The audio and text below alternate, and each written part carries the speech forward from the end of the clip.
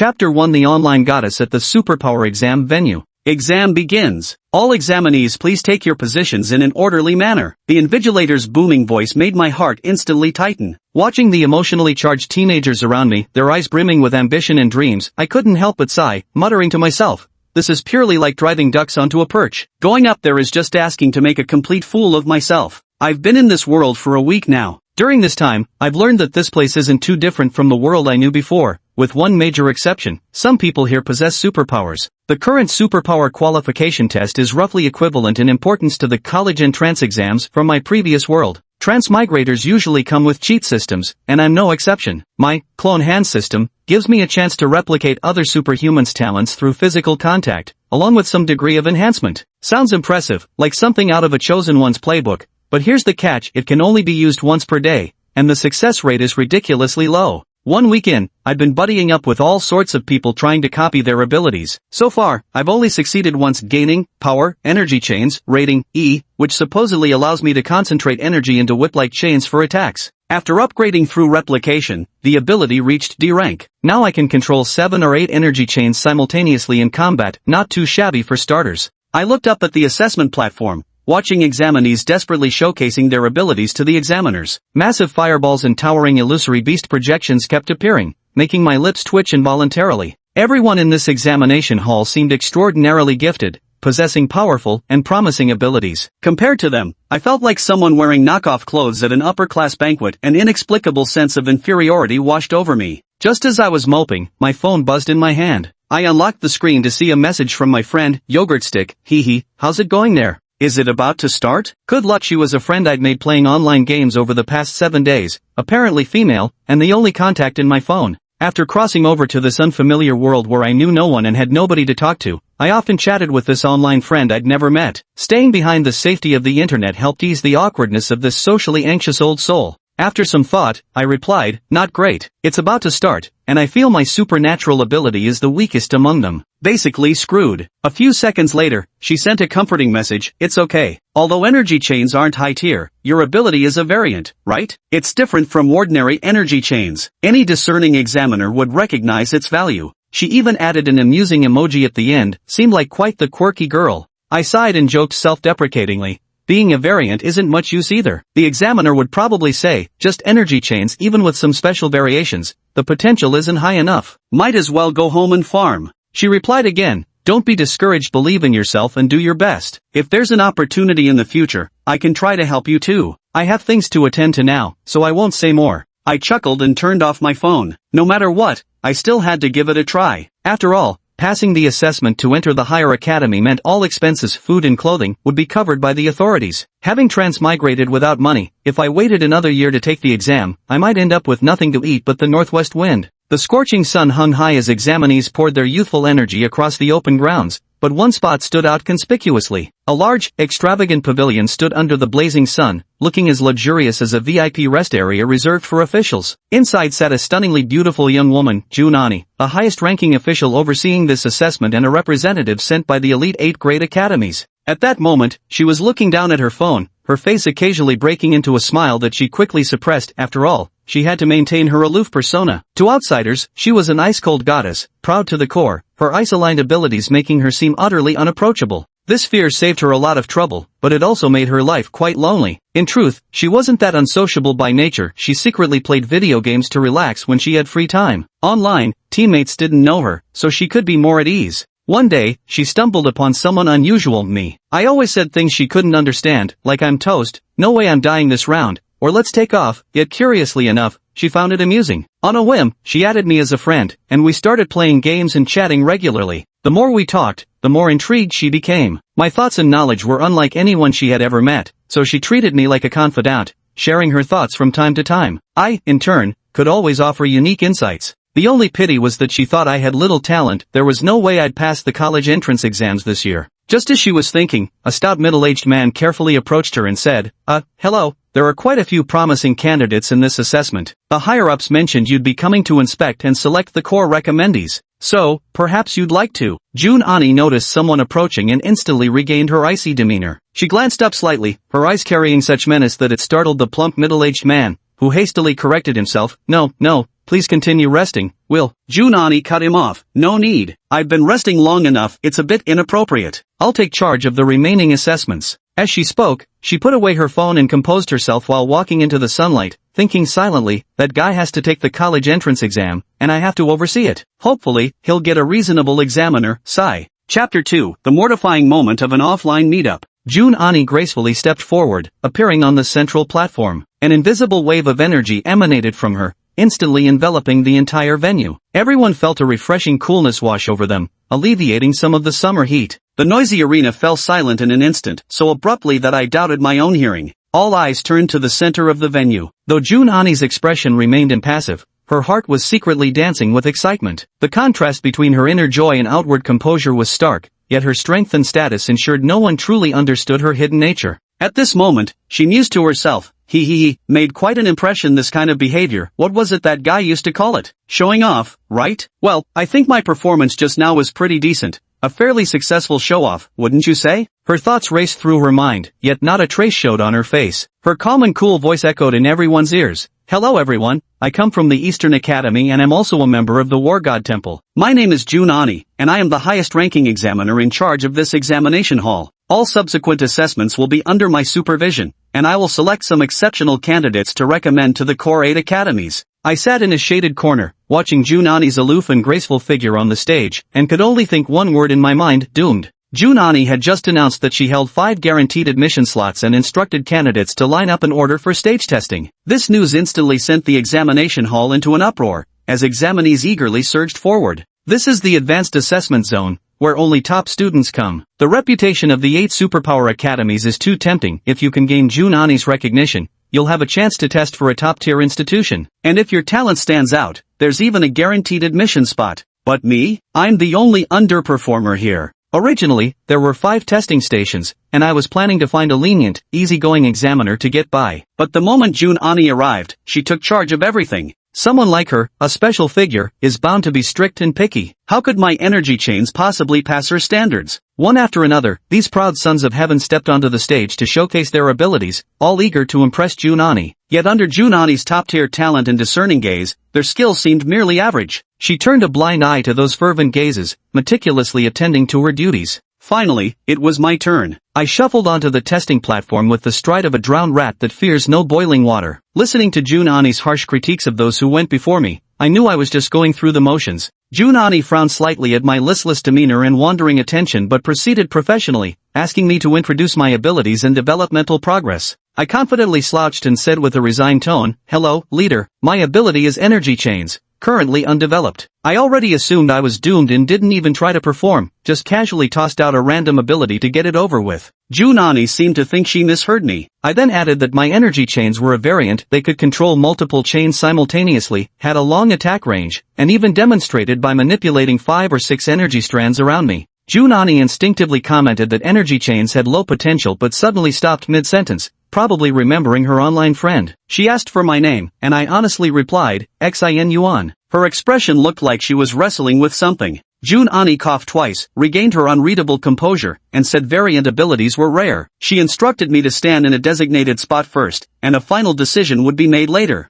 The spot she pointed to already had 2 people standing there. It was tacitly understood to be the candidate area for direct admission. Everyone was glaring at me with scorn and hostility, convinced that even if my E-rank ability mutated, I didn't deserve a free pass. To them, this was pure nepotism. I was just as surprised by this sudden twist of fate, not getting eliminated outright. Without hesitation, I cautiously reached out to Junani to shake her hand in thanks, simultaneously activating my replication hand. I hadn't used my daily copy chance yet, and Junani was a big shot. Why not try my luck? What if it worked? My move left everyone stunned. Junani froze in place, the academy officials debated whether to stop me, and the male students gazed at me like I was some kind of legend. I genuinely had no intention of taking advantage, I just wanted to copy abilities, so I acted completely natural. Then, something even more jaw-dropping happened. Junani actually raised her arm and shook my hand. I couldn't care less about what others around me thought, because instead of the familiar copy failed echoing in my mind, another marvelous sound rang out. Replication successful. Acquired SSS tier talent Ice Age. Automatically enhancing talent in progress. Talent level at peak, unable to improve further,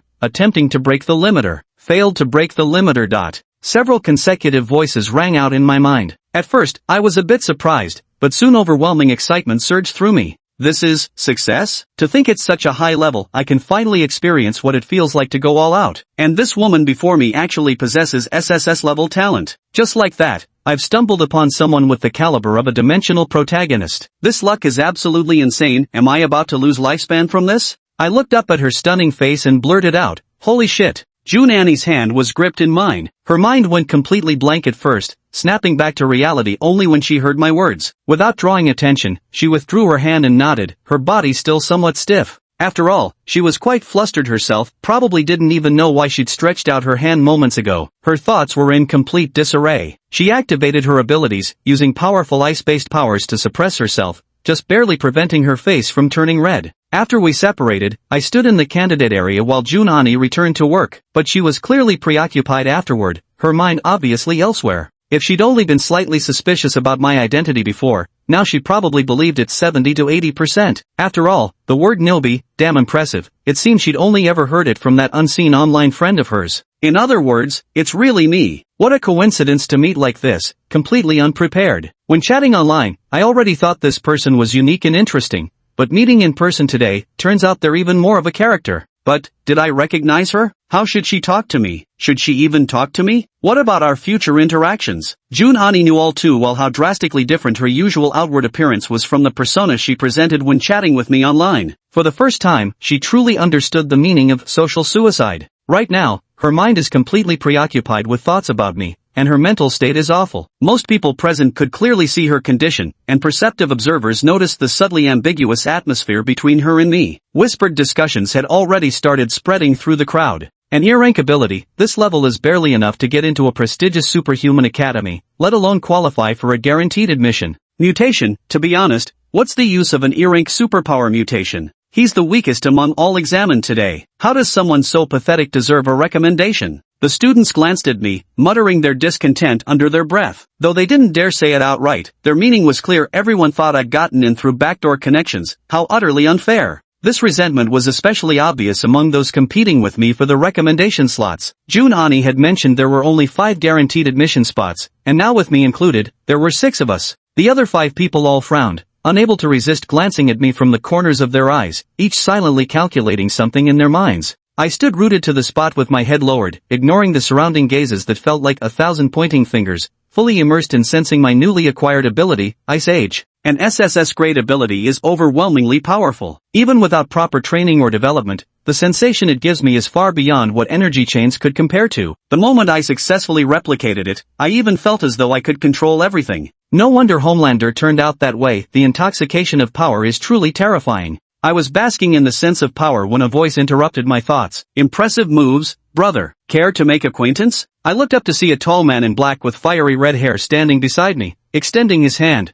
During previous tests, he displayed the most destructive abilities and possessed the highest innate talent. Confident that no matter the selection process, a guaranteed promotion spot would undoubtedly be his. This made him different from the others. He bore no grudge against me. In his eyes, those endowed with remarkable talent or those lacking talent but with connections were equally worth befriending. After all, more friends meant more opportunities. His philosophy was simple. As long as someone had value to offer, fairness didn't matter. The world wasn't fair to begin with. I recognized this guy. I'd been eyeing his abilities with envy from the audience earlier. Before learning about June Annie's powers, I'd always wanted to copy his skills. For these past 7 days, I had only one method to copy superpowers, going up and shaking hands while pretending to be friendly. So when I saw his outstretched hand, I gave it a brief shake, then blurted out impulsively without thinking, "Alright, no more slots today. Let's continue tomorrow." The red-haired man looked utterly bewildered. What kind of nonsense was this guy spouting? What did he mean by no more slots today? Was there something wrong with his brain? After freezing for 2 seconds, he awkwardly withdrew his hand and retreated with an embarrassed smile.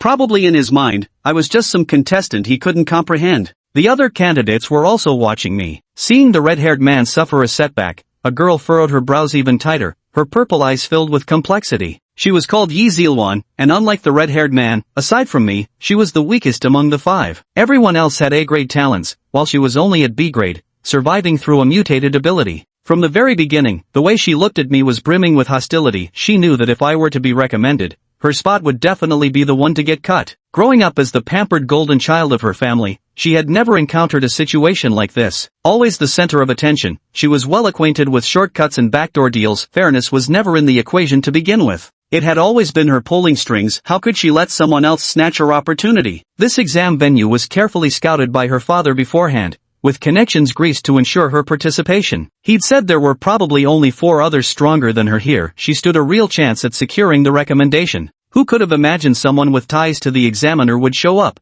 and with such a useless ability to boot? This was beyond unfair. Even backdoor dealings should at least be plausible. The more she thought about it, the more resentful she grew, grinding her teeth in frustration as she desperately scrambled for a countermove. Before long, the afternoon passed, and with the final examinee finished, no new candidates entered the waiting area. Only 6 of us remained in the recommendation zone. Crowds of examinees began filing out, some jubilant, others despondent. Junani had just steadied her emotions and approached us to speak when Yi Zilwan abruptly cut her off. Yi Zilwan stepped forward first, bowing respectfully to Junani and speaking loudly, "Greetings, examiner. Regarding this year's direct admission spots, I have something to say." The candidates who were about to leave all stopped in their tracks, turning curiously toward the central platform. Their instincts told them there was about to be some drama. Yi Zilwan couldn't help it. This was precisely her intention. She wanted to seize this moment while everyone was still present, to corner the examiner in full view of the crowd and execute her plan. Offending someone was secondary. Securing the direct admission opportunity was what truly mattered.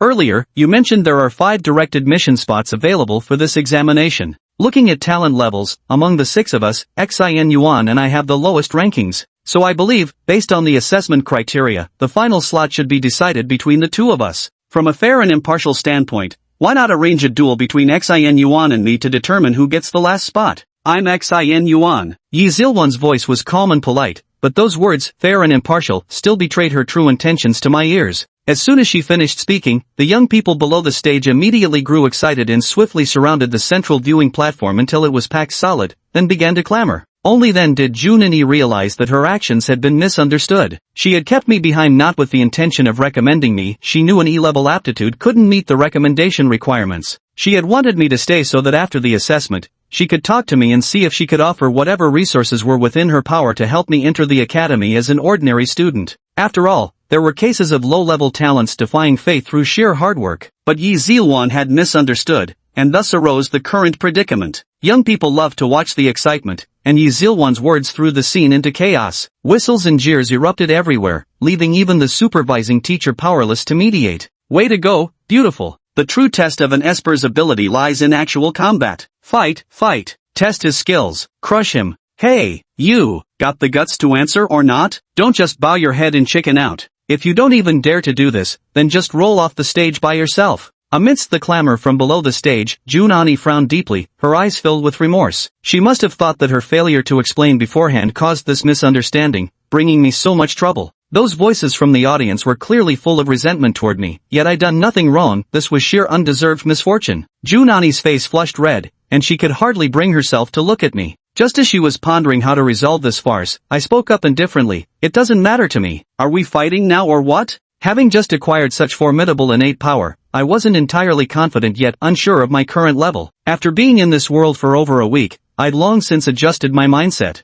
In this world where superpowers exist, combat was inevitable sooner or later. Although I still didn't know who the enemies of superhumans were here, psychologically I was prepared. Having someone volunteer to spar with me was perfect for quickly familiarizing myself with these abilities. Besides, with a woman challenging me publicly before this crowd, how could I possibly back down? After I said this, the surrounding clamor quieted slightly. Nobody had expected me to agree. The next moment, the crowd erupted into even louder laughter, though this time with noticeably less malice in their ridicule. Their jeering had been meant to shame me, the supposedly privileged special case who had slipped in through back doors. No one thought I'd actually dare to accept the challenge. As awakened beings themselves, they knew all too well the vast gap between an E-grade and a B-grade talent. For me to step forward took at least some courage. Got some backbone after all, actually daring to go up there. Hey, have any idea how huge the gap is between E-grade and B-grade? Especially when it's a top-tier B-grade we're talking about? Although avoiding the fight is embarrassing, getting beaten up by a girl doesn't exactly look good either. How many rounds do you think he can last? Hard to say. What if he's got some hidden treasure up his sleeve?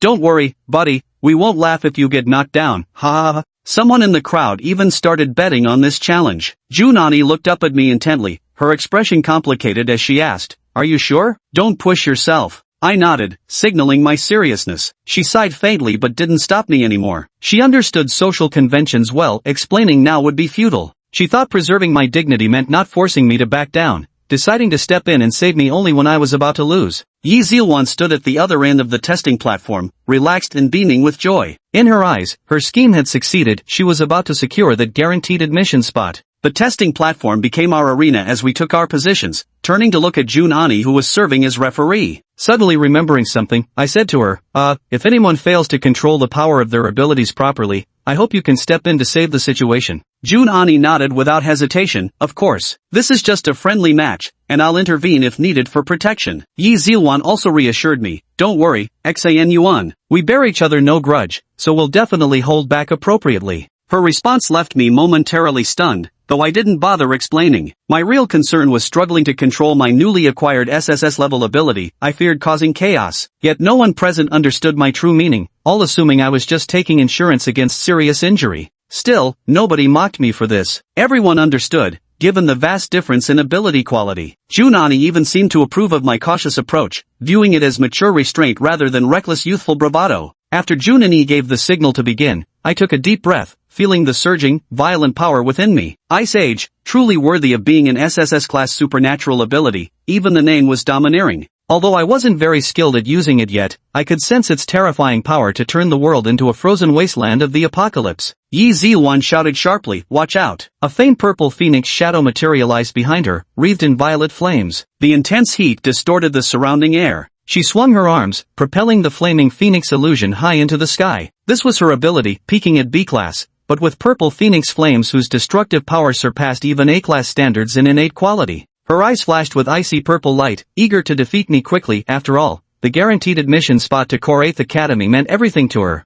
Following a phoenix's cry, a fiery streak descended from the heavens. I barely dodged it. Junani stood nearby, fists clenched, nerves taut, ready to rescue me at any moment. I activated my ability, flinging an energy chain high into the air that wrapped around Yi Zilwan's waist. In truth, she'd intended this. Being bound also meant she was now tethered to me. Below the stage, the red-haired man I'd previously rejected stood with his chubby companion, who asked, Boss, how long do you think he'll last in this fight? The red-haired man watched the scene and shrugged, saying, how long? With this level of disparity, once he can no longer dodge, it's game over for him. That woman over there is quite skilled. She knows how to strike with full force from the very beginning, staying airborne to remain invincible. Now she's even linked the two of them together with chains. Just watch, it'll probably be over soon. No sooner had the red-haired man finished speaking than Yi Zilwan launched her attack. The terrifying purple flames surged along the chains toward me, threatening to engulf me. Jun Ani sighed, preparing to intervene. But at that very moment, a sharp crack rang out, as if something had shattered. A terrifying surge of energy radiated from me as the epicenter, instantly enveloping the entire arena. The previously scorching air turned frigid in the blink of an eye, as if plunging into the depths of winter. Icy blue light ascended along the energy chains, and the violet flames were instantly extinguished upon contact with that blue glow, utterly powerless to resist. Yi Zilwan's eyes filled with disbelief. Just as shock began to spread across her face, her entire body transformed into a frozen statue. The entire arena became encased in a thick layer of solid ice. The chilling aura spread outward, and several examinees standing too close had their legs instantly frozen before they could react, their terrified screams ringing out across the scene. Everything happened in the blink of an eye. Many examinees didn't even have time to react. The red-haired man who had earlier said it'll be over soon now stood with his pupils constricted to pinpoints, his mouth half open in stunned silence. On the martial platform, my raised right hand became encased in ice as the cold crept up my arm and neck, covering the right side of my face like a pale blue glass mask. I exhaled slowly, releasing a wisp of white frost as I spoke. I'm terribly sorry. I did warn you I might not have perfect control over this. Chapter 6. The guaranteed admission spot is confirmed, a well-deserved victory. Junani stood by the field, her left foot lifted mid-step, frozen in that position for a long time without lowering it. She had initially wanted to rush out and save me, but she never expected things to unfold this way. For a moment, she was too stunned to react. For some reason, as she looked at this frost, she found it strangely familiar, almost as if she were looking at her own power. Energy chains, and even an ice-type variant? Back when she first awakened her abilities, she'd frozen one of the family elders too, nearly causing permanent damage. Seeing that I was unharmed, Junani set her half-extended foot back down, an inexplicable smile appearing on her face. You're okay, she murmured in relief. Wait, had she forgotten something? Junani, lost in her own thoughts, suddenly snapped back to reality. Her head jerked upward as she searched the space above her. A massive ice sculpture shaped like a bird was still suspended in the air by an ice pillar, looking like a kite flying in the sky. Oh no, that girl is still frozen. I don't dare to just throw her down. What if she shatters? Though I'm not entirely clear about this world's laws, surely killing someone must still be illegal. Junani had assumed I was completely helpless and had been focused solely on whether I might get injured, never considering Yi Zilwan's predicament. Only now did she realize her oversight, thinking to herself, this is bad. She stamped her foot forcefully, shattering the thick ice that had encased the arena into countless pale blue particles that dissolved into nothingness. The surrounding spectators who had been caught in the freeze were also liberated. Then she jumped up, severed the kite string in my hand, and rescued Yi Zilwan. Seeing Junani finally take action, I breathed a sigh of relief. Though I had enhanced abilities, holding up a live person had still been quite tiring. I rubbed my slightly sore shoulder, feeling rather pleased with this ability. It took over 10 seconds before the audience below realized what had just happened. The exclamations didn't come immediately and eerie silence enveloped the entire venue. Every face wore the same expression, heads tilted back, mouths half open, all staring at me on the stage. Did I just win? And in what looked like near-instant defeat? Weren't they all saying I got here through connections? Every single bettor lost. Out of the 1,000 people gathered around the fighting platform, not one had believed I'd emerge victorious. The tense silence reached its breaking point, then exploded. Holy shit! How did they win this? It's a complete slaughter. Is this even human? Earlier they said it was a variation of energy chains, since when do variants become ice attribute? You call this backdoor maneuvering? In an instant, expletives of astonishment filled the air. No one expected to witness such an absurd performance on the night the assessment ended. The red-haired man swallowed hard, his mind in complete disarray, unsure of what to say. At that moment, the chubby boy next to him asked again, Brother Red, did you mean this when you said it was almost over earlier? The red-haired man didn't want to answer. He stared at me intently, assessing whether he could defeat me. Earlier, he had seen clearly Junani looked tense when she thought I might get hurt, yet when Yi Zilwan got frozen, she acted as if nothing had happened. The favoritism was too obvious. In his eyes, I now have power and connections, ridiculously impressive. I stood there, feeling somewhat bored. The gasps of astonishment around me satisfied my vanity, but I didn't want to remain the center of attention forever. Finally, the frozen demeanor on Yi Zilwan melted away, and she sat dumbfounded on the ground. Thankfully, Junani was present, otherwise, she might have been in mortal danger today. Sitting ungracefully on the floor, it took her a long while to recover. When she lifted her head to look at me, her eyes were filled with complex emotions, fear, shock, confusion, resentment, until finally, those violet eyes dimmed in defeat. Just now, she felt the breath of death for the first time. She realized she had underestimated me. Her earlier confidence and joy had now turned bitter. She made no excuses for herself. To lose was to lose. She blamed only her own inadequacy and how she had failed her family's expectations. Trembling, she rose to her feet and said simply, I lost. Your recommendation spot is well deserved. With that, she turned away despondently and prepared to step down from the arena. Junani said lightly, Alright, you misunderstood earlier. I never intended to give Xin Yuan the guaranteed admission spot. I just wanted to keep him here for now. Your talent is quite remarkable. The mutation type is something I've never seen in my lifetime. Stay for now. As for the guaranteed admission spot, I'll try to secure an extra one from the academy. They probably won't refuse. She didn't particularly like Yi Zilwan's shrewdness and aggressive manner, but the girl's talent was too promising to let go. Besides, she bore some responsibility in this matter too. After speaking, she gave me a puzzled look. I was toying with an ice crystal in my hand. You have such powerful abilities, why didn't you mention them before? What? Ha ha ha ha. I let out an awkward laugh and said helplessly, No, actually you're the awesome one. Junani looked puzzled but didn't press further. If I really was that online friend of hers, always saying things she couldn't understand would indeed be a defining characteristic. She turned to face the candidates below and announced loudly, Alright, the assessment is over. Except for the recommended students, everyone else must leave immediately. Junani began presiding over the dismissal, and the others who had secured advancement came onto the arena platform to stand beside me. At this point, the way they looked at me had changed, no longer dismissive, but filled with admiration and bewilderment. Yi Zilwan stood dejectedly at the side, saying nothing, clearly having suffered quite a blow. I gazed at the distant setting sun, with no desire for small talk with those around me. I wasn't much of a conversationalist, and this world was unfamiliar to me, its people unknown. Unless I sought to replicate someone's ability, there was little for me to discuss. Thinking of this, I pulled out my phone from my trouser pocket and looked at the only contact saved in it. I typed out a message and sent it. I passed the assessment and even got an unexpected recommendation spot.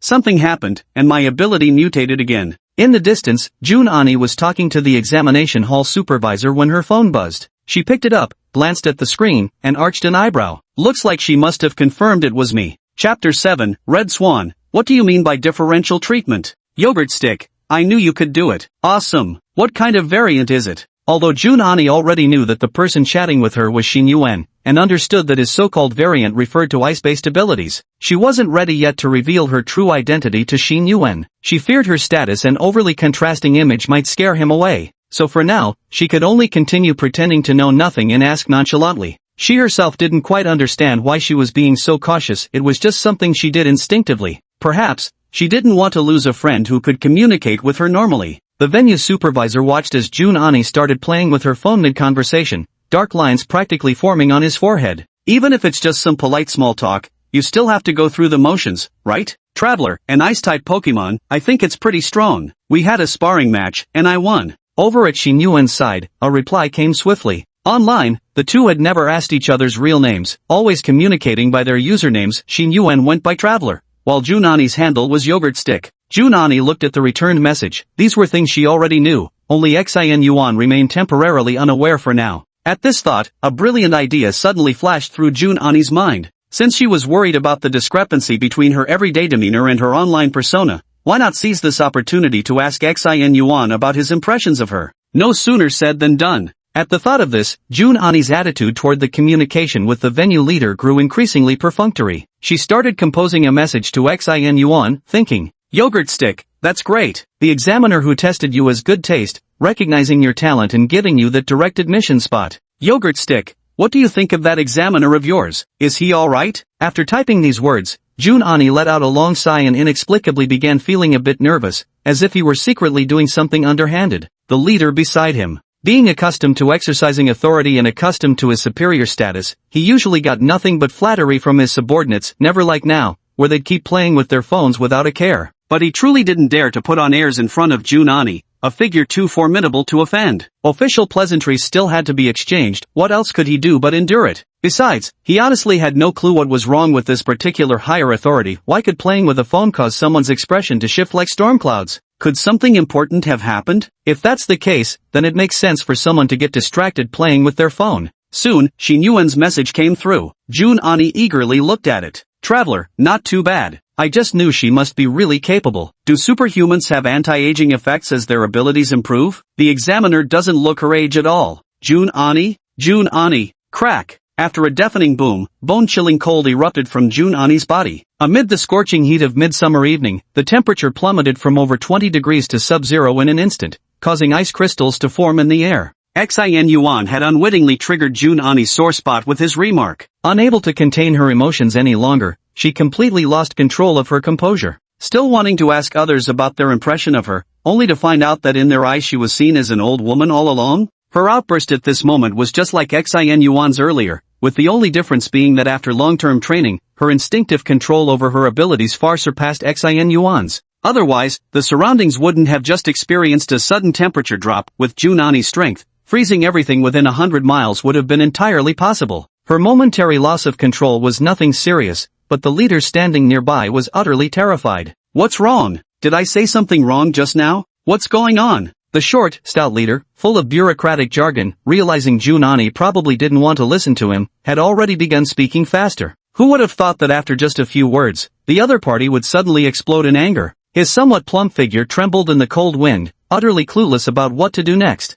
Wha, what's wrong? Hearing someone speak, Junani abruptly raised her head. Her eyes erupted with an unusually fierce killing intent as she glared at the person before her and spoke through gritted teeth. I'm fine. You keep talking. Hurry up. The 6 people from Xin Yuan on the testing platform also noticed the situation over here. For a moment, they all turned their heads, curiously looking in this direction. Xin Yuan, however, had little interest in such gossip. He wasn't one to particularly enjoy joining in the excitement. I just don't know why when I was chatting with a female online friend and everything seemed fine, she suddenly stopped responding to me. So baffling, women. Finally, as everything came to a conclusion, Junani stood before the 6 of them once more under the glow of the setting sun. Only now, her demeanor was clearly a little off. Apart from Xin Yuan, who looked completely indifferent, the other 5 clearly noticed that the examiner seemed to be in a visibly irritated mood, occasionally glaring fiercely at Xin Yuan. Unfortunately, her somewhat resentful glance went unnoticed by Xin Yuan alone, leaving the others baffled.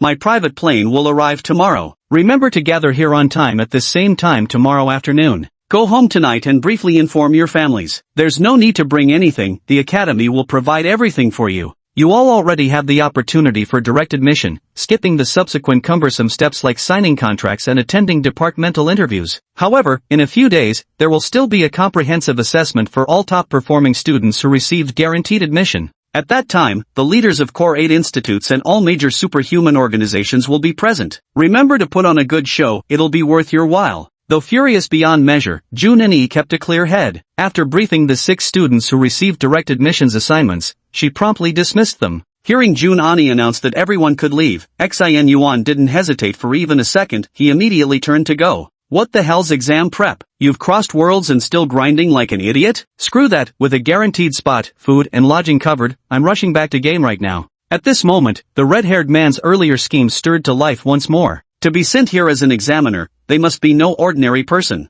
We need to quickly find a way to bridge the gap between us. With quick strides, the red-haired cadet approached Jun-Ani with a grin and said, "Hello, everything is fine at my place, but I have some questions about supernatural abilities I'd like to ask you." Jun-Ani was still watching Xin Yuan's cheerful departure with some annoyance when he suddenly turned around upon hearing the words. Looking at the redhead before him, he asked in confusion, "Who the hell are you?" "Ha!" The red-haired student was visibly taken aback, answering awkwardly, "My name is Chi Hong. I'm the student who just got recommended admission. Let's talk about it later. I don't have time today. I'm only responsible for assessments and won't have any contact with the trainees." After speaking, Jun-Ani turned away, ignoring him, and called out loudly to the distant figure of Xin Yuan who had already walked far ahead. "Xin Yuan, wait a moment, don't leave yet, I have some supernatural ability matters to discuss with you." "Chi Hong, you're done pretending, huh? What's this blatant double standard?" Chapter 8 The Black Card from the Rich Lady. This might not be appropriate. Xin Yuan heard the voice on the other end and instinctively halted his steps, inwardly cursing his luck. Right now, he just wanted to rush back to play games and rest a bit, then get ready to pack up and make a run for it. After all, since crossing over, he had almost nothing apart from basic living facilities. The money spent on food these past few days had drained his last remaining funds, leaving him completely penniless. He had no idea who owned the house he was currently living in, having never even met the landlord. So after securing the guaranteed admission slot, all he could think about now was how to escape that rent whose exact amount remained a mystery. Turning around, watching Jun-Ani approach, he forced a bitter smile and said, "What's the matter? I'm in a hurry to get back." Jun-Ani watched his reaction with a mix of exasperation and amusement. Although others usually dared not get too close to him, whenever they had the chance, they would eagerly strike up a conversation with him unprompted. Unlike this man before me, showing every sign of wanting to flee in haste. But, that's just like him. "What's the matter? I wanted to tell you something important, why are you in such a hurry to leave?" Jun-Ani said. "I want to go back to gaming." Xin Yuan was very honest. It wasn't like the other person was his schoolteacher, he didn't see any reason to hide it. Jun-Ani. Hearing this response, she genuinely felt speechless. Why did he always manage to justify such bizarre things with such unshakable confidence? Though she'd already gotten some sense of Xin Yuan's personality online, it still gave her a slight headache now. But this frustration quickly faded, because it suddenly occurred to her, Xin Yuan always played games with her in co-op mode. So he did all this just to play games with me? He actually cares about me. This unexpected self-indulgent interpretation somehow made me inexplicably happy. Instantly softening her tone, she gently asked, "I won't take up much of your time. Is everything else alright? Are your family members worried?" Xin Yuan shrugged. "That doesn't matter, I don't have family or friends or anything." "What?" Jun-Ani was shocked. "You're an orphan? Xin Yuan? How did this turn into personal insults? I generally don't play Yasuo." Jun-Ani immediately realized his slip of the tongue and quickly covered his mouth. "Sorry. It's alright." Xin Yuan thought for a moment. His situation wasn't easy to explain either, so he vaguely replied, "No need to apologize. In this world, I really am an orphan. Though, it might not be what you're expecting." Jun-Ani looked at Xin Yuan with a slightly pitying expression for quite some time, finally skipping past this topic just as Xin Yuan was about to get goosebumps from discomfort. Clearing her throat, Jun-Ani said to Xin Yuan, "I've never seen an ice-based variant of energy chains before, but then again, the history of superpowers in this world isn't very long, so it's not unusual for me to be unfamiliar with it. I won't pry into the specifics either. In your future training, try your best to control the temperature of your abilities, and regularly visit colder environments to sense the affinity with your surroundings." When it comes to cultivation, Jun-Ani clearly became much more serious. Her suggestion to Xin Yuan was essentially a summary of her own past experiences. "Also, your previous E-level ability rating has already been submitted, and I can't change it for now. I'm sorry this might lead some people to underestimate you, but your abilities are unquestionable. I'll definitely apply for a special assessment for you as soon as I return. Besides, you must take that trial I mentioned earlier, the one that guarantees admission for all trainees, very seriously. Xin Yuan didn't understand why the other party was specifically reminding him about these matters, but knowing it came from good intentions, he didn't show any impatience. He just asked with slight confusion, why should I care? Does this thing pay money? Ha! Jun Ani was dumbfounded once again. As a superhuman, especially a high-level one, nobody really places much importance on something like money. Why would you think that? That trial is far more important than money. Are you really that short on cash? Hearing this, Xin Yuan immediately took offense. What do you mean could money really be that tight? Isn't this just an alternate world version of why don't you eat meat porridge? Unable to hold back, Xin Yuan started venting his frustrations. Come on, lady, try to understand the hardships of ordinary people.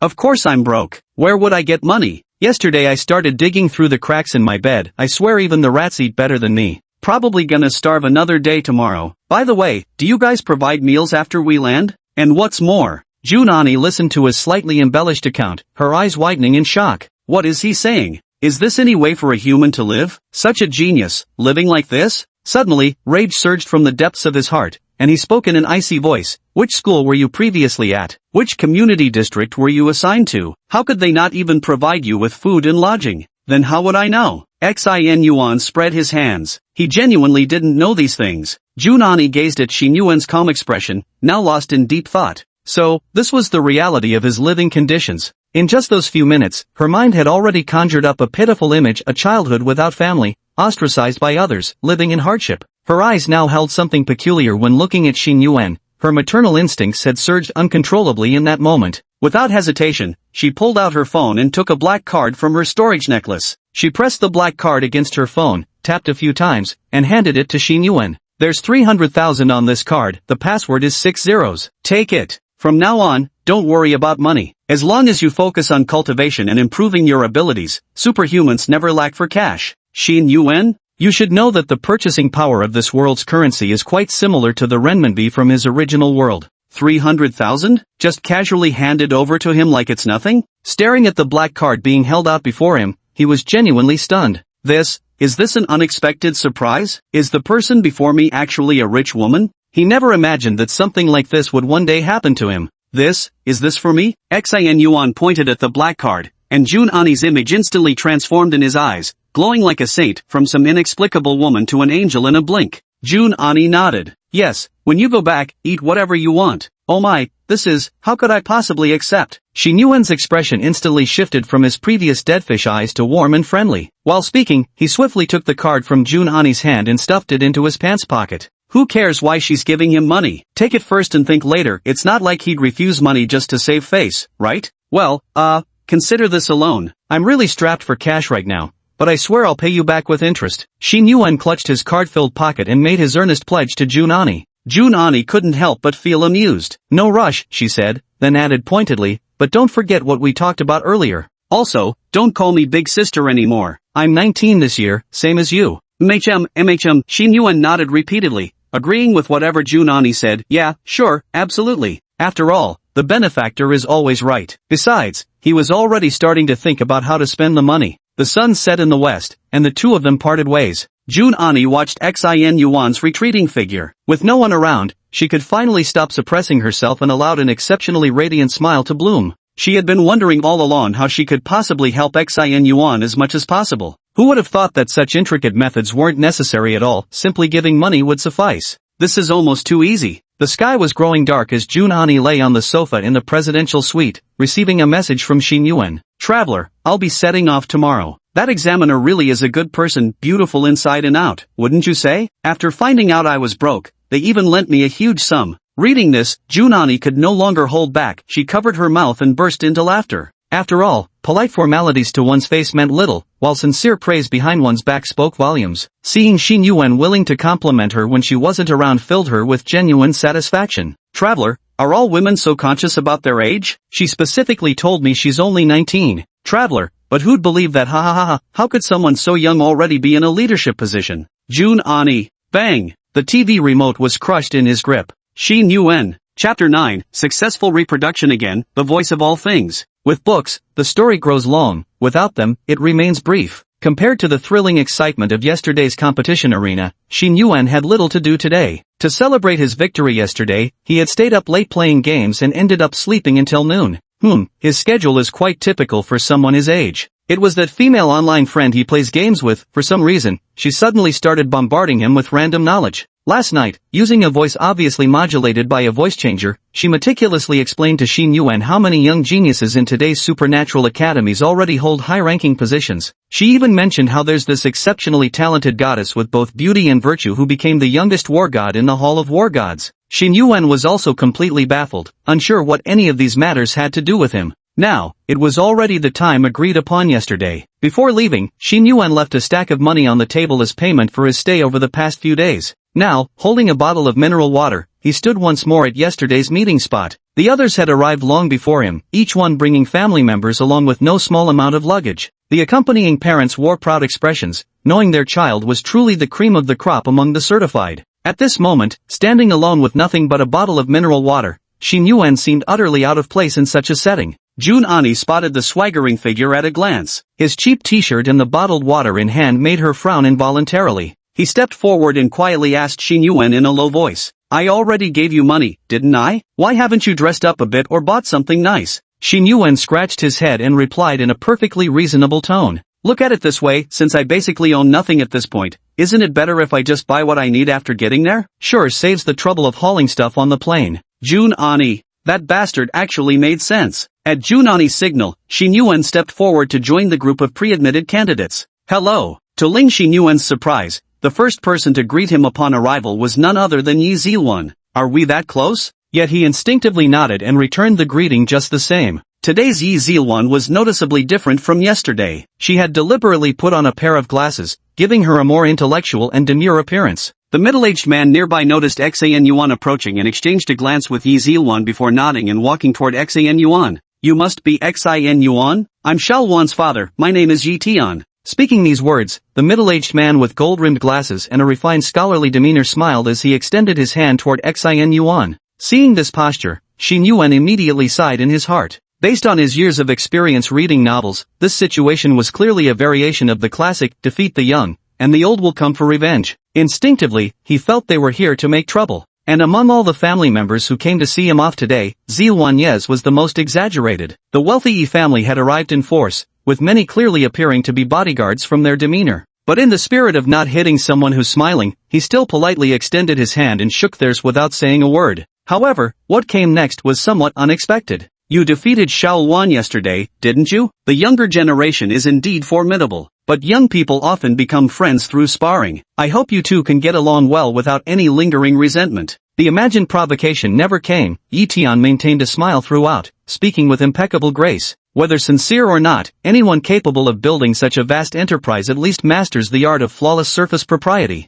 As their handshake ended, Xin Yuan quickly nodded and said, "Alright, I don't feel there's any conflict either. By the way, are you an esper too?" Yi Tian was taken aback by Xin Yuan's sudden question. After a brief pause and some contemplation, he chuckled and answered again, "I am, but my rating is quite low, just a D-rank aptitude. Xiaowan's supernatural abilities mainly come from her mother's side." Hearing this, Xin Yuan's eyes immediately lit up with excitement. D-level? D-level is fantastic. He had reflected upon it yesterday. His replication hand system clearly had a significantly higher success rate when copying lower-tier talents. Now that he already possessed an SSS-tier ability as his primary combat skill, he didn't actually have such an urgent need for higher-level talents after all. Even ordinary abilities, though low-level, can actually be helpful. Take energy chains as an example. Though they possess no offensive power, they grant him significantly better control and perception of energy compared to others. Rather than gambling on that extremely low probability, it's better to replicate a variety of miscellaneous low-tier abilities for support. So, upon hearing that Yi Tian's ability was D-grade, Xin Yuan quickly flashed a smile and said,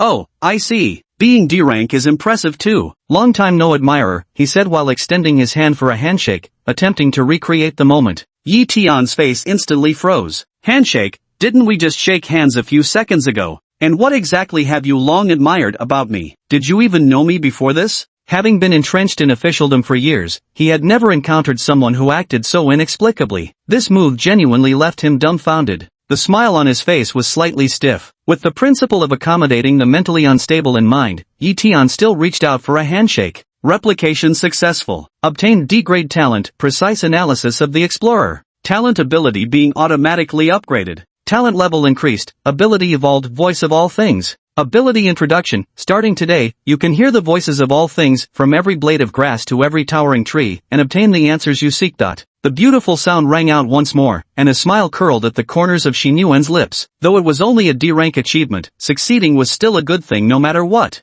But in the very next second, his smile vanished instantly. Without any deliberate control, that ability activated instantly like a passive skill. In an instant, Xin Yuan felt as if he had stepped into a nightclub packed with speakers. Deafening noise began tormenting his mind. The entire world seemed to have gained a voice. Stones screamed, winds howled, even the grass and plants on the ground started their own incessant murmurs, frantically shouting in Xin Yuan's ears. Grass, damn it, why spit on my head? Cloud, wind, stop groping my ass. I want to go south, why the hell are you pushing me north? South wind, north wind lost a bet to me yesterday. Today's my shift, so what if I grope you? What you gonna do about it? Tree, that damn dog just pissed on my roots. So annoying. Must be some stray from out of town, never seen it around here before. The cacophony of bizarre voices crashed together, pounding against Xin Yuan's temples without warning. This sudden psychic assault soon had his skull splitting with agony. His face instantly twisted into a tortured expression as he let out a choked growl. Clutching his head in agony with his left hand while gripping Yi Tian's wrist even tighter with his right,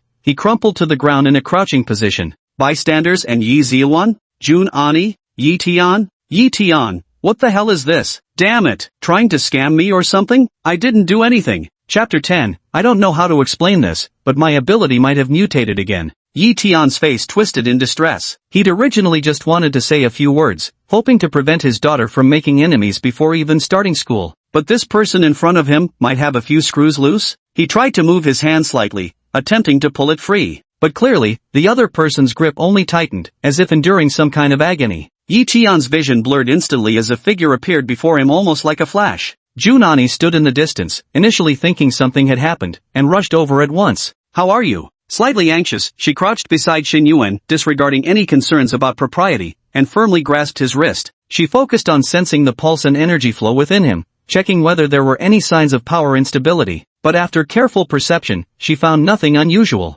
At this moment, he raised his head and looked at Yi Tian. I didn't do anything. My special ability has no combat power at all. Right now, he's the one holding onto my hand. Yi Tian quickly raised his hand to show Junani, feeling utterly wronged. Moreover, after years of experience in the field, he prided himself on being quite accurate when it came to judging people. Although Junani showed no obvious changes on the surface, he distinctly felt as if he were being locked onto by an extraordinarily terrifying beast, experiencing immense pressure. His daughter had mentioned to him that this student named Xin Yuan likely had some connection with the chief examiner. But now, seeing it firsthand, he realized their relationship was probably deeper than he thought. The examiner clearly cared deeply about Xin Yuan. I'm fine, it has nothing to do with Mr. Yi, Xin Yuan finally managed to say with some difficulty, suppressing the turmoil in his mind. He discovered that this ability could be controlled. Now, the noise in his ears had significantly diminished. But this control requires immense mental strength and repeated practice. Theoretically, he could selectively listen to the messages from the surrounding world or block out such sounds when not needed. However, he couldn't achieve this yet and needed to exert as much control as possible. After lying on the ground for a long while, he finally managed to stand up, dizzy and blurred-eyed. Occasional noise still drifted into his ears, but it was much better than before. Although the sounds appeared directly in his mind, Xin Yuan couldn't help rubbing his ears instinctively. Sorry, I lost my composure for a moment. Xin Yuan released Yi Tian's hand and continued asking. I wanted to ask you, what does your ability usually look like in practice? Seeing the cold sweat on his forehead, Yi Tian realized he might have genuinely been having some trouble earlier rather than trying to scam him, and felt relieved. After a moment's thought, he replied, actually, I used to be a police officer. Although my ability isn't combat-oriented, its type is very suitable for solving cases. To put it simply, my eyes can quickly analyze every clue at the scene and connect each small detail to reconstruct potential information. This wasn't any secret, so Yi Tian said it without holding anything back. What? Hearing this, Xin Yuan hadn't reacted much, but Junani was the first to lose her composure. What kind of ability is this? How could this possibly be just D-grade? Logically speaking, such a skill should be incredibly useful. Hearing this, Yi Tian couldn't help but laugh bitterly. When my supernatural abilities awakened, it was a completely new power. At the time, I even reported it to the Human Union for power rating evaluation. But information analysis is truly too complex, there's no guarantee of deriving anything useful, and it consumes mental energy abnormally. They warned me back then that usage must never exceed half an hour, otherwise there's a risk of brain death. After listening to Yi Tian's explanation, Xin Yuan finally realized that his own abilities had become entirely different from the others. The description of the replication hand system is to copy another's abilities with certain enhancements. Unlike the previous energy chains, this enhancement represents a qualitative leap in transformation. The voice of all things does not truly mean that flowers, grass, and trees possess their own consciousness, but rather employs a personified approach to let them speak those hidden messages. Every stone lying on the ground, the wind that blows past, and the trees standing by the roadside have witnessed countless untold stories. The voice of all things allows these inanimate objects to tell Xin Yuan what happened here in the past, what is happening now, and what might occur in the future. In theory, this is an even more terrifying and formidable power than Yi Tian's abilities. The sheer volume of chaotic information could instantly drive Xin Yuan to mental collapse. However, the replication hand's enhancement of abilities also includes mitigating their side effects. The information that was originally a direct assault on the psyche transforms into sound. This change means that when Xin Yuan's mental strength is insufficient, he merely experiences unbearable noise in his ears, agonizingly headache-inducing, but avoids the horrific consequence of brain death. After understanding all this, even though his mind was still quite foggy, Xin Yuan knew he had definitely struck gold. Not only had the ability level of his superpower improved, but the side effects had also diminished. This meant his superpower's level was absolutely not just D rank anymore. From a functional perspective, it might be even more terrifying than an S rank ability. He had originally planned to casually copy a low-tier ability, but this turned out to be yet another jackpot. My luck seems to have been pretty good these past couple of days. But this move once again drew everyone's attention. Yi Tian had already subtly retreated behind his bodyguard, thoroughly frightened by Xin Yuan at this point, fearing that being too close might lead to some unforeseen trouble. If I can't afford to provoke, can't I at least avoid them? So, what was really wrong with you just now? Are you feeling better now? Jun Ani noticed that Xin Yuan seemed to be in better condition and couldn't help but ask. After all, both professionally and personally, she held Xin Yuan in high regard and genuinely didn't want anything bad to happen to him. Her question also reflected everyone else's curiosity, as all eyes turned toward them with expectant gazes. After all, it can't really be performance art, right? This matter is rather complicated. Xin Yuan pondered, realizing it might be best to temporarily keep this cheat of his under wraps. So he reused that excuse he'd already given once before. I don't know how to explain it, but my abilities might have mutated again. What? Not just Jun Ani, everyone doubted their own hearing. The onlookers, who had initially come with popcorn-ready curiosity to see if Xin Yuan had some hidden flaw,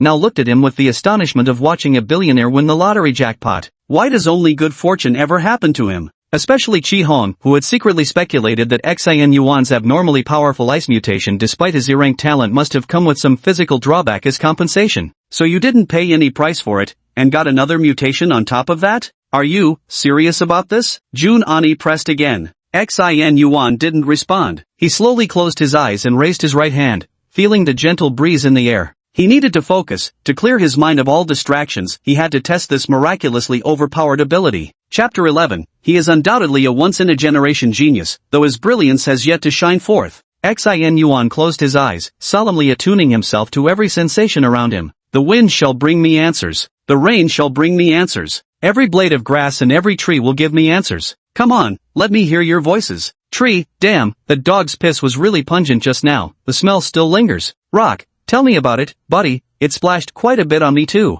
Wind, I saw it heading west. I'll guide you, let's go get it. Xin Yuan, damned be your ancestors. Damn it, before mastering this ability properly, it's so hard to get useful information. And that dog that's already appeared several times, isn't it stealing the show a bit too much? As time passed, his brow furrowed tighter, consciously filtering out these meaningless distractions to focus solely on his own question. Finally, while those around him remained utterly baffled, Xin Yuan still kept his eyes tightly shut but began to speak. The current wind direction is southeasterly. This abrupt statement left everyone who had been waiting expectantly utterly baffled, unable to discern any meaning behind these words. But soon, Xin Yuan's voice rang out once more. In approximately 37 seconds, the wind direction will change to due south. Jun Ani froze momentarily before swiftly reacting. She shut her eyes tight, tilted her head slightly upward, and let her hands relax naturally at her sides. Without any command, all the superhumans present simultaneously made the same gesture as Jun Ani, remarkably synchronized. Superhumans, especially high-level ones, possess physical conditioning and sensory abilities far surpassing those of ordinary people.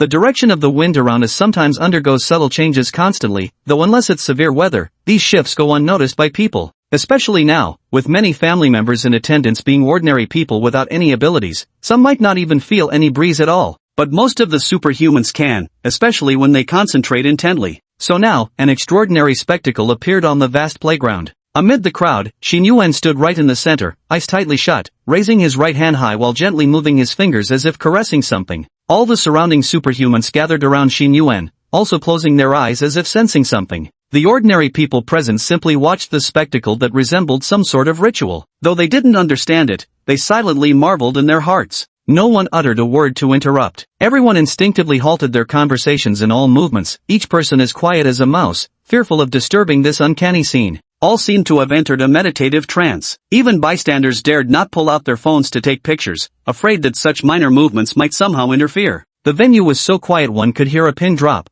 with only Xing Yuan's voice occasionally breaking the silence. 1 minute and 35 seconds later, the wind direction will shift back to southeast. 3 minutes and 12 seconds later, the airflow will become extremely turbulent due to changing air pressure. 5 minutes later, the wind direction will drastically change, shifting directly to northwest. On the quiet playground, Xing Yuan's every word was spoken softly, mentioning seemingly trivial matters. Yet each sentence landed like a hammer blow on the hearts of every superpowered individual present. Because as time passed, they were all shocked to discover that every word Xin Yuan had said was absolutely accurate, down to the exact second. The expressions on everyone's faces varied. Shi Hong's face was full of shock, and he even mouthed the words holy shit. Yi Zilwan's frown deepened, though no one could tell what was on her mind. Zhu Nini remained expressionless, maintaining her icy goddess demeanor without revealing any emotion. But in reality, she had already begun laughing inwardly, secretly talking to herself. No bai, she just learned this term from Xin Yuan yesterday while gaming. Impressive. You actually got it right. I was worried your talent might be too low. Turns out I worried for nothing. As I thought about it, Xin Yuan's face slowly surfaced in my mind with that playful smirk of his, as if nothing in the world mattered. Deep down, she sensed that Xin Yuan was undoubtedly a once-in-a-generation genius, even if his brilliance hadn't yet shone forth. Xin Yuan had no clue what others were thinking about him. He simply spoke the information he had filtered, his tone calm and detached. At last, he concluded that enough experimentation was enough. He had acquired some rudimentary control over this ability. For now, that would suffice. So he lowered his hand and opened his eyes. What met his gaze was a group of superpowered individuals with their eyes closed, each bearing different expressions, and a crowd of ordinary people looking at him as if he were some kind of monster. Ahem, what are you all doing? He coughed twice, slightly awkward, signaling that he had already finished. People opened their eyes one after another, their gazes of various hues converging on Xing Yuan's figure. A day ago, those very eyes had been filled with skepticism and displeasure. Now they brimmed with envy and disbelief. Zhu Nani was the last to open her eyes, stepping forward to stand beside Xing Yuan. Suppressing the joy in her heart, she asked as calmly as possible. So, what's this variant of your ability? Is it prophecy? Not exactly, Xin Yuan explained. It's more like a sensing ability. The world around me can give me some information. Besides, it seems I've already delayed for some time. The plane has been stopped for quite a while now, we should probably go. After all, it's going to rain here in about half an hour. It's raining? Zhu Nani asked in surprise, raising her head to look at the bright, sunny sky without a single cloud. Are you sure? Seeing Xin Yuan nod, Zhu Nani immediately issued the command. With a wave of her small hand, she made the decisive call to delay the plane's takeoff. Wait, just wait for the rain. Previously, Xing Yuan had accurately predicted shifts in wind direction, but those were still minor changes. If he could precisely predict weather phenomena like rain arriving in just half an hour, that would be truly terrifying. Especially now with the sky perfectly clear and the weather fine, Xing Yuan's words seemed particularly unconvincing. Yet for some reason, Zhu Nani felt absolutely confident in what he said. Can you give me a specific time? Just as Xing Yuan was speechless at Zhu Nani's willful decision, a strikingly beautiful face bearing a faint trace of arrogance appeared before him. Yi Zilwan opened the countdown page on her phone and proactively walked over to ask. Xing Yuan was startled but still closed his eyes, pondered for a moment, and then spoke. Approximately 28 minutes and 15 seconds or so. As soon as the words were spoken, Yi Zilwan had already set the alarm, uttered a word of thanks, and walked away into the distance. Everyone idly waited, anticipating something seemingly impossible to occur, collectively witnessing this bizarre magic performance. However, the miracle seemed to truly arrive. 20 minutes later, the originally calm and sunny weather suddenly turned windy. 25 minutes later, clouds slowly began to gather in the sky, growing darker and darker. The temperature gradually dropped, and the chilly wind fluttered the edges of the girl's skirt. Yi Zilwan looked up at the gathering dark clouds in the sky, her right hand clutching the phone, tightening its grip. Chapter 12. We've never issued a Class E superpower card before. There weren't many people present today, yet it was quite lively. By now, many accompanying family members had taken out their phones to capture the spectacular sight of the sky suddenly becoming overcast with dark clouds.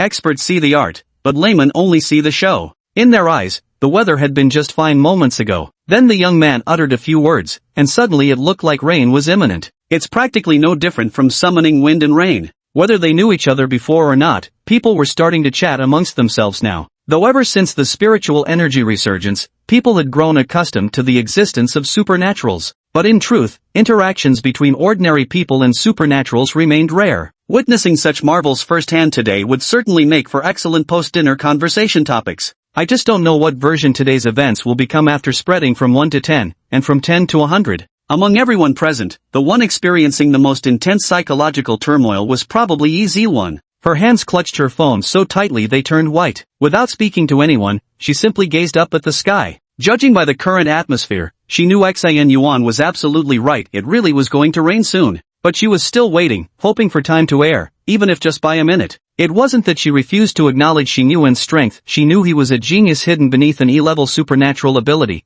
and she recognized yesterday's duel had indeed proven she was no match for him. Yet in her heart, there lingered an inexplicable stubbornness that made her unwilling to concede defeat. Yesterday's battle with Xin Yuan marked the first loss in her life, her first devastating defeat. She didn't want to admit it. Someone who had been selected for direct admission alongside her, whose talent had been so lacking before, had now grown so strong that she could hardly keep up. Finally, thunder began to rumble in the sky, and the air grew noticeably more humid. Ding-a-ling. The sound of Yi Zilwan's previously set alarm suddenly rang out, drawing the attention of the chatting crowd. But that alarm only rang briefly before stopping. People didn't pay much attention to it because light rain had started falling sporadically from the sky, instantly stirring excitement among the crowd. Wow, it's really raining. Incredible. That young man was right. I recorded it, gotta tell Aunt Zhang about this when I get home today. Holy shit, energy chains evolved into divination magic, can you believe that? The crowd's commotion didn't affect Yi Zilwan, who was currently staring blankly at her lowered phone. That alarm earlier wasn't turned off by her.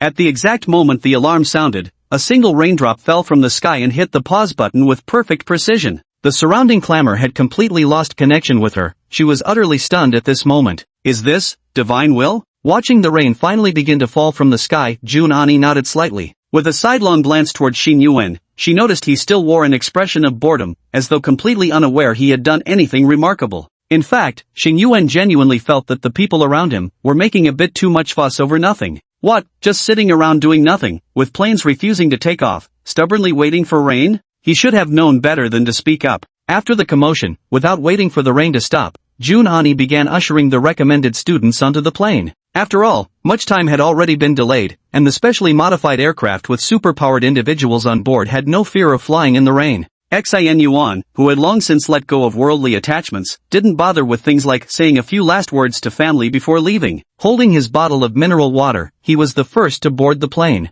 Yi Zilwan stood in the distance, her eyes fixed unwaveringly on Xin Yuan's retreating figure. Yi Tian approached from beside and ruffled his daughter's hair as he spoke. This child is truly remarkable. His future achievements will likely be immeasurable. Don't hold any grudges against him, just maintain normal relations. As a father, he knew his daughter's temperament all too well. He said this mainly to reassure her. Yi Zilwan didn't respond verbally, merely giving a slight nod. But deep in her heart, she silently resolved, from this day onward, you will be the target I strive to surpass. With this small interlude over, the plane finally took off. The journey was uneventful, and after an hour of smooth flying, the plane finally reached its destination. The only thing worth mentioning along the way was that Xin Yuan didn't sit at all, he stood leaning against the aircraft cabin the entire flight. The reason is simple, the voice of all things still couldn't be completely muted. The chair beneath him kept berating him incessantly. Of course, this group had long grown accustomed to his eccentric behavior and appeared completely unfazed. Finally, the aircraft came to a stop in front of an enormous domed structure. Xin Yuan stepped off the plane. The weather here was splendid, with the sun about to set. The fading sunlight reflected off the colossal domed building,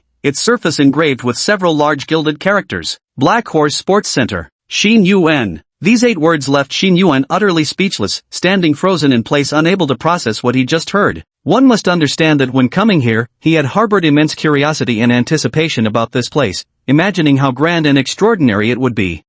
Athletic field? Did we come to the wrong place? Shouldn't this be some kind of superpower combat center or something? Xin Yuan turned back and couldn't help but ask Junan-e. Junan-e gave him a disdainful look, having already guessed what was on his mind, and said, "Why bother with such extravagance? This kind of centralized evaluation doesn't take that long anyway. Renting a gymnasium for a few weeks would be more than enough." Shi Hong, who had disembarked the plane later, also walked up at that moment and stood beside Junan-e, chiming in with some playful agreement. "Actually, I think the stadium sounds pretty good too." Junan-e gave him a puzzled look, eyes clearly questioning "Who are you?" but didn't say anything. "Shi Hong, my bad. Shouldn't have spoken up." Just as everyone stood still with their luggage, two staff members appeared before them. One carried a stack of clothes in their hands, while the other held a few cards. Those were the registration cards of the superpowered individuals. Everyone who becomes an official superpowered individual would receive this card, which records their name, gender, date of birth, power level, and superpowered rank. It served as a kind of identification card for the superpowered individuals. As for new students like Xin Yuan and others who had just enrolled as superhumans,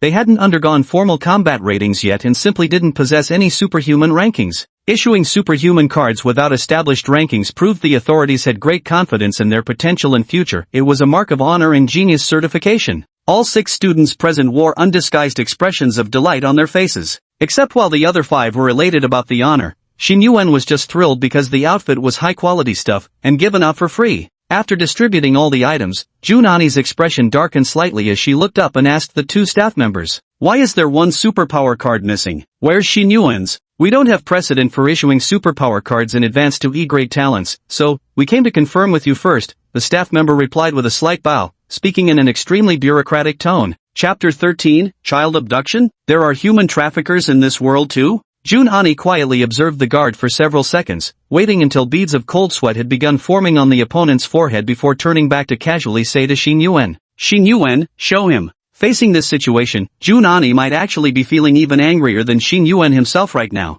The thought that Xin Yuan, with his extraordinary talent, had consistently been dismissed as merely E-rank made Junan-e, as his sponsor, absolutely unable to tolerate such injustice. So today she couldn't be bothered to argue further. Why not just shut the other person up with facts? Xin Yuan hadn't even processed it before realizing the conversation had abruptly swung his way. Even the dimmest mind could tell by now, his examiner seemed genuinely impressed by him and had treated him rather well all along. This wasn't hard to understand. Back in his school days, he'd seen it before. Teachers always had soft spots for top students. But why is this female examiner always so eager to help show off in front of others? This doesn't feel right, does it? Somehow, it gives the feeling that while I do all the work, she gets to enjoy all the glory. This makes it impossible for me to maintain a low profile. Originally, I intended to adopt a low-key, underdog strategy to catch others off guard, but somehow it's slowly turning into a show-off route. But he didn't refuse. After taking a deep breath, he raised his hand and aimed at the massive fountain in the artificial river behind the stadium. With just a slight lift of his finger from hundreds of meters away, the towering fountain jet instantly froze solid. As the ice crystals spread and reshaped themselves, they formed a colossal ice sculpture. From a distance, it resembled a giant bird about to spread its wings and soar. Staff members? Staring at the distant ice sculpture, the 2 clothing delivery staff rubbed their eyes and froze in place. Then the person responsible for distributing superpower cards hastily bowed his head, scrambling to pull out a small booklet from his storage bracelet. Holding it nervously, he rustled through the pages for a long moment before finally finding the relevant section. He lifted his head to examine Xin Yuan's face, then looked back down to compare, repeating this motion several times. Hiss. Wait, that doesn't seem right. It must be him. But the manual clearly stated ahead of time, Xin Yuan, ability energy chains, talent level E, note, has variance. After confirming, he turned back to look at the dozens of meters tall ice sculpture, completely failing to make heads or tails of it. Does this thing have even the slightest connection to energy chains? Well. Junan-e looked at the other's puzzled expression, feeling quite pleased, and interrupted. Alright, stop staring. The information transmitted in that manual was incorrect in advance. Xin Yuan's ability has undergone an extremely unique mutation, and it will definitely need to be reassessed soon. As for you, stop worrying about it now and hurry back to get a replacement card issued. Oh, right, I'll go take care of it right away. After speaking, the staff member hurriedly ran out, glancing back repeatedly at the ice sculpture Xin Yuan had created as he went. Gotta admit, it really is impressive. Watching the staff's bewildered and slightly incredulous expression, Ji Hong and the others nearby could barely contain their laughter, their eyes filled with undisguised schadenfreude. After all, over these past 2 days, they had been witnesses to Xin Yuan's remarkable transformation, watching firsthand as someone with what seemed like the lowest E-tier talent suddenly morphed into a prodigy who left them all in the dust. The shock and sense of disparity were unbearable, but seeing Xin Yuan now inflict that same discomfort on others inexplicably made them feel a bit better. So, examiner, my control over my abilities isn't great yet. Once I freeze something, I don't know how to thaw it. Seeing how his own grand display had only brought excitement to those around him while leaving him with the cleanup, Xin Yuan helplessly pointed at the distant ice sculpture and addressed Jun Ani. It's a small issue, just practice more in the future, Jun Ani said casually, not even looking as she snapped her fingers lightly. In an instant, the distant ice sculpture melted back into water, crashing down like a suspended waterfall and plunging into the moat below. Watching Jun Ani perform this effortless feat, Xin Yuan was instantly stunned. This woman is incredibly formidable. Though he had copied her abilities, he knew there was still a significant gap between their current strength. By the way, stop calling me examiner. You're all about to enroll as students now, so just call me senior or address me by name directly. And also, you. Just as Jun Ani was halfway through speaking, her phone suddenly rang. The moment that distinctive ringtone sounded, her expression instantly turned solemn. Suddenly, everyone clearly sensed the change. Her originally somewhat aloof demeanor had shifted to something more austere and forbidding. Picked up the phone and held it to his ear? What? Are you sure? At this moment? How dare they? 2 children? Got it. I'll lead the team to handle this. After speaking, he quickly hung up the phone and turned to the staff member, saying, as soon as the super cards return, quickly take them to settle in at their accommodations. I have something urgent to attend to now. Watching his suddenly no-nonsense attitude shift, the staff member promptly nodded in agreement. Jun Ani turned his head and continued, you all, go back to your own accommodations with him later and rest up. Don't come out unless it's necessary. Though she said you all, her eyes never left Xin Yuan the entire time. After receiving an affirmative reply, without a moment's delay, he transformed into a streak of light and rushed straight into the stadium. A dozen or so minutes later, Xin Yuan was already lying on a large bed, pulling out his phone. He had no idea what exactly had just happened, but Jun Ani seemed rather frantic. But never mind, it wasn't something he could take responsibility for anyway. Someone of Jun Ani's strength probably wouldn't have trouble with ordinary matters. Finding the only contact in his phone, Yogurt Stick, Xin Yuan sent out a game invite as usual. This time, however, Yogurt Stick didn't respond for some reason, leaving him hanging. Maybe something came up, Xin Yuan thought to himself as he started the game. Right as the game interface loaded, though, a message came in. Yogurt Stick, got some stuff to handle, won't be talking for a bit. Yogurt Stick, by the way, heard from someone that there's an issue at that centralized assessment place you're going to. Yogurt Stick, 2 kids were kidnapped, and the identity of the traffickers, it's really dangerous either way. Be careful by yourself. If nothing's going on, just stay put and play on your phone instead of wandering around. What? Xin Yuan froze for a moment after reading the message. Even in a world with superpowers, there are still human traffickers? Has this godforsaken industry not been wiped out even here? He quickly replied. Traveler, how did you know these things? Were you in the police or something? Traveler, who are they dealing with? With superpowers these days, tracking down human traffickers should be pretty straightforward, right? Yet the message was sent out only to vanish without a trace, like a stone sinking into the sea. It seemed as if something urgent had come up on Yogurt Stick's end, as there were no further replies. Staring at his phone, which remained silent for what felt like an eternity, and the game that had already started, Xin Yuan couldn't help but let his gaze drift toward the window. By now, night had fallen, a moonless, starless darkness so thick it felt oppressive. TSK. How the hell did I end up in this damn situation? Chapter 14. The whole world is my surveillance network. Standing before the full-length mirror, Xin Yuan adjusted his collar and took several deep breaths. He was now wearing freshly issued combat fatigues that had been distributed for free that day, with the superpower identification card still pinned to his chest. The outfit he had been wearing earlier, now damp from the rain and covered in dust from the journey, had already been tossed into the washing machine in his room. Logically speaking, I wonder if their staff can handle it. While straightening his clothes, Xin Yuan muttered to himself. His memory was decent, and now he was replaying the scene of Jun Ani answering that phone call. From those fragmented words, Xin Yuan guessed that this was probably the matter Jun Ani needed to deal with. You must understand, what level of strength does Jun Ani possess? For this matter to make her take it seriously, the other party might not be mere human traffickers. Although Xin Yuan currently has quite a bit of confidence in himself, when thinking rationally, he truly has no certainty in his heart. What if he fucking can't win? To be honest, if Xin Yuan's current ability were limited to just an ice age, then he probably wouldn't bother with this kind of matter. But now, he possesses the voice of all things. Even if others don't understand, he knows full well how monstrous this ability is. To say he equals 100 Sherlock Holmeses wouldn't be an exaggeration. Now laid clearly before him are two paths. First, go out and use the voice of all things to find people. With his ability, as long as the target remains nearby, he's absolutely confident he could locate them. Second, lying down to play games wasn't his responsibility in the first place, but if two children who could have been saved ended up dying because he didn't go down, his conscience would never let him rest. Moreover, when he was young, he had always detested the scourge of human traffickers the most. He remembered during his rebellious teenage years, constantly fantasizing about what he'd do if he ever encountered a child trafficker, how he'd punish them, what cruel retribution he'd exact. Now, he had the power, the opportunity had come, how could he possibly hide? He finally picked up his phone and glanced at the game already several minutes in. His teammates had already started spamming question marks at him, and the more hot-tempered ones had begun cussing him out. Turning on his mic, Shin Yuan lifted the phone to his mouth and announced, "Brothers, I gotta go AFK, just bear with me. I need to go catch some human traffickers." After saying that, he reluctantly threw his phone onto the bed, knowing all too well the hard-earned points he climbed might just plummet again. "Don't report me, don't report me, don't ban my account, don't ban my account. Humph, once I rescue those two kids, their parents better thank me properly. Ah, forget it, thanks, more like praying they don't try to sue me." Muttering to himself, Shin Yuan dashed downstairs while putting on his combat suit. Calming his emotions, he gazed at the dark streetscape and dim streetlights before him, then closed his eyes. At this moment, vision seemed somewhat unnecessary, he needed to focus all his attention on his ears. That hard-to-control supernatural ability was about to activate again. The voices of all things, awaken. Human trafficker, ha, the entire world is my lookout. In an instant, a cacophony of sounds flooded Xin Yuan's ears, causing him to instantly furrow his brows. Focusing intently on the clues he sought, Shin Yuan deftly picked up some useful information. Stone, several people in black and red clothes just stepped on me multiple times. Can't recall how many exactly. Marble steps, beats me, don't ask me. In the tranquil night, with all sounds hushed, a young man with tightly closed eyes stood motionless for a long while before slowly taking one step forward.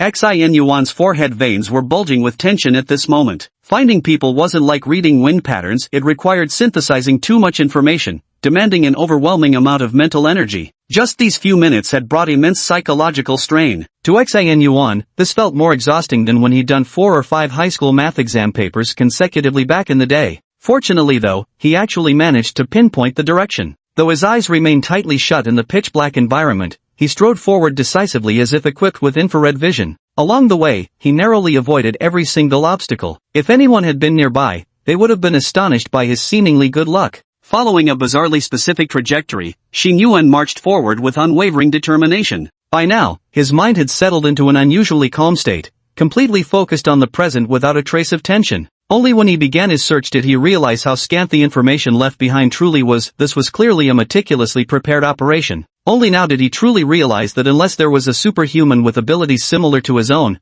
ordinary methods would never be able to locate the target. He also understood that he had no teammates now, he could only rely on himself. Tonight's battle would belong to him, and him alone. Elsewhere, several figures streaked swiftly through the darkness before gathering together in one place. "How's it going? Any suspicious individuals spotted? Or unusual energy fluctuations?" The leader spoke up. It was Junani, her sharp gaze sweeping across everyone's faces as she eagerly sought any valuable clues they might have. Unfortunately, no pleasant surprises emerged. Everyone shook their heads in response. Several seasoned supers had already combed through the entire Black Horse Stadium at top speed, turning it upside down in their search, but there was simply no gain at all. One of the drenched superhumans, breathing slightly heavily, spoke to Junani. "Report, War God, I suspect they may have already left. If there were any flyers among them, they could have fled beyond this city by now. I've already swum through the entire moat, there's no way they're underwater either." Junani frowned tightly and shook his head. Impossible. The temple attendants would never have nothing better to do than kidnap 2 children and flee.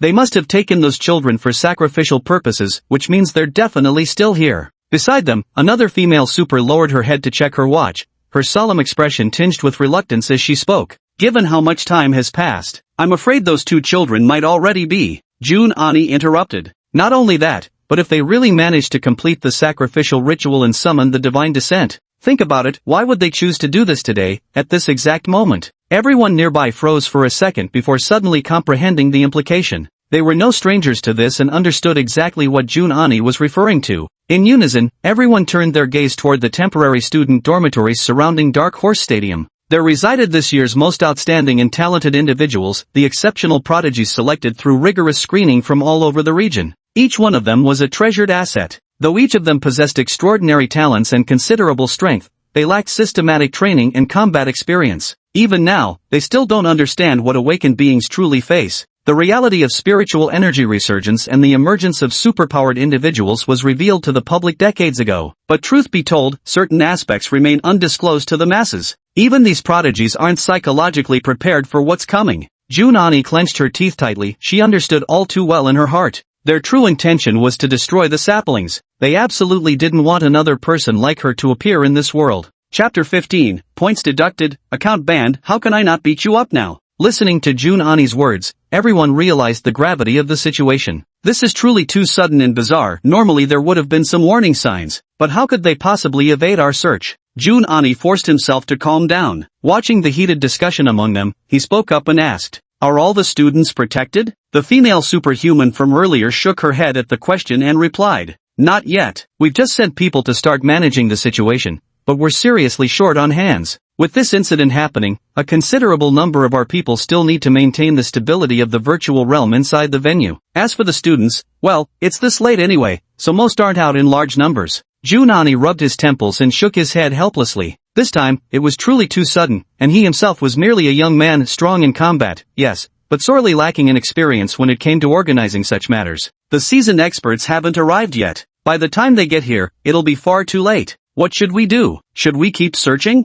The female superhuman's voice now carried a trace of panic, clearly having placed her trust in the young June Ani as the leader of the situation. "We haven't found anything for this long. The other party must have set up a barrier. In any case, let's keep looking. Everyone, release your supernatural abilities and observe whether there are any energy fluctuations as we move through different areas." The group nodded, fully aware of the severity of the situation, and vanished from the spot in an instant. June Ani frowned. Searching for the barrier this way would ultimately get results, but the pace was agonizingly slow. Those two children. Yet, they currently had no one with barrier-related abilities among them. At this thought, Xing Yuan's figure inexplicably surfaced in her mind. Earlier, she had hastily rushed out after reminding Xing Yuan online as Yogurt Stick not to wander around. But Xing Yuan had mentioned before that the latest variant of his ability seemed to have perceptive capabilities. I wonder if his perception might be useful in this situation. If he can sense changes in the wind, can he perceive magical barriers too? It's just that he hasn't officially entered the world of superpowers yet, and some related confidential matters haven't been disclosed to him. And, facing those people in battle now might still be too early, too dangerous. Xin Yuan kept walking forward with his eyes closed like that. He walked for who knows how long, even staggering slightly by now. His mental energy was already at the breaking point. At last, he came to a halt. Now, he was already some distance away from Black Horse Stadium. From this spot, only faint glimmers were visible from the dormitory buildings over there. But before him stretched just a small square, strikingly similar to the equipment areas where elderly folks exercise. Nothing seemed out of the ordinary, but the voices of all things told Xing Yuan that this was his destination. Still without opening his eyes, he hesitated for a moment before stepping toward a pull-up bar. Picking up a stone from the ground, he gently tapped twice on the pillar of the bar. He then moved to the next piece of exercise equipment, repeating the process. The strange notes rang out like a melody, tinkling across the equipment one by one. At last, after the final strike, the entire world stirred. Space seemed to have been thrown into a massive drum washing machine, twisting and contorting as if invisible hands were ruthlessly mauling it. Yet this distortion was merely an illusion. Xin Yuan's eyes remained tightly shut, his legs planted firmly on the ground, rooted like a tree, without the slightest tremble. Finally, everything settled into stillness, but the scene before him had already transformed. In the center of the square, a melon-sized fleshy tumor floated silently in the air, supported by vein-like strands. Beside the tumor stood a figure clad in red robes, surrounded by several figures shrouded entirely in black robes, all murmuring incantations in unison. On the ground lay two pale-faced children, a boy and a girl. The moment the barrier was broken, all the black-robed figures reacted simultaneously, turning their gaze toward the same direction. Xin Yuan happened to be standing right there at that moment. Without uttering a single unnecessary word, all the black-robed figures flashed crimson lights in their hands. Dozens of arrows with blood-red tails enveloped every vital point around Xin Yuan's body. Having just entered this space, Xin Yuan hadn't even opened his eyes yet, but coincidentally tilted his head slightly. His entire body twisted into an extremely bizarre angle as all the arrows brushed past him without causing the slightest harm. Boom! Amidst deafening explosions, the blood-red arrows exploded against the floor behind him, blasting out a massive crater. The edges of the pit were still sizzling, the crimson glow gradually corroding even the ground itself.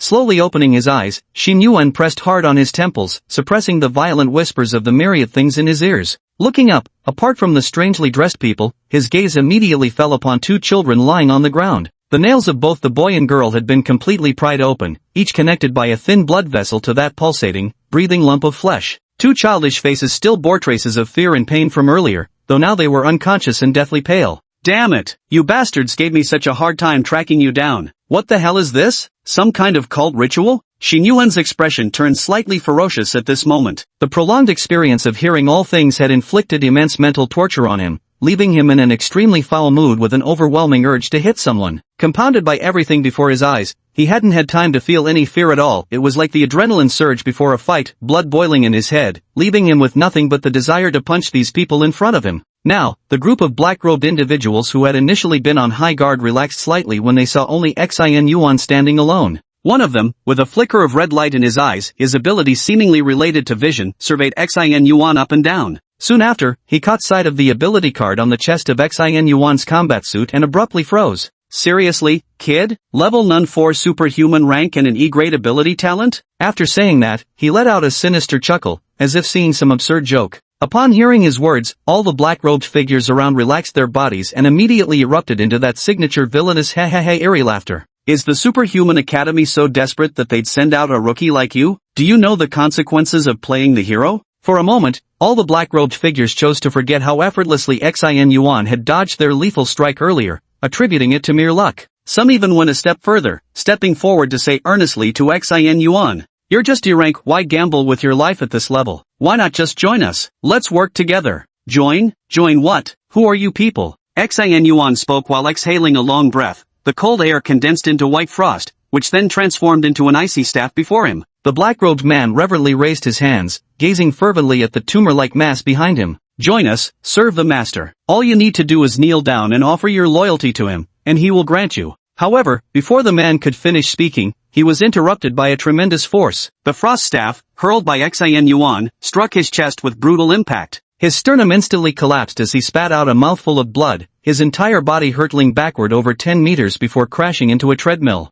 Xin Yuan roared furiously. "Bow my ass. Because of you goddamn bastards, my game went AFK, I lost points, my account got banned, and now I have to listen to all this crap buzzing in my ears in the middle of the fucking night. All of you die." Chapter 16, The First Time Gone in Another World. As his long staff was hurled through the air, Xin Yuan swiftly charged forward. Strike first to gain the upper hand. The earlier exchange of words had merely been to gauge the opponent's positioning. Bolting forward with vigorous strides, Xin Yuan found his mind flooded with memories of his Chinibu days, what he would do if he ever had the chance to confront a human trafficker. Before the opponent could fully react, he had already closed the distance. Gripping the ice staff tightly once more, he swung it horizontally with full force, smashing it against another black-robed figure's head. Xin Yuan had never learned any martial arts. This move was purely brute force, but the effect was surprisingly effective. The moment the opponent's head made contact with the rod, a surge of icy energy instantly froze his head into an ice sphere, producing a sharp cracking sound before it exploded like a frozen watermelon. This was his first time killing someone.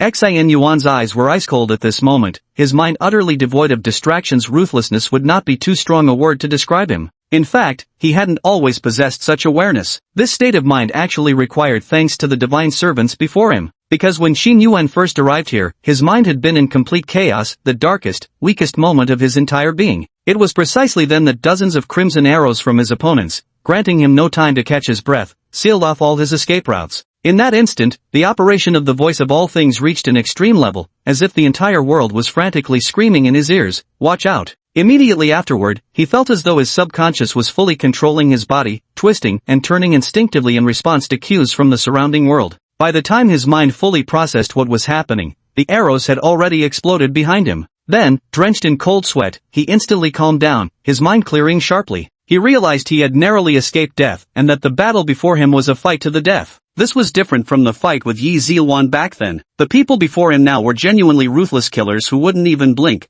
their eyes wouldn't even dry, while taking lives. So he held back nothing now, disregarding any potential legal consequences. His own safety was far more important than anything else. Thus, completely unrestrained, he, a novice who had never seriously fought anyone to the death, instantly slaughtered two divine attendants. Of course, his opponents weren't pushovers either. After realizing what happened, the remaining dozen or so people instantly formed an encirclement, their bodies flickering with crimson energy as they prepared to launch a coordinated assault against Xin Yuan. Between life and death lies great terror. That is the ultimate crucible for tempering a person. As someone who hadn't even begun formal training, a freshman yet to undergo any simulated combat, Xin Yuan was thrust straight into a life-or-death battle from the outset. This intensely stimulated his latent potential while simultaneously showcasing his innate combat prowess. These are practical combat insights more valuable than a month's training at the academy grounds. Take the present moment, no one had taught him this beforehand, and his brain barely had time to process, yet his instincts immediately prompted him to take the most advantageous action. Ignoring the surrounding attacks, he enveloped himself in an icy blue glow, crafting a crude but incredibly thick armor of ice. Gripping his staff with both hands, he thrust it fiercely toward that grotesque tumor. When you're at a disadvantage or encircled, strike where the enemy must defend. Though he didn't know who these people were, it resembled some sort of cult ritual, and they seemed to place great importance on this fleshy, tumor-like thing. As expected, this move instantly relieved the pressure on him. All enemy attacks were redirected elsewhere, accompanied by a chorus of shocked outcries. How dare you! Vermin! This is sacrilege! Protect the divine embryo! Damn it! All the black-robed figures leaped into action, with two of them even placing themselves directly in front of the fleshy tumor. Judging by their urgency, Xin Yuan suspected they wouldn't defend their own fathers with such dedication. This single strike effortlessly shattered their encirclement, achieving results far beyond Xin Yuan's expectations. He knew exactly why he had come here in the first place. He scooped up both children from the ground in one swift motion. Now wasn't the time for gentleness. With a forceful tug, the blood vessels connecting the children's fingertips were instantly severed, sending blood splattering through the air. Though already unconscious, the sudden agony still wrung a few pained murmurs from the children, their faces contorting in distress. After several backflips to distance himself from the group ahead, Xin Yuan finally had a chance to properly look down at the two children in his grip. The expressions on both their faces were severely contorted, their complexions deathly pale, clearly showing signs of severe blood loss. There were no other obvious wounds on their bodies, except that the fingernails of all 10 fingers had been completely pried off. Such injuries were particularly horrifying to behold. Just looking at them was painful. Xin Yuan couldn't determine whether these two children had fainted earlier from excessive blood loss or from the sheer agony. Fortunately, judging from their condition, they were likely still alive. He used his ability to freeze both of their fingers, performing a makeshift hemostasis before setting them aside for the time being. The two blood supply children had already been taken away, and now that crimson tumor had visibly dimmed, pulsating weakly like a fading heartbeat. You bastard! How dare you! Return the offerings at once! One of the robed figures roared, conjuring a blood-red blade in his hand as he charged toward Xin Yuan. Xin Yuan stood his ground, suddenly raising his left hand toward the charging black-robed figure. In an instant, frost enveloped everything. A harsh, pale chill covered the land, transforming the space before Xin Yuan into a frozen kingdom. Earlier, he had dared not unleash his wide-ranging freezing ability for fear of harming the two children, but now was different. The black-robed figure's body remained in mid-charge, as if slowed to a crawl, gradually freezing in place. The blade in their hand remained poised for attack, forever immobilized in the icy ground. How is this possible? You call this having no superpower level? You call this merely having E-grade talent? The white-robed man on the other side cursed viciously at his companion, then turned his gaze towards Xin Yuan across from him. Boy, you're somewhat stronger than I anticipated, but do you realize what you're blaspheming against? Return the sacrificial offerings, it was their honor. When they reach the heavenly kingdom, the Lord will bless their souls with eternal peace. And also, who are you? There's no record of someone like you in my database. Perhaps we should talk. Xin Yuan stood up straight, acutely aware that through this battle, his abilities had undoubtedly leveled up in every conceivable way. A chilling aura enveloped him as a sinister ice-blue battle armor shielded all his vital points. Half his face crawled with frost-blue patterns, even his eyes turning ghostly white. Xin Yuan stood like a war god risen from some ancient glacial ruin. Am I stronger than you thought? But you all seem a bit weaker than I expected. And who am I? Behold, your daddy. Chapter 17, Total Annihilation. Xin Yuan's words disrupted the momentum of everyone on the opposing side in an instant. What kind of talk is this? How can it sound so vulgar? The atmosphere was supposed to be solemn, so why does your attitude feel so unserious? No matter how absurd Xin Yuan's attitude appeared, his strength was undeniable, something everyone had witnessed firsthand. No one dared to underestimate him anymore. The ice sculptures before them and the two corpses lying on the ground served as stark reminders. The man standing opposite them was not someone to be trifled with.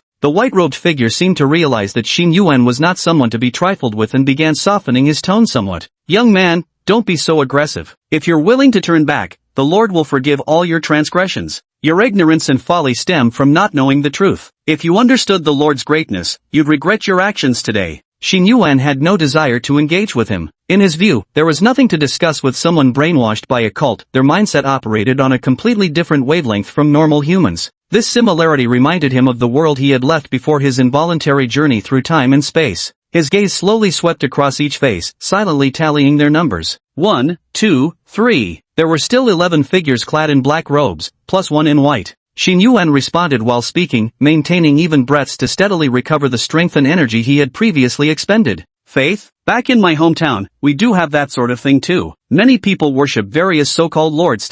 Oh, the white-robed figure froze momentarily before their voice suddenly brightened, as if encountering a kindred spirit, and they eagerly pressed further. Is that so? Which lord do you serve then? If you're like us, why are you causing us trouble? Xin Yuan slowly raised his head, seeming to recall something before finally speaking in a measured tone. Who exactly? That's hard to say really, but there are certainly numerous gods, each overseeing different districts. There are gods in charge of rainfall, college entrance exams, matchmaking, childbirth, you name it, they've got it all. So when the time comes, people perform all kinds of rituals, praying for their protection and blessings. As he listened to Xing Yuan's words, the white-robed man's mouth hung slightly open, as though transported to heaven in a blissful, almost drug-like euphoria. He murmured softly, "Yes, the Lord is omnipotent, the Lord encompasses all things, we should serve with all our heart and soul." Yet immediately after, Xing Yuan's voice rang out again, shattering his inexplicable fantasy. "But, you see, we seem to have a different approach from yours. When someone confesses their love and prays for marriage, if the goddess accepts them,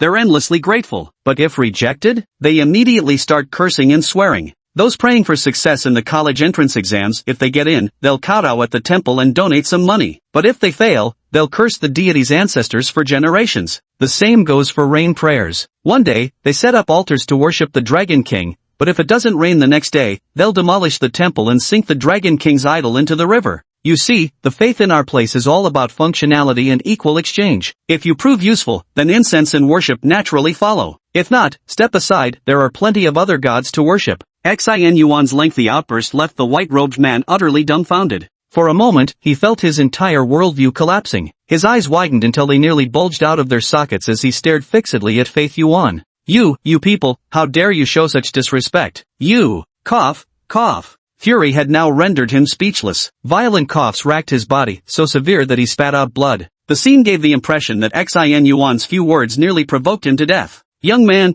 don't think you can just walk away today." The white-robed figure coughed up several mouthfuls of blood and finally realized Xin Yuan was toying with him, his eyes turning red like a vengeful ghost in fury. Meanwhile, Xin Yuan had regained enough strength. He thrust his hands forward violently, unleashing a torrent of frigid air from his body, like a surging glacier in motion, that rushed mercilessly toward his enemy. "Me leaving? You wish!" A sharp shout, followed by unleashed, full-powered abilities. Blades clashed, their blue-white gleam colliding with crimson in the deserted alley. The fight was brutal, yet astonishingly brief. Soon, everything fell quiet again, so quiet it was as if nothing had happened here tonight. Pant, pant, pant. Xing Yuan's heavy breathing echoed through the silent night like an antiquated airblower. His frost armor was riddled with cracks and fissures, numerous sections already shattered and crumbling, still glowing with an eerie corrosive crimson light. Multiple wounds were faintly visible across his body, though all had been temporarily sealed with crude ice formations, preventing any blood from spilling out. Disheveled strands of hair flew loose on his forehead, some still matted with streaks of blood sticking to his skin.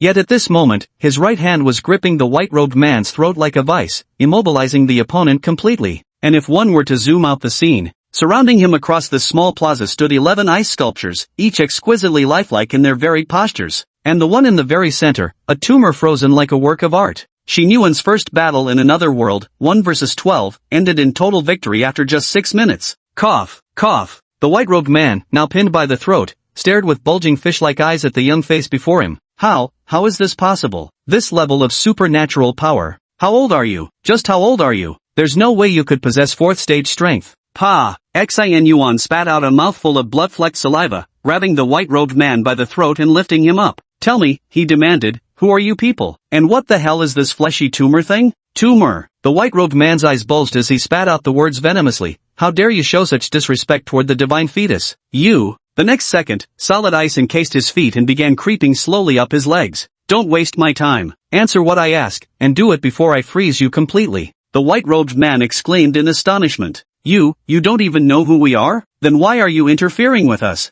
Xin Yuan simply ignored him, only accelerating the spread of that unyielding ice. Feeling the chilling cold creeping up his lower body, the white-robed man finally panicked under the threat of death, stammering out, I'll talk, don't kill me. For the next few minutes, Xin Yuan listened carefully to every word the white-robed man said, his brows tightly furrowed. These were all things he had never heard of before, but from the white-robed man's tone, it seemed he was expected to naturally understand them. These people appeared to be some sort of religious organization, calling themselves divine servants, the slaves of their master. As for that fleshy tumor, it was referred to as the divine embryo. The purpose of the sacrifice was to facilitate what they called the divine descent. In short, there was a heap of obscure technical jargon, and Xin Yuan had only grasped the gist of it for now. Any more questions? Don't kill me. By this point, the frost had already encased the white-robed man entirely, leaving only his head exposed as he desperately continued to plead for help, snapping Xin Yuan out of his thoughts. Looking down slightly at the white-robed man, Xin Yuan remarked coldly,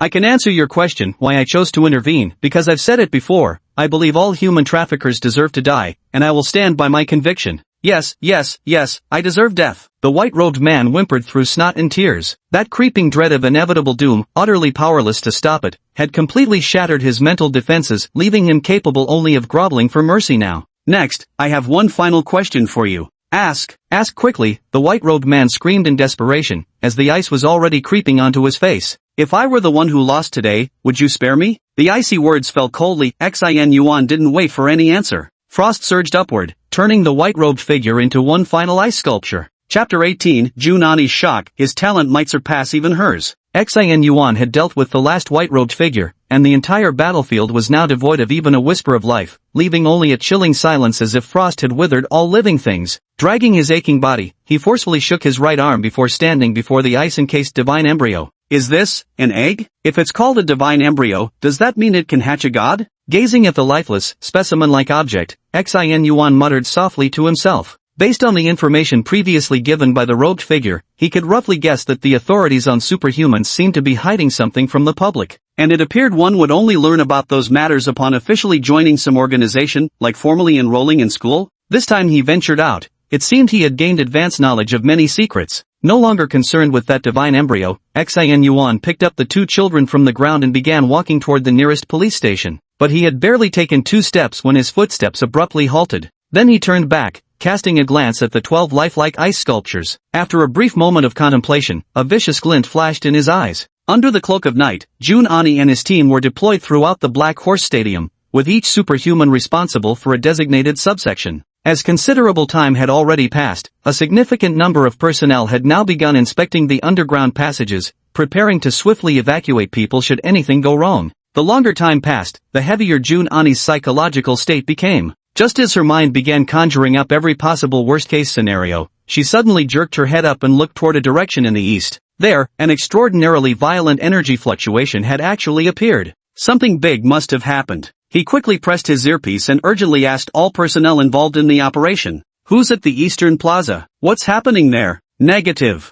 I'm on the north side. I'm inside the venue." Everyone responded immediately, already sensing the energy fluctuations themselves. But after briefing each other, they discovered a terrifying truth: there wasn't a single person currently stationed at that location. "Damn it! Don't go there. Return to the stadium immediately and prepare to evacuate personnel at any moment." Junani completely abandoned professional decorum, swearing vehemently as she disconnected the radio call. Like a sprinting leopard, she launched herself toward the source of the energy signature at full speed. She remembered that place being a small fitness square, extremely conspicuous with no obstructions in sight. Someone must have already inspected it. Not a single person could be seen in that direction, yet intense energy fluctuations were occurring there. Could it be that the divine descent succeeded? At this critical juncture, this was already the worst possible news one could receive. She was fully prepared that if the deity's descent succeeded, she would temporarily block the opponent, buying as much time as possible for evacuation. She had never officially fought against a deity before and wasn't sure if she could handle it. But upon arriving at the scene, her previously unstoppable momentum suddenly faltered. Her footsteps halted, her rosy lips parting slightly as delicate fingers instinctively covered her mouth, staring in disbelief at the scene before her. The square before me felt like another world.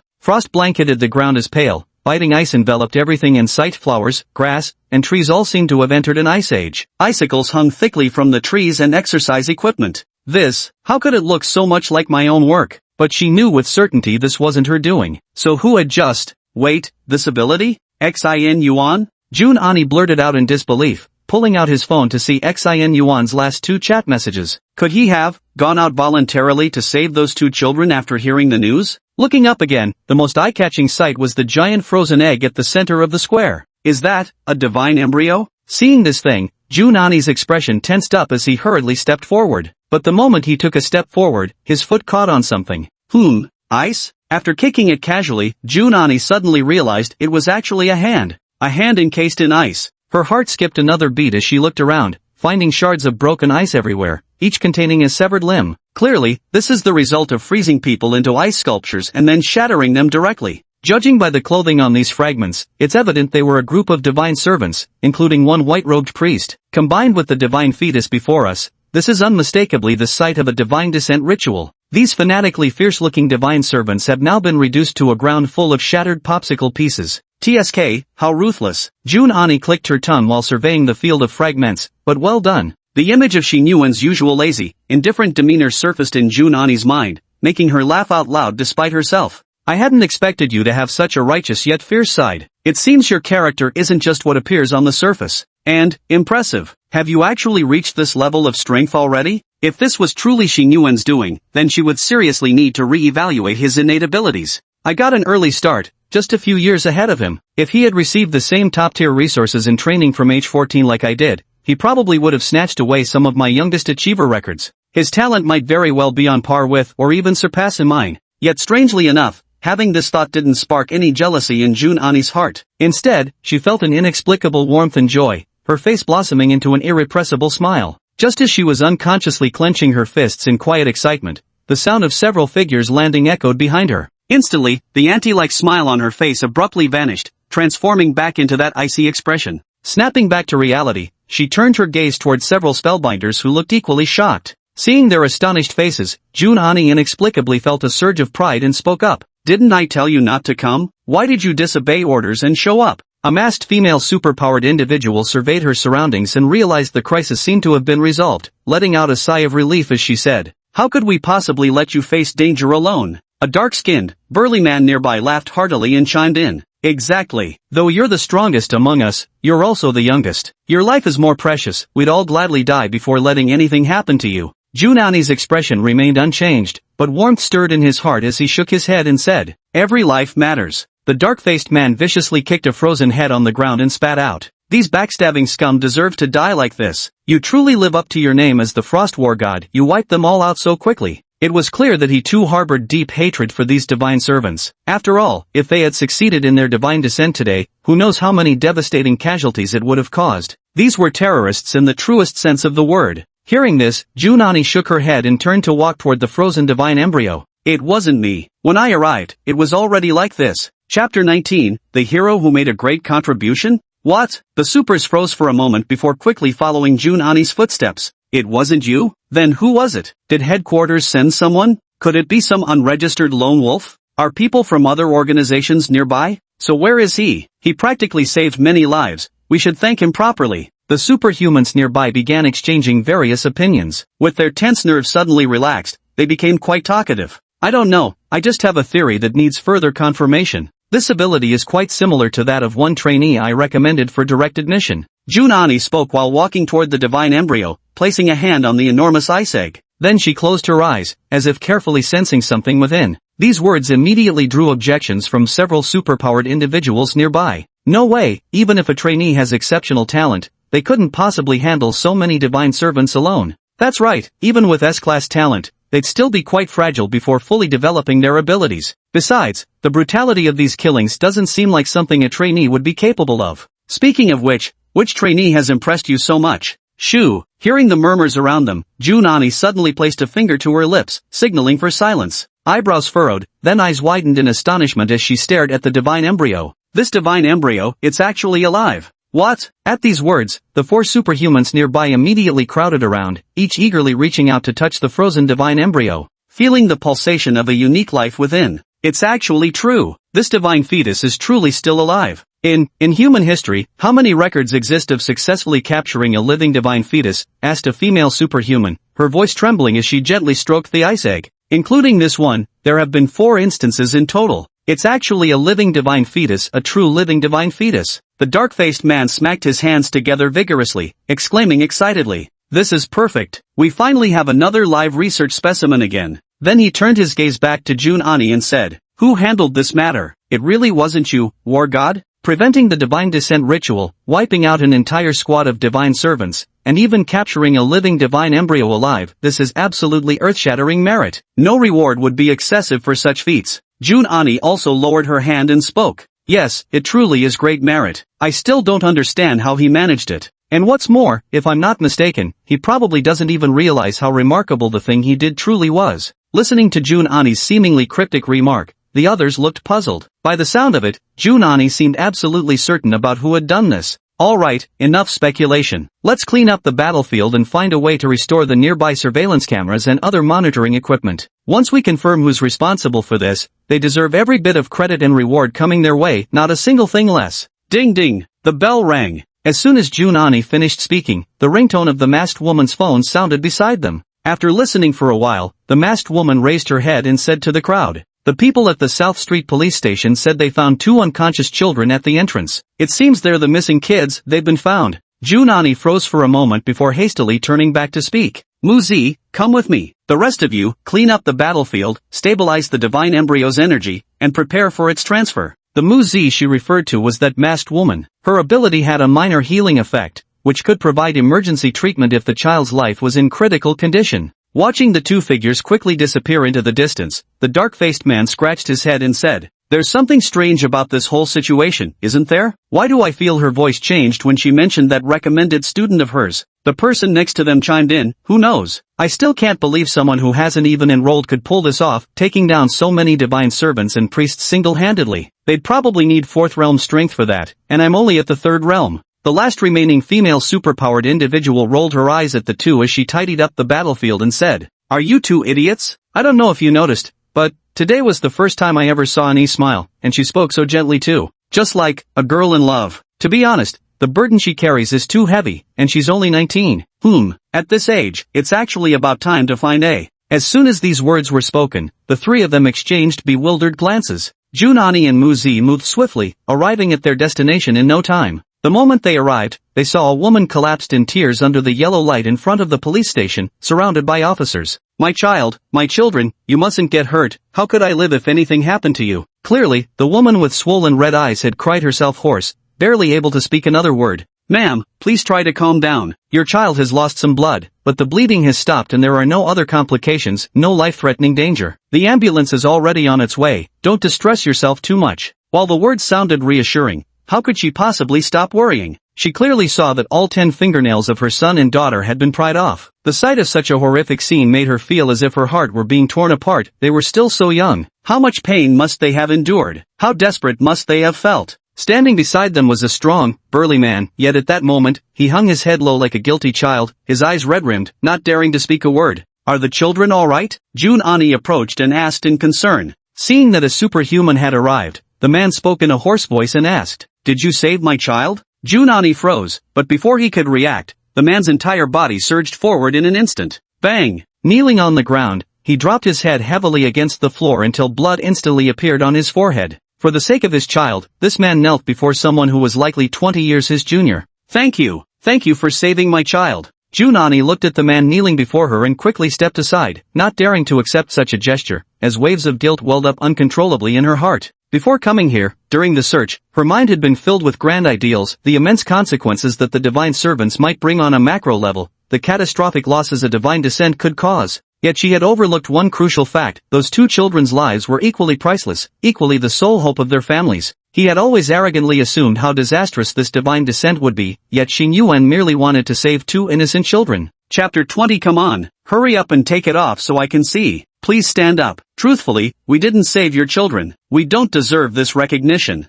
Jun Ani stood nearby, raising her hand slightly as a pure surge of energy gently lifted the man to his feet. The accompanying Muzi didn't hesitate at all and went straight into the police office. Jun Ani pointed at her retreating figure and explained, "Her special ability is plant-based. While we can't help with the child needing a hospital blood transfusion, with her here we can guarantee there won't be any life-threatening danger." Watching Jun Ani's actions, the man realized both people before him were superpowered individuals, and his child's life was no longer in danger. Now that his emotions had been released, he said with a slightly choked voice, "Who is the savior that rescued our child? I want to meet him in person. And who was it that took my child away?" Junani froze upon hearing this, unsure how to respond. Though she had already surmised it was likely Xin Yuan in her heart, she still couldn't bring herself to say it outright at this moment. I could only reply, "We are still searching for the hero who saved your child. He may be reluctant to reveal his identity. Additionally, the terrorists who kidnapped your child have already received the punishment they deserved." After speaking, Junani moved a bit closer to the man and whispered softly in his ear, in a voice only the two of them could hear, "They have already been sentenced to death, and were executed on the spot just now." She knew that after such an experience, any parent would harbor profound hatred towards those who took their child away. So although these words weren't entirely appropriate, she decided to speak them to unravel the knot in the man's heart. Hearing this, the man gazed absently at the door for a long moment before speaking. "Terrorists. I don't even know how our benefactor managed to rescue my child, or whether they were injured in the process." Hearing the man's casual remark, Junani's body instantly stiffened. This sentence actually served as a reminder to her. Even if Xin Yuan was exceptionally talented, managing to single-handedly turn the tide against numerous divine servants while still being an unenrolled student, he was still just a student after all. How could one possibly come out unscathed? Minor injuries are fine, but if the wounds are serious. At this thought, Junani's heart was instantly thrown into turmoil. After exchanging a few more perfunctory words, he handed off the aftermath tasks to Musi and rushed back alone. "Yogurt stick, what are you up to? Asleep? Want to play some games?" Pulling out his phone, he quickly sent a message to Xin Yuan using his online persona. But it was already past 2 in the morning. This was hardly a normal conversation for casual online friends, and in the end, she never received a reply from Xin Yuan. His footsteps immediately quickened. "Tisk, honestly, it still hurts a bit." Xin Yuan returned to his residence. Everyone else living in the same building was already asleep at this hour. Among all the windows in the entire building, only his remained lit. The combat suit was too damaged to wear, and the clothes he had washed earlier weren't dry yet, so now he could only wrap himself in a white towel and sit on the sofa eating cherries. There were quite a few wounds on his body, though none were serious. The bleeding had stopped, but for some reason the pain was becoming increasingly noticeable. "TSK, this shouldn't be happening. Did my pain receptors become more sensitive too?" The persistent pain radiating across his body was hard to ignore, and Xin Yuan couldn't help but grimace repeatedly. After all, as a man, he thought such a minor injury wouldn't matter if left untreated, never realizing it could be this serious. Knock, knock, knock. Suddenly, knocking sounds erupted at the door. Xin Yuan's expression instantly tightened as he hurriedly stood up. He shouldn't have any acquaintances in this place. Who could possibly come looking for him in the middle of the night? He immediately asked warily, "Who is it? What's the matter in the middle of the night?" "It's me, Junani," a familiar female voice came from outside the door. Peering through the crack of the door and seeing it was indeed her, Xin Yuan felt slightly more at ease. This person likely meant him no harm. What's going on? It's late at night, and I'm not dressed. Hurry up and open the door. I have something to say to you." Junani's voice carried an undeniable insistence, making it clear she might force her way in if he didn't comply. Xin Yuan had no choice but to open the door just a crack, peeking out with half his face visible. "I seriously don't have any clothes on. Can't whatever it is wait until morning?" Xin Yuan grumbled. Looking at his noticeably weary face, Junani asked with a complicated expression, "Was it you?" Xin Yuan quickly shook his head. No, but I haven't even said what it was about." Xin Yuan, "Alright, let's not talk about this now. Let me in." As she spoke, Junani pulled the door handle and stepped inside. But the movement yanked Xin Yuan's shoulder wound, making him involuntarily gasp in pain. Junani entered and saw Xin Yuan in this state. "Just as I thought," she muttered to herself, frowning before asking, "You're hurt?" "Oh, no big deal, just a small issue." Xin Yuan hadn't expected the woman before him to be so wild. Why hadn't he noticed this side of her before? Here they were, a man and a woman alone in the dead of night, and she was actually breaking into his house. He couldn't help but take a step back, tightening the grip on his towel for good measure. But in the next instant, Junani's action nearly scared the soul right out of him. Both her hands grabbed hold of Xin Yuan's towel, ready to yank it off, as she spoke with unmistakable impatience in her voice. "Don't move. Come here and take it off so I can see." "Xin Yuan?" He quickly broke free from the other's grasp, took a step back, and stared at Junani with shock in his eyes, saying, "Holy shit, are you drunk, lady? What the hell are you doing? Don't call me lady. I told you we're basically the same age. Is that really the point here?" Xin Yuan retreated while speaking. "Sexual harassment applies to women harassing men too, you know, and there are plenty of people living in this building. Come any closer and I'll scream. Watch your reputation." Junin frowned slightly and continued walking forward, casually shutting the door behind him. Scream if you want. Also, I'm not joking with you, show me that wound immediately. Injuries caused by divine servants' blood chi require prompt treatment, or they'll become increasingly troublesome. You're probably feeling more pain by now, and soon it'll start itching. Since this is your first encounter with such a thing and you don't know how to handle it, we can't afford any delays. Hearing this, Xin Yuan froze momentarily before realizing what was happening. He immediately breathed a sigh of relief. Is that so? Well, there do seem to be a few of those moments. See? I was wondering when I became so irresistibly charming to the opposite sex. Jun Ani. She also had a face full of exasperation. No sooner had the misunderstanding been cleared up than this guy immediately started joking around again. Come on, let me have a look. Jun Ani said. Broj yeah, don't. Upon hearing this, Xin Yuan instinctively blurted out. Jun Ani? Chapter 21. There's only one person's contact in my phone. In the end, after prolonged negotiations and compromise, Xin Yuan and Jun Eniida finally reached an agreement. Xin Yuan removed his bath towel but covered his lower body with a blanket, exposing his upper torso to show Jun Ani the injuries on his body. The moment the towel was removed, Jun Ani involuntarily tilted his head back slightly. His body was crisscrossed with over a dozen bloody gashes, clearly all inflicted by the blood fiend attacks from divine servants. Although they were all superficial wounds that didn't reach the bones or tendons, the sight was still quite terrifying. Hiss. Wait, that's odd. I remember my injuries didn't seem this serious before. Why do they look quite troublesome now?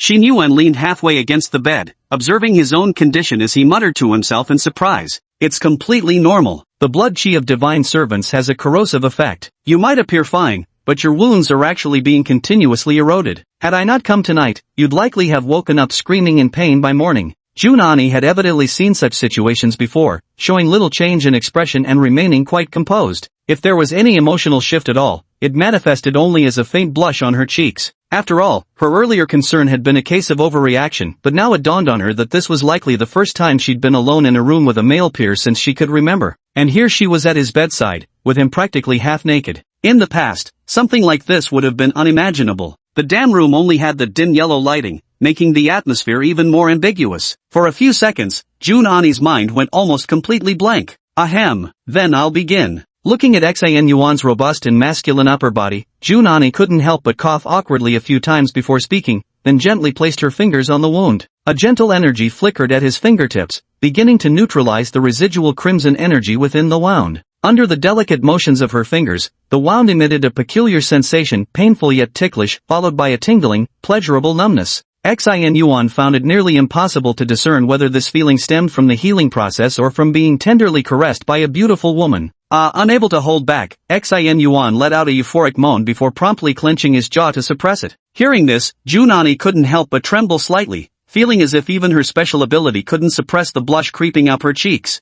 Both fell into silence, an awkward atmosphere hanging in the air so thick it seemed about to solidify. Finally, it was Jun Ani who spoke first. You don't have to hold back if you want to scream. It's normal for your first time. Xin Yuan quickly changed the subject with some embarrassment. What exactly is this divine servant about? And what's the deal with their blood energy? Is it some kind of superpower? But why does it seem like everyone has it? Jun Ani, hearing this topic, shook her head and said, This matter, you'll probably find out soon enough. Superhuman organizations have many secrets they haven't revealed to the public. The affairs of divine servants and evil gods are among them. Usually when things like this happen in daily life, there's always some excuse to cover it up, like blaming terrorist attacks or something. As for blood energy, it's hard to explain, but it's not entirely supernatural ability. You haven't received any training yet. After you officially enroll, you'll naturally learn how to heal your own wounds. Normally, one must officially become a superhuman and be involved in combat before learning about these matters. I never expected you'd go out on your own today. Jun Ani gently traced each wound on Xin Yuan's upper body while neutralizing the corrosive energy within, speaking softly as she worked. At this moment, only Xin Yuan and Jun Ani were present. If those who secretly admired Jun Ani but never dared to approach her witnessed this scene, their jaws would probably drop in shock.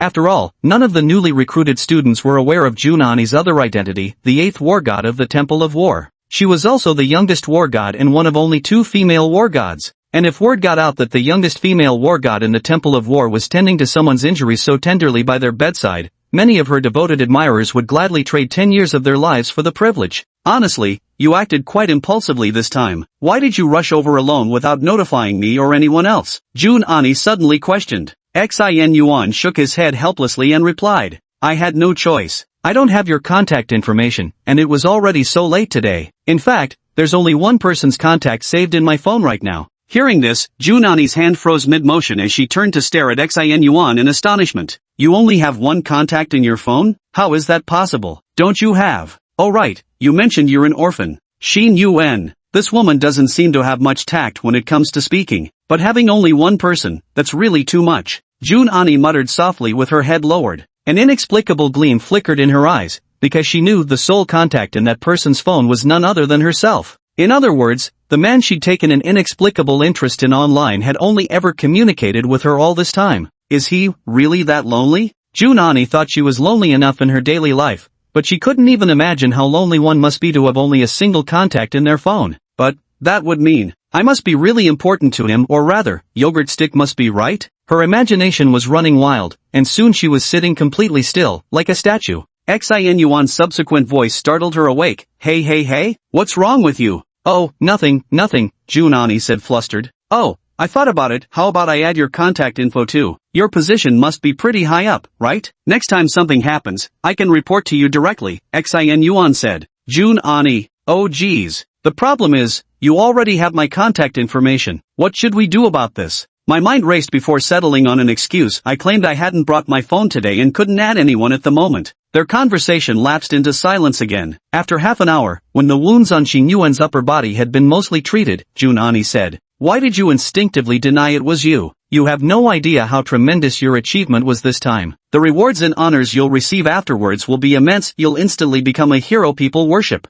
Xin Yuan lay in bed, nearly asleep, murmuring drowsily. Whatever he said now could be considered his true thoughts. Rewards? If there are any, just give them to me directly. Preferably more money. I've made a great contribution, after all. I deserve it. But as for honors or being called a hero, that's unnecessary. Being a hero isn't a good thing. I don't want to be some pushover saint. Once you're branded as a good person, people will use that label to guilt-trip you, piling responsibilities on you that were never yours to begin with, all while acting like it's only natural. This isn't good. I don't want this. I believe equivalent exchange is better payment for services rendered. That's the proper way. Chapter 22, The Divine Servant's entire inventory of magical items gets looted. Junani immediately sensed something amiss upon hearing Xin Yuan's words and urgently asked, "Why would you think that way?" Yet after posing the question, there came absolutely no response. Turning to look, she realized he had already closed both eyes, breathing evenly, clearly asleep. Seriously? Fell asleep just like that? Probably exhausted, Junani thought to herself, then lowered her gaze. The wounds on his upper body had all been treated. Now logically, it was time to attend to the injuries below the waist. So the problem arises. Junani. Under the dim light, she wrestled with herself for a long time before finally mustering the courage to remove the towel. After barely covering that crucial area, she began cleaning the few remaining wounds on her legs. Fortunately, Xin Yuan was sleeping quite soundly today, preventing any significant reactions that would have made this awkward situation far more intense. Another 10 minutes passed before Junani, her forehead now glistening with sweat, finally completed all her tasks and withdrew her hands. Truth be told, given her capabilities, such minor tasks shouldn't have exhausted her. The perspiration stemmed entirely from her own nervous tension. As she gazed upon the thoroughly masculine physique before her, a scarlet flush spread across her entire face. For reasons she couldn't fathom, an overwhelming curiosity now gripped her, an inexplicable urge to lift the bath towel veiling the forbidden territory and take a peek. Of course, reason ultimately suppressed that inexplicable impulse within her. After all, if Xin Yuan were to wake up during the process, she wasn't sure whether she should silence him permanently or what. Lost in his thoughts, Junani gave himself a resounding smack on the forehead and said,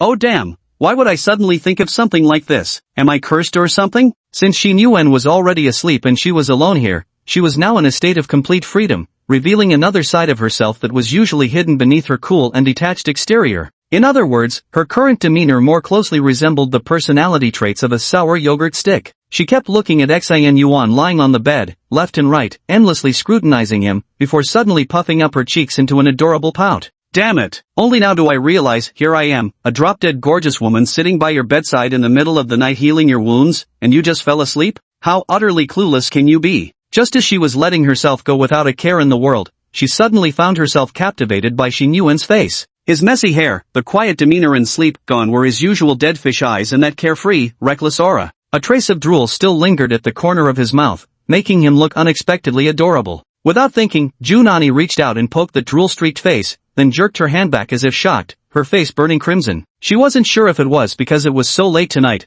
but she felt she had never been this bold before in her life. In front of this person, she always had this impulse to be herself. Calming the restlessness in her heart, her expression turned slightly more serious. She knew it was time to leave. Taking one last look at the letter lying there, she subdued all the mischievous emotions in her heart and silently thought with a touch of complexity. You said you wanted benefits, wanted money, had no desire to be a good person, believing that good people have all sorts of shortcomings. But when you decided to go out alone, you had no idea if this time would bring you any advantages, or even whether you could be a match for your opponent. So why exactly would you say such things? Is it loneliness, or mistrust of the world, or something else? After pondering for a few minutes, I ultimately shook my head and decided not to dwell too much on this strange person's inner thoughts. On my way out, I casually picked up that severely damaged combat suit, intending to throw it away outside. After all, it was already in such a ruined state I could just get him a new one when we returned. But the moment I lifted it, I immediately noticed the weight felt off, accompanied by a faint gingling sound. With a furrowed brow and a forceful shake, a dozen small metal trinkets tumbled out. Picking them up for a closer look, he noticed the carved angelic figures and peculiar patterns, clearly divine artifacts. Turns out those dozen divine attendants, after being turned into crushed ice pops by Xin Yuan, had all their storage artifacts looted from their persons.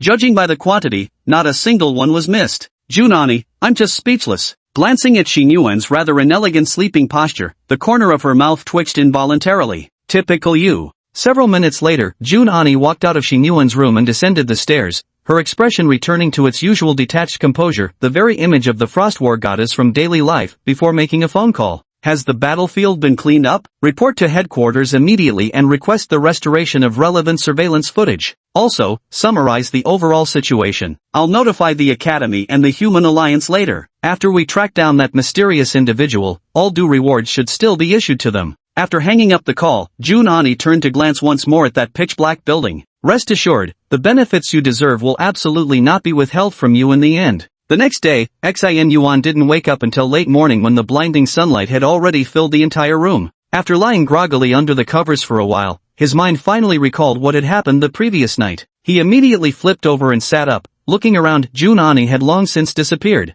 The dozen crisscrossing wounds on his body had already mostly healed, with many now leaving only faint red marks. He casually draped a piece of clothing over himself and stood up, catching a glimpse of a ring placed on the coffee table along with a sheet of paper beside it. The handwriting on it was clearly feminine, likely a note left by Junani. Those storage artifacts of yours are unique to divine attendants and carry special restrictions. Also, their actual capacity isn't very large, basically defective goods. Use mine from now on. Oh, and I've already packed all your dozen or so storage artifacts inside. You can practice breaking their restrictions one by one. After these two sentences, the rest is essentially a tutorial, mainly teaching how to use telekinesis to open storage items. After reading the entire note, Xin Yuan let out a long sigh. This examiner had actually helped him quite a bit since their first encounter. He realized he hadn't even properly thanked them. Next time there's a chance, he should express his gratitude in person. He picked up the exquisitely crafted ring and closed his eyes. Now he wanted to see what valuable items these slain divine servants had on them. It would be best if he could carry more money with him. Chapter 23, The Mysterious Envelope and a Provocation from Afar. After prolonged practice, Xin Yuan finally managed to open all storage artifacts belonging to the divine servants, though two were destroyed in the process due to the restrictive seals. Just as Junani had predicted, most of the storage spaces were disappointingly small, typically no larger than a cubic meter each. These storage compartments worked decently as oversized backpacks, but they fell far short of Xin Yuan's original fantasy. Transforming them into mobile warehouses was utterly impossible. However, the storage ring Junani gave to Xin Yuan was extraordinary, featuring an interior space as vast as 2 entire classrooms. Storage items related to spatial manipulation can only be used by superhumans, so discussing their monetary value is meaningless. However, it's certain that compared to those divine servant rings, this item's worth must be astronomical. Tisk, truly a wealthy woman indeed. She's definitely not just an examiner handing out such premium gifts so casually. Impressive. Xin Yuan clicked his tongue in admiration as he slipped the ring onto his finger, showing no intention of removing it anytime soon. I never thought that if a girl gifts me a ring, wearing it right away might be a bit inappropriate. After organizing the storage items, he began sorting through the pile of things on the ground. But the more he looked, the more he couldn't help but frown. What the hell is this? I don't even recognize it. And these poor bastards didn't even have any money on them? Percent. The dazzling array of items consisted mostly of various props, all exuding the distinctive bloody scent unique to divine servants, which was quite unpleasant to the nostrils. After picking through them, Xin Yuan set aside many objects that appeared to be gold or silver vessels. In his eyes, these could be exchanged for money. The rest were basically impossible to deal with. Then it struck him, though he didn't recognize these items, he could simply make them introduce themselves. After last night's life-or-death battle, his abilities had undergone a comprehensive enhancement. Not only had his control over ice improved, but his mastery of the voice of all things had also clearly reached a higher level. With the voice of all things ability activated, Xin Yuan began looking at every object with hopeful anticipation. However, the first voice that reached his ears delivered a crushing blow. Silver scepter, I represent divine authority. Though I look thick, long, and large, I'm actually a serious item. Xin Yuan, TSK. Before putting it that way, he hadn't overthought it. But now with such a description, the more he looked at the shape of that thing, the more wrong it seemed. There was no going back now. With an expressionless face, he reached out and moved that suspiciously shaped object out of sight, out of mind. Mask, only by wearing me will you glimpse divine radiance. Blood arrow talisman, a disposable item used to launch attacks. Solid gold bracelet, I possess supreme might, but I know you bastard don't care about that. I'm 99.99% pure gold, crazy valuable. As he examined each item one by one, they were mostly tools exclusively for divine attendants or objects used for conducting divine descents. Aside from some disposable talismans that might be useful, Xing Yuan wasn't particularly interested in the rest. Absorbing the information rapidly, just as Xing Yuan was starting to find it dull, something suddenly caught his attention. It was a red envelope, utterly inconspicuous, tucked beneath everything else. At first, Xing Yuan didn't even notice it. Divine Descent envelope, details of this operation, the great name of the Lord, and the route provided by our insider spy. Note, this operation is of utmost importance. It is the Lord's direct conversation with the mortal realm. No mistakes allowed. Xing Yuan pushed everything aside and sullenly picked up that envelope. Hearing this description, he knew his omniscient voice ability was absolutely the right choice. This operation must be referring to yesterday's incident, Xin Yuan murmured while staring at the red envelope. That spy, could it mean there's a mole among the superhumans? Moreover, judging by how it's phrased, does this master seem like an actual existing entity?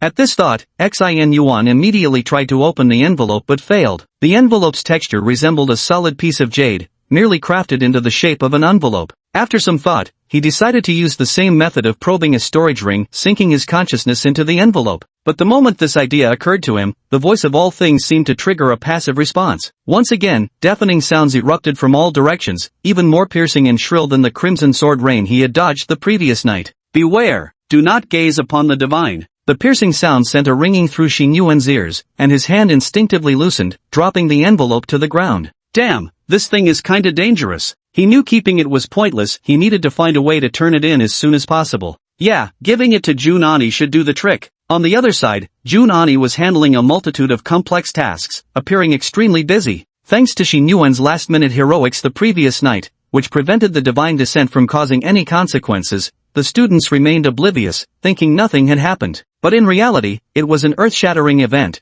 compounded by the issue of handling the awakened divine fetus, especially at this critical juncture. It wouldn't be an exaggeration to say it had sent shockwaves through the entire superhuman world. As a senior figure, Jun Ani needed to report to various parties and participate in joint discussions about the matter. Hanging up the phone, Jun Ani rubbed his throbbing temples and muttered to himself. Should we proceed with the original assessment? Actually, it might be fine since no consequences occurred. Relaxing his strained nerves, he turned back to observe the numerous superhuman beings engaged in discussion. Yesterday's divine descent was truly dangerous, there wasn't the slightest warning. How bizarre, especially since we've never let our guard down. Exactly, it's so bizarre. Moreover, it's a non-energy-based barrier. Unless you find the specific method to dismantle it, there's simply no way to break through. Absolutely. I have to say, that anonymous hero from yesterday was truly impressive, locating the barrier and wiping out all the divine servants single-handedly. Definitely a master. And what's more, they had such noble character. After accomplishing such a feat,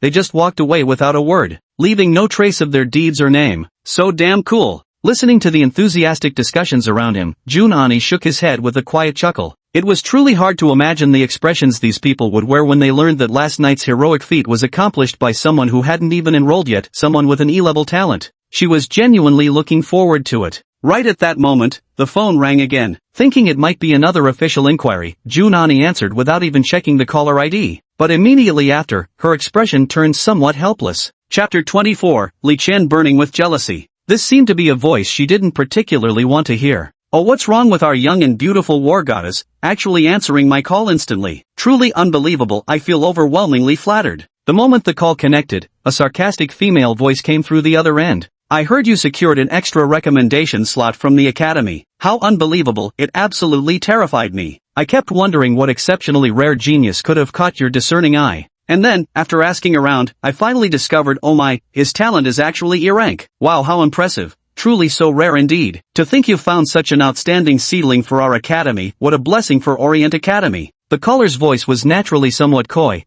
but with deliberate affectation, it sounded particularly eerie. Junani felt uncomfortable just listening to the voice, even instinctively holding the phone farther away from her ear. Only after he finished speaking did she suppress her displeasure, forcing herself to say through gritted teeth, Li Chen, stop being so sarcastic. I chose him for the recommendation spot because his talent warrants it, he deserves that placement. Adding another recommendation slot was simply to select someone with genuine potential. Hearing this, the other person immediately let out an exaggerated gasp so dramatic that one could easily picture the expression on her face at that moment. Listening to that sound, Junani once again couldn't help but hold the phone further away from her ear. Oh my, that must mean you found someone with only an E-rank talent but capable of unleashing SSS rank performance, right? How perfectly reasonable that you'd encounter such a 1 in a billion occurrence. Well, since you're so confident, why don't we make it a competition? Let's see whose chosen candidate performs better in the upcoming assessment. I trust the E-rank genius you value so highly will undoubtedly deliver an outstanding performance.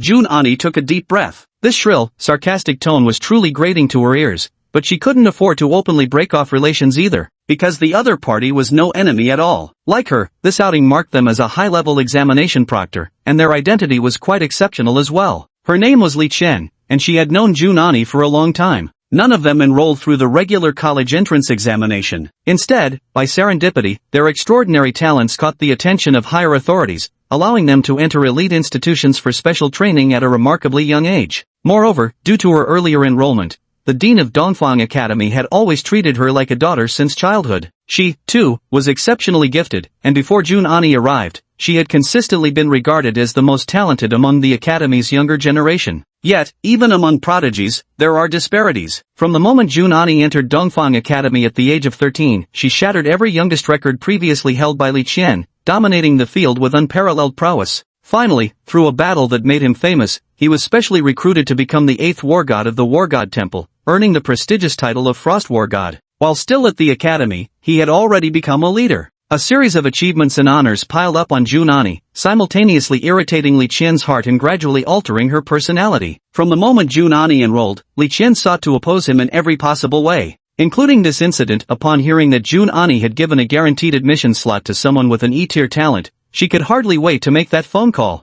I don't want to compare anything with you. The trainee's performance is their own business, it's not for comparison. Also, don't call me you old one, I'm 5 years younger than you. Having said that, Junani had no intention of listening to the other side's response and simply hung up the phone. Then she rubbed her tired eyes and stood up, ready to go back and rest. There really have been too many things happening lately. Surveillance of the Divine Descent incident is still being restored, and the upcoming assessment in a few days must proceed as usual. She had already reported to the authorities that Xin Yuan was the true hero of this incident, but clearly, they didn't believe it yet. Further verification and related work were still needed. Before she could even finish dealing with these matters, this troublesome woman came to provoke her again. On the other end of the phone, listening to the disconnected tone, Li Qian gripped her phone tightly, the previously affected expression frozen on her face. She momentarily lost the ability to think. The prepared sarcastic remark stuck in her throat as only one sentence echoed repeatedly in her mind. You're 5 years older than me. Perhaps having spent some time around Xinyuan, Junani had also picked up bad habits, knowing exactly which words could leave someone speechless. After delivering the verbal blow, she promptly hung up and blocked the caller without hesitation.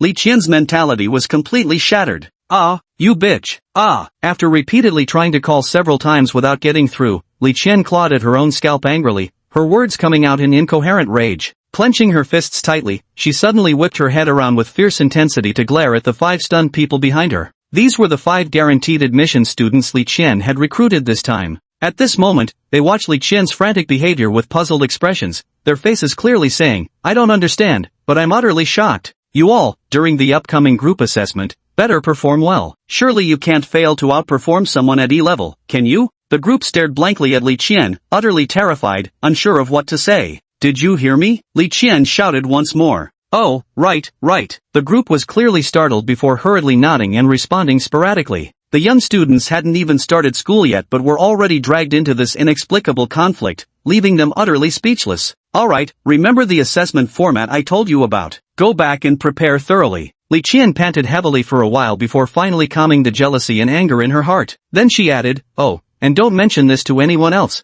After all, proactively disclosing assessment content to trainees is inherently against regulations, but to gain an upper hand over Junani in this matter, she could barely restrain herself any longer. Time flew by quickly, 2 days passed in the blink of an eye. Since Junani hadn't been found for the time being, Xin Yuan simply kept the letter with him and didn't hand it over to anyone. He hadn't forgotten about his ability, but since most of the awakened here possessed remarkably high talents, the success rate of replication was extremely low. During this time, I tried fleecing Qihong for wool a couple more times, visiting him daily with handshake attempts under his increasingly numb expression. But clearly, luck couldn't favor me every day, probability doesn't lie, and both attempts at copying failed. Consequently, all he did was play games and enjoy life, completely devoid of any intention to prepare for assessments. One could say he embraced slacking off with remarkable consistency. Of course, he didn't completely disregard his abilities either. The way to activate the voice of all things was simply to keep it as a passive skill, while for the Ice Age ability, he practiced every evening after dinner by taking walks along that artificial river. In the world he came from, everyone had moved about like headless flies. After transmigrating to this world and seeing all these superpowered individuals, he was astonished to discover that people's lives remained largely unchanged. Those who trained their abilities daily here, preparing for assessments, weren't much different from students cramming for final exams in his previous life. The days of slacking off passed quickly, and today finally arrived, the highly anticipated, except for Xin Yuan, comprehensive assessment. Chapter 25. When everyone else is abnormal, normality becomes a crime. In the perfectly circular hall stood all this year's selected examinees, numbering approximately over 100 people. The hall was exceptionally well equipped, with numerous metal stands at its center. Upon these stood elegant vessels containing various fruits, delicacies, and what appeared to be premium wines and spirits. The periphery of the grand hall was adorned with numerous decorative pieces, lending the entire space an air of unmistakable sophistication. It was like a high-end buffet restaurant. But now, the atmosphere in the hall was somewhat eerie. People gathered in small groups to chat, but their voices were subdued, making the entire hall unusually quiet. Everyone was stealing glances at those around them from the corners of their eyes. Outwardly calm, each person was secretly tense inside. They were all geniuses of the same age, having risen above countless superpowered individuals to secure their admission spots and come here. And shortly, there will be an additional assessment for all the geniuses present. To be called a genius, one must surely possess their own pride. No one wants to fall behind. But everyone also understands that those around them are equally brilliant. Today is the day to determine who stands as the greatest among these geniuses. No one wants to rank too low, while secretly harboring hopes of standing out from this extraordinary crowd. And each examiner responsible for the recommendation had instructed them just like Junani, emphasizing that this assessment was crucial, with many important figures coming to observe. Performing well would bring benefits. As a result, everyone remained restrained, viewing those around them as competitors, without the typical youthful camaraderie where strangers quickly become friends. But there was one quite peculiar occurrence inside this venue. Almost all the trainees shared a common behavior. Their eyes would occasionally linger on a particular person in the venue, followed by a slight frown and an expression of confusion. Many people glanced away after a look,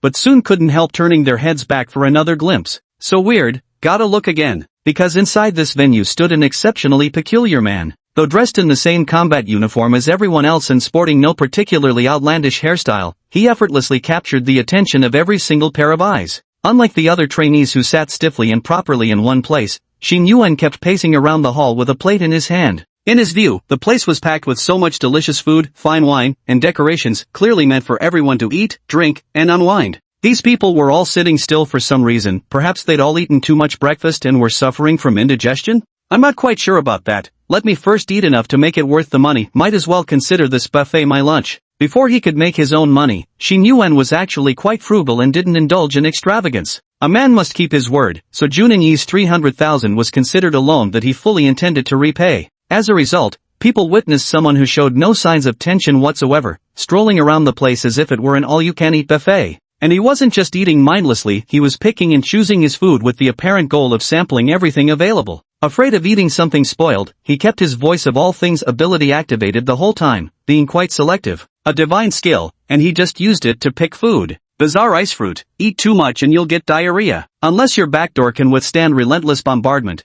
better go easy on these. Purple tomato, I'm nutritious, plump, and juicy. Feel free to eat more of me. Green wolfberry, enhances male vitality, eat 10 for 3 days of endurance. Xin Yuan continued like this, guided by the whisper of all things, glancing left and right as he picked and chose, becoming the sole figure moving through the deserted food section. Junani, seated behind a judge's table, spotted Xin Yuan's remarkably unconventional behavior amidst the crowd. He smacked his forehead in exasperation, utterly speechless. Though everything here was indeed prepared for the trainees, meant to replenish their energy before assessments. But since it was everyone's first time entering the school, most people were relatively restrained. Generally speaking, there probably weren't any examinees as relaxed and carefree as Xin Yuan. Left with no choice, Junani took out her phone, organized her thoughts, and messaged Xin Yuan as Yogurt Stick. Yogurt Stick, didn't you say you had an assessment today? Was it crowded? Anyone, particularly unusual or strikingly different from the others? The hint was practically glaring. She wanted him to realize his own peculiar behavior and tone it down a bit. Soon enough, news came back from Xin Yuan's side. Traveler, strange people? Everyone else seems pretty strange too. The academy prepared plenty of buffet-style food, but none of them ate it. They were all very picky. Junani. Reading this message, she tossed her phone aside without another glance. Whatever. It's not like she could control them anyway. At this moment, Li Qian had also arrived at the scene. Junani sat on the judging panel in his capacity as the Frost War God, so theoretically someone like Li Qian, an examiner, shouldn't have needed to come. But today, she specially made the trip just to find fault. She had originally intended to locate that E-grade trainee. Yet the moment she looked, her eyes fell upon Xin Yuan, whose demeanor stood out discordantly against the surroundings. Only when she drew closer did she notice the superpower card pinned to the front of his combat suit. E-rank? Li Qian was startled and looked up at Xin Yuan's face, only to see complete confusion written across it. She thought to herself, for an E-rank to be recommended through special admission, no matter what methods were used, it was like a husky entering a wolf den. So when she was looking for him earlier, she had assumed it would be difficult, thinking he might be hiding in some corner wallowing in self-pity. This outcome was something she had never anticipated in the slightest. So you're one of those overconfident guys, huh? Where on earth did you get that confidence from? Standing right in front of Xin Yuan, looking at his blasé expression as if he genuinely only cared about the food, Li Qian suddenly felt an inexplicable surge of anger rising from nowhere. This guy, just like Junani, is so damn infuriating. So once again she opened her mouth and mocked with sarcasm. Well, genius, enjoying your meal, huh? You've almost polished off all these purple tomatoes. Can't afford regular meals or something? Xin Yuan glanced back at her. Unlike the other trainees dressed in combat gear, this person stood out, so he naturally assumed she was a waitress. Hello, could we get more of this dish, please? These portions are too small, others haven't even eaten yet. You what? Li Qian's brain short-circuited momentarily before her temper completely exploded. Did you actually mistake me for a waiter? Now cured of his habit for sarcasm, he swore directly. Are you blind? I'm not a waiter. Is this how you show respect to your senior? Alright, my mistake. Xin Yuan frowned, thinking this person's temper was truly something. Did they have to react like that over a simple misunderstanding? He mumbled this perfunctory reply and decided not to engage with this woman any further. But Li Qian clearly wasn't letting it go. Xin Yuan's nonchalant attitude only further infuriated her as she continued. Everyone else is sitting properly in their seats. Are you some kind of exception? Were you starved to death in your past life? Xin Yuan took offense too. Regardless of whether this person was involved as faculty or anything else, he frowned and retorted. What's the problem? Isn't the food prepared here meant for the students to eat? Li Qian was momentarily speechless, because what Xin Yuan said was true. The food here was indeed meant for the trainees to eat. But she quickly shot back nonetheless. But no one else comes out to eat like this. In every previous assessment session, no one has ever behaved like you. So what? Xin Yuan cut her off, looking down at her eyes with the advantage of his height. Just because it's always been that way, does that make it right? Chapter 26, Can't fight, can't win the argument. Li Qian about to faint from anger. Superhumans are different from ordinary people. Within the superhuman community, the hierarchy is rigid and strictly defined. Thus, Li Qian naturally assumed that these incoming freshmen, who hadn't even started school yet, should obey her without question. She was used to bossing others around as a matter of course. So she never expected this particular student to dare confront her,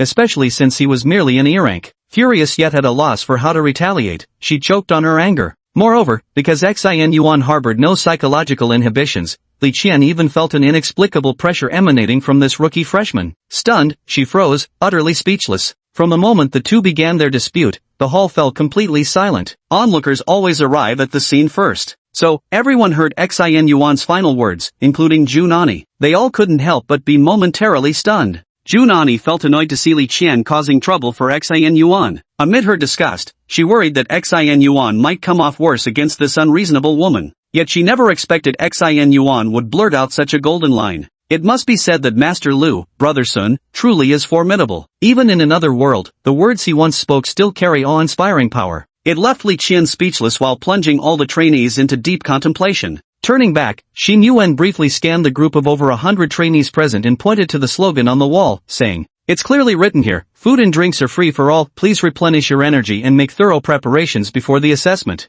So why aren't any of you eating? To be honest, the food's not bad. Apart from those green wolfberries you'd better avoid, many other dishes have special effects, some can even boost your stamina." After saying this, Xin Yuan ignored the woman named Li Qian and walked away with his plate in hand. After all, he hadn't finished his own meal yet. Silence. It was eerily quiet. The farce had begun inexplicably and ended just as inexplicably, only succeeding in shattering the tense and awkward atmosphere in the venue. Finally, Yi Zilwan and Qi Hong were the first to rise and walk out toward the food area, each picking up a plate. Xin Yuan made a good point, why not eat when there's food available? The assessment was imminent, and with its format still unknown, replenishing energy seemed perfectly reasonable. Seeing someone take the lead, the remaining trainees weren't foolish enough to hesitate either. One by one, they rose from their seats and headed to the food area to start eating. In an instant, the oppressive atmosphere of the venue vanished, replaced by a sense of relaxation as if everyone was attending a lively party. Xin Yuan acted like an audacious catfish in a fish pond, stirring the entire pool into a turbid yet invigorated state. Though for him, this wasn't entirely a good thing either. With so many people coming to eat, his options had dwindled significantly. Xin Yuan should have kept my mouth shut. Staring at the empty plate before him, regret washed over him in waves. As the scene grew livelier, Li Qian, already choked with silent fury, burned with even greater rage. Only now, her anger carried the bitter taste of helpless frustration. In this kind of place, taking direct action is, of course, impossible, but when it comes to words, the other party is completely ignoring her now. Moreover, after he finished speaking, all the trainees came out, essentially stepping on her in a certain sense. Fighting was out of the question, arguing was ineffective, and now even the hearts of the people were no longer on her side. Li Qian now felt that this man, whose name she didn't even know, had become more detestable to her than Junani. Just as she was on the verge of losing her temper, someone bumped into her and squeezed past. Junani directly stepped down from the judge's podium and brushed past her. But at that moment, she didn't even glance at Li Qian. She had never considered Li Qian as any kind of rival or enemy, merely passing by indifferently. She walked over to stand beside Xin Yuan and, with complete naturalness, picked up an untouched fruit from his plate and popped it into her mouth. "Xin Yuan? Why would you just take my... Never thought you could say something like that, quite philosophical," Junani remarked to Xin Yuan between bites of food. "What kind of something? Oh, you mean just now?" Xin Yuan painfully ignored the food Junani had taken from him and piled more onto his own plate. "That wasn't my original saying. The original words were spoken by someone from my hometown who liked to plant 2 jujube trees in front of his house." Junani smiled slightly. She didn't understand, but she had grown accustomed to Xin Yuan saying things she couldn't comprehend. Paying it no mind, she simply reminded him again. "That woman just now might have been targeting you. The fact that you single-handedly eliminated the divine servant hasn't been made public yet. To everyone else, you still appear as someone with only E-rank abilities. This assessment is your chance to silence all the doubters. Remember to perform well, and be careful of the people around you." Junani hinted meaningfully once again. Xin Yuan nodded. In recent days, Junani's reminders had become so frequent they were practically giving him earaches. Of course, he wasn't as careless as he appeared on the surface. "But you know, if someone truly dislikes you, nothing you do will stop them from talking," Xin Yuan remarked. "So there's no need to dwell on it too much. That said, I'll still aim for a decent score in this upcoming assessment." The two of them chatted idly like this, both relatively relaxed. After all, Xin Yuan already had confidence in his own abilities,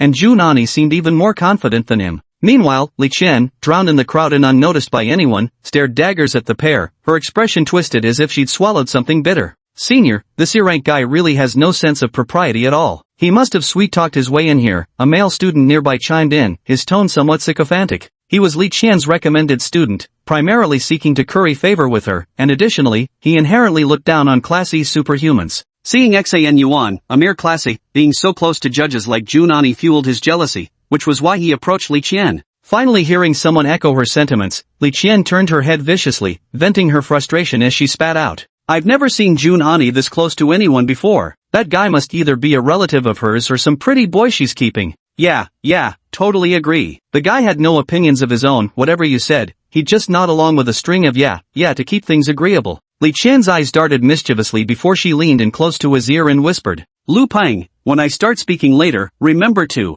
Chapter 27, The Uncanny Understanding Between Old and Young. Click. A deafening mechanical roar echoed as the sci-fi-style elevator gate slowly swung open, revealing a crowd of silhouettes at the entrance. Rumor had it that because this stadium hosted similar assessment events annually, they'd splurged a fortune specifically to build this gate purely for show-off purposes. Leading the group was a slightly portly, white-haired old man whose appearance somewhat resembled Santa Claus. The moment they stepped inside, everyone's footsteps faltered. Some even wondered if they'd entered the wrong place. They are the observation team for this assessment, including representatives from various major academies and leaders from prestigious superpower organizations. While they've participated in evaluations of recommended candidates many times before, it was their first time witnessing such a scene as today's. The 100-plus scattered trainees were also stunned. Seeing this motley crew of tall, short, fat, and thin figures at the entrance, they realized the assessment was about to begin. After just a few seconds of reaction, the portly old man suddenly erupted into hearty laughter and addressed all the trainees.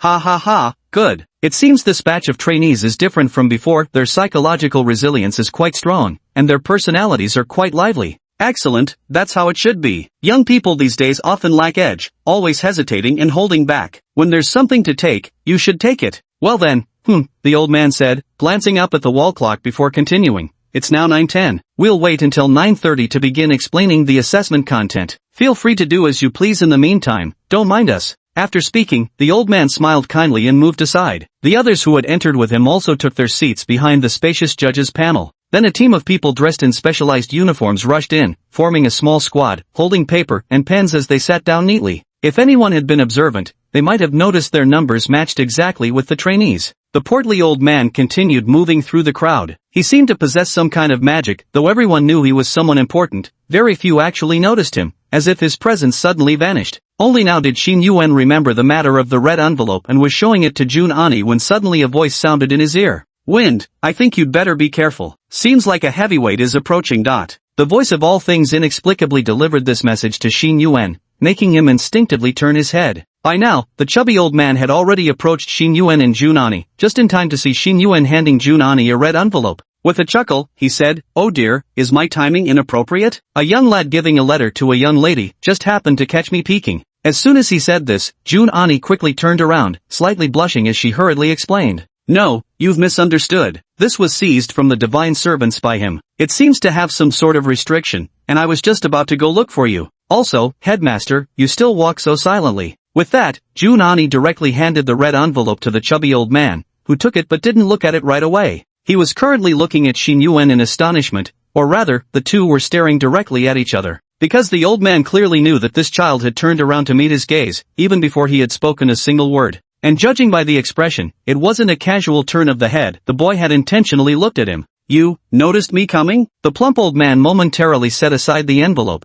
staring at Xin Yuan with keen interest as he asked the question. It wasn't me who realized, it was the wind that realized. Xin Yuan shook his head. These words once again left the old man dumbfounded, before he burst into hearty laughter. Young man, you're quite interesting. I like you. He then turned to Jun Ani. So this is the E-rank special talent you recommended? Not bad at all, you've got great judgment. Then he shook the envelope in his hand again. Also, this is also his. Yes, it happened just the other day, Jun Ani answered promptly. The portly old man nodded, then closed his eyes and began to feel the red envelope in his hand. His face still maintained that kindly smile, as if his features had always been shaped that way, without any other possible expression. Soon, he opened his eyes and asked Xin Yuan, Have you probed it? No, Xin Yuan answered truthfully. I considered it, but my instincts told me not to. Good, sharp intuition. This restriction isn't something you can handle yet. As he spoke, the plump old man flipped his fingers, and the red envelope vanished into his hand, never mentioning it again. Then, Xin Yuan and the portly old man exchanged another glance, the same thought rising simultaneously in their hearts. In perfect synchrony, both extended their hands toward each other.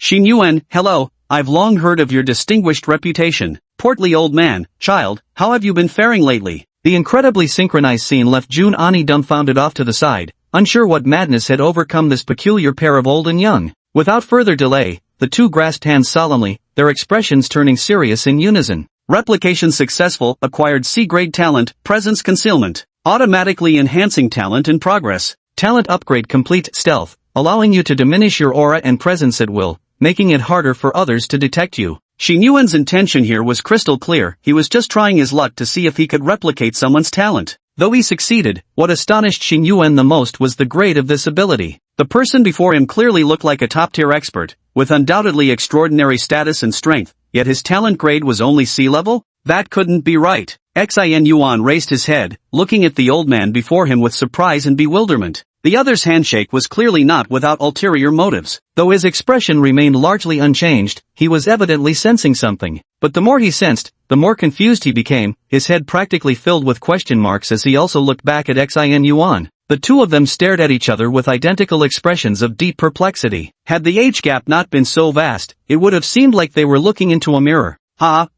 Good, very good. The chubby old man was the first to release his grip, nodding repeatedly at Xing Yuan with a smile. Without saying another word, he signaled Junani to discuss something with him, and the two left just like that. 20 minutes passed quickly, and the great hall emptied as everyone returned to their seats. They weren't exactly starving ghosts, after all, no one lingered until the literal last minute like at some buffet. In fact, the food area had been practically deserted since 5 minutes ago. Even Xing Yuan had returned early. His goal had simply been to eat, not to draw attention to himself. The moment the time came, the judges seated in the front row exchanged glances with each other, until finally the plump old man stood up. He still wore that kindly smile, his eyes narrowed to slits by the wrinkles crowding his face as he clapped his hands and said, "Alright, time's up. Good day, everyone. My name is Mo Chingu. You may address me as Dean Mo, or simply Old Mo if you prefer. Next, let me explain the content of today's assessment. Chapter 28, the only rule is there are no rules. Who is that old man? What's his ability?" Seizing the moment when opponents began explaining, Xing Yuan quickly squeezed next to Junani and asked, "He's the dean of Eastern Academy. No one knows exactly what his abilities are. The headmaster has mastered many techniques." Seeing Xing Yuan moving closer on his own initiative, Junani replied in a low voice. Then she immediately added in a hurry, "Focus on listening first. Why are you asking these things now?" Ahem, haha. Mo Chingu stood at the podium and cleared his throat twice. Although this old man might start with some meaningless words, I still ask everyone to quiet down and refrain from whispering.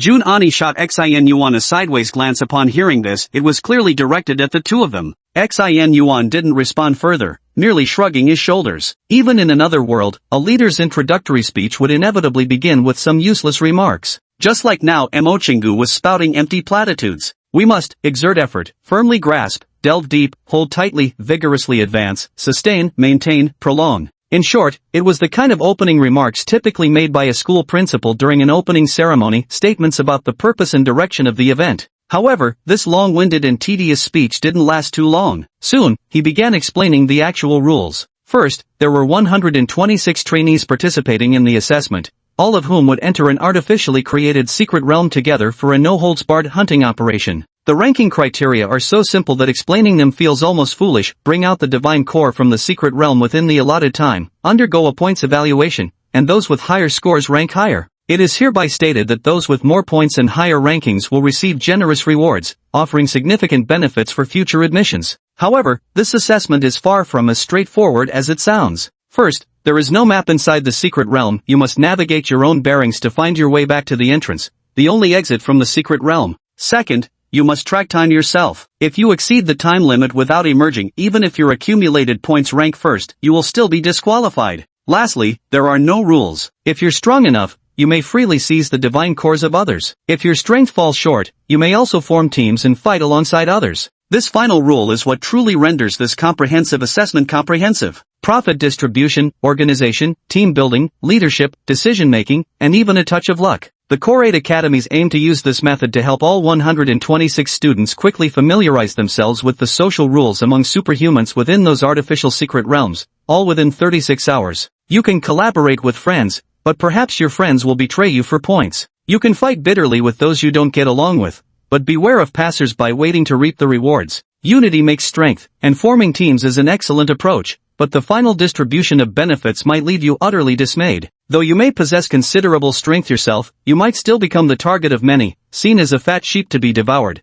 only to end up with all your hard work coming to nothing. On the battlefield, there are no police or laws to uphold justice for you. You must weigh everything for yourself and make your own judgments. This design tests far more than mere strength. In fact, strength doesn't even hold absolute dominance here. Or perhaps it isn't a design at all, but rather the establishment of a fundamental rule, after which everything is left to its own devices, with no further constraints. But the absence of rules is its very essence, for this world has never been bound by them. Those with extraordinary abilities are hardly delicate seedlings sheltered in ivory towers. Everyone present was sharp-witted, and at Emochingu's words, they all fell silent, frowning in contemplation. Some began glancing around, considering whether to seek an ally, while others maintained an air of arrogance, not even sparing a look at their peers, clearly resolved to act alone. Observing the varied expressions on every face, Emochingu smiled faintly and gave a subtle nod. Alright, the rules are that simple. Now, does anyone have any questions? After a brief silence, a student immediately stepped forward and asked, Dean Mo, hello, could you tell us what that divine core is? Oh, this? Just think of it as loot dropped by monsters you defeat in the secret realm, that's the divine core, Emochingu replied. You said this is an artificial virtual realm,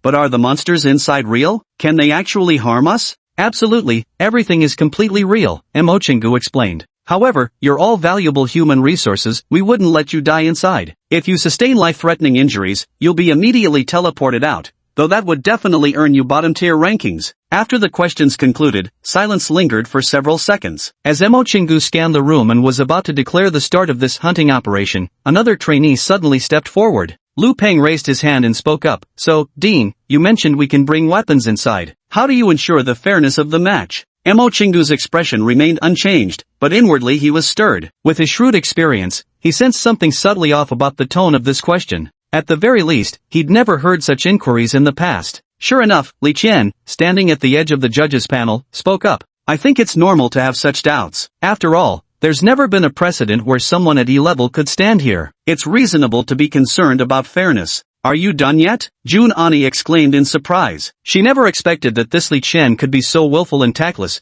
actually having the nerve to harp on this issue during such an occasion. I've repeatedly explained why someone at E-level could secure a recommendation spot. The assessment is about to begin. Don't you think you'll see for yourself whether he's qualified or not? Jun Ani's words were absolutely justified. Among the numerous high-ranking officials present who were serving as judges, some might have previously harbored doubts about Xin Yuan's identity, but now, no one would dare bring up the matter for discussion. After all, the assessment is about to begin. Whether one has real skill will be immediately apparent. In the end, the E-rank designation isn't all that important. Moreover, technically speaking, Li Qian's role wasn't that of a judge. She had no right to stand up and speak like this. At this moment, many executives cast dissatisfied glances at Li Qian, some more, some less. But Li Qian had reached her limit. Forcing herself to step forward at this moment, she was already prepared to suffer 800 losses while inflicting 1,000 on her enemy. Of course it can't be that simple, because I suspect you helped him cheat. Chapter 29, The Cheating Scandal, An Unfounded Accusation. Li Qian pointed at Jun Ani, but her accusing gaze drifted sideways toward Xin Yuan.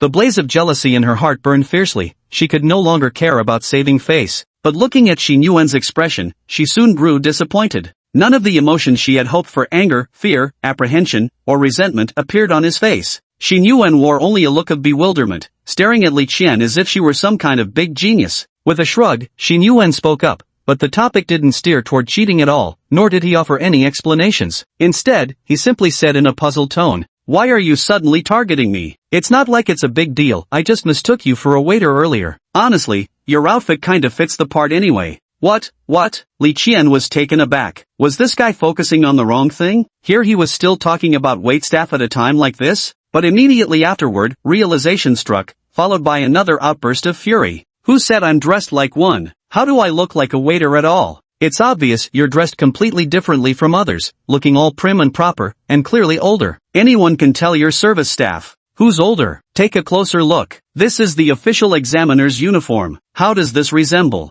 Li Qian, her face burning with anger, gripped her collar tightly. Mid-rant, her expression suddenly shifted, and she swallowed the rest of her words. Wait a minute. Isn't this topic unfolding in a strange way? I was talking about him cheating. How did the conversation suddenly shift to whether his outfit looks like a waiter's uniform? This guy must be poisonous. I completely got derailed. Among the judges, a towering man standing 1.9 meters tall with broad shoulders and a sturdy back watched the scene and angrily scowled at Li Qian, shouting, "In such a serious situation, if you suspect cheating, get straight to the point. Don't bring up whatever odd jobs you normally do. Do you think this is some kind of joke?" Hearing the man's words, Li Qian clearly felt a surge of frustration rising in her chest, as if something were pressing against her, making her feel like she was about to spit blood. What the heck? What did he mean by odd jobs? Was her job as a waitress now being treated as fact? Yet, she also knew who that burly man was, the Pillar of Heaven war god from the Battle God Hall. Though he and Jun Ani were both war gods, they weren't entirely the same. Li Qian didn't dare say much in his presence and could only keep silent. At the moment, she could only take a deep breath, quickly adjust her mindset, and pull the words she had organized in her mind back on track. Now she was beginning to suspect, was there something oddly unsettling about this E-rank contestant named Xin Yuan? The moment she opened her mouth, he'd already derailed the conversation to God knows where, completely throwing off her rhythm. Could this also be part of his superpower? After adjusting for a few seconds, Li Qian now ignored Xin Yuan and addressed the judges. According to Junani's report, his E-rank ability has undergone an extremely rare mutation, granting him ice attribute capabilities and remarkably high-level ice abilities at that. When arriving here, he reportedly demonstrated this to the personnel handling his registration. However, on both occasions, Junani was personally standing right beside him. Therefore, I believe this wasn't his own doing at all. Junani was helping him cheat. As soon as the words were spoken, murmurs instantly rippled through the crowd of trainees, sparking heated discussions. In fact, this commotion was also orchestrated by Li Qian. She had previously instructed Lu Pang and several other trainees she had planted to spread whispers throughout the crowd, stirring up unrest and fueling people's suspicions. After all, most people are inherently susceptible to influence. Where one leads, others follow. Coupled with the fact that many in the crowd already looked down on those with lower-tier talents, the voices of dissent naturally grew louder. At the very least, there's no way I could have accompanied them into the assessment this time. Moreover, I have absolutely no motive to help anyone cheat. Listening to these baseless accusations, Junani found herself momentarily at a loss for how to explain. After all, Xin Yuan's ability does bear a striking resemblance to hers, and the way it's used is quite similar to how she wielded it back then. But maybe you gave her some tools imbued with your own abilities to help her pass? I didn't, and I don't even know how to make such supernatural tools. Junani protested anxiously. Who's to say? Maybe you suddenly figured it out? These things are hard to pin down, especially for a genius like you. Li Qian immediately spoke up, pressing her advantage. This was the first time she felt she could actually gain the upper hand against Junani, and at that moment, she felt an overwhelming sense of satisfaction. Meanwhile, the crowd behind her, stirred up by a few instigators, began to murmur among themselves. Surely not. If that's the case, we're done for. How could we possibly be a match for the examiners? What should we do about this? We should probably look into it.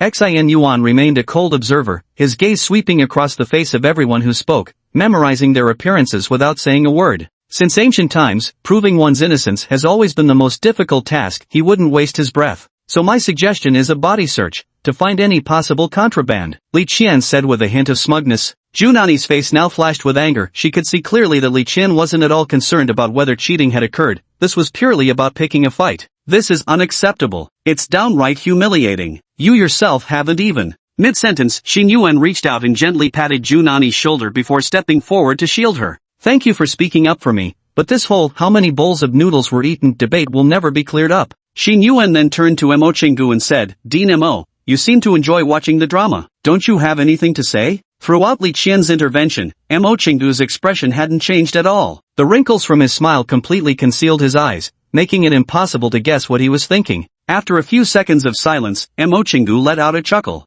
I've scanned him, there's absolutely nothing wrong with him, he said before turning to Li Qian. As for the storage ring issue, that's also quite easily resolved. With a casual wave of his hand, all 126 students simultaneously found transparent bracelets materializing on their wrists. We were already planning some reforms for this session. These are temporary energy bracelets we produced. They'll better ensure your safety. When sustaining life-threatening injuries, you can use the bracelet to request withdrawal. I just temporarily added a storage function to them. You can store whatever you wish to bring inside these bracelets. They'll automatically reject any prohibited items. Xin Yuan lowered his head and glanced at the object on his wrist. Mo Chingu's effortless display had unmistakably revealed his terrifying strength. His special ability was definitely far from simple. When Li Qian saw this kind-faced old man speak, she retreated as well, though her eyes were brimming with smug satisfaction. Her goal had already been accomplished. She had gotten the better of Junani while subtly planting seeds of rejection toward Xin Yuan in the students' minds. Even if Xin Yuan were a genius, as long as Lu Pang and the others followed her instructions, he still wouldn't have any outstanding performance.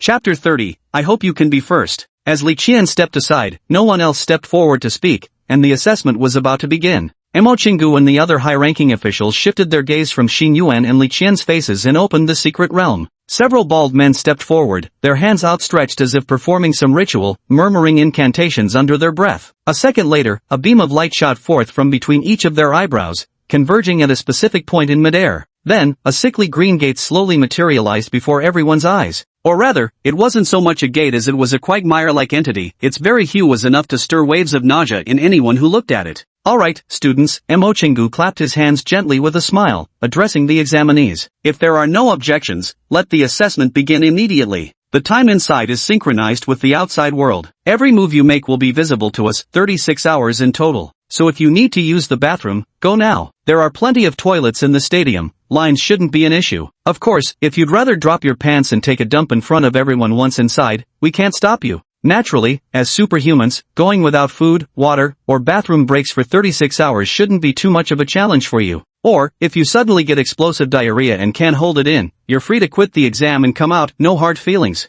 Still wearing that Santa Claus-like expression, after delivering a rather flavorful speech, he made a genteel after-you gesture to the entire group. The assessment began immediately without giving trainees any preparation time, swift and decisive action, indeed. The trainees wore grave expressions. 36 hours of intense testing would undoubtedly pose a challenge for every one of them. Some strode straight in without hesitation, while others momentarily excused themselves, truly heading to the restroom this time. Everyone stepping inside would witness two luminous screens each the size of a computer monitor leap out from behind that ghastly green door as they entered. One would hover in midair, while the other would dart straight toward the 126 staff members. This screen provides a god's eye view of the current examinee, documenting everything they've done. Chingu and many other leaders would keep watching, while the staff members were responsible for recording every detail of each examinee's performance. Points determine your ranking, but they don't decide everything. Whether your performance is outstanding or not, and all that you do, is seen by every senior executive. Xin Yuan remained where he was throughout the process, not rushing forward, but calmly observing with cold detachment.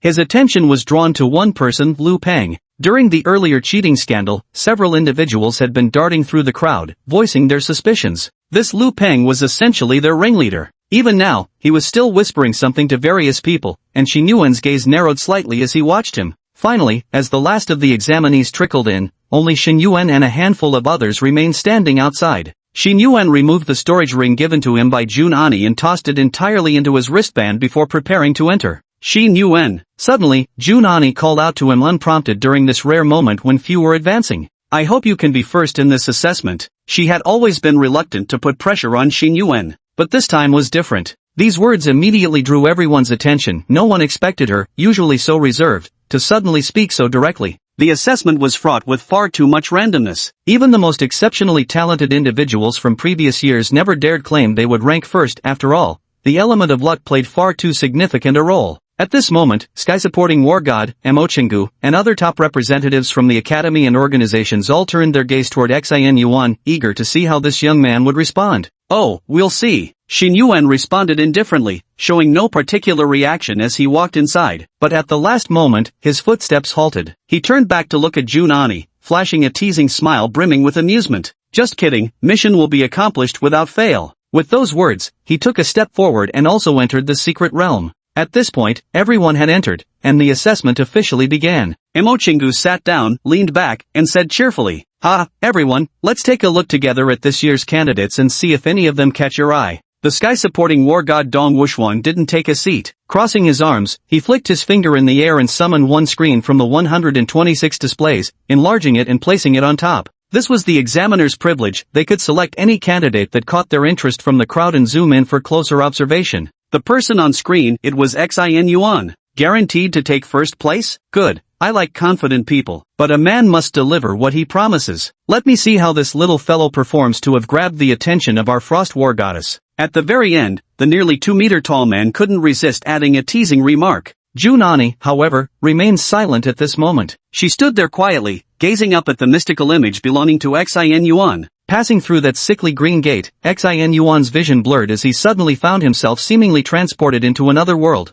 Under a dark crimson sky, an endless desert stretched beneath his feet. It was the kind of place where one could easily lose all sense of time. Most of the trainees hadn't left yet, staying where they were for the time being. After all, people were still considering whether they should form teams and such. Xin Yuan arrived in this world, yet unlike those around him who hesitated, his gaze swept the surroundings once before swiftly locking onto a figure, Liu Peng. With long strides, he walked swiftly to his side, then extended a hand as if to initiate a handshake. Liu Peng was stunned to see it was him, utterly unprepared for such a turn of events. He actually took the initiative to show goodwill? Outside the secret realm, Dong Wuxuan, the towering god of war who had been closely observing Xin Yuan's performance, slightly furrowed his brows. After suddenly becoming the target of public criticism, taking the initiative to show goodwill and removing oneself from being viewed as antagonistic by onlookers couldn't exactly be called wrong. But he clearly wasn't fond of this somewhat cowardly behavior, it just wasn't manly at all. Lu Peng froze for a few seconds before immediately putting on a condescending expression. Ignoring the hand Xin Yuan extended toward him, he sneered. So, are you trying to team up with me, or what? Considering you're only a rank, I'll go easy on you. We'll split the points later, you get 20%, I take 80%. How's that? Lu Peng didn't bother to lower his voice at all, openly mocking him. The people around Lu Peng also started laughing, never expecting they'd encounter such a weak opponent. Yet in the next second, Xin Yuan's hand, which had been held midair and deliberately ignored by Lu Peng, suddenly shot forward and forcefully grabbed Lu Peng's wrist. Lu Peng sensed danger almost immediately, but it was already too late. A surge of icy coldness spread through him, and in an instant, his right arm completely lost feeling, and that terrifying solid ice continued to spread rapidly across his entire body. Perhaps you've misunderstood something? Xin Yuan spoke, his voice icy. Chapter 31, Immediate Retribution, the Fastest Elimination Record. Lu Peng's expression turned horrified, all his mocking words stuck in his throat, unable to utter a single syllable. You must understand, he wasn't completely unprepared. Though mocking words kept pouring from his mouth, ever since Xin Yuan approached, the energy within him had been surging in secret, ready to strike. The reason he never shook hands with Xin Yuan, besides intending some humiliation, was also to avoid physical contact at all costs. Yet none of this mattered in the slightest. Violet light flickered across his entire body as he pushed his supernatural abilities to their absolute limit, desperately resisting the pale, ice-attribute energy radiating from Xin Yuan. But the more he struggled, the more horrified his expression became. Because he had discovered a fact that was hard for him to accept, no matter how much or how little energy he exerted, the speed at which the ice spread remained unchanged, steadfast and unrelenting, gnawing at his body without room for negotiation. This was a difference in quality level, and it was an overwhelmingly superior difference at that. But his innate talent level was A rank. How could he possibly be crushed like this? Even if he's an S, that shouldn't be. You! Lu Peng raised his head, meeting Xin Yuan's icy gaze, and shouted in shock, what's your actual talent level? I'm E grade, as you all know. Xin Yuan shrugged, his right hand unmoving as if fused with the other man's. No matter how fiercely Lu Peng's energy surged against him, the moment it reached Xin Yuan, it dissolved like ice meeting fire. Rage flooded Lu Peng's mind, but it swiftly morphed into terror as he realized his current path led only to certain death. At his young age, what did he know of life and death? In his panic, he resorted to desperate measures. Acting like a child, he wildly kicked at Xin Yuan with his still unfrozen feet. But Xin Yuan was already encased in frost armor by then, rendering Lu's frantic efforts utterly futile. You! What are you doing? Lu Peng roared, his composure shattered. Don't waste your energy. Once I get close, I have the full capability to freeze you instantly, but I'm not doing that, so you don't need to be too afraid. Xin Yuan continued to steadily and meticulously release his chilling aura. No one can die in this place. It's just like that fat old man said earlier, people get automatically teleported out when facing mortal danger. So this is a perfect opportunity for me to test exactly how much freezing it takes to be considered life-threatening. Meanwhile, Mo Chingu, who was observing in real time from outside, calling Yandine Mo to his face and fat old man behind his back, huh? Do you not realize I'm watching? You've truly mastered the art of wearing two faces. Lu Peng felt like he'd fallen into an icy cellar as he listened to Xin Yuan's calm voice. Not only was his body cold, but his heart had turned icy as well. Though he knew he wouldn't die, the terror of watching himself march toward death was something he'd never experienced in over a decade of living.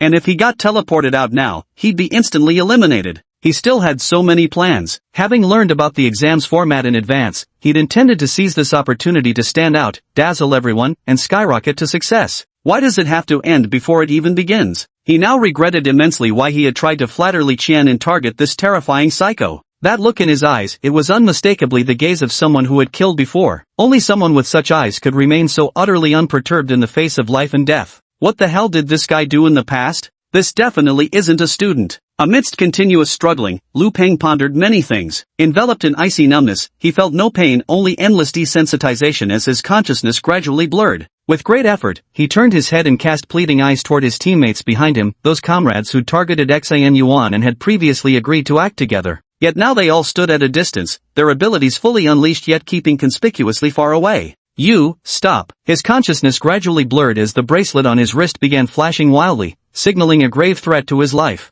In truth, ice-based abilities are somewhat merciful, they don't inflict intense pain on their victims. When you think about it, I'm really quite kind-hearted. These were the last words he heard before his consciousness faded away, spoken to him by Xin Yuan. In the next moment, the wristband instantly shattered, transforming into a streak of light that enveloped his body, causing him to vanish from the spot. The hunting operation assessment officially began 58 seconds after all personnel entered. Liu Pang, talent level A. Eliminated. He broke the fastest elimination record since the establishment of this assessment, unprecedented in history. And, it might remain unmatched in the future as well. Liu Pang's half-frozen body appeared outside the Mirror of Secrets, before the eyes of all the judges. The light membrane quickly permeated, melting the ice encasing him and nourishing his body. But he did not wake up, and his heartbeat did not resume. Mo Chingu reached out a finger, and a soft golden light enveloped Liu Pang's entire body, gently nourishing his form. The shield mechanism of the wristband was designed to block fatal injuries before teleporting the trainee out, then swiftly stabilize their wounds. But as for Liu Pang's condition, being slowly devoured by the frost even after being transported out,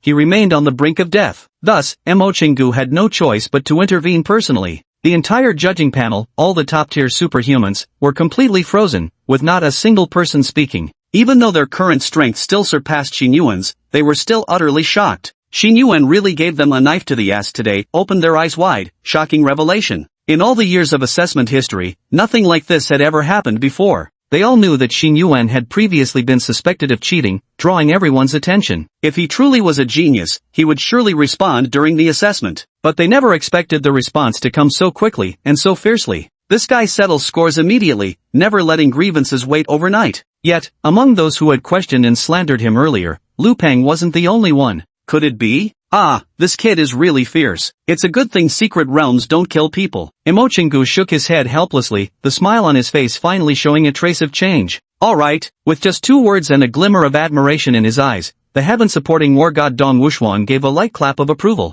You call this E rank? Looks like it's time for a reassessment, remarked a tall examiner wearing a mask. He's undoubtedly powerful and ruthless, but lacking in rationality. Making everyone wary of him right from the start isn't a wise move. This was the assessment from the Vice Dean of Southern College. His strength is unquestionable, but with this approach, he probably won't score the highest points. At this moment, every judge's attention was focused on Xin Yuan, with many offering their evaluations. Among all present, the most expressive reaction undoubtedly belonged to Li Qian. Chapter 32, There's only one way to fit in, be just like everyone else. Li Qian's previously triumphant expression hadn't yet fully faded when this cruel reality slapped her across the face, leaving her frozen at the very edge of the judges' panel. This unexpected situation completely derailed all her carefully laid plans, catching her utterly off guard. At this moment, she felt as though she were trapped in a nightmare. This Liu Pang was the one she had the highest hopes for, the strongest fighter among all the students she had recommended. She had considered that Xin Yuan might genuinely have skill, but she never imagined that skill would be enough to instantly defeat Liu Pang. Liu Pang, was he really that weak? Just where did they find this monster named Xin Yuan? Looking at Liu Pang still lying on the ground like a dead man, she gritted her teeth in frustration. Her joy had lasted less than 2 minutes before it was snuffed out. To think, even the chosen ones can't compare to that bastard Junani. Useless trash, all you do is mess things up. She felt not an ounce of pity for Liu Pang lying on the ground, only bitter hatred seething in her heart. That bitch must be feeling pretty smug right now, huh? With this thought in mind, she then began covertly observing Junani from the corner of her eye. Yet Junani's expression showed not the slightest hint of pride, not even happiness, as she simply sat there, her delicate hand resting against her fragrant cheek, quietly lifting her head to watch. Her face remained completely unchanged, offering no verbal commentary either. She merely stared intently, as if captivated by a mesmerizing film. It was almost as if she were saying this was only to be expected. She'd known all along that Xin Yuan possessed such capabilities, and now she was simply anticipating what he would do next. Cough, cough, cough. Just as Li Qian was grinding her teeth in frustration,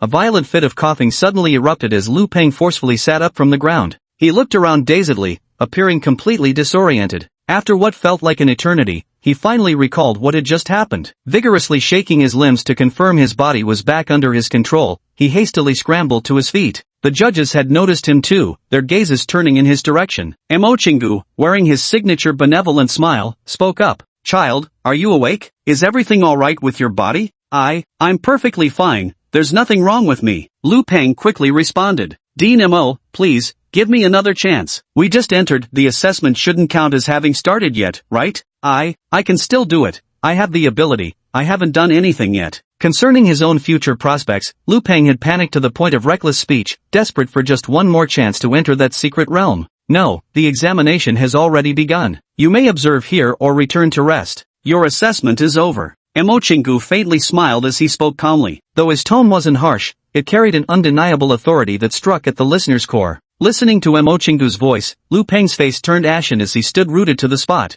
Suddenly, as if clutching at a lifeline, he whirled around to look at Li Qian. Examiner Li Qian. Senior, you have to help me, let me continue the assessment. I only just got started. Li Qian glanced at him with disdain, wanting nothing to do with him now, and turned her head away as she spoke. What does that have to do with me? Those are the rules, it's your own problem. But no, we had an agreement. You told me before the assessment that. Shut up. Li Qian's voice turned sharp, her eyes narrowing as she abruptly cut Lu Peng off. What are you trying to say? Your assessment is already over, it can't be changed. She was genuinely afraid Lu Peng might say something he shouldn't right here. Quiet, all of you. If you want a fight, take it outside. Dong Wushwang furrowed his brows, turned his head, and shouted loudly, putting an end to their squabbling. As the sky-reaching war god, his title alone spoke volumes about his character. Even if he didn't know Xin Yuan at first, he despised behaviors like those of Lu Peng and Li Qian to begin with. In the end, the group quieted down. Emochingu cast a meaningful glance at Li Qian before lapsing into silence. In the secret realm, Xin Yuan couldn't help but raise an eyebrow as he watched Lu Peng suddenly vanish before his eyes. The protective mechanism of this secret realm is quite sensitive. Looking up, he murmured as if to himself, yet also as if addressing someone. Can this prove I didn't cheat now? After speaking, he looked around and realized everyone had kept their distance. Not just those allied with Lu Peng who wanted to team up against Xin Yuan, but also the other trainees around them. Although Xin Yuan's opening move successfully established his authority, it also somewhat pushed him to the opposite side of the crowd. Few dared to guarantee they could outperform Lu Peng, and everyone feared suffering the same fate of elimination. Thus, even though Xin Yuan demonstrated formidable combat prowess right from the start, no one even considered the idea of teaming up with him. When you're far inferior to others, they'll look down on you and avoid associating with you. When you're far superior to others, they'll fear you and be unwilling to associate with you. There's only one way to blend in, being roughly equal to most people. This is precisely why the Vice Dean of Western Academy gave Xin Yuan that evaluation, lacking rationality. The tallest tree catches the fiercest wind. In such a group hunting scenario where points can be earned through competition, standing out too conspicuously might not be the wisest strategy. A chilling surge rose as frost armor enveloped his entire body, and the ice staff materialized once more in Xin Yuan's grasp. Standing his ground, Xin Yuan eyed the several opponents before him, their bodies similarly radiating protective glows, clearly treating him as a formidable threat, and steeled himself for the coming battle. Only now did he realize how the battle with the divine servant days ago had transformed his mindset. Facing these trainees who had yet to experience life and death struggles, he distinctly felt his heightened ease in combat. What say you? Shall we make our move now too? Xin Yuan flourished his frost-covered staff as he spoke. The small group, having clearly decided to team up, exchanged glances before swiftly retreating, vanishing from view in moments. They decided to back off, concluding it was better not to clash with Xin Yuan again so early in the assessment. The others also departed one after another, some having formed teams, while others chose to go it alone. But obviously, no one took the initiative to extend an olive branch to Xin Yuan. Even the relatively friendly Qihong merely nodded at Xin Yuan from a distance before leaving alone. He was confident in his own strength and, without forming a team, decided to go solo. Seeing this scene, the deputy dean of the Western Academy slightly furrowed his brows and turned to look at the Titan war god, Dong Wushwang. Wushwang, seems like you have high hopes for this kid. Care to make a bet? Chapter 33, The Wager, a brutally difficult exam challenge. Dong Wushwang continued to hold his arms crossed, slowly turning his head to look at the speaker. Zhongjing, even after becoming the deputy dean, you still can't resist betting, can you? Both men were no longer young, but they had been good friends for years and still maintained a decent relationship. Go on, what do you want to bet on? Dong Wushwang asked. I'll bet this kid can't deliver on the boast he just made. I'm betting against him, Zhongjing declared. It's truly difficult. Historically, the top scorer in the evaluations has never been the strongest contender outright. Cunning, luck, all these factors weigh heavily. Another judge chimed in from the sidelines. Listening to this wager, Dong Wushwang faintly furrowed his brow before ultimately shaking his head. This bet unfairly skews the difficulty between our positions from the start. I won't take it. TSK, what a cheapskate. Zhongjing shrugged and didn't press the matter further. After all, the unpredictability of who'd take first place was simply too high. But just then, a light and spirited voice chimed in, raising the stakes for their otherwise fading wager. Dean Zhong, I'll take that bet with you. Junani sat on the chair, tilting his head slightly as he glanced at Zhongjing. Oh wow, you're serious? The Frost War God is actually willing to make bets with people? Yes, I bet he can secure first place in the assessment, Junani said resolutely. Hiss, really? Zhong Jing rose from his chair with keen interest, propping his hands on the table as he studied Jun Ani with amusement. Are you that confident in him? Then what's the wager? Zhong Jing said. You decide the stakes, as long as I can afford it and it doesn't violate my principles. Zhong Jing's eyes widened as he stared blankly at Jun Ani. After a long pause, he finally spoke. 126 people, no, make it 125 now. With so many competitors, why are you so certain he'll take first place? Because he said so, and he guaranteed it would work. Zhong Jing stared at Jun Ani's profile for a long time, examining it with amused curiosity, clicking his tongue in amazement. He had originally thought that Jun Ani's protection of Xin Yuan was merely professional responsibility towards his top student, not wanting talent to go unnoticed. But now it seemed their relationship wasn't so simple at all. How could she possibly agree to such a reckless bet? Let's make this bet then. Alright, with so many people here as witnesses, we're not lacking in material resources anyway, so let's not bet to the point of bankrupting ourselves. How about this, we'll bet on one thing, or rather, one favor. Whoever loses must promise to do one thing for the other party in the future, provided it doesn't violate their personal principles. No word games, we're all honorable people who pay our debts. Jun Ani's response was characteristically brief, perfectly matching her usual persona. Alright. The bet between the two caught the attention of many judges, all of whom watched with smiles on their faces. As people of status, none of them made a scene. Yet, those with keen eyes could easily see that Jun Yi's protection and favor toward Xin Yuan clearly went beyond what would normally be expected. Mo Chingu chuckled lightly and raised a finger. Another contestant's performance footage was enlarged and displayed before the judges. As if shifting the topic, he said, Alright everyone, let's be more serious. We're here to evaluate talent, not to place bets. The other young ones should take a look too. I think this kid is quite promising, with strong leadership qualities.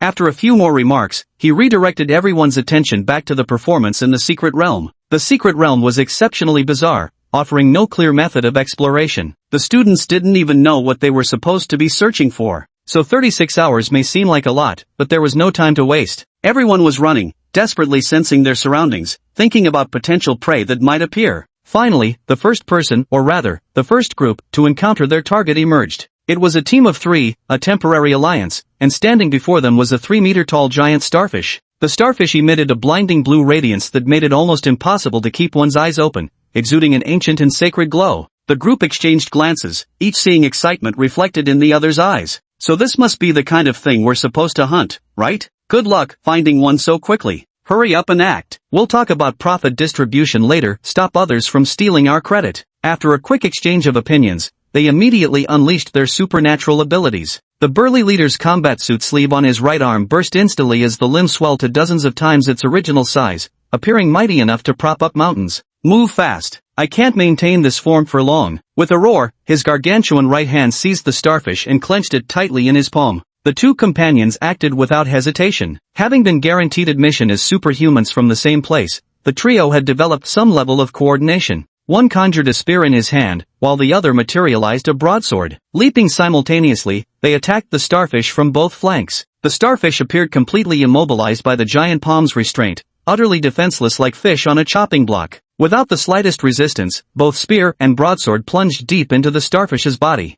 Outside the secret realm, the smiling Emochingu let out a light snort and gently shook his head. It's not that easy. In the next moment, the sea star that had been pierced as easily as tofu by the two emitted an immense radiance. The light erupted like an explosion, directly blasting the two away. They couldn't even hold on to their manifested weapons. The long knife and spear were gradually absorbed, even becoming part of the sea star's energy. Their own signature weapons were absorbed, and the two who had been knocked to the ground instantly coughed up mouthfuls of fresh blood. The two of them weren't even the worst off. The student with the enlarged arm let out a blood-curdling scream. His right hand had been mangled by the energy blast, revealing glimpses of white bone. The starfish's harmless appearance had deceived them, and Emochingu's kind, gentle words had lulled them into complacency. Operation Hunting, that exam name had made them think it was just a safe game of hunting, nothing more than a competition to see who could bag more prey than others. But in reality, every target they intended to hunt here was most likely in existence far surpassing their own abilities. These were all deities artificially simulated by Emochingu and his team.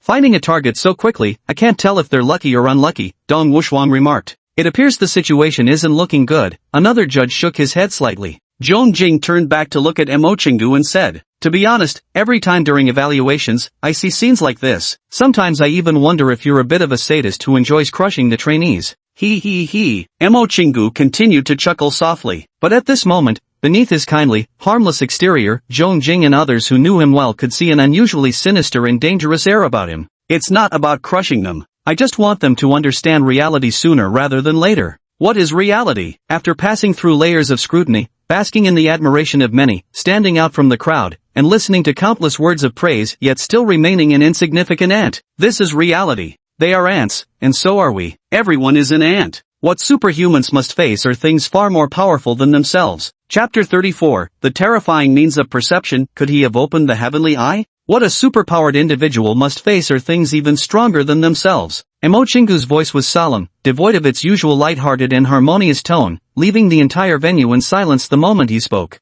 The expressions of all the judges were grave, as if recalling something far from pleasant. After a few seconds of silence, Zhong Jing spoke up once more. After all, they're still just children who haven't undergone formal training yet. They haven't learned how to enhance their abilities nor mastered any combat skills. And as for mental preparation, well, everything you said makes valid points, Zhong Jing, Mo Chingu replied slowly before turning to face him. But you must remember, the deities we've simulated aren't real, their powers have been weakened to less than 1% of their true strength. I've already warned them to take this seriously. If careless actions lead to injuries, it'll serve as a good lesson for them. Memory must always grow. Better to grow now than on the battlefield. At this moment, Mo Chingu had completely shed his previous benevolent demeanor. His entire being had become extraordinarily stern, his eyes gleaming with an icy light that showed not a trace of pity as he watched the harrowing footage of those three cadets. Then his gaze shifted back to Zhong Jing as he spoke again. As for what you said earlier, that they're still just children? How old are you this year? Ha! Zhong Jing froze for a moment, not expecting Mo Chingu to ask this. He couldn't quite grasp his intention right away.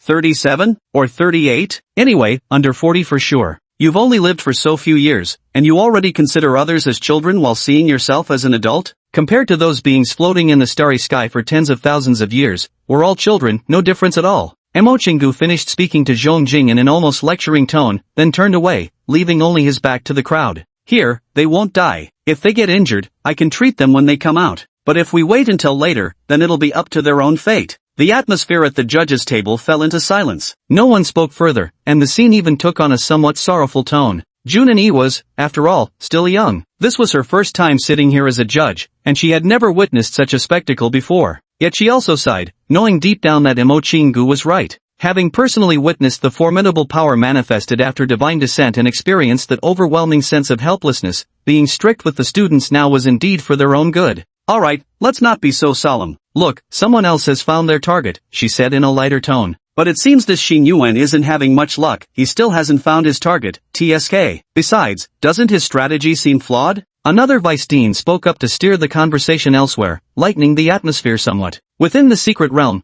partnered students had already begun locating their targets one after another, devising ways to launch coordinated assaults. Yet Xing Yuan still hadn't achieved any results, racing swiftly across the boundless desert as the dark crimson sky grew increasingly gloomy. Soon enough, it would likely turn completely black. He was speeding straight in one direction, occasionally altering his course slightly, as if heading toward a specific destination. But this approach was entirely ineffective for searching mystic realms. The correct method should be to mark out a large area and then explore by circling within that designated zone. Such a strategy proves far more efficient when relying on chance discoveries. Moreover, mystic realms aren't actually fixed continents. They resemble quicksand, constantly shifting and flowing. The entire realm world exists in perpetual motion. Like a cloth being endlessly wrung, the entire terrain and everything on it were in constant flux. This was also a method to increase the difficulty and unpredictability of the assessment. Apart from the fixed entrance location, no one could fully grasp the complete terrain within 36 hours. Xin Yuan, however, now seemed to have some purpose as he charged relentlessly in one direction,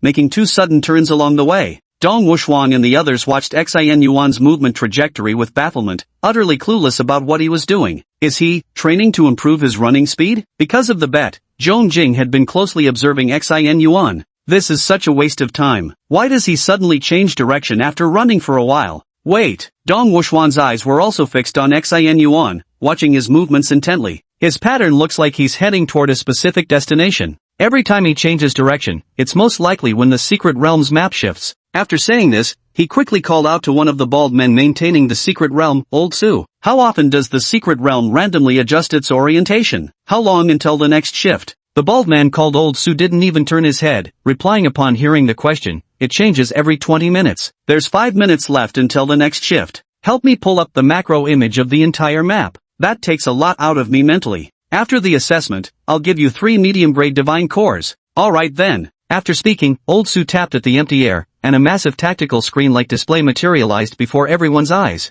It was something resembling a satellite map, displaying topographic markers of various regions. The only unusual feature was the numerous red and blue glowing dots scattered across its surface. The blue dots represent the trainees, while the red ones signify their targets for this hunt. Currently, the map shows some blue dots overlapping with the red ones, indicating that the trainees are engaged in battle with the virtual deities within the secret realm. Dong Wuxuan then zoomed in on a blue dot, which marked Xin Yuan's movement trajectory. The other judges quickly grasped Dong Wuxuan's intention, though Zhong Jing voiced skepticism, saying, "Are you saying he's moving directly toward a target? You must be joking. Do you think he has divine vision or something? Not just him, could even you do such a thing? Only a psychic specialist with an incredibly vast range of mental perception might have a slim chance at it." Dong Wuxuan didn't speak, merely pointing at the image on the map. At that moment, a red dot glowing faintly lay directly in the path of the slowly moving blue dot. Zhong Jing frowned but still insisted stubbornly, "This might just be luck? Ice-type abilities can enhance psychic perception too? Since when did that happen?"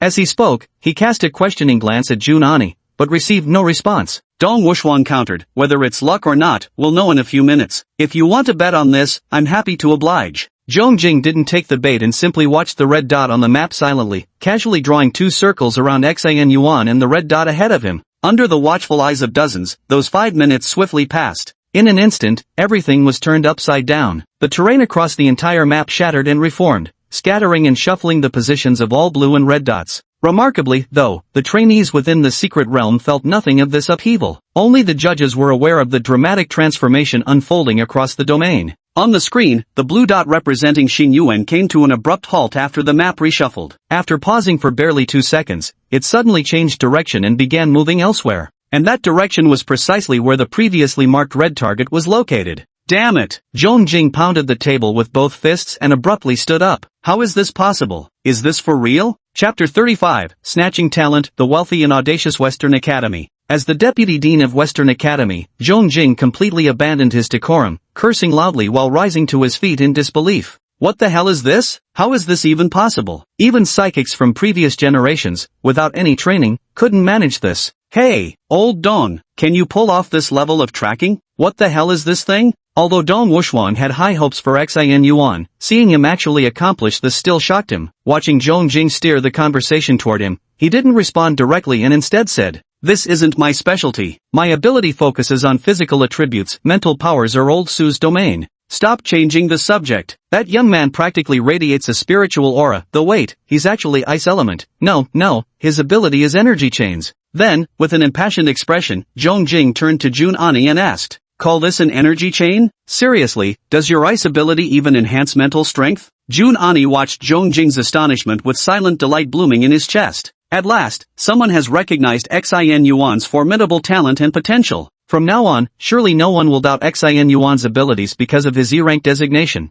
No, this has nothing to do with ice attributes. Jun Ani shook her head, suppressing the joy and satisfaction in her heart. But I know exactly how he managed to accomplish such a feat. What? What reason? Zhong Jing asked in surprise. Because some time ago, about 3 days ago to be exact, Xin Yuan told me his ability had mutated again. This time, it evolved to include perception. He claims he can now easily analyze and gather information from his surroundings, and to some extent, even gained predictive abilities. Jun Ani's calm voice fell, and not just Zhong Jing, the other judges also couldn't remain composed. Another mutation? Can superpowers really change so capriciously? Do they think his ability is just like Play-Doh? Since when did energy chains possess such bizarre potential? Unheard of. I've seen plenty of geniuses before, those with freakishly good talents aren't rare, but someone this peculiar? He's definitely the first. Yet no matter how much they refused to believe it, the results on the map didn't lie. That blue light dot was steadfastly and rapidly advancing toward the red one. Emochingu also turned his head at this point and asked Jun Ani, was it him who accomplished what happened a few days ago through this method? Seeing Jun Ani nod, Emochingu turned around,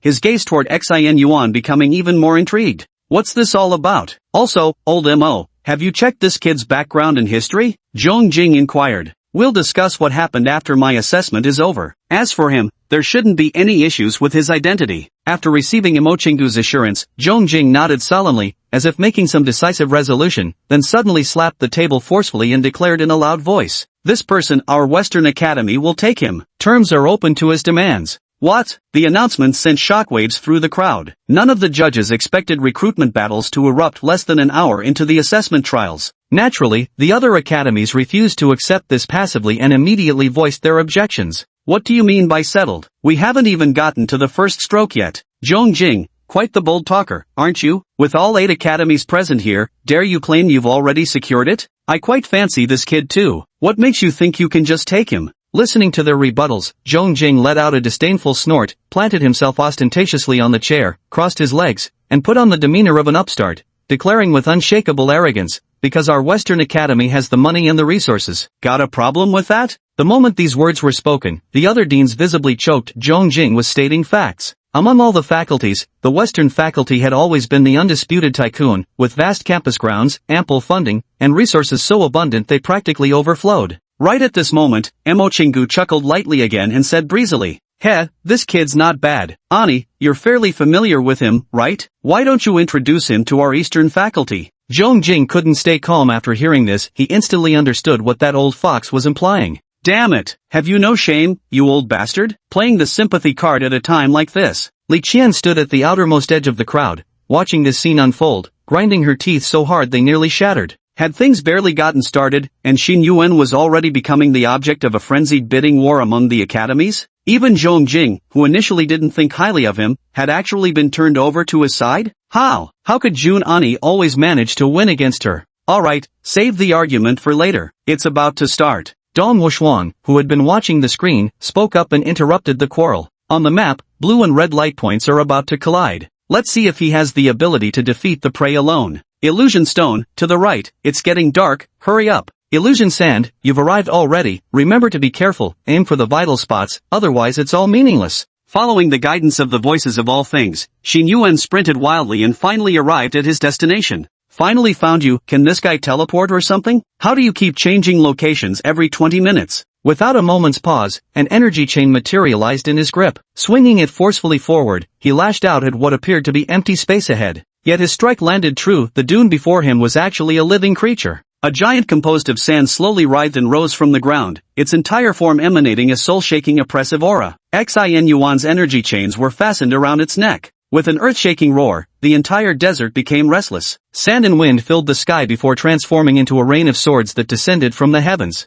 Xin Yuan raised an ice shield with his right hand, simultaneously blocking and dodging as he leapt sideways across the terrain. Never before had he felt such tremendous impact from mere sand. This single strike forced him to take the situation seriously, realizing this trial was far from ordinary. Ice time. With a swing of his right hand forward, a surge of bone-chilling cold erupted. Xin Yuan, free from any concern about harming bystanders, unleashed his full power. Instantly, the entire sandy terrain along with the colossal sand giant was frozen solid. But upon closer inspection, the pale ice appeared crystal clear inside, completely empty. The moment the sand giant was encased in ice, it dissolved into yellow sand, vanishing without a trace between heaven and earth. The next moment, a giant yellow sand hand clutched Xin Yuan's body as a gaping maw appeared beneath his feet. It seemed intent on swallowing Xin Yuan whole in one gulp. Watching this scene, Dong Wushuang shook his head with a faint smile. "You've done well, but it's not that simple. Let me see if you have any more surprises in store for us." Chapter 36, A Sudden Turn of Events, Yet Another Record.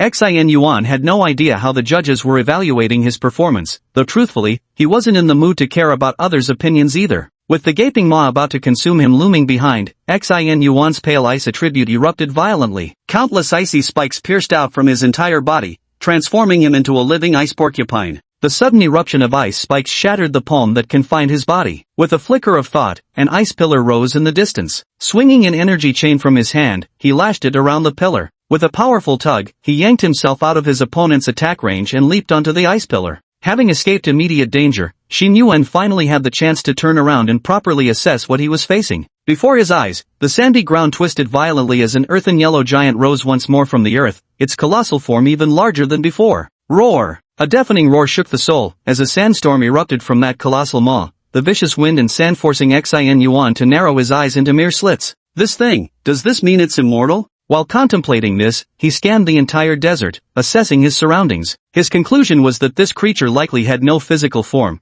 but could control the sand within a certain range to constitute its body. But within the visible range, seemingly all the sandy ground was writhing and surging wildly. The sky covered with yellow sand had reduced visibility to an extremely low level. In just a few short seconds, even the entire world grew dark. At this moment, Xin Yuan could only make out the silhouette of a giant, unable to even see its full form. Damn, this is kind of terrifying. Are all the things here at this level? Then who's hunting whom? Could the prey in this hunting operation actually be the trainees? Xin Yuan was acutely aware of his own strength. Among the examinees, he knew for certain that he ranked among the top in terms of combat ability. But if these creatures were all at Liu Peng's level, then they were practically unbeatable. The rest definitely can't handle this. As he was speaking, Xin Yuan tilted his head slightly without even looking. Several sand spikes that had been sneaking up from behind grazed past his hair. It looked dangerously close, almost as if Xin Yuan was about to suffer serious injuries, yet he showed no trace of panic. Seeming like a near miss by the smallest margin, but he knew perfectly well that in reality, it was a miss by miles. The voice of all things kept warning him, alerting him to the dangers in his surroundings. Even though the sandstorm nearly blinded him, with the biting grains lashing his face like knives, he could still dodge these attacks. Unbeknownst to him, his battle experience had grown wildly right before its time, from his earlier combat with a divine servant.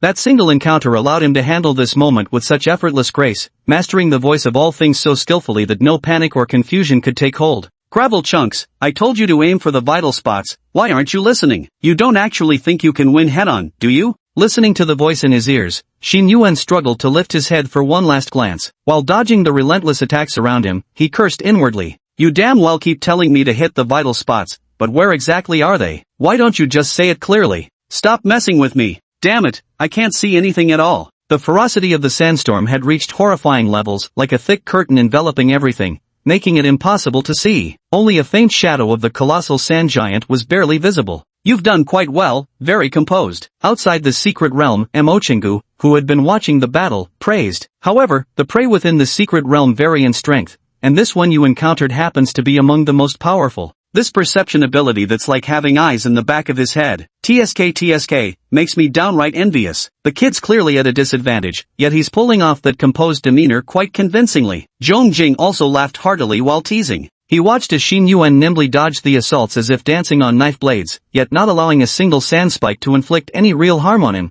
filling him with envy. This was undoubtedly a matter of perception. If it were merely about physical reflexes and reactions, it would be hard to imagine anyone in the world capable of such feats. He's unnervingly calm in battle, his expression steady, nothing like a novice who's never fought before. What was he doing before this? Was he always getting into fights? Everyone's eyes were fixed on Xin Yuan at the storm center, each wondering how he would extricate himself from such dire straits. Dong Wuxuan, with his keen eyesight, suddenly let out a soft exclamation of surprise. He leaned forward as if he had spotted something intriguing. Bringing his face closer to the screen, he finally confirmed his observation and exclaimed in astonishment. What's this? He actually closed his eyes? Is he planning to fight relying solely on his perception? Indeed, Xin Yuan had indeed shut his eyes at that moment. He had decided to test whether he could rely on his voice of all things ability to engage in battle. This level of wind and sand might lead to unpleasant consequences if one keeps their eyes open. Moreover, he had already figured out his next move. With a slight upward flick of his right index finger, pale frozen ice blanketed the earth as dozens of nearly 40-meter-tall crystalline ice pillars erupted from the ground. Then, he activated the energy chains. 8 chains encircled Xin Yuan,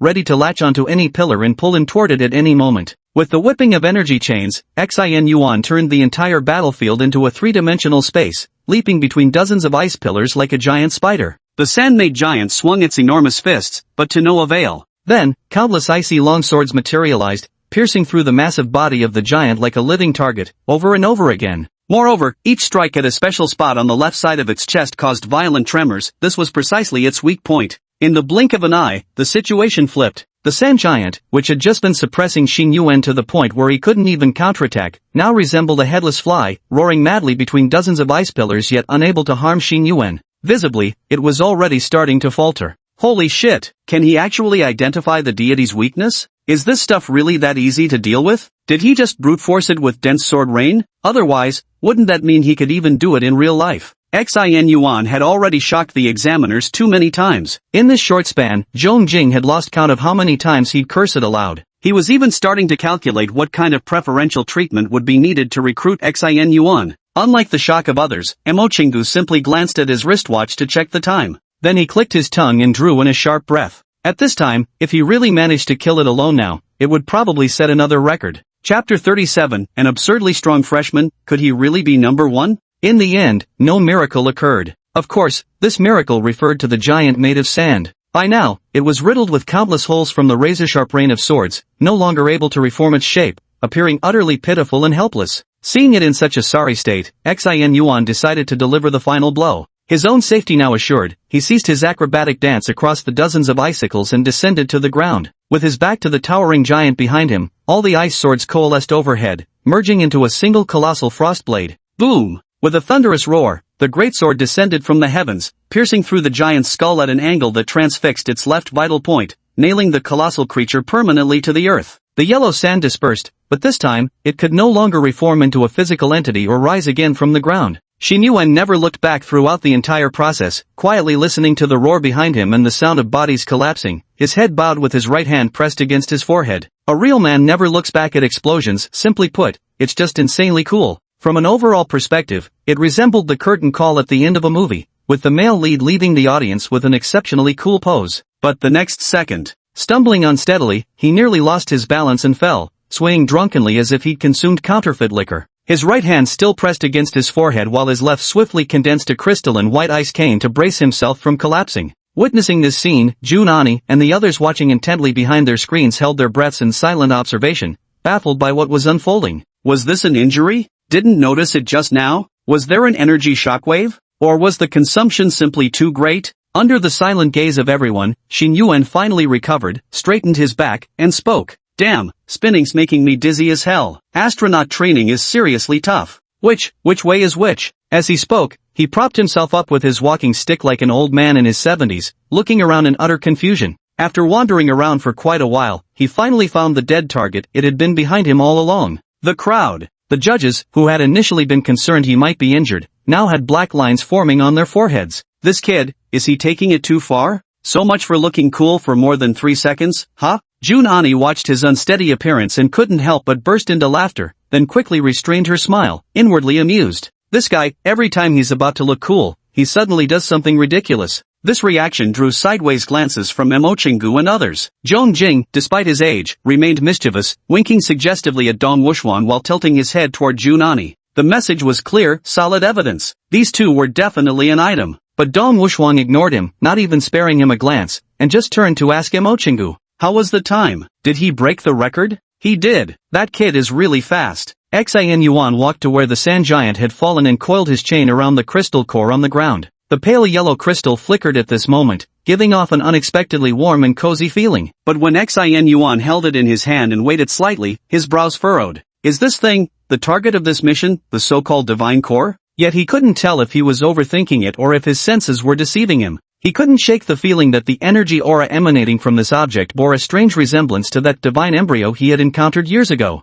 After some thought, Xin Yuan's heart already held a few guesses. With a slight exertion of force, the divine core immediately split into several pieces, yet there was no sign of energy leaking out. It was clear this design was meant to facilitate profit sharing among the students. In fact, from the very conception of this trial, it was never intended for students to overcome the challenges inside alone. Xin Yuan was among the few exceptional cases that emerged every year. With a flip of his palm, several fragments of shattered divine cores were stored into his wristband. Looking up at the sky, he noticed it had darkened, the entire desolate secret realm now exuding an eerie aura. This signaled one thing: the first 3-hour period was about to end. The secret realm wasn't devoid of day-night cycles, it alternated between 3 hours of daylight and 3 hours of nighttime, repeating every 6 hours. This design serves a dual purpose: to help trainees keep track of time and maintain a sense of day and night, while simultaneously increasing the difficulty of the assessment. The sky grew increasingly dark, the deep red hue thick and heavy like paint, devoid of any natural lightness, oppressive to an extreme degree.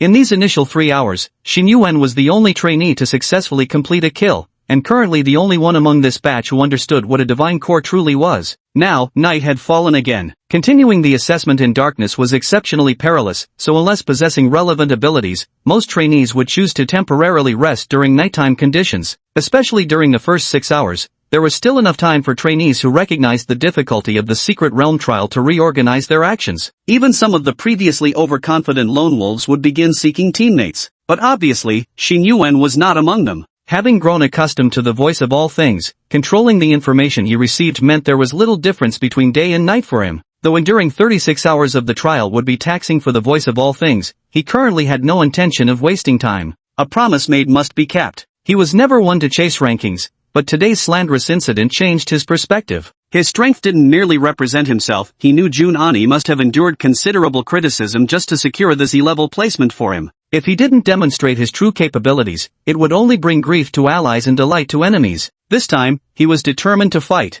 With the aid of the voice of all things, the oppressive darkness couldn't stop him as he swiftly charged toward his next target. Time flew by. 9 hours had already passed within the secret realm. By now, Xin Yuan was already locked in battle with the fourth virtual deity, his prey. At this moment, even the strongest and fastest squad had only managed to defeat the second one. The terrifying entities that other trainees feared were like chopping melons and slicing vegetables in Xin Yuan's eyes, quickly finding their weaknesses, eliminating them, collecting the divine cores, and moving on to the next target. This outrageous lead made all the judges truly realize that among this year's freshmen, there was a genius among geniuses. Judging by the way things are going, there's a real chance this kid might come in first, Dong Wushuang remarked with satisfaction as he watched Xin Yuan's performance, then turned his gaze to Zhong Jing. Hey, your bet with the Frost War God is probably going to tank. Ha ha ha. Yet Zhong Jing, who had always appeared somewhat frivolous, didn't engage in any banter with Dong Wushuang this time. With a solemn expression, he rested his elbows on the table, interlaced his fingers, and scanned across the 126 screens before him.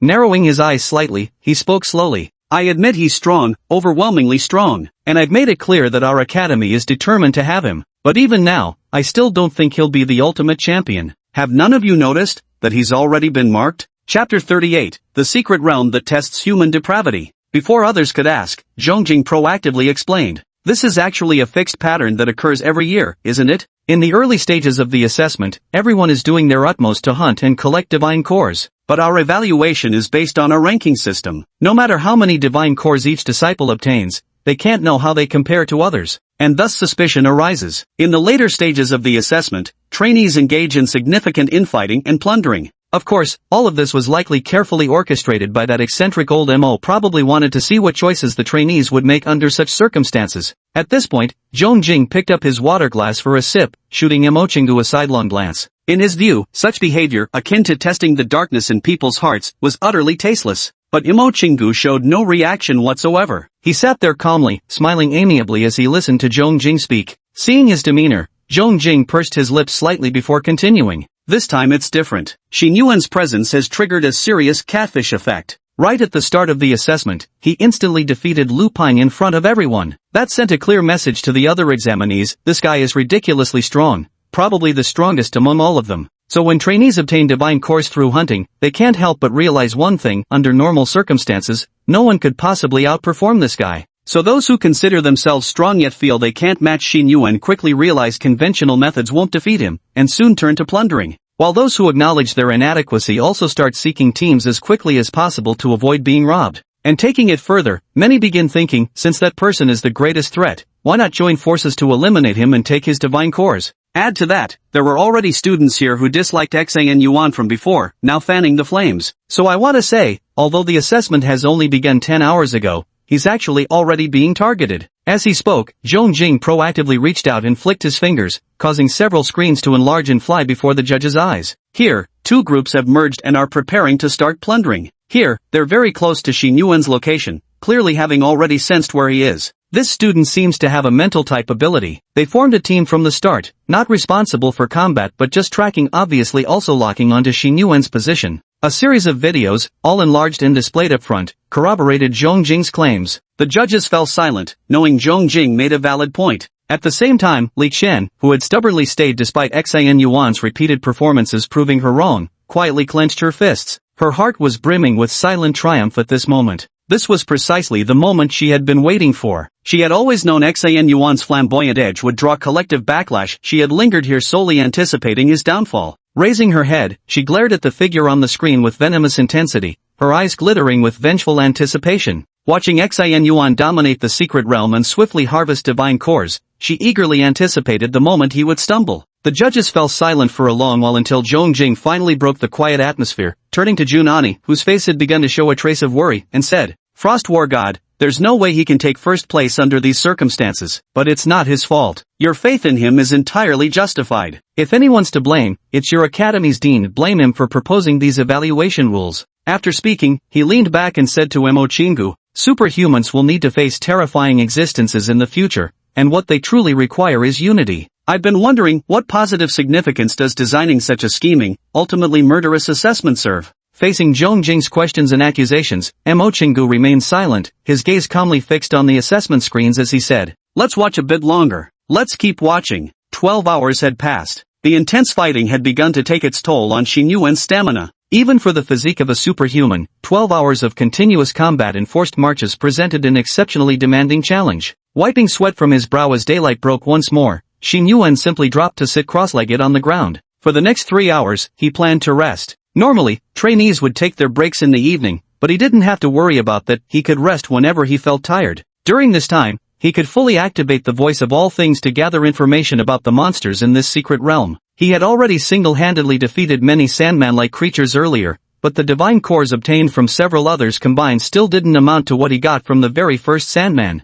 Only then did he realize that the initial entity was one of the more powerful beings within this secret realm, offering the greatest number of divine cores. So he thought, since the environment of the secret realm periodically shifts rather than constantly running around, it'd be better to devise a way to locate the strongest monster in the realm. Now, he planned to rest thoroughly, preparing to face that entity in his optimal condition. Activating the voice of all things, he filtered out all irrelevant noise and began scanning for the mightiest presence in the secret realm. A few hours later, are you sure this is the place? In the distance, a 7-person team came to a halt, arriving at a scene of complete chaos strewn with metallic debris. This was where Shinwon had last defeated his prey. There are obvious signs of battle here, and the energy feels right too. Another student standing nearby bent down, picked up some dirt, rubbed it between their fingers, and spoke. The squad leader who spoke first opened his mouth again. Damn, this guy's a monster. We've already found 2 scenes he handled alone along the way. That misjudged ability level of his, what the hell is it? How can any student have this kind of combat power? This person is too strong. He completely throws off the exam's balance. How many divine cores does he even have in his hands? He must have almost the highest score by now. I don't know, but I feel like the 7 of us combined still wouldn't match his amount. This combat power, he's probably going to top this assessment. As everyone in the squad was murmuring in shock over Xin Yuan's strength, one woman stood with her eyes closed, pressing her index finger against her brow as if deep in thought. After a moment, she suddenly spoke up. He moved. He's moving. Chapter 39, The Water Ghost, got a problem? If not, want to find yourself a nice jail cell? 6 pairs of eyes turned in unison to look at the only team member whose ability was related to mental powers. His eyes slowly opened as he glanced around at his teammates, then spoke up. What do you say? Keep following them? Hearing this question, the 7-member team collectively fell silent. After a while, one of the members tentatively broke the silence. Actually, what I mean is, should we still try to rob him? These words completely tore away the fig leaf for everyone. The 7 of them teaming up together, just as Zhong Jing had said, had indeed intended to target Xin Yuan. But after coming across 2 such ruins along the way, they were utterly dumbfounded. A team of 7 like them had only managed to hunt down 1 monster, yet along Xin Yuan's trail, they discovered that he had single-handedly eliminated 2 all by himself. This is only what they've discovered. What remains unseen hasn't even been accounted for. They knew Xin Yuan was strong, but never imagined this extent. They could hardly fathom what kind of battle had taken place here. Everywhere was covered in unthawed, solid ice. It looked like the aftermath of a war zone. They didn't understand, but they were utterly awed. I actually think maybe all 7 of us combined might not necessarily be his match. What are you saying? How can you build others' morale while deflating our own? After all, there are 7 of us. Dealing with him should be manageable, right? And maybe the monsters he's encountered were just weaker ones after all. The teammates were whispering among themselves, but judging by their expressions, they didn't seem particularly confident. Keep following. Finally, the temporary squad leader gave the order. It's fine, let's just observe from a distance for now. Besides, I'm sure we're not the only ones tracking him. After several hours of rest, Xin Yuan finally set off again at full speed. Before him now lay an extremely abrupt expanse of lake. The surrounding area had no grassy fields or trees, just barren red earth, nothing resembling where a lake should logically exist. Yet there it was. After all, in this mystic realm, the unreasonable was itself a form of reason. Lake, I know damn well you stubborn bastard won't listen, but let me advise you, you'd really better not go picking fights with that guy. Wind, here it is, right here. Take him down, I believe in you. Xin Yuan. Why were the voices of all things in his ears suddenly starting to argue amongst themselves now? But now that he had found his destination, he hesitated no longer. He temporarily muted the guiding voices in his ears and began surveying his surroundings. Judging by the look of it, this lake was definitely suspicious. Such an abrupt thing being called scenery seems rather unreasonable. But, could it be like the initial Sandman, an aggregation of elements? Might this lake become a water monster any moment now, rising up to fight me? Yet if it were truly identical to the Sandman, wouldn't this scenario feel too repetitive and dull? If this test were written into a book, such a design would truly qualify as a water monster cliché. Just as he was lost in thought, the lake's surface rippled as a figure leaped out of the water and stood on the shore. After the previous series of battles, Xin Yuan's combat instincts had become remarkably sharp. Almost without thinking, his body instinctively leapt back as energy chains lashed out violently. Thwack! Thwack! Thwack! Don't overthink it, the reason there were 3 sounds was simply because Xin Yuan had unleashed 3 chains simultaneously. Upon closer inspection, he realized it was a humanoid figure composed entirely of water, resembling something like a water ghost. And that water ghost, which had merely jumped out of the river without doing anything, was given such a hard blow by Xin Yuan that it staggered. Water ghost? It turned its head to look at Xin Yuan. Though it had no facial features, Xin Yuan could just feel its gaze locked on him. Even its body language radiated innocence, so much so that it even shrugged at Xin Yuan in an oddly human-like gesture. Xin Yuan. For a moment, he wasn't quite sure what was happening before his eyes. Was this thing actually a monster? It looked surprisingly weak. Just then, the voice of all things spontaneously echoed in his mind. Water ghost, got a problem? If not, maybe go find a jail cell to squat in?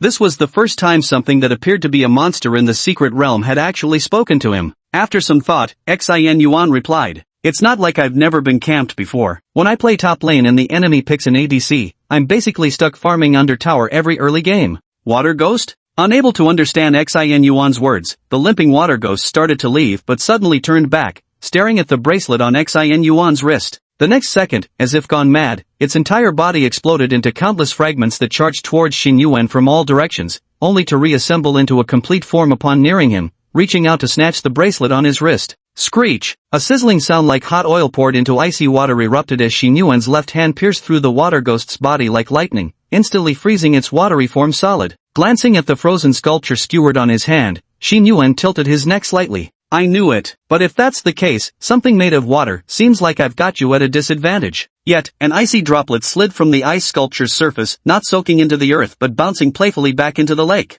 The next instant, the lake exploded. As if a bomb had been thrown in, countless droplets sprayed upward, each transforming into water ghouls. Every drop morphed into a drowned spirit, as though hell's gates had burst open at once. Thousands upon thousands of water ghouls surged toward Xin Yuan like a tidal wave of the damned. Holy shit! Fuck! Look, quick! In the distance, about 10 miles away, another team was also tracking Xin Yuan. One of them, whose eyes glowed golden, had been using his special ability to watch Xin Yuan. Suddenly, like an epileptic seizure, he started frantically calling his teammates. One of them impatiently said, "Keep it down. We don't have your ability. How could we possibly see?"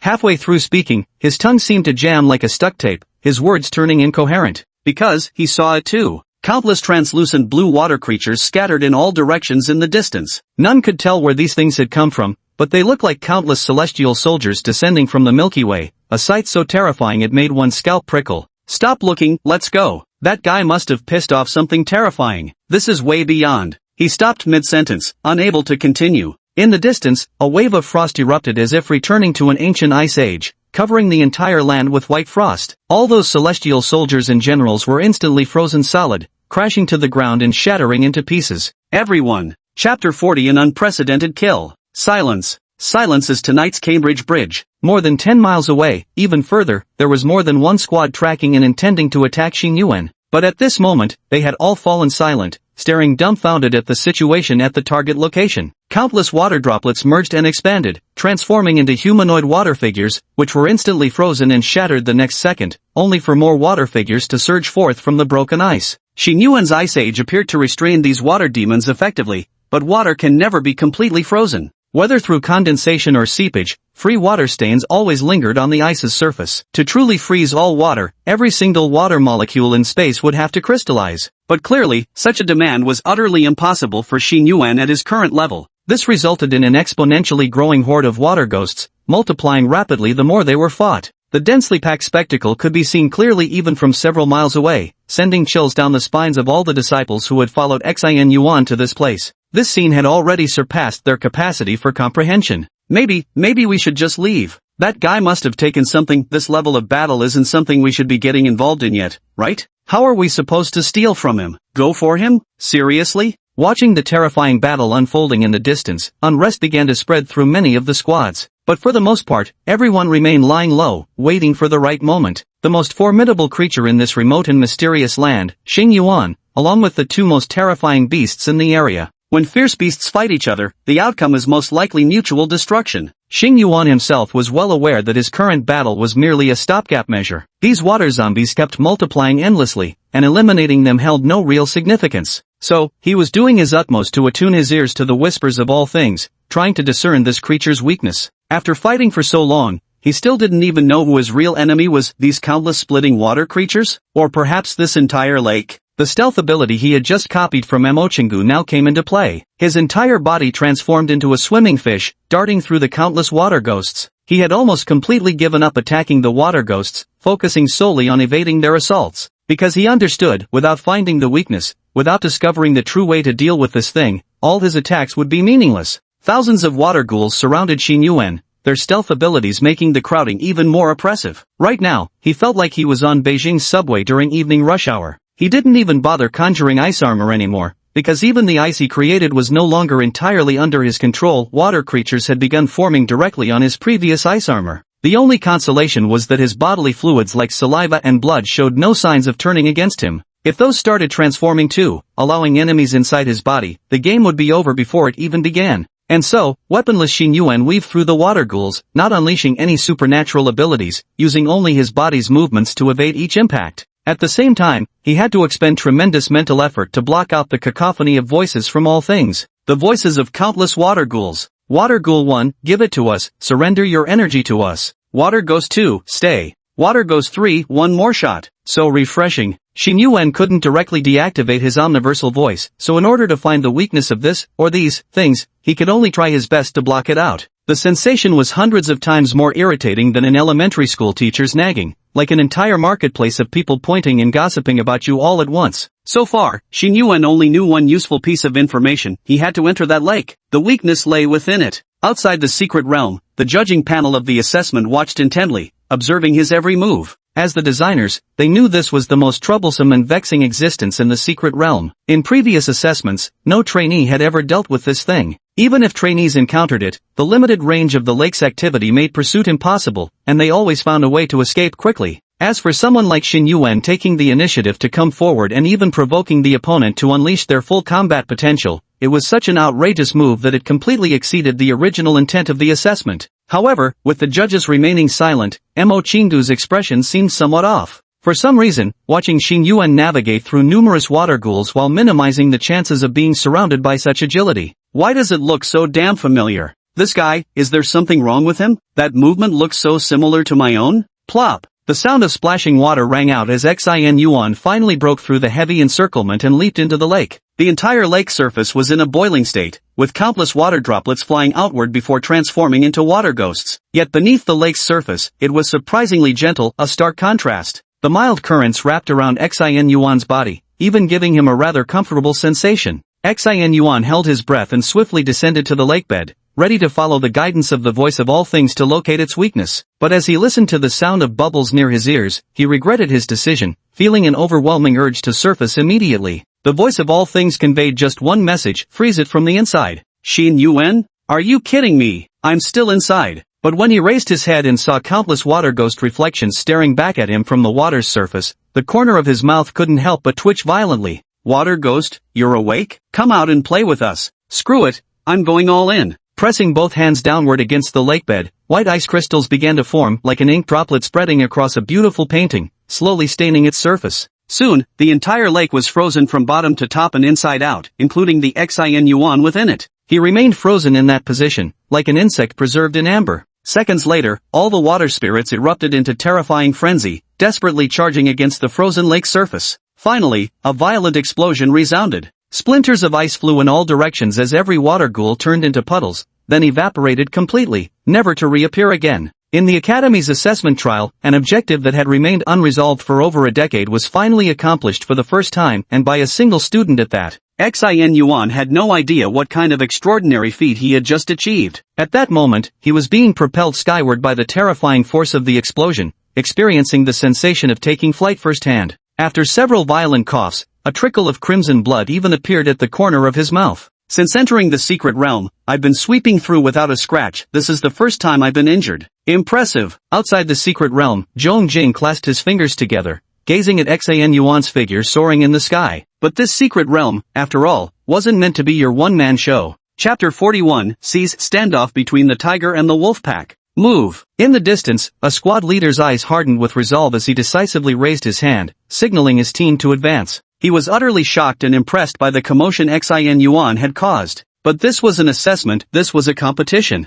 Fighting against an existence he wouldn't even dare imagine, let alone triumph over Xin Yuan's current condition must be terrible. Strike while the iron is hot. Although there's considerable risk, he was certain that more than just his team was watching this place. He could already sense several familiar presences lurking not far behind him. Clearly, Xin Yuan was both a fierce tiger and a fat lamb among these special existences. And there were more than a few eyes coveting this fat lamb. Soaring through the air, Xin Yuan felt his internal organs churning painfully, yet these injuries couldn't yet be considered severe. After maneuvering in midair to adjust my posture, I realized I was currently at a height of about 3 stories. Why do I still can't fly even with superpowers? While mentally complaining, Xin Yuan once again employed his usual method, creating an ice pillar, latching onto it with energy chains to cushion the fall, and descending slowly. Ahem! Covering his mouth, he erupted into a violent coughing fit. Raising my hand, I saw only the initial streaks of blood without excessive bleeding. This was fortunate. If I were truly coughing up blood, it would indicate significant internal organ damage, which would really spell trouble. In my current state, though disheveled, at least I wasn't paralyzed, just severely exhausted from overexertion.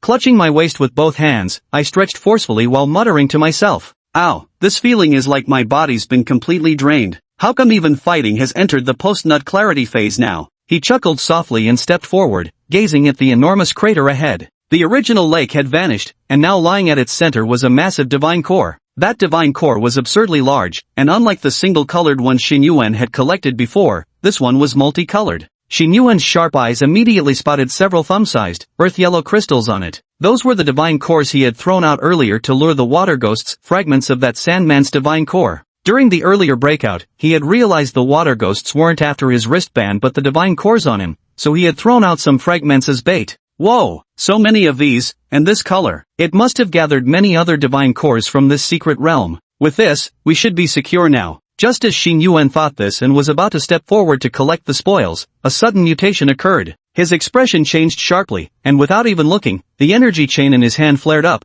lashing down like a steel whip in an instant. Crack! The chain's speed even created a sonic boom as Xin Yuan struck with no reservations. Ah! Accompanying the whip-like sound was a pained howl. The ground writhed as a figure burst forth from the earth. His back now bore lacerated flesh. Xin Yuan's strike nearly knocked him unconscious from the pain, but gritting his teeth, he hurled an earthen sphere before rapidly retreating. Whoosh! Bang! A frost-covered giant shield instantly formed, shattering the incoming earthen balls upon impact. Even in his current near-exhausted state, this level of assault failed to force Xin Yuan back even a single step. Yet Xin Yuan's furrowed brows remained tense. The voice of all things whispered to him, this place teemed with people. During the earlier battle, he'd poured all his concentration into controlling the lake, even forcefully blocking out the water ghouls' whispers. He hadn't noticed the surrounding figures plotting against him. He'd even deactivated his voice of all things after the battle concluded. He tilted his head, dodging a fireball, while the energy chain in his hand flashed again, binding the female student who had launched the fireball from behind and yanking her to the ground. Before he could even muster his strength, attacks of all kinds came at him from every direction, bombarding him from all sides. Some he dodged, others he blocked with his shield, but as cold energy surged through his hand, an assassin student trying to close in was instantly frozen solid.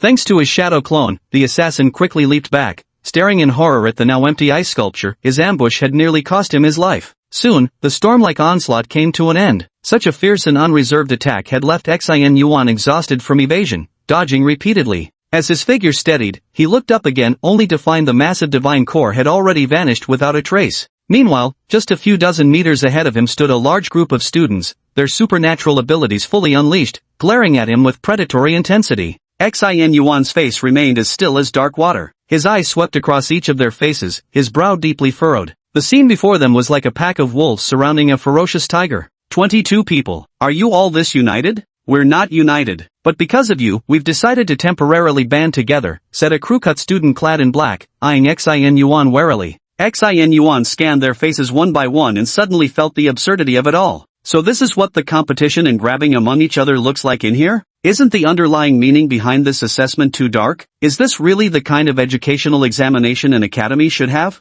From among them, he recognized several familiar faces. As for those who teamed up with Liu Pang and initially targeted him, for them to come pick the fruits and deliver underhanded blows, he could somewhat understand that. But his eyes wandered to other unfamiliar faces as he spoke. Who are you people? I don't think we've met before, nor do we have any conflicts. His question hung in the air, unanswered. Everyone remained silent, their gazes firmly locked on Xin Yuan, who stood encircled. Alright then, let's skip the formalities and get straight to it. Without further hesitation, Xin Yuan stomped his foot violently. Frost spread rapidly as a savage ice armor crawled over his entire body. The ice staff materialized once more in his grip while 8 ethereal energy chains swayed ominously behind him, radiating terrifying power. At this moment, the scene made it seem as though he himself was the ultimate boss of this secret realm. Yet, the 22 students surrounding him, without any communication, simultaneously reacted in the same manner. Retreat! Everyone swiftly fell back, scattering in all directions, rapidly vanishing from Xin Yuan's sight.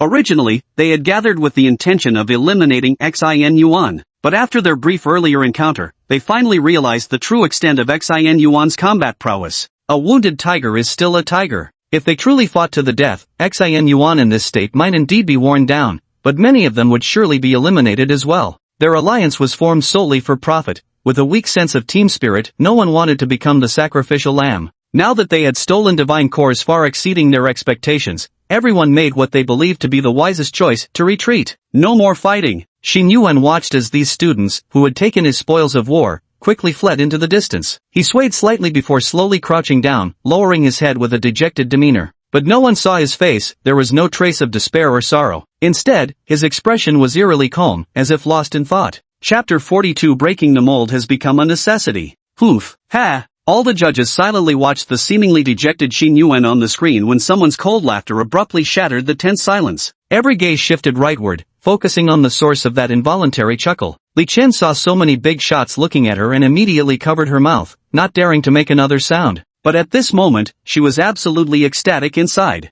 She had been suppressing her emotions for far too long, staying put for over 10 hours straight. While many other judges had taken breaks to eat or rest, Li Chen hadn't left once. Though going without sleep for over 10 hours wasn't a big deal for someone with superhuman abilities, she wasn't just physically fatigued, she had also endured intense psychological torment. After all, watching Xin Yuan break record after record before her eyes and hearing the high praise he received from the leaders of various colleges and organizations was like a claw scratching at her heart, aching unbearably. So in the end, without any qualifications as a judge, she just lingered here, stubbornly staying as Xin Yuan's most devoted anti-fan, forever waiting for his downfall. It must be said, sometimes the haters are the most loyal ones. Whether you are rich or poor, healthy or ill, in prosperity or adversity, they will always follow behind you, never turning their backs. Even if she knew that Xin Yuan's current performance was already outrageously outstanding, even if he didn't rank first in the assessment, being favored and noticed by so many senior executives would surely propel him to meteoric success in the future. But seeing the hard-earned divine core snatched away from him still gave her a surge of satisfaction. Watching Jun Ani seated among the judges, now beginning to frown, the sense of satisfaction in her heart climbed yet another level. So you're the one who claims they'll definitely come in first? After the guarantee was made, it still hasn't been fulfilled, has it? Good, very good, truly brilliant. Zhong Jing watched coldly as Xin Yuan remained crouched motionless on the ground for a long time, clapping lightly before turning to Emochingu and saying, "Is this also part of your design? Satisfied now?" Those students who resorted to snatching weren't originally bad people. They might be good people in daily life, but under your rules, they were forced to become petty individuals who rely on sneak attacks to seize advantages. Xin Yuan was originally the most naturally gifted among this batch of trainees, intelligent, composed, and exceptionally capable. But you insist on making such a conspicuously outstanding genius like him the target of public criticism, a thorn in everyone's side, letting the credits he worked hard to earn be snatched away by others? Among all the judges, Zhong Jing was currently the most emotionally agitated. Clearly, the specific details of this assessment must have been designed by Emochingu, and Zhong Jing had long been dissatisfied with this design of his. After speaking at such length and seeing Emochingu still show no reaction whatsoever, he finally couldn't hold back any longer. Rising abruptly, he strode directly in front of Emochingu, blocking his line of sight. "Zhong Jing, calm down," Dong Wuxuan couldn't help but say upon seeing this, but Zhong Jing ignored him. Bang! With a forceful slam on the table, Mo Chingu was momentarily shaken by the impact. I'm talking to you, Dean Mo. We run an academy, an institution, for nurturing talent, not for cultivating schemers and ambitious plotters. In the future, superpowered individuals will fight side by side, trusting each other, entrusting their lives to teammates, and facing formidable enemies together. What's your educational philosophy? What kind of people do you intend to nurture? You want to produce a bunch of scheming individuals who never trust those around them, relying on ambushes, underhanded tricks, and unscrupulous means to pursue their own interests, is that it? Mo Chingu listened to Zhong Jing's aggressive tone, the smile on his face gradually fading, replaced by resignation. For a long moment, he remained silent. Helpless, he could only muster a brief reply in the end. I have my own thoughts too. What thoughts? Zhong Jing slammed the table again, too exasperated to continue, and turned to leave while muttering. This year's assessment has been the most dull and disgraceful internal struggle in all these years. Xin Yuan, or perhaps other trainees inside, may have undergone undesirable psychological changes due to this assessment. I'll report to the United Humanity Council to cancel this recommended trainees assessment. If it comes to it, we'll see each other in the United Humanity Court. After throwing down these words, Zhong Jing's emotions erupted completely, tearing apart all pretense of civility as the atmosphere froze over. These were all respectable figures in daily life. No one had anticipated such an explosive confrontation would occur. At that moment, everyone fell into silence, where even the sound of breathing became distinctly audible. Mo Chingu saw how awkward the situation had become. No one could save face. Eventually, his furrowed brow gradually relaxed, and he let out a long sigh. Sigh, Zhong Jing, since you demand an explanation, I'll give you one. Hearing Mo Chingu say such words, Zhong Jing was genuinely surprised and turned his head back toward him once more. Mo Chingu slowly rose to his feet, his figure appearing several shades more aged as he extended two fingers. I designed this test with two intentions. The first being, you've always said that superhumans must fight side by side in the future. Trust, integrity, courage, these are indeed fine qualities, but what about reality? Mo Chingu quietly gazed into Zhong Jing's eyes, the wrinkles carved by time deepening his eye sockets, giving an unfathomable sense of profundity. The truth is, teammates stabbing each other in the back at the last moment happens every year. The truth is, while superpowered warriors bleed on the front lines, the higher-ups in command are plotting how to profit from it all. The truth is, countless geniuses have been cut down before their prime for all sorts of absurd reasons. I just want these kids to be more guarded. Idealists full of fiery passion are admirable, but their tragic demise is even more heartbreaking. Locking eyes with Mo Chingu's profound gaze, Zhong Jing gradually calmed down somewhat and spoke wearily. I know all this, but our education for the next generation should be directed towards what's good, towards changing the darkness, not making them adapt to it. I know. To Zhong Jing's surprise, Mo Chingu agreed with him and didn't continue to argue. This approach has both advantages and disadvantages. In the long run, it might do more harm than good. So, I have a second reason. The time left for us may not be enough to contemplate long-term matters anymore. As he spoke, Mo Chingu's profound gaze shifted to Xin Yuan's screen, looking meaningfully at the crouching Xin Yuan on the ground. Due to my personal abilities, I'm afraid I understand the terror of deities far more clearly than all of you, indeed, more clearly than anyone else in this world. I can't speak in specifics, but I know it's a completely unequal balance of power. The upper limits of deities might be absurdly high, we just haven't witnessed it yet. And superhumans have only existed for a mere century. Among us, we're still riddled with all sorts of problems, we can't even achieve unity. Facing this reality, conventional people and conventional methods might not be enough. We need something extraordinary to emerge. So I think, I'm waiting for someone, preferably someone who can defy the rules, break conventions, overturn all existing knowledge, someone who can do something truly different. That way, our future might have a bit more hope. Breaking the rules has become a necessity now. Chapter 43 Blocking the Door. Things just got interesting. Mo Chingu had never spoken these words to anyone before. As he uttered them, he was no longer the inscrutable old fox who never showed emotion. Instead, a fine layer of cold sweat had broken out on his forehead. As if pondering something dreadful, Zhong Jing frowned at him, and the surrounding people were also staring, seeming as though they had never seen the old man in such a state. With solemn concern, Zhong Jing asked, "Are you anxious?" Mo Chingu remained silent, offering no reply. "Do you have any guesses? Why aren't you willing to discuss them with everyone?" "Because that topic might be somewhat taboo, and moreover, I'm not certain whether some of my judgments are correct." Mo Chingu shook his head. "Some words, once spoken, regardless of their accuracy or whether people listen, will bring trouble." For a moment, Zhong Jing was left speechless. After holding it in for what seemed like ages, he finally spoke in a slightly softer tone. "Then let's not talk about those things yet. Coming back to this assessment, what are your expectations for the students? What do you hope to see?"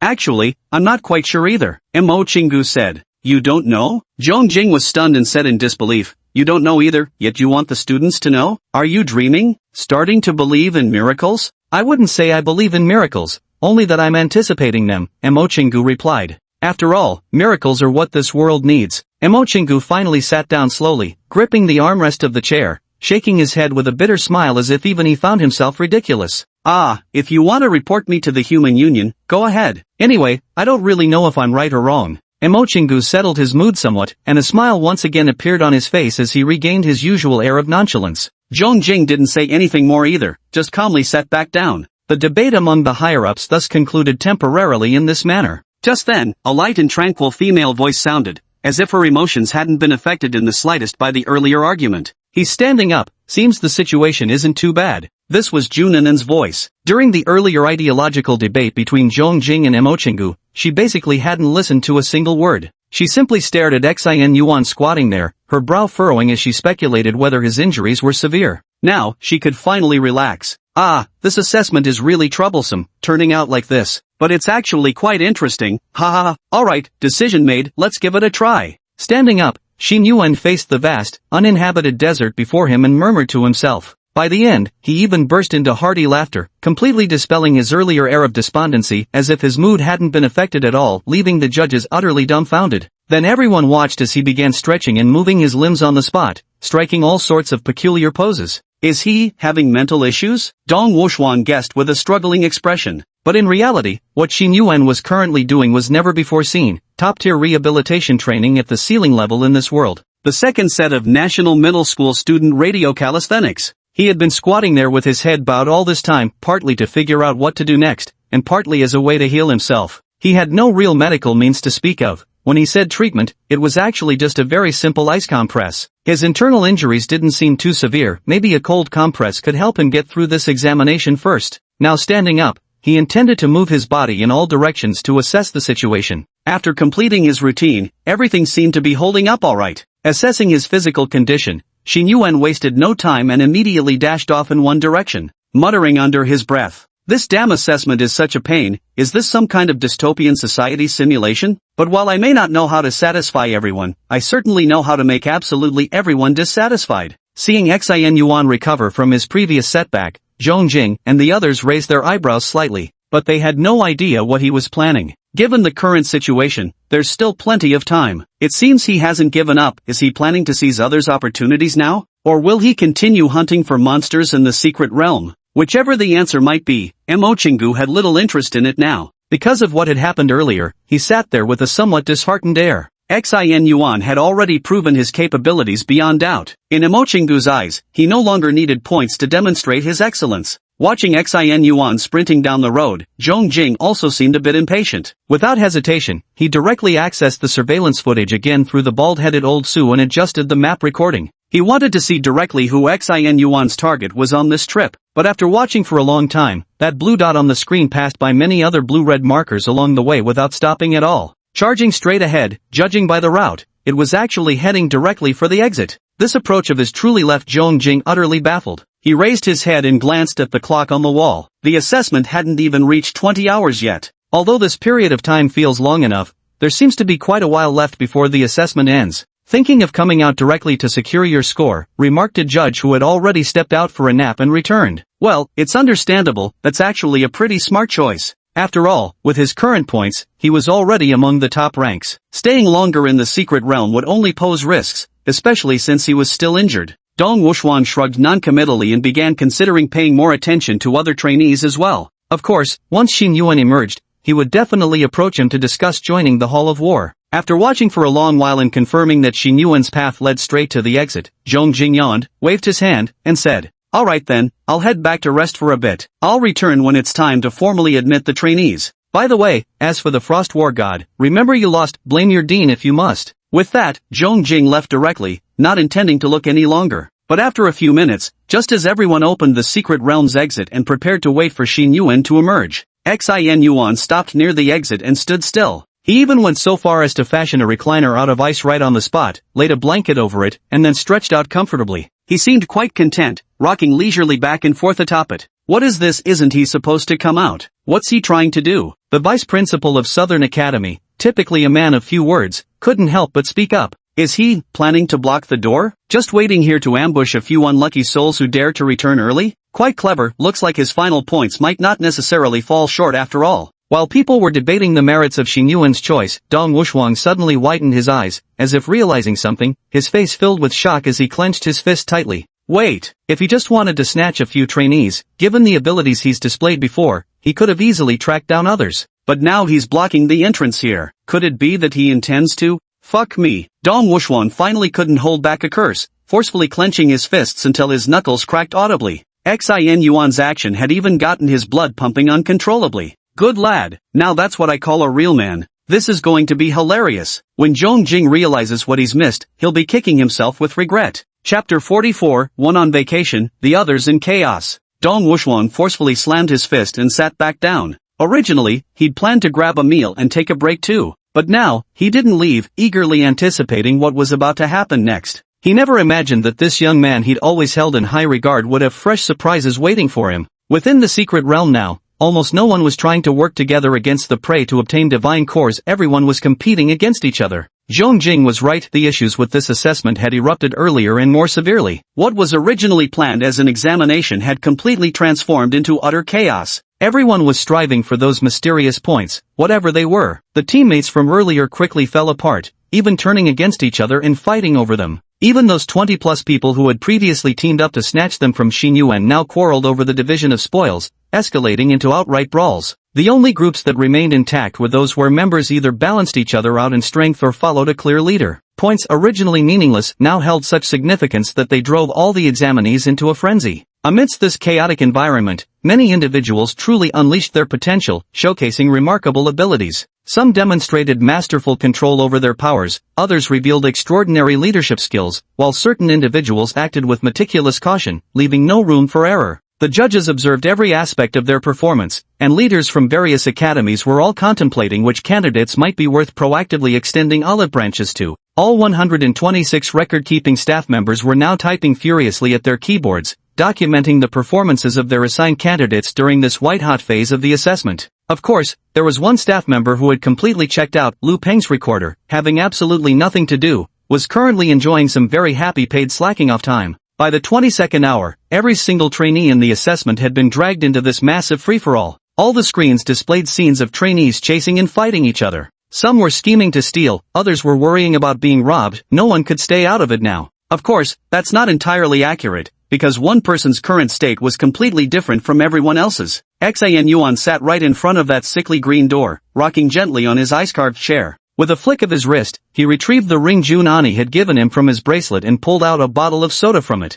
Bringing it to his lips, he blew a chilling breath to frost it, then happily sipped the soda while humming a tune. It was as if he wasn't even here to take the exam, but rather vacationing by the seaside. Among all the academy screens, his behavior was by far the most absurd. Among the judges, those most exasperated by Xing Yuan's current antics were the bald-headed special ability users. They were responsible for maintaining the transformations within the secret realm, its stability, and controlling the entrance/exit gates. According to examination regulations, whenever any examinee appeared within a 100-meter radius of the exit location, they had to open the secret realm's passageway to facilitate entry and exit for participants. But with Xing Yuan currently blocking the gateway without even attempting to exit, they were forced by regulations to keep the passage open, inadvertently increasing their mental workload. That superhuman known as Old Su was already feeling the urge to curse his mother at this point. Can't you block the damn door further away? If you'd blocked it 100 meters from here, I could have saved some energy. Of course, Xing Yuan couldn't hear this worker's complaints. He continued rocking his lounge chair by the secret realm's entrance, appearing as if he were asleep.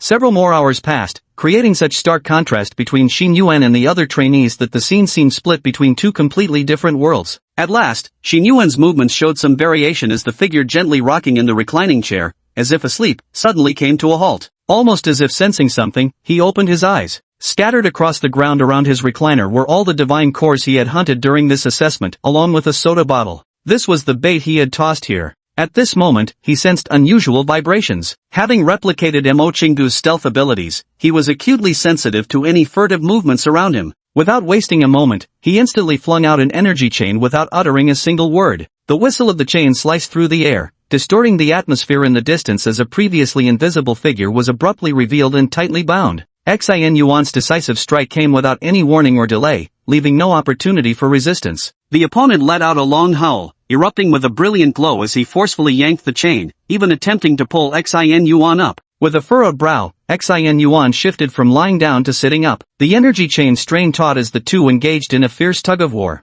Yet their Xin Yuan remained, seated with one hand gripping the chain, not yielding an inch. The earth beneath his feet shattered as he slowly began dragging his opponent toward him. The next moment, a figure clad entirely in black armor burst from the ground. Accelerating twice in succession, it flickered like a shadow before another figure and swung down with a devastating slash, severing Xin Yuan's energy chain clean in two. "Get out first!" The black-armored figure roared into his companion's ear, then without the slightest hesitation, charged toward Xin Yuan like a cannonball. Seeing his opponent's aggressive stance, Xin Yuan arched an eyebrow. Rising from his seat, he raised his hand and unleashed a palm strike. Boom! His palm struck the black armor's chest, releasing a chilling shockwave that instantly sent the black figure flying backward even faster than his initial charge. As he hurtled through the air, a frigid aura gradually encased his entire body, coating him in layers of thick, unyielding ice. After falling to the ground, it turned into an ice sculpture, lying motionless for the moment. Then, Xin Yuan lashed out with another chain, this time carrying the chilling cold of the ice age at its tip, instantly binding and freezing another person. Instant kill. This was sheer instant kill. After a long period of rest and the sugar boost from his happy drink, Xin Yuan was now in peak condition, his combat prowess standing in a league of its own within this secret realm. With chains gently pulling the two figures before him, he realized they were actually a man and a woman. He couldn't help but curl his lips dismissively at this. In this secret realm, probably only the damn thing called love could make someone utter such selfless words as "you go first." After thawing the ice encasing them, save for their heads, he smiled amiably at their horrified gazes, which looked at him as if he were some monstrous creature. "Hey there, nice to meet you both. Long time no see," habitual saying. "Can we talk something over? Would you mind handing over all the divine cores you've got?" Chapter 45, the most terrifying heist in history, one person robbing everyone. The two men lying on the ground fell into collective silence upon hearing Xin Yuan's words. They knew Xin Yuan had come to rob, but this opening line was something they had never anticipated. "Robbery? And you expect to negotiate?" The student with the sinister black armor ability was secretly straining, attempting to break free from Xin Yuan's ice restraints while stalling with words. "Negotiate? What if we say we refuse? Would that work?" "Of course that's possible, but in that case, I'd just take it by force," Xin Yuan replied. The black-armored man was dumbfounded, staring speechlessly at that calm face before him, utterly baffled by the mentality behind those words. He had no choice but to say helplessly, "So, what's the difference?" "Of course there's a difference," Xin Yuan replied. "One is me forcing you, the other is you volunteering. If it's voluntary, it should make you look more dignified, right?" Black-armored man. He didn't know what to say. This ridiculously strong lunatic before him seemed to have thinking patterns that were hard to keep up with. "All right, brother, stop struggling. I know what you're doing." Xin Yuan had long noticed the man's subtle movements and stomped his foot, causing the ice layer on the man's body to grow even thicker. That kick completely knocked the opponent flat, leaving them no strength to struggle. At this moment, he also noticed the considerable number of god cores beneath Xin Yuan's recliner, causing his lips to twitch involuntarily. Did he rob all these from others?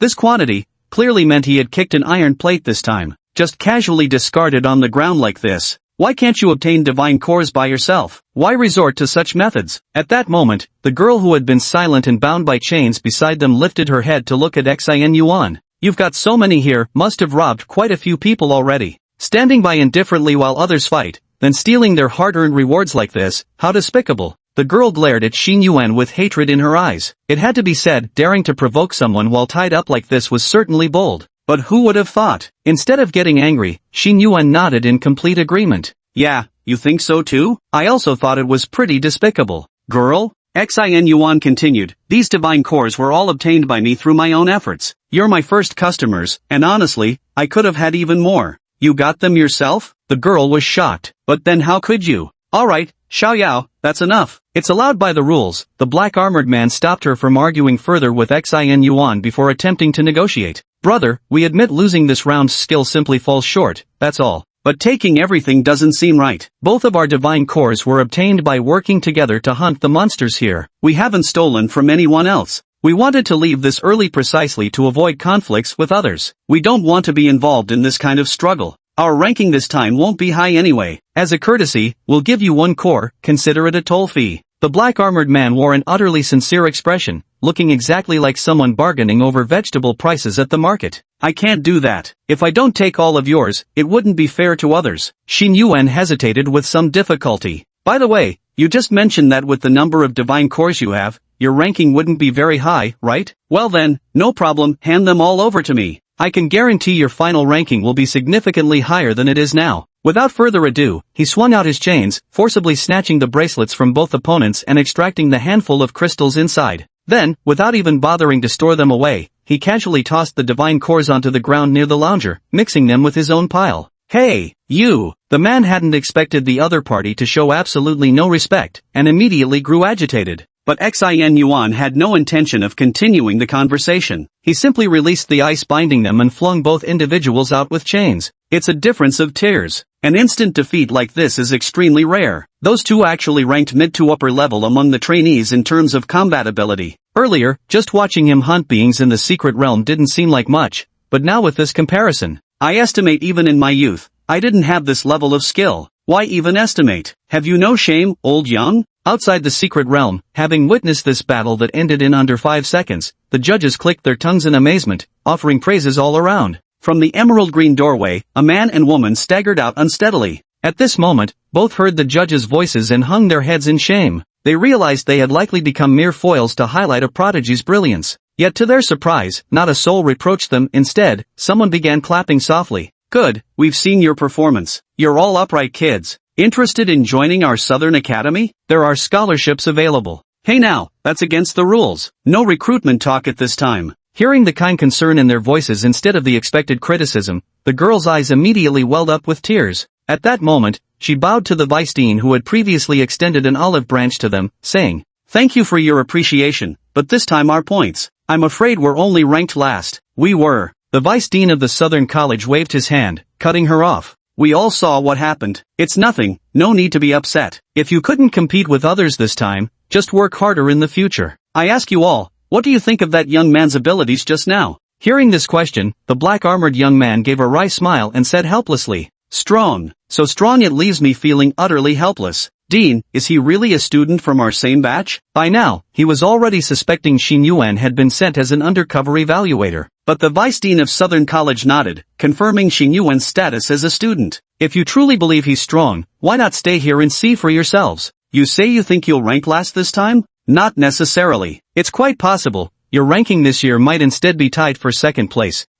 Both of them froze, clearly not understanding what he meant. The vice president smiled without explaining and continued to stare at Xin Yuan's assessment screen. He knew that what was happening there was the most terrifying plunder since the creation of this assessment, one person robbing everyone. Chapter 46, The Robbed cheering unison for the robber. The two looked around and realized that Xin Yuan's screen was always the largest and placed in the most prominent central position. This proved that, in the eyes of these judges, Xin Yuan had always been the most favored one. At this moment, the two still didn't understand why they were told they might become second. But neither left. They found a place to sit and began watching the other candidates being assessed together. At this moment, Mo Chingu's formerly disinterested demeanor had completely vanished. Instead, he was watching with rapt attention, as if mesmerized. He didn't even acknowledge Dong Wushuang's occasional teasing remarks toward him. A realization struck him: the rule breaker he had long been anticipating had finally arrived. As for Xin Yuan, after his first battle, he no longer rested but remained ever ready to fight at a moment's notice.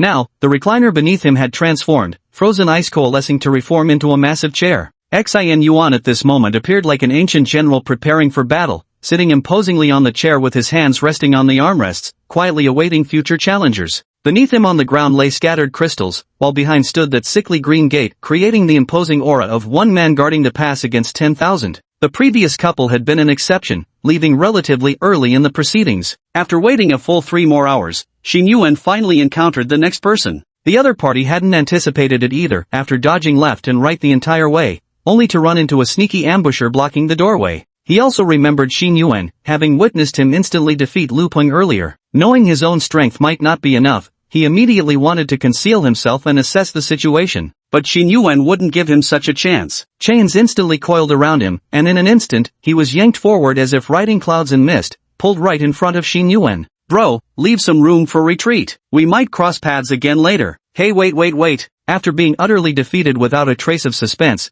the opponent immediately wanted to say more, but Xin Yuan clearly wasn't giving him that chance. After all, everyone's superpowers vary greatly. It'd be bad to get careless and suffer an upset defeat. With a forceful tug at the opponent's wrist, he swiftly removed the bracelet. Then he took out all the divine cores, and under the dumbfounded gaze of the onlookers, tossed them onto the ground to join the scattered ones already lying there. The entire motion was executed with fluid grace, a seamless, one-stop service.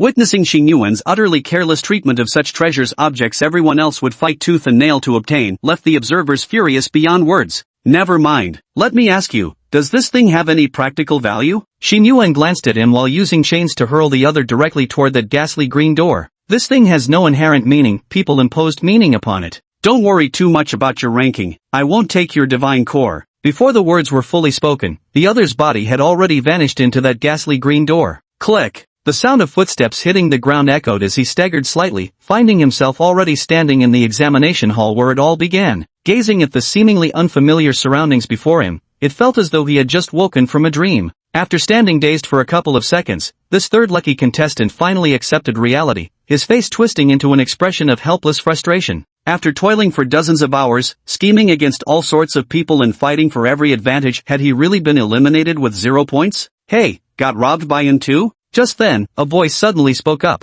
Only then did he turn around and spot a couple sitting there, each holding a drink, looking like typical onlookers enjoying the drama. You guys, got robbed too? Yep, they replied in unison. Don't you feel any anger? Or perhaps hatred? What's the use of anger? We're simply outmatched. Might as well sit back and see who the next unlucky one will be, at least that way we can entertain ourselves, said the boyfriend from the couple. The other person. So I'm the unlucky one you're talking about, right? So he sat down as well, waiting for the next unlucky soul to arrive. From then on, the unlucky souls arrived faster and faster. With the assessment nearing its end, everyone began rushing toward the exit, and the handful of superpowered individuals left posed no threat to Xing Yuan. Few could hold out for long. Among these, Yi Zilwan, upon seeing Xing Yuan blocking the door, didn't even put up a fight. She simply tossed all her crystals onto the ground, leaving behind a carefree silhouette and 2 parting words. Take them. I'm no match for you now, so I won't fight you. But someday in the future, I'll come back to challenge you again. At first, there was one unlucky soul arriving at the door every hour, but as time passed, someone would stumble upon the entrance every few minutes only to be thoroughly robbed by Xing Yuan.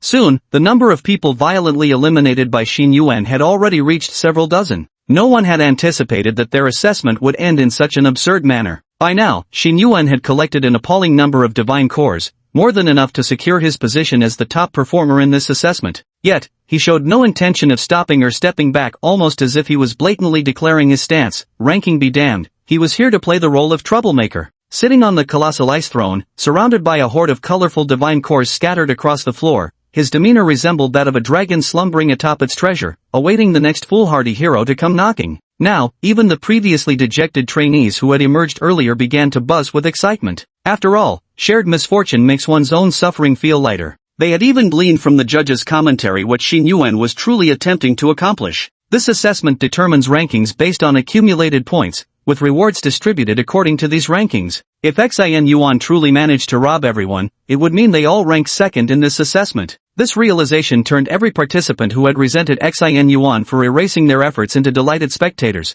who now intently watched Xin Yuan's battles and cheered loudly like passionate sports fans. No one wanted to be constrained by such assessment rules. Without the ranking system, no one would willingly engage in pointless scheming and intrigue against others. If everyone ranked the same, if they were all truly second place, then who would even care what the divine core was? In the assessment hall, watching the students yelling and shouting, none of the judges stepped in to stop them. Instead, they smiled and tacitly allowed it. What should have been a solemn assessment had now turned into a raucous revelry. In the vast hall, an utterly surreal scene unfolded. All those robbed were cheering in unison for the robber. Chapter 47 Gathering for the Final Battle, 1 vs 38. Click. The sickly green gate writhed once more, spitting out 2 students. Of course, these 2 were the latest to be thrown out by Xin Yuan, their faces ashen, looking as if they just lost their parents. They were a pair of twins named Yen Yao and Yen Lei, relying on their tacit coordination and absolute trust in each other to navigate the secret realm quite successfully, ranking among the top performers. In the latter half of the assessment, the duo schemed against many and extorted numerous divine cores through their unscrupulous teamwork. Just when they believed their names would shine at the top of the rankings, they found themselves outsmarted and robbed in turn. That gate-blocking brute was utterly ruthless, showing no shred of humanity. While they themselves had only taken a portion of crystals when extorting others, this bastard stripped them clean without hesitation, no negotiation whatsoever. What heartless bastards! But just as the two kept cursing internally, their ears were suddenly flooded with enthusiastic cheers and the sound of applauding hands. Brother, congratulations, congrats on completing the assessment. The sooner you finish, the sooner you can rest. Fighting life and death battles in there must be exhausting. Well done, you've performed excellently, lasting much longer than I did. Come on, join us and keep watching to see how he'll impress us next. Initially hearing the cheers and applause, the two assumed it was sarcasm directed at them. Gritting their teeth, their faces still contorted with emotion. But upon listening more carefully to the crowd's words, something felt off. Cooling down, they recalled the mountain-like pile of divine cores beneath Xin Yuan's feet, and cautiously addressed the spectators. Have many of you also had your points stolen by that pervert? Many? No way. Every single one of us got robbed by him, the crowd answered in unison. By this time, the staff had already brought out the buffet, and many were happily eating and drinking, completely at ease. Yen Yao and Yen Lei? What's going on? Are they all just giving up now? How can they not care about their admission scores at all? What does this mean? The school leaders from various institutions are all still here. Thinking this, the two of them glanced subtly at the expressions of the school leaders, only to find they hadn't reacted at all, giving silent approval. Just then, the elimination team voluntarily explained. No problem, don't you see what this guy is trying to do? He plans to outshine everyone. If he succeeds, he'll make history, and all of us here will be tied for second place. Don't you want to see how far he can go? Yen Yao Yen Lei. This actually works. What kind of logic is this? After a moment of daze, he quickly joined the feasting crowd and sat down to watch the movie. Old M.O., judging by the students' reactions, they seem quite dissatisfied with your assessment rules. Zhong Jing does have a point. Witnessing this unusually joyful scene that differed from every previous year, Dong Wuxuan was also quite surprised and whispered into M.O. Chengdu's ear. But unexpectedly, M.O. Chengdu at this moment seemed almost possessed,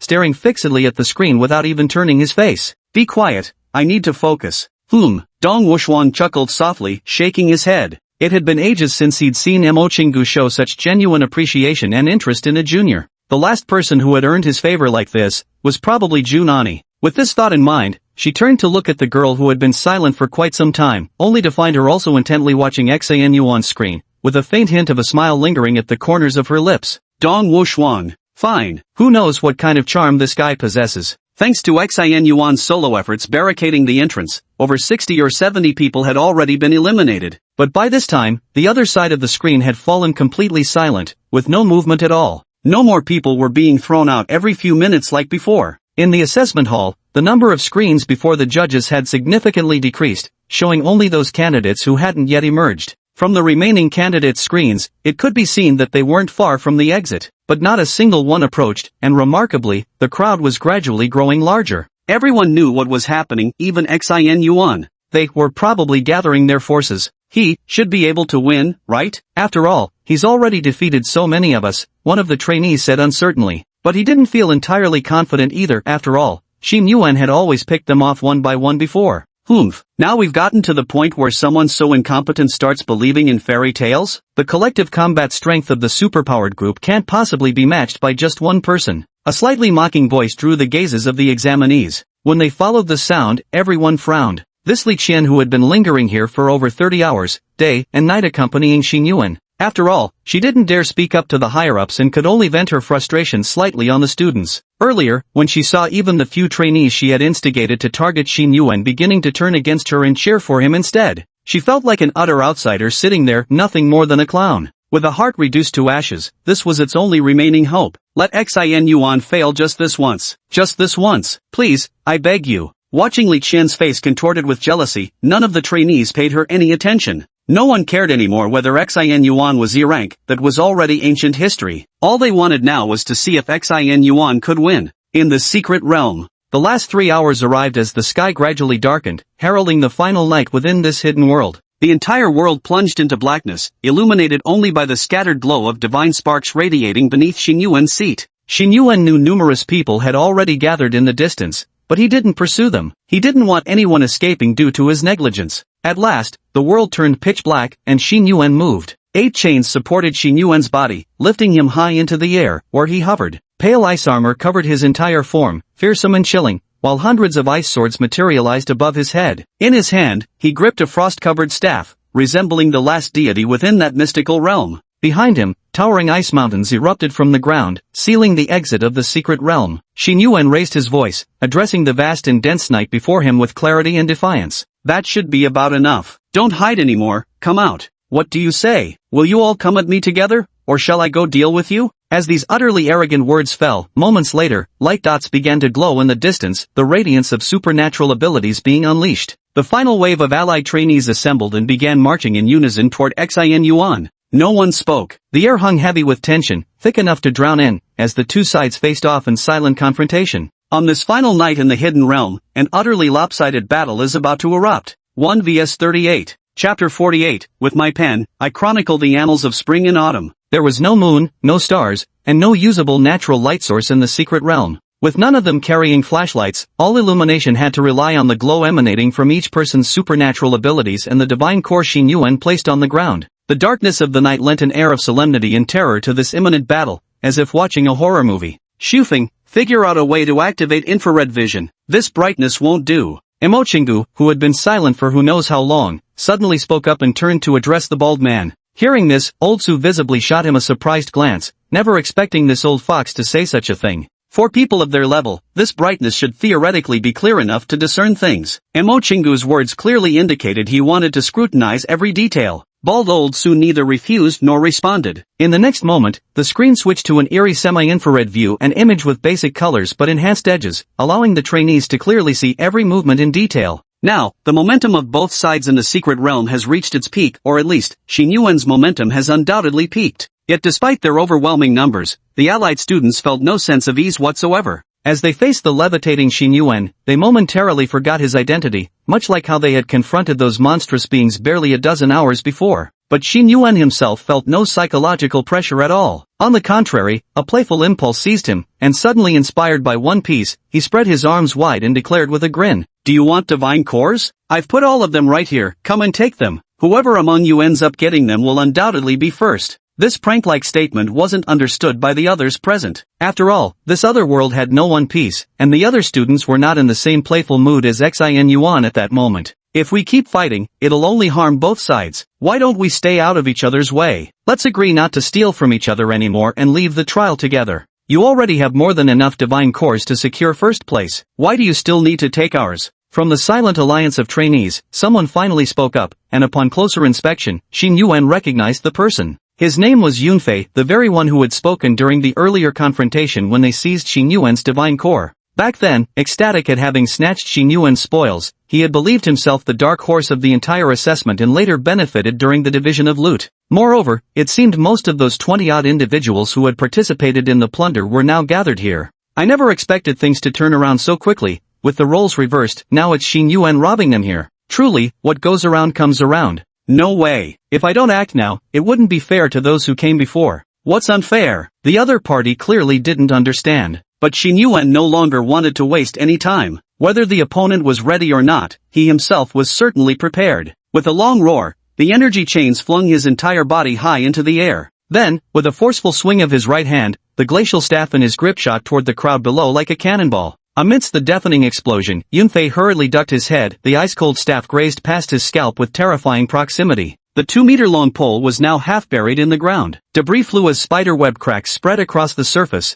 bearing witness to the devastating force of the strike. Realizing how close he'd come to disaster, Yunfei felt cold sweat instantly drench his back. Though no one could truly die within the secret realm, this brush with death was horrifying enough to give him nightmares. With forced bravado, he looked up in disbelief at Xin Yuan and shouted, "You actually dared to strike? Do you really think you can take on all 30 plus of us by yourself? I think I can do this." Mid-air, Xin Yuan flicked his fingers, causing the solid ice staff to instantly explode. Icicle shards shot out like steel needles towards the surrounding students. Dong Wuxuan, who had been closely watching Xin Yuan, turned to Jun Ani upon seeing this scene. "Did you teach him ice burst technique?" "No," Jun Ani replied. Hearing the reply, Dong Wuxuan couldn't help but nod. Before even entering school and without any formal combat training, he had actually developed a technique resembling the power of martial skills. His comprehension was indeed extraordinary. In the secret realm, Yunfei was right beside that rod. Being at the epicenter, he suffered the most severe impact. Not only was he knocked down by the shockwave,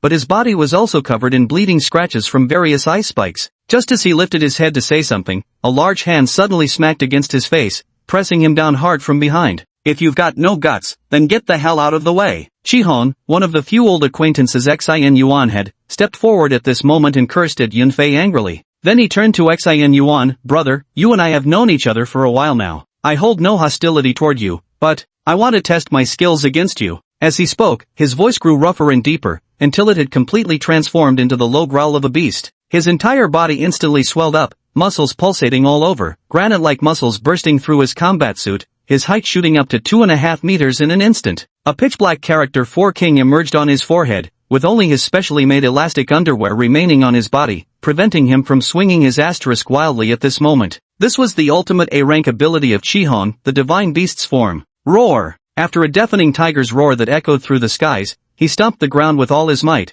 instantly creating a massive crater beneath his feet. The recoil propelled him skyward like a soaring leap, charging straight toward Xin Yuan. Xin Yuan naturally couldn't avoid confronting this force head-on at this moment. Clenching his right fist into a massive crystalline ice gauntlet, he dove downward in a plunge. Simultaneously, the hundreds of flying swords behind him tore through the air with a unified whistling sound, indiscriminately raining down upon the 30-some students below. Seeing Xin Yuan occupy the advantageous high ground without dodging, choosing instead to meet force with force, Shihon chuckled knowingly before unleashing another terrifying roar, his momentum surging even more fiercely. The next instant, their bodies collided midair like shooting stars, fist crashing against fist. Boom! A radiant glow erupted, accompanied by a deafening roar. The unrestrained clash between the two unleashed a force that no longer resembled anything humanly possible. At the same moment, a cacophony of crackling sounds erupted as their collisions signaled the outbreak of battle. All trainees unleashed their full abilities, each deploying their unique skills to fend off Xin Yuan's flying swords. At the same time, various colored beams of light began bombarding Xin Yuan in the air. At this very moment, when all the trainees and judges outside were watching with rapt attention in complete silence, a voice suddenly rang out.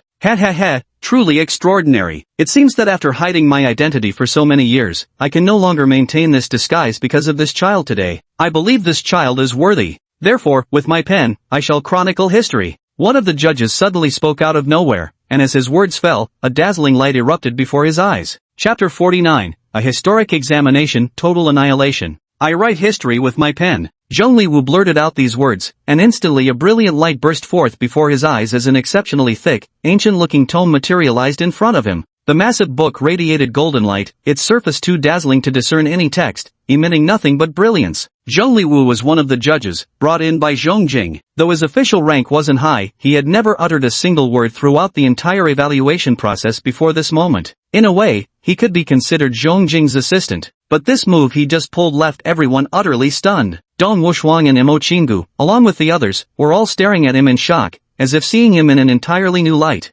"Zhongli Wu, are you from Chuanxiu?" Dong Wushuang had already looked away from the screen, his gaze fixed on the refined middle-aged man floating with an ancient tome before him. "Does Zhongjing know about this?" Chuanxiu was an organization. No one knows who the members of this organization are, where their bases are located, or when it was established. The members of the organization come from all walks of life, perhaps high-ranking officials in supernatural organizations, perhaps students, or even lone wanderers. In short, when nothing is happening, you'd never know who belongs to the spring and autumn. Yet miraculously, whenever major events occur in the world, the kind worth recording in history, there's always someone from spring and autumn present to document its unfolding. It is precisely because of this elusive randomness that many people speculate that the Chuanxiu must be a terrifyingly vast organization, with members scattered throughout the world. The Chuanxiu organization has a motto: "History is written by the victors," a little girl to be dressed up as one pleases, lacking any credibility. Yet there is always some truth that must be recorded. Generally speaking, even when members of the Spring and Autumn Annals, Chuanxiu, appear, they rarely record history in public view. Therefore, confirmed members of this organization in the world are extremely few. Today's Zhongli Wu was clearly unable to hide any longer, an absolute exception. "My apologies for never mentioning this before. It's my fault for keeping this little secret. I hope you won't mind." With a relaxed smile directed at Dong Wushuang, Zhongli Wu gave a slight nod. Then, his expression turning solemn, he pulled out an enormous writing brush and began making strokes across the page, as if recording something. Dong Wushuang was utterly speechless with shock. He had never imagined that this old friend before him was actually a member of some mysterious organization. "Then your strength must be hidden too. The pen of history cuts like a knife. Recording the truth always brings some trouble, so it's said that every member of the Spring and Autumn Annals is absolutely top-notch. Just kept a little trick up my sleeve, not worth mentioning, Zheng Liwu said. Alright, I'm going to start documenting seriously now. With that said, he fell silent and immersed himself completely in the book. Dong Wuxuan's mouth hung half open. He had so many questions and thoughts, but they all caught in his throat. Such a small assessment, even if Xing Yuan truly was outstanding enough to be a once-in-a-decade talent, how could it possibly attract someone from the spring and autumn sect? In other words, did Zheng Liwu truly believe this matter was historically significant enough to be recorded in the annals? How is this possible? Alright, no need to be shocked, heaven-supporting war god. Mo Chingu, who'd recovered from his astonishment, chuckled. This seemingly ordinary assessment is destined to be extraordinary. This major incident didn't hinder Xing Yuan's performance in the slightest. At this moment, he was locked in combat with 38 trainees. After a collision as violent as Mars slamming into Earth with Red Swallow, the two fighters separated. Xing Yuan was flung several meters back, the ice gauntlets on his fists shattered, and his glacial armor riddled with cracks. Like a falling meteor, Qi Hong crashed deeply into the ground, his right arm completely encased in ice, a trace of blood visible at the corner of his mouth. Yet this minor injury only fueled his frenzy further. With a powerful slam of his right fist against the earth, the ice shattered. After vigorously shaking his hand and deeming himself unharmed, he charged forward once more. Xin Yuan was currently embroiled in combat against various opponents. However, most were instantly defeated the moment he closed the distance. The fighting capabilities of these students were simply too weak, utterly incomparable to those divine servants they'd faced earlier. Although the divine servants might not necessarily be more powerful than them, they had the advantage of fearlessness, madness, and seamless coordination. In contrast, these trainees were nothing more than a motley crew, none truly willing to fight Xing Yuan to the death. Each was solely driven by self-interest. They hadn't even formed a proper alliance, and at this very moment, they still had to watch their backs, wary of someone beside them stabbing them in the back. The 8 energy chains now moved like 8 legs, propelling Xing Yuan through the crowd. Almost every strike sent a person flying backward, their entire body covered in frost. What was expected to be a battle between a pack of wolves and a fierce tiger turned out to be nothing more than a tiger among sheep. Barely anyone's combat strength was worth mentioning. Truth be told, Xin Yuan was someone who held grudges. Those who had robbed him before now faced noticeably heavier blows from him.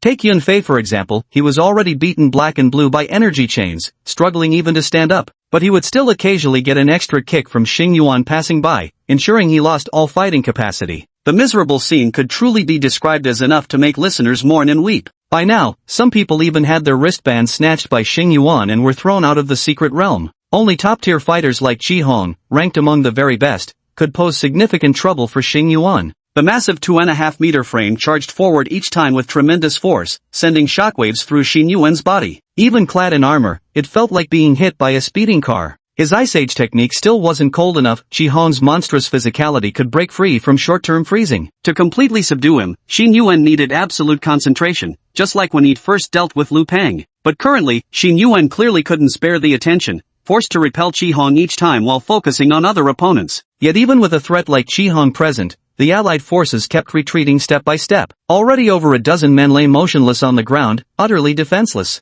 Anyone with eyes can see that Xing Yuan will surely wipe them out this time. Perfect performance. Dong Wuxuan was already numb with shock, just about to applaud when someone suddenly interrupted him. Impossible. Impossible. How could he possibly possess such strength? I demand an investigation. It must be investigated. He cheated. He might be a human traitor. He must have used some external help. There's something wrong with him. There's definitely something wrong with him. Li Chen had completely broken down psychologically. After 36 hours of anticipation and waiting, Xing Yuan's flawless performance hadn't given her the slightest chance. With her mentality completely shattered, she now seemed to have gone mad. She no longer cared about anything now. Her supervisor, the dean, she couldn't be bothered with any of them, having completely descended into a state of frenzy. Zhong Liwu, who was busy recording, slightly furrowed his brows and said, "Silence." Then, he extended a finger and quietly pointed at the frenzied Li Qian. Chapter 50, The Gaze of Thousands, Yet Aiming for One. With just that single point, it seemed as if nothing had happened, no light, no beams, no release of any kind of energy. But Li Qian had truly gone silent. Her mouth kept opening and closing frantically, yet no sound emerged, as if her vocal cords had lost the ability to vibrate. When she realized no sound was coming out while she spoke, confusion flashed across her face first, followed swiftly by terror. She immediately clutched her throat, mouth gaping in disbelief as she desperately tried to force out any sound. After realizing it was completely useless, her fingers plunged deep into her own throat, digging forcefully at something, triggering waves of dry heaving. Truth be told, she started dry heaving even before inserting her fingers that deep, clearly she's been neglecting her usual drills. However, no matter what she did now, it was already futile. She had been silenced by Zheng Liwu. The terror in her eyes intensified as Li Qian began frantically clawing at her own hair. She suddenly felt like the entire world had been conspiring against her these past 2 days. Alright, enough of this tantrum. I spoiled you too much. At that moment, a long sigh rang out, and a figure suddenly appeared behind Li Qian. Mo Qinggu gently raised his hand and placed it on Li Qian's head. A soft milky white light flickered, and Li Qian gradually calmed down before slipping into a deep slumber. If anyone had genuinely taken shortcuts, she was the one who had always been doing so. The reason the judges here hadn't outright expelled her was almost entirely due to Mo Qinggu's influence. She was brought into the Eastern Academy by Mo Qinggu when she was very young. For some reason, Mo Qinggu had always treated her like a daughter. Sorry, everyone. Mo Qinggu slightly bowed as he apologized to the crowd, but no one responded to him. Thus, the farce committed by Li Qian during this assessment came to a complete and utter failure.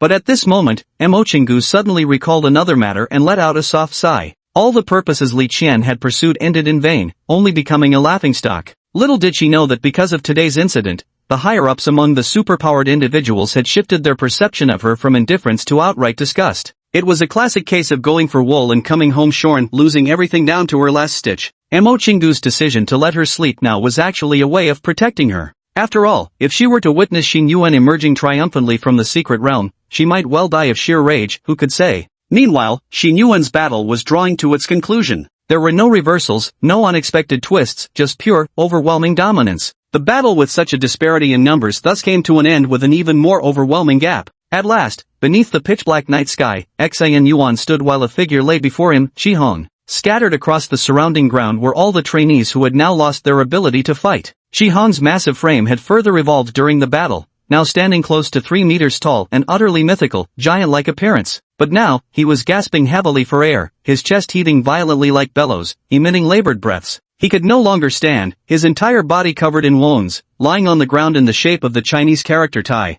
Despite the brutality, he was the last one to fall. Among these 30-odd people, he had been the most ferocious. Faithfully, nearly all the few wounds on Xing Yuan's body were inflicted by him. His combat skills were clearly unmatched by other students. Evidently, he had plenty of street fighting experience. Xing Yuan stared at the heavily injured tough guy lying before him and finally spoke. You're strong, so against you, I couldn't hold back. Every move was meant to kill. Qihong lay on the ground, gasping for breath, and after a long pause, replied. Ha ha ha, you won, I lost. You're standing, I'm lying down, and you still say I'm strong, making me lose face so badly. Ha ha ha ha. Amid his hearty laughter, he couldn't help but cough up several more mouthfuls of blood. Yet he showed absolutely no restraint. If he wanted to laugh, he laughed, even if it meant spitting blood uncontrollably. In life, one could scheme and calculate, but in his heart, battle was pure. From the very first day I met you, I've been wondering if I could beat you in a fight. Now it seems I really can't. Hey, there's something I've been meaning to ask you, Qihong said. God damn it, why do you always insist on shaking my hand every time we meet? That, Xing Yuan chuckled, is a secret. Leaving Qihong's curiosity unsatisfied, he forcefully took out all the divine cores from his wristband and threw them to Xing Yuan, saying,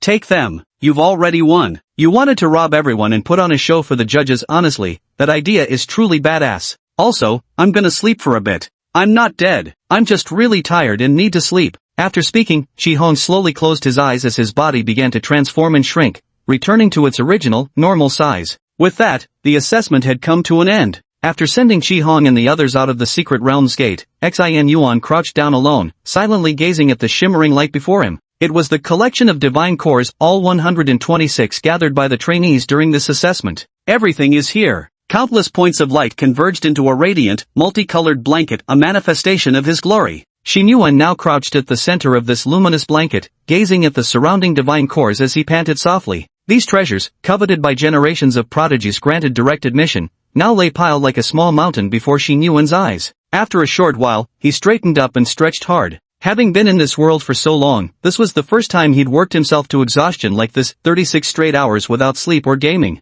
All just for some damned ranking in this assessment. Absolutely ridiculous. Then, under the gaze of all the trainees and judges, Xing Yuan did something no one expected. He bent down and picked up the smallest piece from the divine core on the ground, no larger than a fingernail. Then, leaving the scattered divine cores lying on the ground, he strode out of the secret realm. He had promised the other students that he wouldn't take their divine cores, and he proved true to his word. This tiny fragment was the portion he had earned when he defeated the sand creature. When he left, he even kicked away divine cores on the ground as if sweeping aside trash, treating them like worthless junk. Taking a step forward, Xin Yuan finally returned to the real world, his body swaying slightly as if unsteady. In the next instant, over 100 pairs of eyes locked onto him simultaneously. Every single person stared at Xin Yuan without uttering a word. Glancing around indifferently, Xin Yuan ignored all the gazes fixed on him. Clutching that small fragment of a divine core in his hand, he walked straight toward Junani. He lightly tapped the table with the small, pale yellow crystal.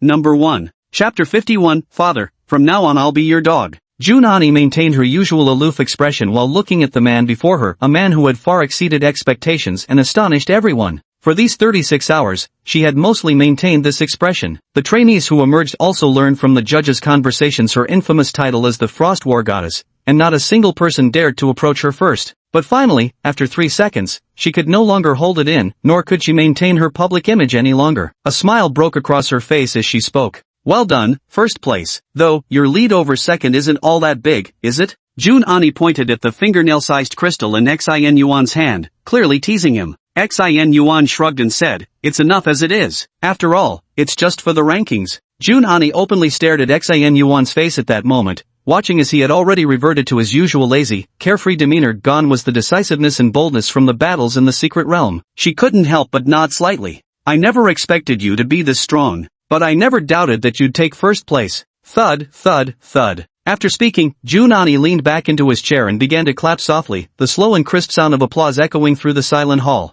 And those claps, like a lit fuse, instantly ignited the entire hall. The crowd, who had been staring dumbfounded as Xin Yuan walked out holding only a small fragment of the divine core, snapped back to their senses at the sound of applause. All the trainees were cheering, egging each other on, and clapping wildly, united as one collective, as if they had just won some great battle together. We're first. We won. E-Class is just awesome. Never realized before, maybe E-Class is actually the most formidable talent level of them all. Damn, boss. You really kept your word about not taking our divine cores, just tossed them all in the secret realm. Thanks to the boss, I've been promoted to second place. The crowd who had just besieged Xin Yuan only to be wiped out by him were still completely baffled, with no idea what had happened. When did this guy become so popular? Wasn't he public enemy number 1 when he first entered the trial? After briefly discussing with those around them, they finally understood what had happened. Xin Yuan used this extreme method of blocking the entrance to beat up everyone who had been fighting each other, including those who had robbed him. He ensured everyone ended up with 0 points while he claimed first place, but according to the rankings, they were now all tied for second. Almost none of the trainees present dared say they had ever expected to achieve such a good result as second place. In a sense, Xin Yuan helped each of them reach a position they had almost no hope of achieving. This approach was essentially using overwhelmingly superior strength to openly defy the rules. The trainees understood that Xin Yuan wasn't just displeased with those who snatched his spoils, he was dissatisfied with the very rules governing the assessment. If trainees like Yunfei, who ambushed him, were the blades, then these rules were the invisible hand guiding those blades all along. So at this moment, everyone was very happy, without a single discordant voice to be heard. Even Yunfei, who still bore some bruises and swelling from the treatment, was now clapping along with the crowd. Alright, settle down everyone. After the assessment concluded, Mo Chingu immediately resumed his kind and amiable smile. It took several repetitions before the crowd finally quieted down again. Alright, I get it. When you were in the secret realm, suspecting each other, dragging your exhausted bodies around, thinking about how to rob others while guarding against being robbed yourself,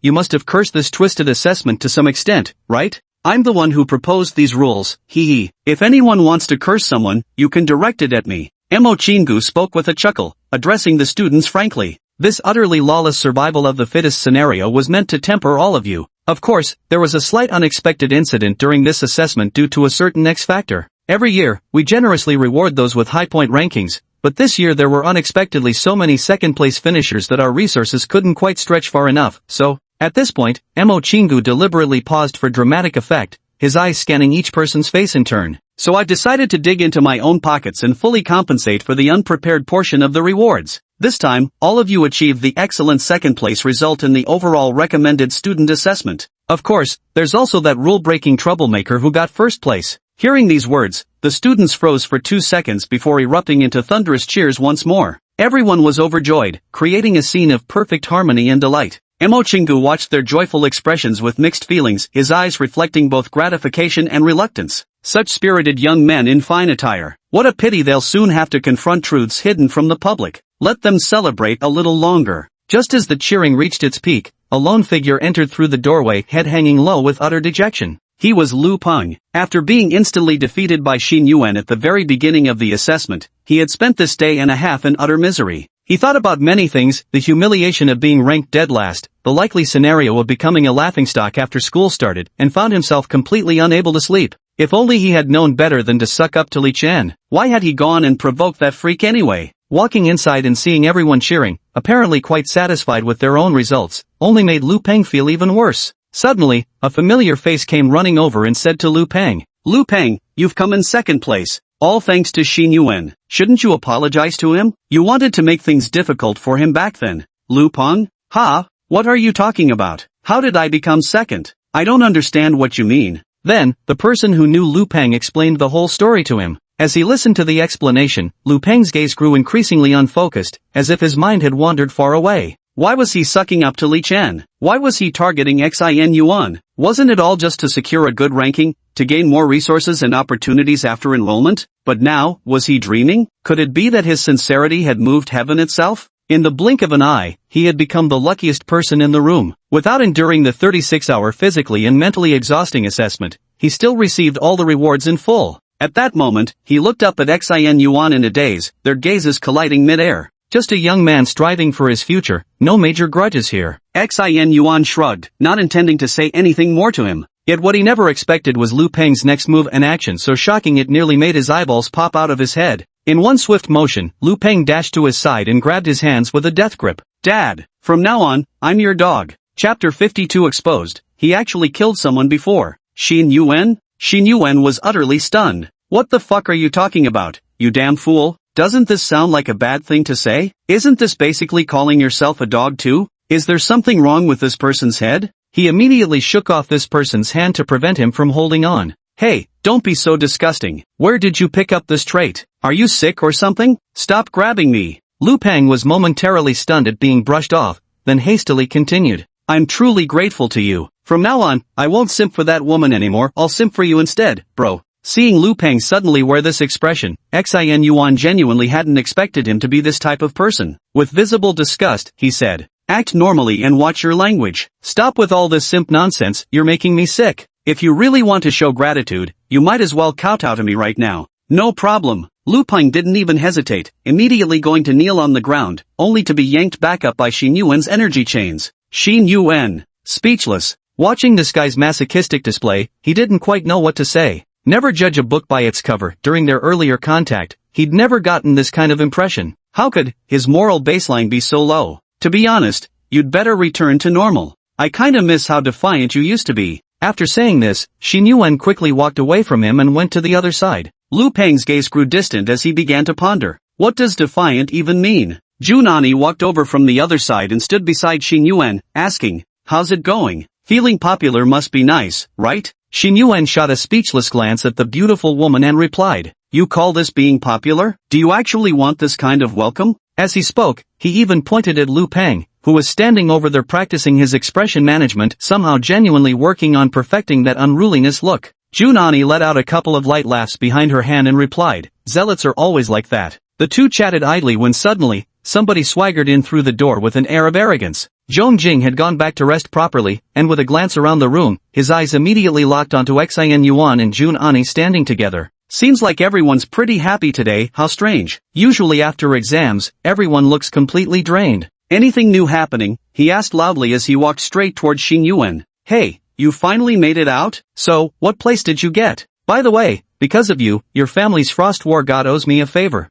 Xin Yuan looked at the unfamiliar middle-aged man walking toward him out of the blue, completely baffled. Who is this guy? He doesn't seem familiar at all. Who are you? And who is this Frost War god you're talking about? What do you mean, my Frost War god? Xin Yuan asked, confused. Oh, you didn't know? Zhongjing pointed at Junani. She's the War God Temple's newest war god, the 8th, the Frost War god. Xin Yuan couldn't help but take a step back upon hearing these words, looking at Junani with surprise from head to toe. You? The beautiful female examiner he met that very day was actually a war goddess. Junani gave a light cough, her face slightly flushed as she addressed Zhongjing. What nonsense are you talking about? What do you mean your family? It's not like anything's settled yet. Besides, you're overthinking it. You lost the bet with me, he really was first. Then, Junani recounted everything that had happened earlier to Zhongjing. Watching Zhongjing's gradually astonished expression, an inexplicable sense of pride arose in my heart. Zhongjing froze for 2 seconds, then turned and walked straight toward Emochingu without another word about his bet with Junani. Goddess of War? What were you betting on? Just as he was midway through speaking, Emochingu's voice echoed through the grand hall. Perhaps not wanting to dwell on useless arguments with Zhongjing, he directly moved on to the next segment. Alright, students, you can celebrate properly when you return later. For now, let's proceed to the next segment. After so much time had passed, the excitement in the trainees' hearts had somewhat subsided. They all quieted down and looked up at Emochingu, waiting for him to speak. I know that Xin Yuan's performance in this assessment exceeded your expectations, and ours as well. Then do you want to know why none of you stand a chance against him? Why so many people can't match him at all? After speaking, he looked at each trainee in turn. But no one replied. What other reason could there be? He's simply stronger, more gifted. I know many of you probably think it's because he's inherently talented, that his abilities have been developed to a higher degree. Of course, all that is true, but there's another crucial reason you've overlooked. He possesses combat experience far superior to any of you. He's more ruthless than all of you, more skilled at fighting for his life. The world of superpowered individuals is brutal. Many truths remain undisclosed by the authorities, but starting today, you'll confront many despairing and agonizing realities. I hope you're all ready. Now, let me show everyone a short video to warm you up.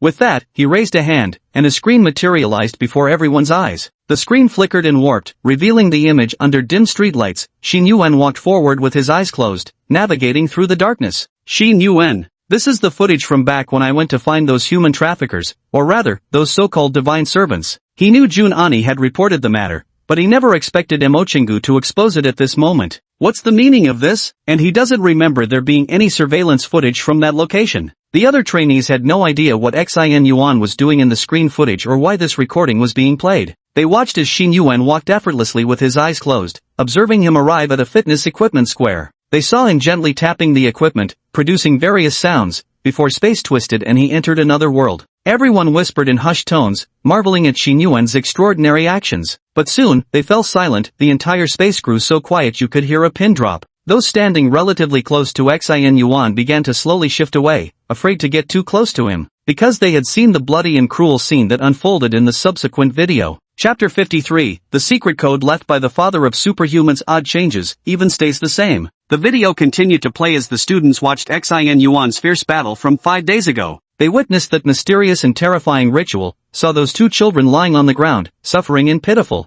The fiery spirit of youth made them burn with anger, but soon, their fury was overtaken by shock and fear. They watched as Xin Yuan deftly dodged the enemy's attacks and rescued the children. They saw Xin Yuan forcefully shatter a man's chest with his frost-covered staff, piercing straight through before hurling him violently away. Battling against fanatical believers who fear no death, striking with ruthless precision in every lethal move. Finally seizing their apparent leader by the neck, he lifted him up and slowly froze the life out of him with creeping ice. All the trainees watched as the man shrieked in terror within Xin Yuan's grip, observing his cold, indifferent expression. Then they witnessed a scene that chilled them to their very core. Xin Yuan's eyes were icy cold, his gaze reflecting a cruel and merciless light as it swept over the frozen statues on the ground. The next instant, the scene shifted, all the ice sculptures shattered, their broken limbs littering the ground, silently narrating the horrors that had unfolded here. By now, within a 10-meter radius around Xin Yuan, not a soul remained standing except for Junani, who stood steadfastly by his side. Fear flickered in the eyes of all the trainees, yet not a single one dared to look directly at Xin Yuan, as if afraid to meet his gaze. Some female students even started retching uncontrollably after watching the video. The impact was simply too overwhelming for them. They had assumed Xin Yuan was just another student like them, albeit supremely talented. But now they finally realized they were fundamentally completely different kinds of people. The other party had actually killed someone. After watching this video, they'd already begun to feel fear, even retrospective dread at having dared to fight Xin Yuan in the secret realm. This was an emotionless madman, a ruthless killer who wouldn't bat an eye at taking lives. Do you know why none of the 38 of you could defeat him? It's not that you lack strength, it's because none of you have ever fought like this before, nor have you built the mental resilience for it. Emochingu shook his head in disappointment, his voice turning stern as he took in the students' expressions filled with fear and apprehension. Xin Yuanwu stood silently in the open space amid the crowd, watching Emochingu speak with effortless confidence. His original intention was to conceal this matter as much as possible, or at least downplay it if concealment proved impossible, because he remained unaware of this world's value system or relevant laws. Though the other party had clearly intended to kill him during their confrontation, he had ended up being the one who killed in the end.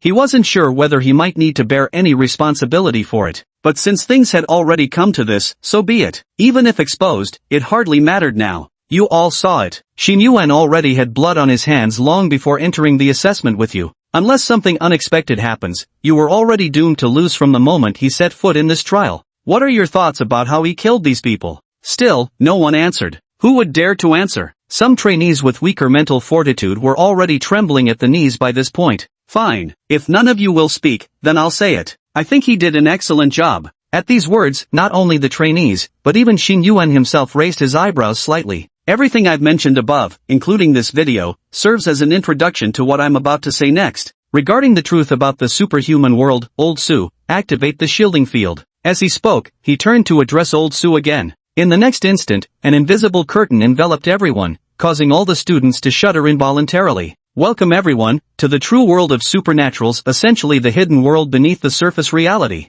This luminous barrier serves as a subconscious restraint, preventing you from disclosing any related information to ordinary people unaware of this phenomenon. Alright then, let's have a little whispered conversation together. Let me ask you all a question. What do you think is the purpose of supernaturals' existence, and why is the world so vigorously developing them? After the topic shifted, the student's mental state improved somewhat. Yi Zilwan, who had relatively better psychological resilience, responded. To address crimes committed by superhumans and some special meteorological disasters that arose after the spiritual energy resurgence. Mo Chingu smiled at her and nodded, saying, "You phrased it well, but this is just the official pretext given to everyone. These things do exist, but they are rare, mostly just to conceal the truth and avoid public panic. There's only one true reason: the gods are watching from above." The students stared curiously at Mo Chingu, quietly waiting for him to continue speaking. This is the truth that supers have joined forces to bury. God wants to kill us. The targets you encountered in your assessment have all once existed in this world. They are what you call gods. At the same time, the divine servants were born. Just as everyone was intently listening and Mo Chingu was about to elaborate, a voice suddenly interrupted him. Xin Yuan raised his hand and spoke. Sorry to interrupt, but there's something I really need to ask. Xin Yuan was different from the other trainees. He knew certain things, terms like divine servants and deities, from his battles with those very servants, which is why he was so confused. Mo Chingu didn't speak, but his gaze silently granted permission. I want to know, why are gods called gods? This seems like a rather unreasonable thing. If they harm humans and look as bizarre as those creatures from the secret realms, then why don't we call them monsters? Instead, we give them the title of gods? Mo Chingu was taken aback, clearly not expecting such a question. After a moment's thought, he gave a thumbs up in response. Good question. It's like I've never heard anyone ask that before. But this matter certainly has a reason behind it. One of the reasons, and the most significant one, is that when the spiritual energy resurgence first began a century ago, there was the emergence of a single individual. Now, that man is known as the father of supers. He was the first superhuman among mankind, and a legend in his own right. He accomplished so much, laying the foundation for the development of supers over the next century. He established the hierarchy of supers, defined their training methods, introduced various concepts, and oh yes, named the deities as deities. Quite domineering, don't you think?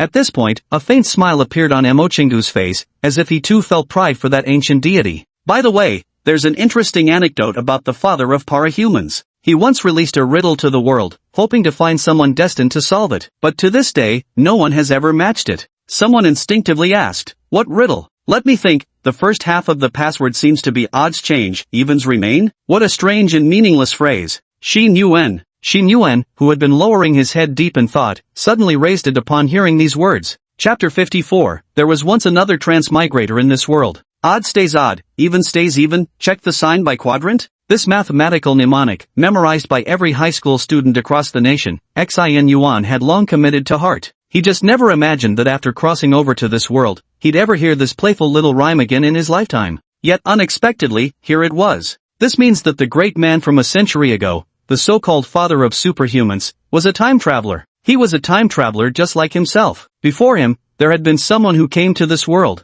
He wasn't the only one lost in this alien world. There was another predecessor who had experienced the same thing. Is he still alive? 100 years. What has he experienced? How did he overcome the strangeness and loneliness of this world? He spent his entire life without finding another time traveler. Did he die alone? In the end, no one ever knew the deepest secret hidden in his heart. Xin Yuan felt as if he had plunged into icy water, his senses completely numb, his mind utterly consumed by these thoughts. He could no longer hear anything. Emo Chingu noticed his odd behavior but couldn't simply disregard all the other trainees just because of him. So for now, she had to ignore his vacant expression and continue explaining. Of course, you can just treat this as an amusing anecdote when you hear about it. The other primary reason is psychic contamination. Deities can easily deceive others in various ways. Those with wavering will may either become divine servants or descend directly into madness. This ability to directly interfere with human spiritual beliefs is precisely why they are called gods. They effortlessly evoke a sense of submissive devotion in people. Thus, true superhumans are essentially godslayers. After concluding these remarks, Emo Chingu steered the topic back,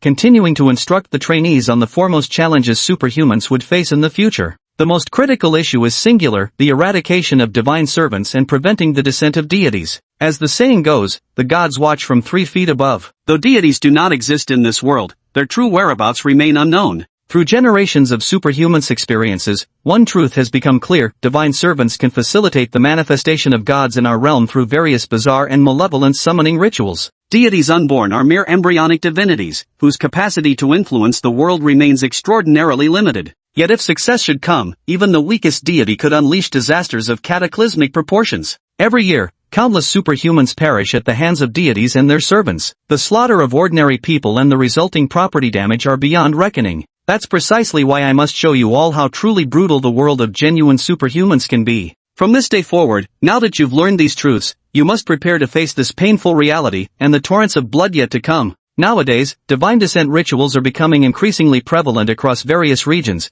and the sacrificial means employed are growing ever more horrifying, to the extent that mass slaughter of entire cities has emerged as a sacrificial method. Thus, the world will grow increasingly unstable. There may come a day when you all must directly face life and death situations. My hope is that the sense of powerlessness you experienced during this assessment won't be something you feel again someday on the battlefield. After speaking, Emo Chingu observed each student's expression, feeling a tinge of sorrow in his heart. On these young and naive faces, there was fear, excitement, anxiety, and also anger toward the divine servants and deities. Of course, there was also Shi Nguyen's blank stare. Who knows what that lad was thinking about? Only, Emo Chingu didn't dare to imagine how many of these people would die on the battlefield fighting gods in 10 years, and how many would perish in the treachery among their own kind. With great power comes great responsibility. May not be fair, but there's no helping it. Beneath the serene and peaceful surface of today's world, the impending storm that will sweep across the globe has long been brewing. Everyone slowly pondered Emo Chingu's earlier words, as this truth struck them with immense impact. This reality was something they had never imagined in their wildest dreams. After securing their guaranteed admissions, they rushed home to celebrate immediately, convinced their bright futures would inevitably lead them to the pinnacle of success. But never could he have imagined that after undergoing an infernal-level assessment, he would be faced with such a terrifying world situation. At this moment, each one of them was lost in their own thoughts. As for these tremendous psychological impacts and the utterly unclear reflections on future circumstances, Xin Yuan remained completely oblivious. Because he hadn't been listening at all, his mind was still echoing with those words. Odd changes even stays the same. Odd changes even stays the same. Hey, what's wrong with you? Jun Ani had long noticed something off about Xin Yuan and gently nudged him with her elbow. But Xin Yuan remained completely motionless as if he'd lost all awareness of his surroundings. Only after she poked him several more times did he dazedly raise his head. Jun Ani found this utterly bizarre. In her memory, Xin Yuan possessed unshakable mental fortitude, someone who could observe everything with detached calmness. The truth about superhumans was indeed cruel and hard to accept, but she didn't believe this news would crush Xin Yuan. After all, when facing 12 divine servants with no prior experience, Xin Yuan had remained expressionless and struck with ruthless precision. How could something like this possibly cause such a drastic change in his mindset? Junani, do you know about that so-called father of superhumans? What's his name? Is he still alive? Jun Ani slightly furrowed his brows in thought and said, that was a very long time ago, and I'm not too sure about it either. I've collected a lot of information, but the authenticity of what's been passed down is questionable. As for whether he's still alive, no one knows for certain. He just suddenly disappeared from the world. Xin Yuan nodded, then resumed his pensive expression. Emo Chingu concluded his speech and dismissed all the trainees to rest, as 36 hours of intense combat had understandably drained their energy. The distribution of rewards and the mutual selection process between trainees and the academy would resume the following day. As Xin Yuan walked toward his dormitory, Jun Ani caught up to him from behind. This time, noticing Jun Ani's approach, Xin Yuan deliberately slowed his pace and turned to face her.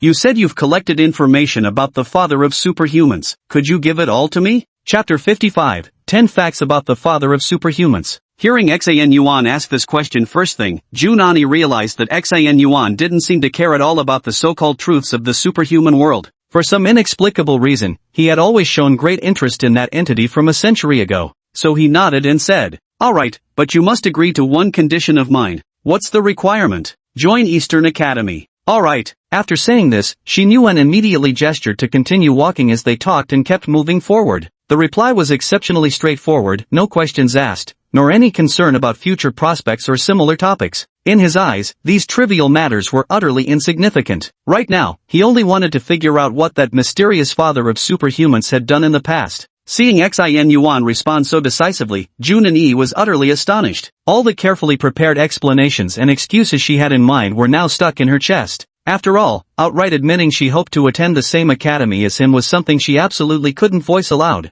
Perhaps it was for the best that Xin Yuan didn't press further. Without a word, Xin Yuan quickly walked up to his apartment door. Then he opened the apartment door and gestured with his hand, saying, "Come in, Junani." This was different from the last time the two of them were alone in a room together. Besides, it was broad daylight, so she couldn't help feeling a little embarrassed now. After glancing around and seeing no one nearby, she stopped hesitating and walked straight in. Once seated on the sofa, without even bothering with small talk, Xin Yuan's expectant gaze was already fixed on her. It was clear he was genuinely eager to learn about the father of superhumans, without a single ulterior thought crossing his mind. Inviting a beautiful woman into his room just to hear her tell stories. One could say his innocence was almost terrifying. Seeing his intention, Junani didn't bother with further polite small talk. She simply took out her phone and began searching on it. "Hold on, let me look it up. I was also very interested in that great man back then, collected a lot of information about him. Of course, I can't vouch for the accuracy of these messages either."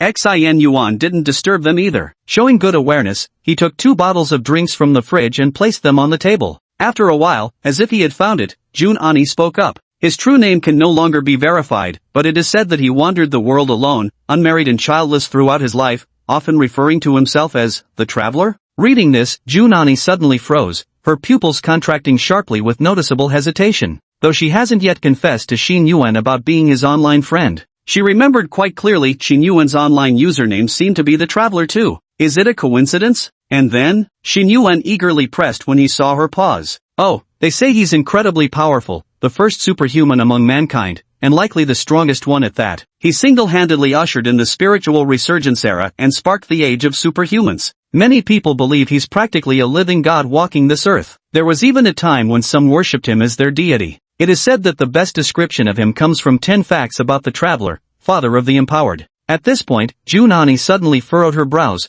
her expression turning strangely hesitant, as if she couldn't bring herself to continue. She even seemed to doubt what she had read, picking up her phone and examining it repeatedly. Only under Xin Yuan's urging did she continue with a stiff expression. First, when the Traveler was 10 years old, he decided to live independently, forcing his parents to move to another house. Second, when the Traveler visits your home, you become the guest. Third, the Traveler never lies. If there's a discrepancy, it's the facts that are mistaken. Fourth, oxygen needs the Traveler to survive. Fifth, in school, teachers need to raise their hands to speak with the Traveler. Sixth, if the Traveler is late for school, other students will be punished for arriving too early. Seventh, when the Traveler looks in the mirror, nothing will be seen, for there is only one Traveler in the world. Eighth, the Traveler does not consider themselves a god, while the god considers themselves the Traveler. Junani's lively voice resonated through the room as Xin Yuan sat on the sofa, utterly dumbfounded. What kind of nonsense is this? This is the news about him? You must be joking. Sitting there in stunned silence, Xin Yuan, who had originally wanted to learn something about that departed senior transmigrator, was now completely stupefied.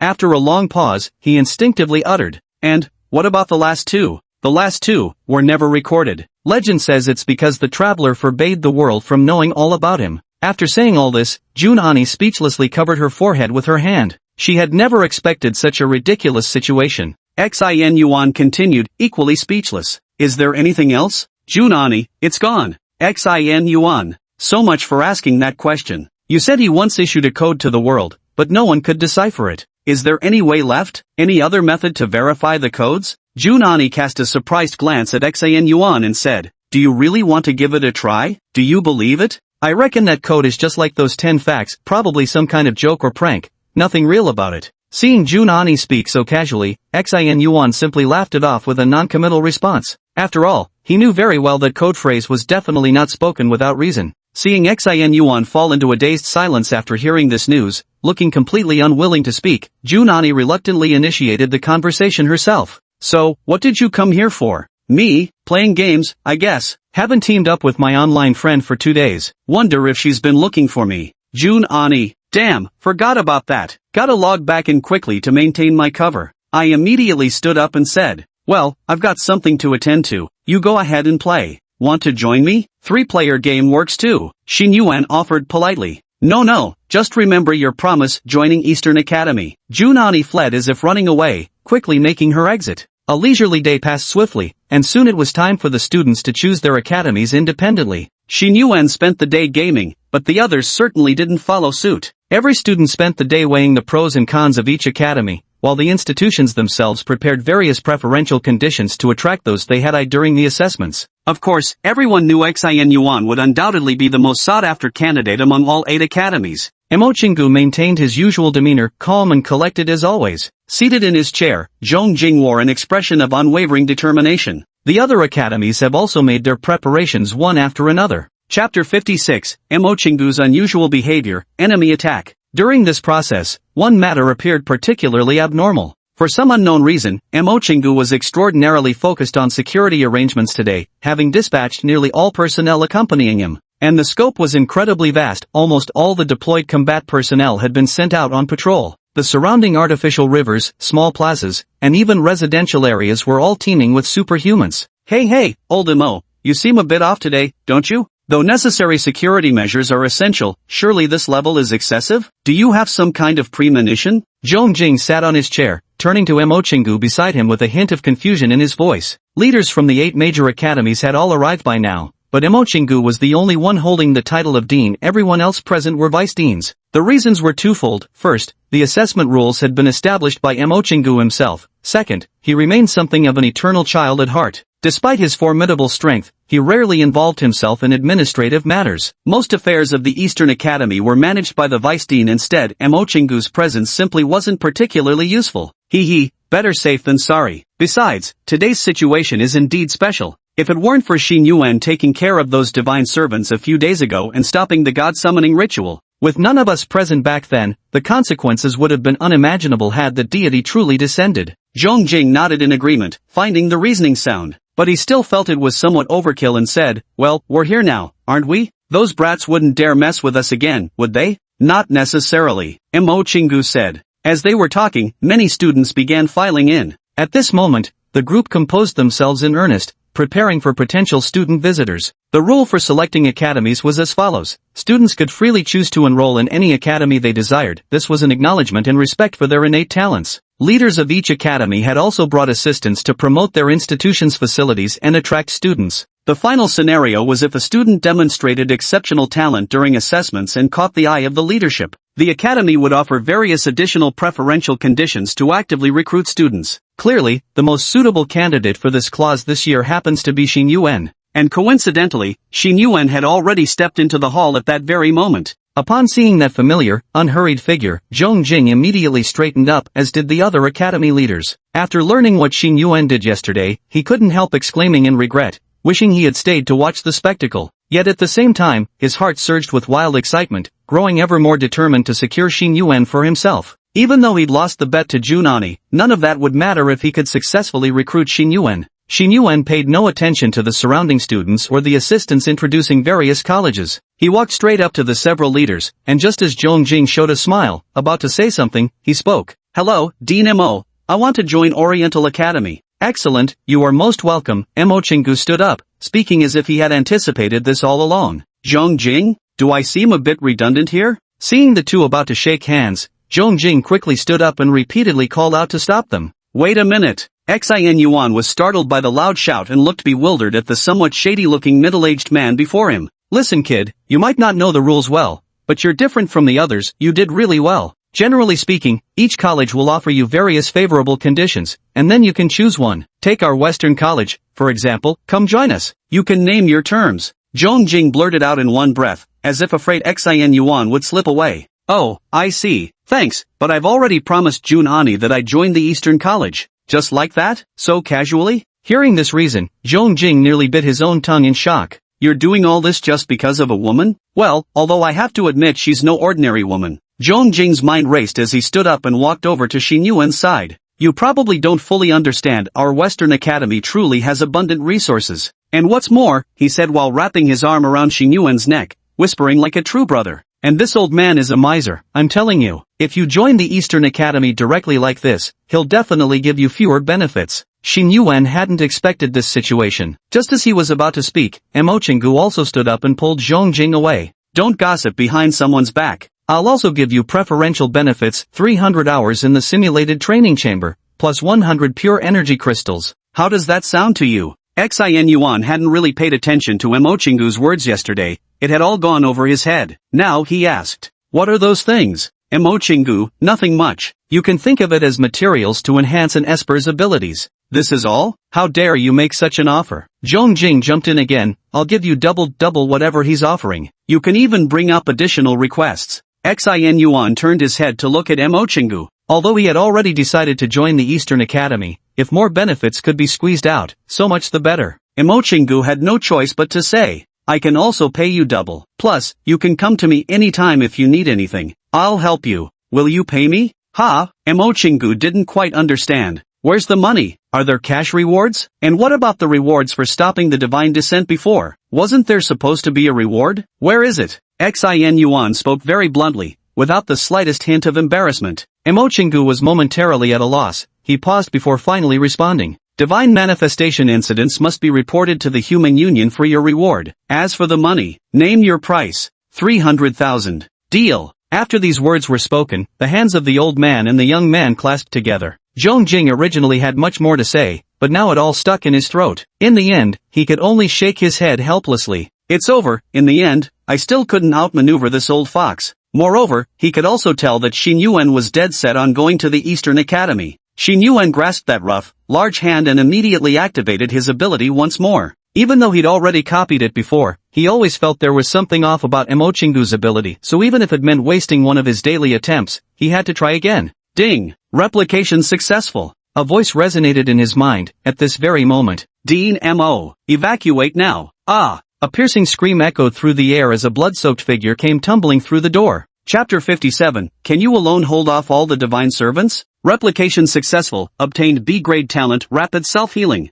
Automatically enhancing talent in progress. Talent level upgraded, talent evolved, half-divine body, rapidly heals injuries, unaffected by divine aura, immune to toxins. Just as I thought. Mo Chingu is definitely suspicious. His abilities aren't limited to just one. He's a superhuman possessing multiple powers. But now, Xin Yuan didn't have time to examine exactly what abilities he'd acquired. The person who came rushing through the door immediately caught his eye. Mo Chingu swiftly released Xin Yuan and darted to the severely wounded man on the verge of death, reaching out to pull him up from the ground. A golden light flickered in his hands as he healed the man's injuries, forcibly dragging him back from the clutches of death. This sudden turn of events stunned everyone present, and all froze in their tracks, halting whatever they'd been doing. The trainees didn't know what was happening, staring in horror at the blood-soaked man on the ground. Zhong Jing and the others, including Jun and Yi who had just arrived, all gathered around. Go, quickly find a way to evacuate the trainees, they're coming. The divine servants? Those bastards dare to come at a time like this? Seems they've grown tired of living.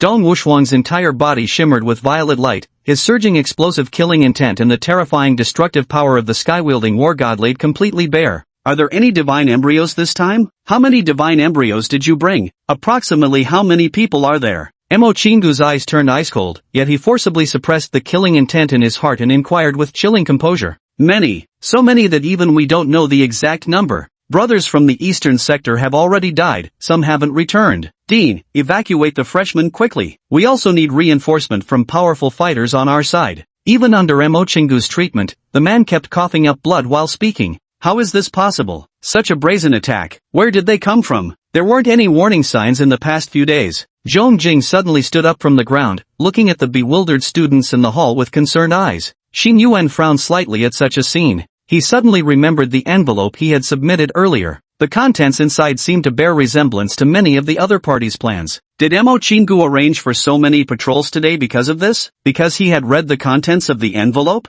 But this scene seems to have exceeded expectations. Did the divine servants attack? Is the situation serious? I remember divine servants being quite weak. Xin Yuan frowned and turned to Jun Ani, who was also brimming with killing intent beside him. Jun Ani sighed and said, "It's different. What you encountered back then were sacrificial divine servants. They serve one purpose only, to perform the divine descent ritual. More often than not, they sacrifice themselves, so their combat abilities aren't particularly strong. Today, many who have come are likely chosen divine servants, each possessing extraordinary prowess. I just don't know what their actual scale is, how many divine embryos they truly possess." Xin Yuan gazed at the chaotic, battle-like scene around him, lightly closed his eyes, and emptied his mind. The voice of all things activated, coverage range 10 miles around the entire stadium. In recent days, Xin Yuan had been constantly embroiled in various battles even before officially becoming a superhuman academy student. These battles had honed him well, allowing him to master his abilities intuitively without formal training.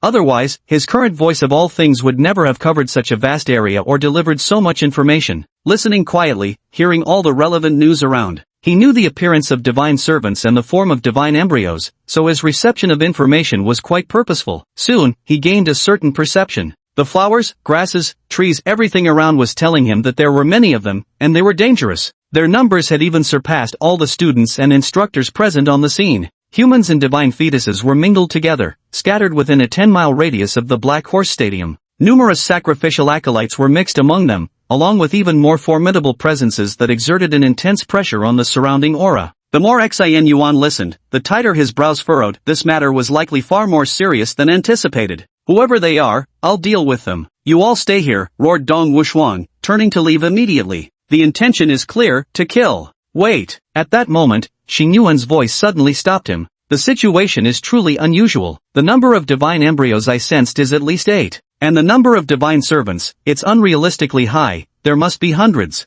"What?" Dong Wushuan gasped in shock. "Are you certain? Since when have deities become so cheap?" "Not necessarily. There might also be divine projections, but even a projection would unquestionably be a calamity of apocalyptic proportions." Mo Chingu clenched his jaw and spoke with resigned frustration. 8 divine embryos. We must act without delay. Zhong Jing could no longer remain seated upon hearing the description of 8 divine embryos. Having witnessed Xin Yuan's assessment and knowing about his extraordinary tracking abilities, he harbored not the slightest doubt about Xin Yuan's words. Though this place is filled with formidable talents, when it comes to perception ability, Xin Yuan is undoubtedly the unrivaled authority. "Let's split into 2 groups. Have a few escort the students to evacuate separately, while the rest head out immediately," Zhong Jing urged anxiously. No. Mo Chingu shook his head, his expression pained as he spoke. "Xin Yuan gave me an envelope some time ago, hinting at certain matters inside, but I never imagined it would be like this. And once they take action, the one leading them will be Qingchen,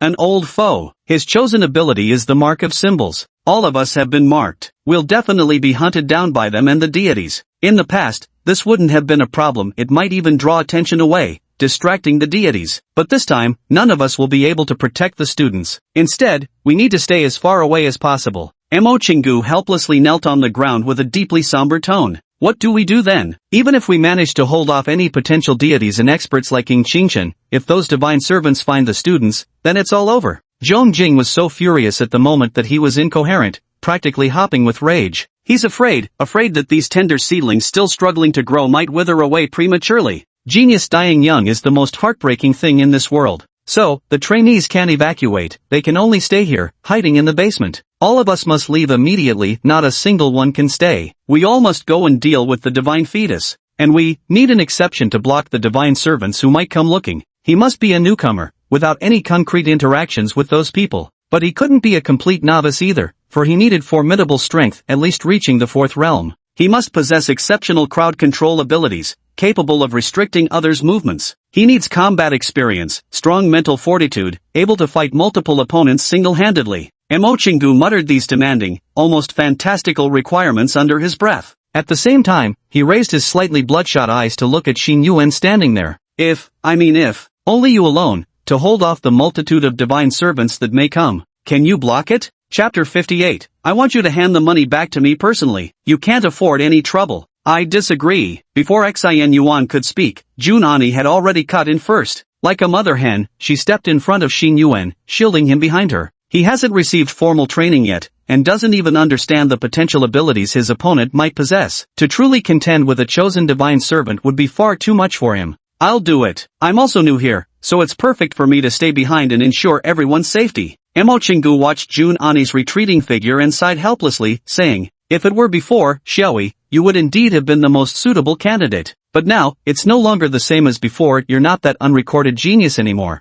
Ever since that battle, ever since you officially joined the Temple of War and became the 8th War God, the Frost War God, you've been just like us. You too are a marked target. In this matter today, only Xin Yuan is suitable." Jun Ani fell momentarily speechless upon hearing this. She knew there was no fault in these words, yet she still wondered if there might be a safer alternative. She didn't want Xin Yuan to be plunged into such peril. Listening to Emo Chingu's voice, the examiners like Zhong Jing remained similarly silent. "Are you confident? Are you willing to try?" Emo Chingu asked again with some difficulty. "I don't know if I can do it. Besides, why should I agree to something so strenuous and dangerous?" Xin Yuan slightly shrugged his shoulders but didn't immediately agree. Hearing Xin Yuan's words, Emo Chingu was momentarily stunned, seemingly not expecting such a response, but quickly came to terms with it. Indeed, Xin Yuan was just a trainee after all, with no such obligation in the first place. Moreover, given his innate talent and strength, even in such a perilous situation, it wouldn't have been particularly difficult for him to prioritize self-preservation. Choosing not to put oneself in danger is also a wise decision, nothing worth reproaching.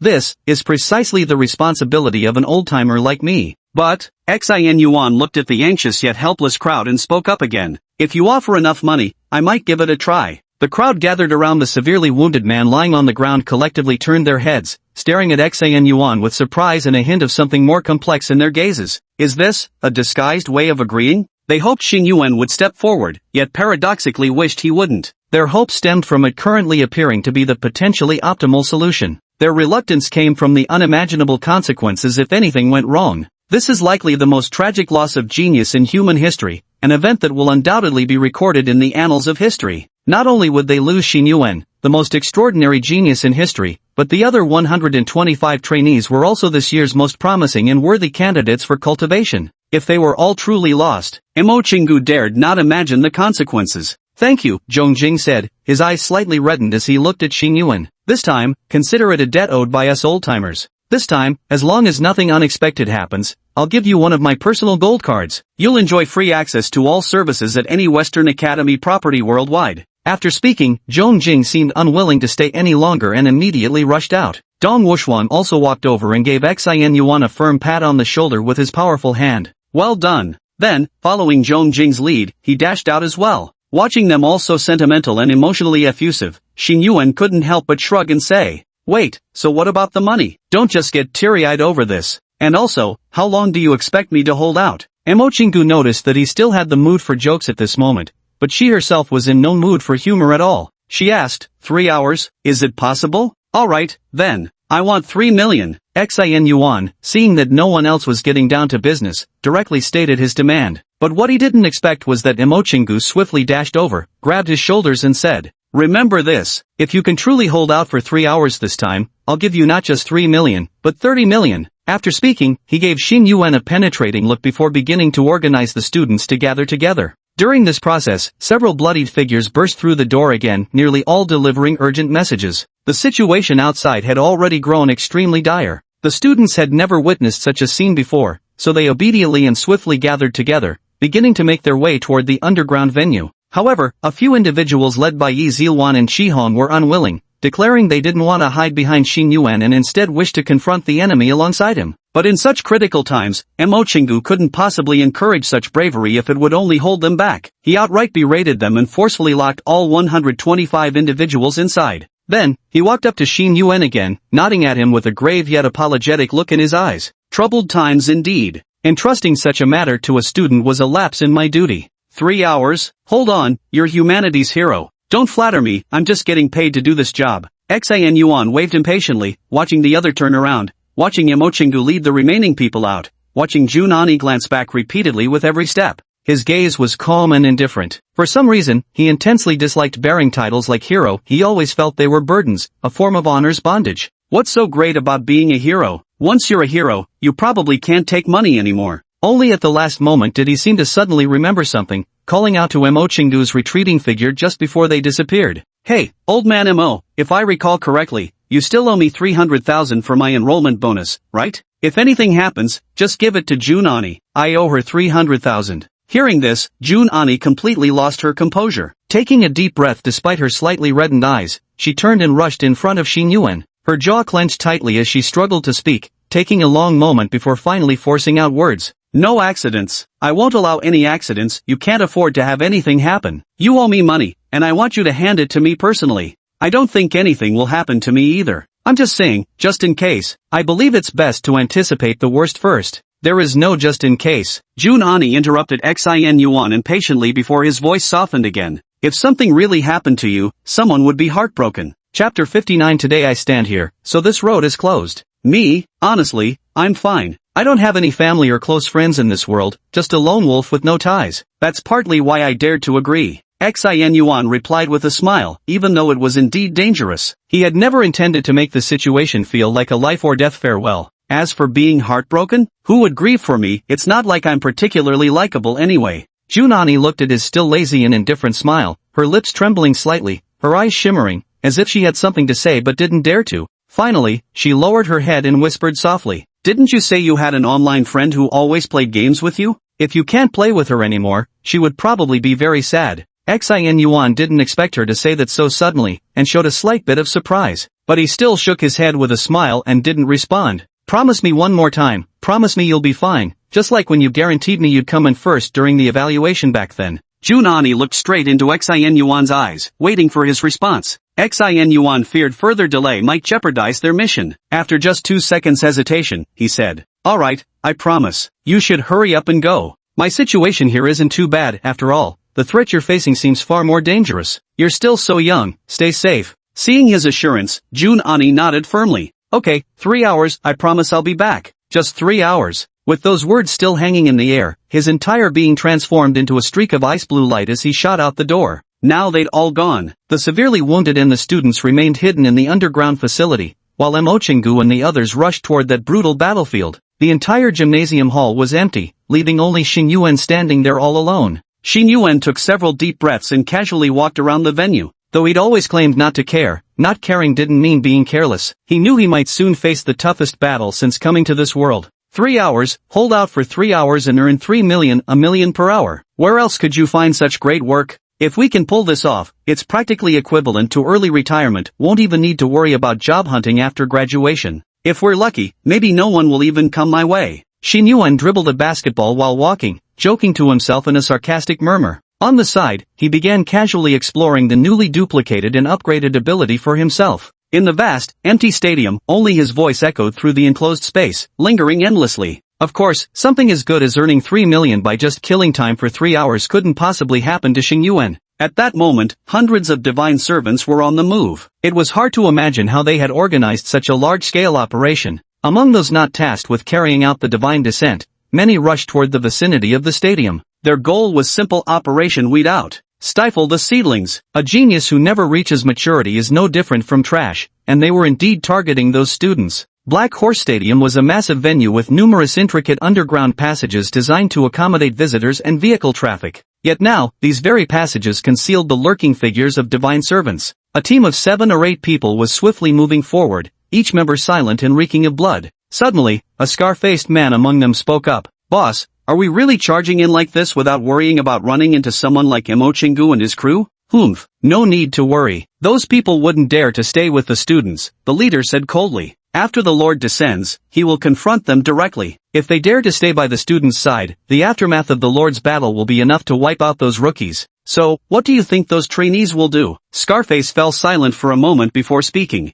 "Most likely, they'll scatter and hide separately, foolishly hoping to rescue them after confronting the Lord. Humph, our goal is to slaughter those brats as quickly as possible. With their heads, welcome the glorious birth of the Almighty." After speaking, the scent of blood around him grew even thicker as he charged forward with renewed speed. Uttering not another word, he advanced with murderous intent in his eyes. Soon, they entered Black Horse Stadium and arrived at the central arena. A quick glance revealed the arena was already deserted, exactly as they had anticipated. So at that moment, the leader was about to give orders to split up and search. But before he could speak, the lead acolyte suddenly froze in shock, his whole body rigid. He raised a hand to rub his eyes, as if doubting what he saw. It wasn't that no one was here, rather, there was someone present who simply ignored them completely. The person was wearing a hoodie. House Selection Day allowed students to wear their own clothes, its black base adorned with golden stripes, the hood pulled up to obscure his face, giving off an air of mystery. He sat there, head bowed, completely focused on his activity, juggling a ball. Tap, tap, tap.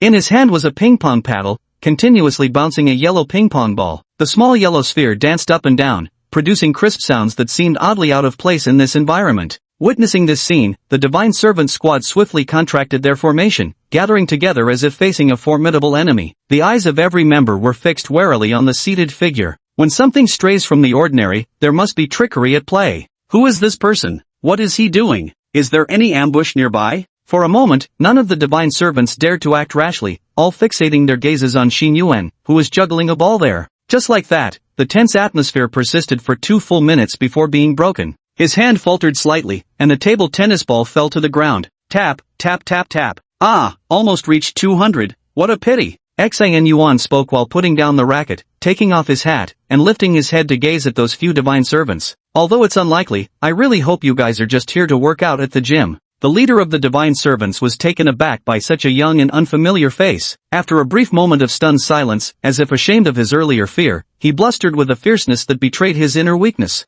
Enough of this bullshit. Who the hell are you, kid? I'm just a student who hasn't even officially enrolled yet. But I know why you're here. Unfortunately for you, I'm on the clock today, paid to stand guard. So this path is closed. As the words fell, a chilling surge erupted. Chapter 60. How much does God pay you per month? The icy tide surged violently. Xin Yuan remained with his standard trio of moves, ice armor clad across his body, a frost spear in hand, and an engulfing cold aura surrounding him, instantly freezing the entire platform beneath his feet. The voice of all things had already revealed to him the general state of the few men before him. He knew that, although there weren't many adversaries this time, they wouldn't be easily dealt with. Kid, are you a student? Not enrolled this year yet? Ha ha ha ha. You, trying to stop us? You truly don't know your limits. Alright then, you lead the way, take us to the others. We're in a good mood today, so we'll let you die last. Ha, if you'd like to serve the master too, you might just get your chance. Scarface and his gang burst into laughter upon hearing Xin Yuan bluntly reveal his status as a mere unenrolled freshman. All their previous wariness and fear instantly evaporated, replaced by roaring mockery. They took Xin Yuan for one of those hot-blooded youths who, drunk on heroism, overestimate their abilities in court disaster. They loved such fools, loved to relish the crushed, despairing look on their victims' faces after relentless torment. Tossing taunts back and forth without hurry to strike, they played with him as a cat toys with a mouse. Xin Yuan observed their reactions without getting angry, continuing to channel energy into his armor. Banter was fine. If they could stand here trading insults for 3 hours, his mission would be accomplished. How much does your god pay you monthly? He spoke up. Judging by your half-hearted efforts, I'm guessing it's not much. How about this? Let's all slack off together. After 3 hours, I won't stop you anymore, deal? Seeing no trace of fear on Xin Yuan's face, still spouting nonsense about who knows what, Scarface and the others instantly felt a surge of shame and rage. Money? How dare you use such a vulgar human invention to tarnish the glory of our Lord? The leader of the Divine Servants snorted coldly, pressed his palms together, and in an instant, a golden longsword radiating holy energy appeared in his grasp. Though Xin Yuan had no idea what this was, his instincts screamed that it didn't resemble superpowers. See for yourself, this is the Lord's reward to me. This is power directly bestowed by the Lord, utterly different from second-rate beings like you. He muttered words Xin Yuan couldn't comprehend while gazing fervently at the golden longsword in his hand. We are the chosen servants of the Lord. Each of us possesses strength at either the 4th realm or 3rd realm. You're terribly unlucky today. 3 among us have reached the 4th realm. We are the mightiest beneath the divine offspring themselves. And you, do you know your own realm? No realm at all? Or just the 1st realm? The leader of the Divine Servants kept chattering non-stop, attempting to exert psychological pressure on Xin Yuan's mind. Listening to his words, Xin Yuan slowly furrowed his brows. He hadn't systematically studied it yet and wasn't entirely clear about how realms were divided. But he remembered clearly whether it was Mo Chingu, Jun and Yi, or even that group of divine servants he encountered earlier, they had all expressed shock at his 4th realm strength. So, from the looks of it, there were 3 opponents at roughly his level? Curling his lip dismissively, Xin Yuan scoffed. So these are the sorry lot the gods picked? Doesn't say much about the gods, huh? Those words thoroughly enraged everyone on the opposing side. In an instant, the crowd erupted in fury, each unleashing their unique supernatural abilities. You insolent brat! You're courting death! We won't let you die too quickly. The chief divine servant transformed into a black lightning bolt, brandishing his golden sacred sword as he charged toward Xin Yuan. His entire body rapidly split midair, morphing into 8 silhouettes that all came rushing at Xin Yuan. Xin Yuan had long been prepared. His right hand tightened as he focused intently on the figure streaking toward him through the air. Wind, this one over here seems to be the heavier one. The whisper of all things swiftly reminded him in his ear, among the 8 figures, only one was the real entity. His body swiftly adjusted. With a twist of his right hand, he thrust forcefully toward the figure charging at him from the upper left. But this opponent was unlike any he'd faced before. Mid-air, the figure executed an abrupt right-angle turn without losing speed, pivoted violently to evade Xian Yuan's strike, and simultaneously slashed with a golden long blade. Xian Yuan reacted this time, but not quickly enough to fully dodge. Crack! Thud! Instantly, ice crystals shattered as blood sprayed through the air. A 2-inch-long gash appeared on the right side of Xin Yuan's face. He had already been injured in the first encounter. Hee, your perception is quite sharp, kid. Seems you do have some basis for confidence. But your speed doesn't quite measure up, does it? With a sneer, he slowly turned his head, his face twisted into a savage grin. But that grin quickly froze in place, because he saw that the wound on Xin Yuan's face was rapidly squirming and healing, recovering at an astonishing speed. His flawless skin looked as though nothing had ever happened. A demigod's physique. This newly copied ability isn't particularly offensive, but it's absolutely a perversely powerful survival skill. The high priest gasped in horror, then found himself utterly speechless. Ice-based superpowers, and healing abilities too? Your speed is quite impressive indeed, and you've got some confidence to back it up, but your damage output seems a bit lacking. The exact same words, Xin Yuan threw them back at his opponent. As the words fell, all the chosen divine servants sprang into action, charging towards Xin Yuan's direction. No longer underestimating him, they began to unleash lethal force. Glacial, epic. Xin Yuan had long been prepared. At full power, terrifying glaciers surged outward from him like rivers, swallowing those diminutive figures one after another. What? The chosen divine servants were instantly horrified, never expecting Xian Yuan could unleash such an attack. The charging figures swiftly retreated. In an instant, 2 third-level divine servants failed to dodge, their own abilities unable to withstand the assault, transforming into ice statues. Exhaling a frosty breath, Xian Yuan moved with his staff, darting forward himself. Time to get serious. The chosen divine servants also stepped forward once again, their golden longswords clashing against the pale frost staffs, producing a piercing grinding noise. The scar-faced man's movements turned into blurry afterimages, casting all sorts of crimson glows that swept toward Xin Yuan's entire body. And each time Xin Yuan's ice age erupted, at least one third-realm divine servant would be frozen solid, even fourth-realm ones couldn't escape being affected. Yet there was something bizarre happening on the battlefield. Xin Yuan's fighting style was abnormally reckless, utterly disregarding his own life. Chapter 61, Can you block us? Can you block an army of thousands? Relying on his half-divine body's freakish recovery ability, Xian Yuan's current fighting style was utterly terrifying. Wound for wound, life for life. If any uninformed bystanders were present, they would surely wonder which side here were truly the divine servants. After all, Xin Yuan's fighting style was terrifying, making him seem even more fanatical than his opponents. Because he knew all too well that this battle was different from those before, he no longer held an overwhelming advantage over his enemies. In such circumstances, one had to fight desperately with their life on the line. Those who feared death often died before those who didn't. His actions greatly astonished the chosen divine servants. Every weapon clash, every supernatural shockwave delivered significant impacts, and now every one of them had sustained injuries to some degree. But Xin Yuan, who should logically have been more severely injured than any of them, now appeared completely unharmed, his wounds healing almost instantly as they formed. Apart from his tattered clothing, he actually seemed completely fine. Damn it, this kid's got something unnatural about him. Scarface clutched his right hand, gritted his teeth as he was sent flying backward, his feet scraping twin trails across the ground. He had earlier risked getting beaten with a stick from Xin Yuan just to land a slash on him, but now his right arm was fractured while Xin Yuan's wounds were nearly healed. They now strongly suspected that Xin Yuan might have lied to them earlier. Is this fucking student for real? Is this how students usually fight? Can't the school teach them something better? The sheer frenzy of this battle was enough to send a chill down even his spine. At that very moment, blinding flashes of pale white and golden light erupted across the battlefield, accompanied by 2 furious roars. The golden longsword in the high priest's hand had already plunged into Xin Yuan's abdomen, blood instantly gushing forth. Simultaneously, the staff in Xin Yuan's hands transformed into a spear, piercing straight through his opponent's chest. Xian Yuan knew he couldn't delay. Any commotion on his side might attract more people, so this had to be settled quickly. Trading injury for a life, a very profitable choice.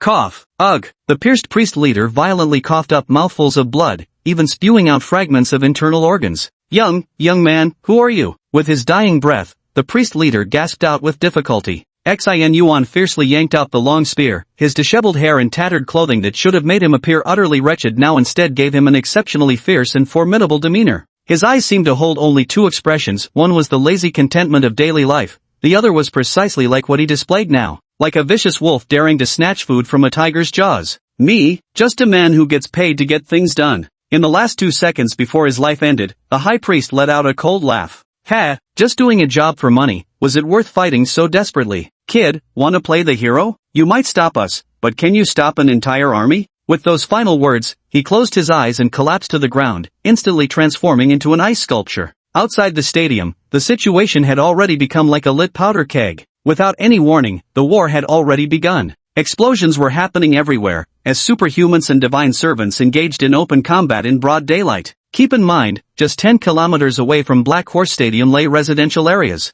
Dong Wushuang and the others had completely lost themselves in the frenzy of killing by this point. If the 8 divine embryos were truly compromised, the entire city would become a living hell. As for Xing Yuan's situation, they had no idea how things were unfolding there either. All they could do was temporarily trust him and hope the students would remain unharmed. Junani was burning with rage now, cutting down everything in their path while searching for traces of the divine embryos alongside Emochingu. Shall we, if something really goes wrong with Xing Yuan's side, would you blame me? Emochingu is now moving together with Junani, and with their combined strength, they have encountered little meaningful resistance, remaining silent all the while. At this moment, Emochingu finally speaks up. Yes. Junani responds expressionlessly, her words brief and to the point, as a longbow materialized from frost in her hands relentlessly fires lethal arrows. Emochingu's face darkens with bitterness. He knows that Junani's regard for Yuanxin likely surpasses that of ordinary students. He has rarely seen her emotions spiral so out of control. Along the way, Junani's actions were noticeably more ruthless than usual.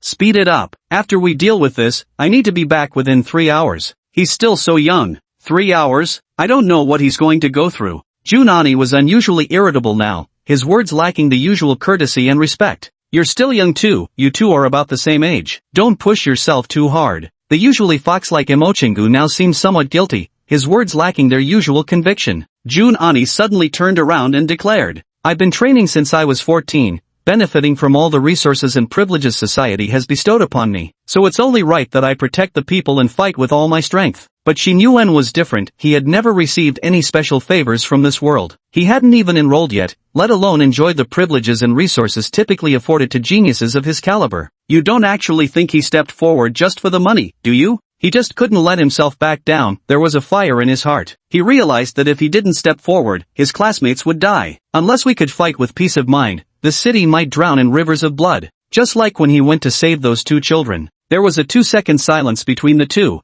and Emochingu didn't know how to continue the conversation. By the way, Dean, I believe that letter from Xing Yuan was given to you long ago, wasn't it? Why did things spiral so out of control? Hearing this question, Emochingu lowered his head in shame, as if it had struck a nerve, leaving him utterly embarrassed. I have my reasons. I'll give an explanation. Alright, let's tackle the problem first. I can sense the aura in this area already. I'll handle it. Go separately, you head somewhere else and try to settle today's matter as quickly as possible. After saying that, Junani rushed out without looking back. 1 hour and 45 minutes had passed. At this moment, the stadium appeared calm and serene on the surface. But if you were to step inside, you would witness that it had completely transformed into a frozen hell. Thick layers of solid ice enveloped the entire stadium, its pale frigidity making the place seem as though it had truly descended into an ice age. The ground was littered with frozen corpses, with bloodstains and severed limbs everywhere. At the center of this frozen hell stood a blood-soaked figure, slowly pulling weapons from his own body while wincing in pain with each sharp inhale.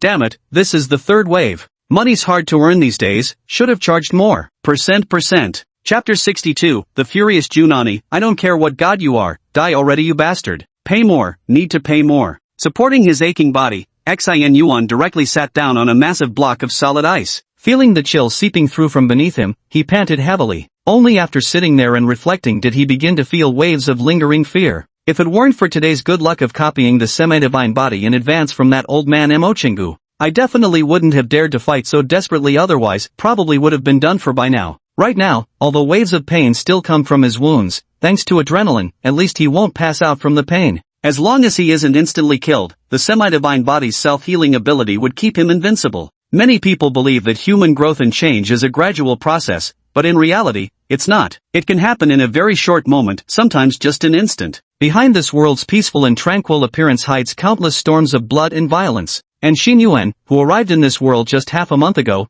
swiftly adapted to everything through these relentless battles. So much so that he didn't even notice the shift in his own mindset when facing life or death struggles with the divine servants. He felt not the slightest tremble of panic. Let me see. TSK, still over an hour left. 3 hours, you should be able to make it back by then. But if they send someone at the so-called fifth realm, I might not be able to hold out. Xing Yuan muttered to himself, diverting his attention to dull the sharp pain radiating through his body. Those piercing wounds looked downright gruesome now. At this moment, Xing Yuan inadvertently noticed the stairs leading to the underground gate. The long ice-sealed entrance stood there in complete silence now. Xing Yuan had always worried if someone suddenly rushed out to assist him in battle, should he care about their safety? If they really charged out, given these students' current strength, it would be practically suicidal. The gap is too vast. Fortunately, those who qualify for direct admission are all clear-headed and haven't done anything so irrational. Amidst his wandering thoughts, most of his injuries had nearly healed, and Xing Yuan's voice of all things sensed the latest wave of enemies approaching. Sigh, seems like surviving this last hour won't be easy either.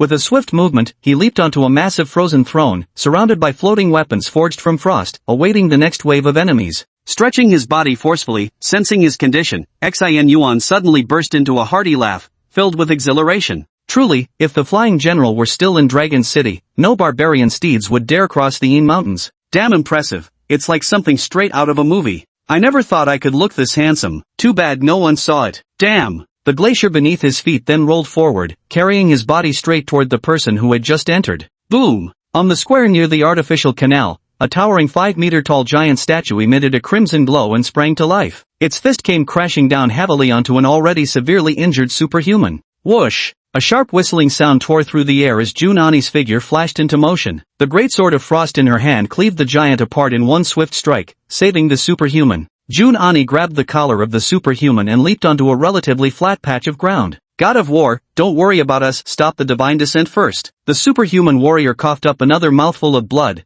then hurriedly spoke as soon as he saw who had saved him. Jun Ani remained silent, placing him aside before raising her head to look up. The shattered stones on the ground reassembled once more, glowing with a sinister crimson light. Several divine servants were controlling the thing. In the distance, a group of sacrificial attendants were conducting a divine descent ritual, just as Xing Yuan had seen before. At this moment, to hasten the process, many black-robed sacrificial attendants had begun to take their own lives, forcing the acceleration of the divine descent ritual. Take care of yourself. If you can still move, try to run. Your life comes first. Jun Ani instructed him, though she knew full well the words were somewhat unrealistic. Within the range of vision, superhumans and divine servants lay severely injured on the ground everywhere. It was hard to imagine how many of them would survive. The number of divine servants today was overwhelming, making our own forces appear insufficient by comparison. Battles between superhumans and divine servants of deities typically don't involve large numbers. After all, once divine descent succeeds, lower-tier superhumans would just be offering themselves as easy kills. With a forward thrust of both hands, surging waves of frigid air erupted. Overwhelming ice shattered all the stone golems controlled by the divine servants in an instant,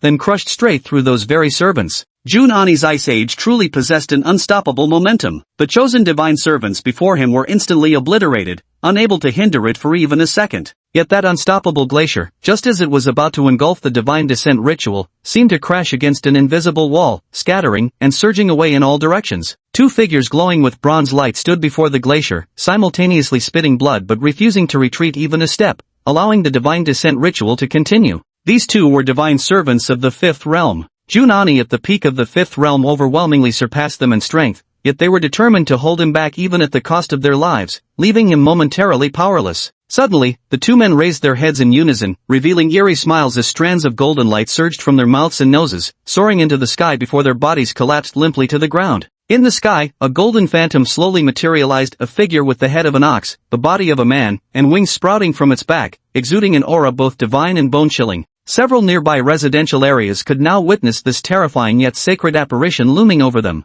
Every civilian who happened to glimpse this figure first froze in shock, then their gazes grew vacant as if they'd fallen into a stupor. Some even dropped to their knees in worship, their eyes devoid of reason as they prostrated themselves. Dong Wuxuan, Zhong Jing, Zhong Liwu, Emochingu. Every top-tier superhuman currently engaged in battle instantly sensed something was profoundly wrong here. 8 divine embryos, the first deity has descended. Shao Yi, has a deity descended on your side? Do you need reinforcements? Emochingu's anxious voice sounded through the earpiece. The scenario they feared most had finally come to pass. It's fine, not a full deific descent. They weren't fully prepared. It's just a divine phantom for now. I can handle this. Just focus on preventing other deities from descending. With that, Junani exerted force with 2 fingers, crushing the earpiece. Her entire body slowly ascended as frost gathered beneath her feet, forming a massive ice dragon that materialized to carry her. Picking up a watch, she checked the time. 2 hours and 20 minutes have passed. The man I set my sights on, his fate still hangs in the balance at this moment. The time I promised is almost up. I don't care if you're a god or not. Go to hell. Chapter 63, Junani the Godslayer, the lone warrior who faced 1,000 foes. At this moment, Junani stared directly at the deity without the slightest hint of retreat. Never gaze directly at a god. This is a phrase every newly enrolled superpowered individual hears frequently. The reason is that deities possess a certain degree of faith-based power, which can easily cause mental contamination in humans. Unless one possesses exceptionally strong willpower, psychological issues may arise, even leading to feelings of submission. Superpowered individuals are godslayers, defying the natural order from the very beginning. If they develop a submissive mindset, how could they possibly stand against the gods? Therefore, even many high-level superhumans avoid prolonged eye contact with deities during combat, instead deliberately looking elsewhere. But Junani was different at this moment. He stared directly at the bull-headed deity across from him, even fixing his gaze on that golden glowing face as if intentionally seeking eye contact. Her mind was now completely consumed by fury, completely unaffected by the deity's mental interference. As for feelings of submission, the only thought raging through her mind was tearing this god's head off.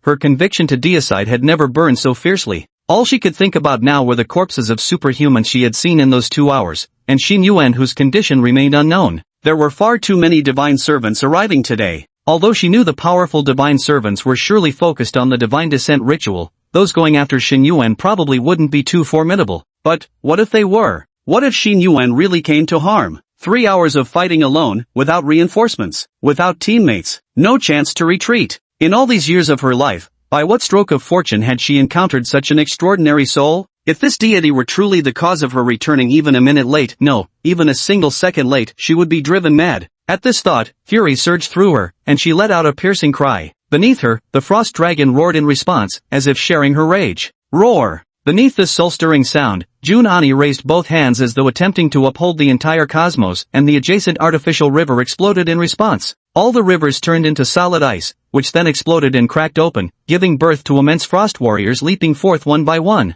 Each standing 20 meters tall, all 18 of them wielded blades, spears, swords, halberds, axes, hooked pikes, tridents, staves, maces, flails, whips, hammers, claws, hooked swords, meteor hammers, 18 weapons in total. This was Junani's self-created martial technique, also her signature move 18 Frost Demon Generals. With her abilities fully unleashed, her eyes had completely turned ice blue, veins bulging around them, adding a touch of ferocity and menace to her beautiful face. An angry woman is not to be trifled with, and an angry goddess of war is even more formidable. At this moment, the entire space was saturated with ice elemental energy, even overpowering the sacred aura, making it momentarily hard to discern who is truly the god of this mortal realm. Within 30 minutes, you'll die by my hand. The frost dragon beneath her roared mightily, carrying this Valkyrie on its back as it surged toward the bull-headed deity. The newly manifested god took one look at this onslaught and instinctively recoiled in human-like alarm. But in the next instant, 18 frost generals swarmed forward, surrounding him completely as their 18 lethal weapons came crashing down upon him from all directions. The next moment, the frost dragon arrived. Boom!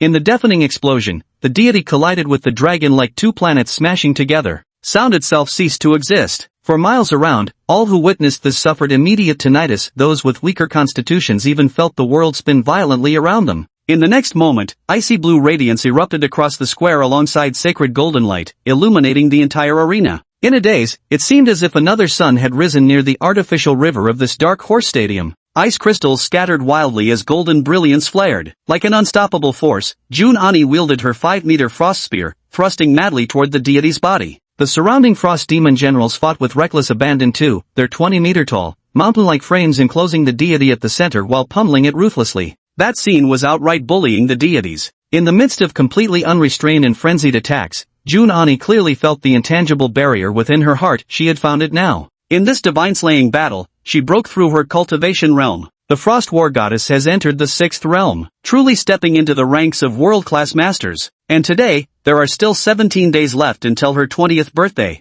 Zheng Liwu pushed back a shrine maiden before him with a single palm strike, then retreated backward, frowning as he gazed at the distant sky. The golden pages in his hand shimmered as the spring and autumn brush recorded a line of text upon them. New Century Year 109, March 5, Frost War Goddess Junani shattered the record for youngest 6th realm cultivator. The commotion here was also sensed by Xin Yuan. With the acuity of the voices of all things, it was impossible for him not to perceive such intense energy fluctuations outside, especially when they came from the same origin as his own Ice Age ability. At this moment, he was single-handedly dealing with the 5th wave of Divine Attendance Assault, once again fighting 1 against 8. It seemed that ever since arriving in this world, every battle had required him to face entire groups alone, as if he was naturally suited to be a lone wolf. Holy shit, is this ability really that overpowered when developed? This is what true SSS rank looks like. If I could reach this level, I'd probably be able to wipe these guys out instantly. Junani, you're insane. As he spoke, frost surged across his entire body, his pupils turning pale white. With an explosive release of his power, he froze several charging divine servants midair, leaving them completely immobilized.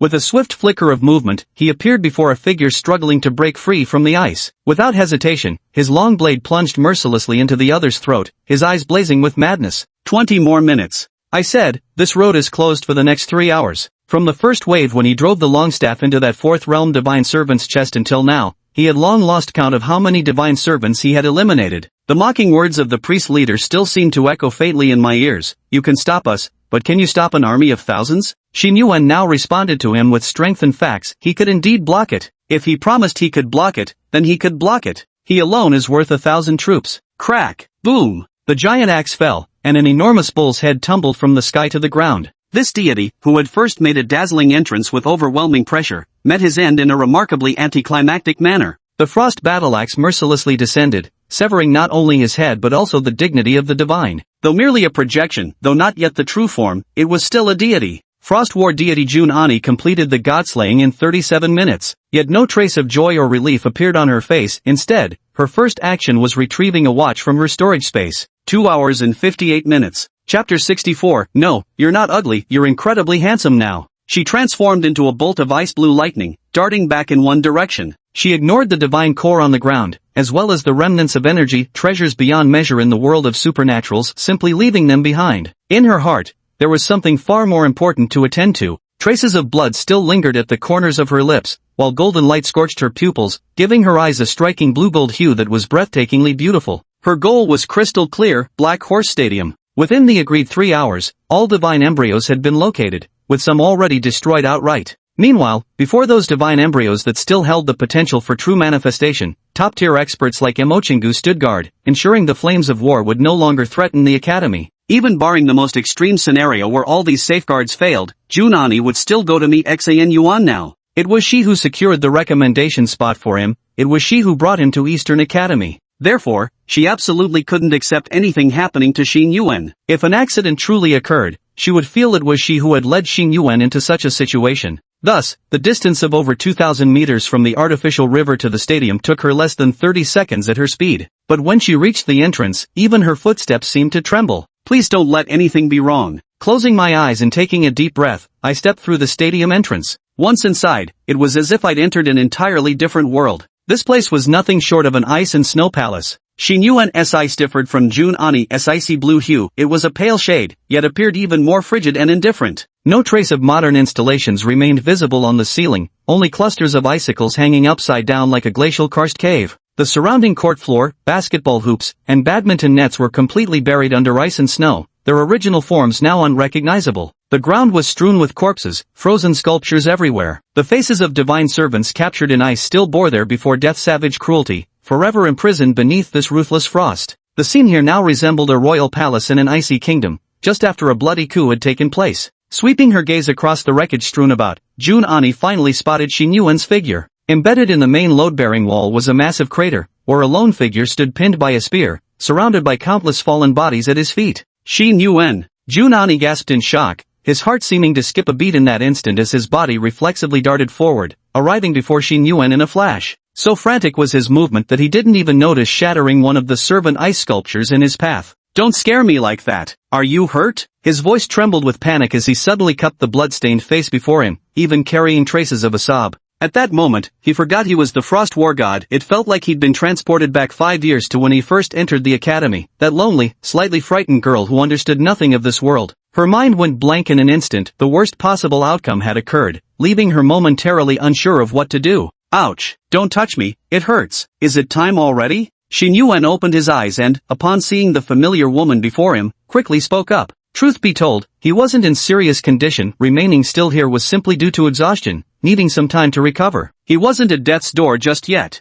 Moreover, he already knew Jun Ani had arrived, so he could finally relax instead of having to force himself to stay alert against the next wave of enemies. The moment he let his guard down, the tension in his chest dissipated, leaving him utterly drained. You're still alive? Jun Ani exclaimed joyfully. Xin Yuan. This woman always seemed rather inarticulate. Not yet. It was agreed to be 3 hours, but only you came back. That old man Mo doesn't keep his word. I want more money. I didn't expect it to be so bad before taking action. This hurts like hell, damn it. Jun Ani's gaze lowered, only then spotting the long spear embedded in Xin Yuan's chest. The wound had stopped bleeding due to the frost, but it still shimmered with a golden glow clearly caused by a weapon imbued with divine power, still corrupting that terrifying gash. To her, the injury was unmistakably life-threatening. Hearing Xin Yuan still in the mood for such remarks, Jun Ani grew frantic. You still have the nerve to joke around? Don't move, I'm going out to find a healer with medical abilities right now. But the moment she turned to leave, Xin Yuan called her back. No, just be careful. Help me pull this spear out slowly. Whatever you do, don't damage the heart. How are things outside? If it's not looking good, you should go take care of it first. I'm actually fine here. Jun Ani turned her head in shock, even suspecting that Xin Yuan had lost his mind. Pull it out? Removing it directly would cause secondary damage, and you'd lose too much blood. You can't pull it out. Listening to Junan's concern, Xin Yuan raised his hand, rubbed his nose, and said, I don't know if you'll still believe me when I say this, but my supernatural ability, well, it's mutated again. This time, it's greatly enhanced my physique. My recovery is super strong. If you pull it out, I'll heal quickly. Haven't you noticed I don't really have any wounds? Jun Ani? It mutated again. Again! This is so reckless. What the hell is this? Energy chains will clearly become the strongest superpower from now on, capable of casually spawning some heaven-defying variant abilities. Walking over to Xin Yuan's side and looking closely, she finally noticed that although his clothes were completely torn and his body covered in bloodstains, apart from the penetrating wound on his chest, there surprisingly weren't any other visible injuries. After examining him carefully again and again, Jun Ani blinked in astonishment. This man before her truly never ceased to create surprises. So, she gently braced one hand against the wall beside Xin Yuan, while using the other hand to carefully control the force as she began slowly and steadily withdrawing the long spear. When I came back, I already greeted the others. Dean Mo and the rest know I'm here, so they won't return and will continue fighting the enemy. As she worked, Jun Ani kept talking, both to explain and to distract Xin Yuan.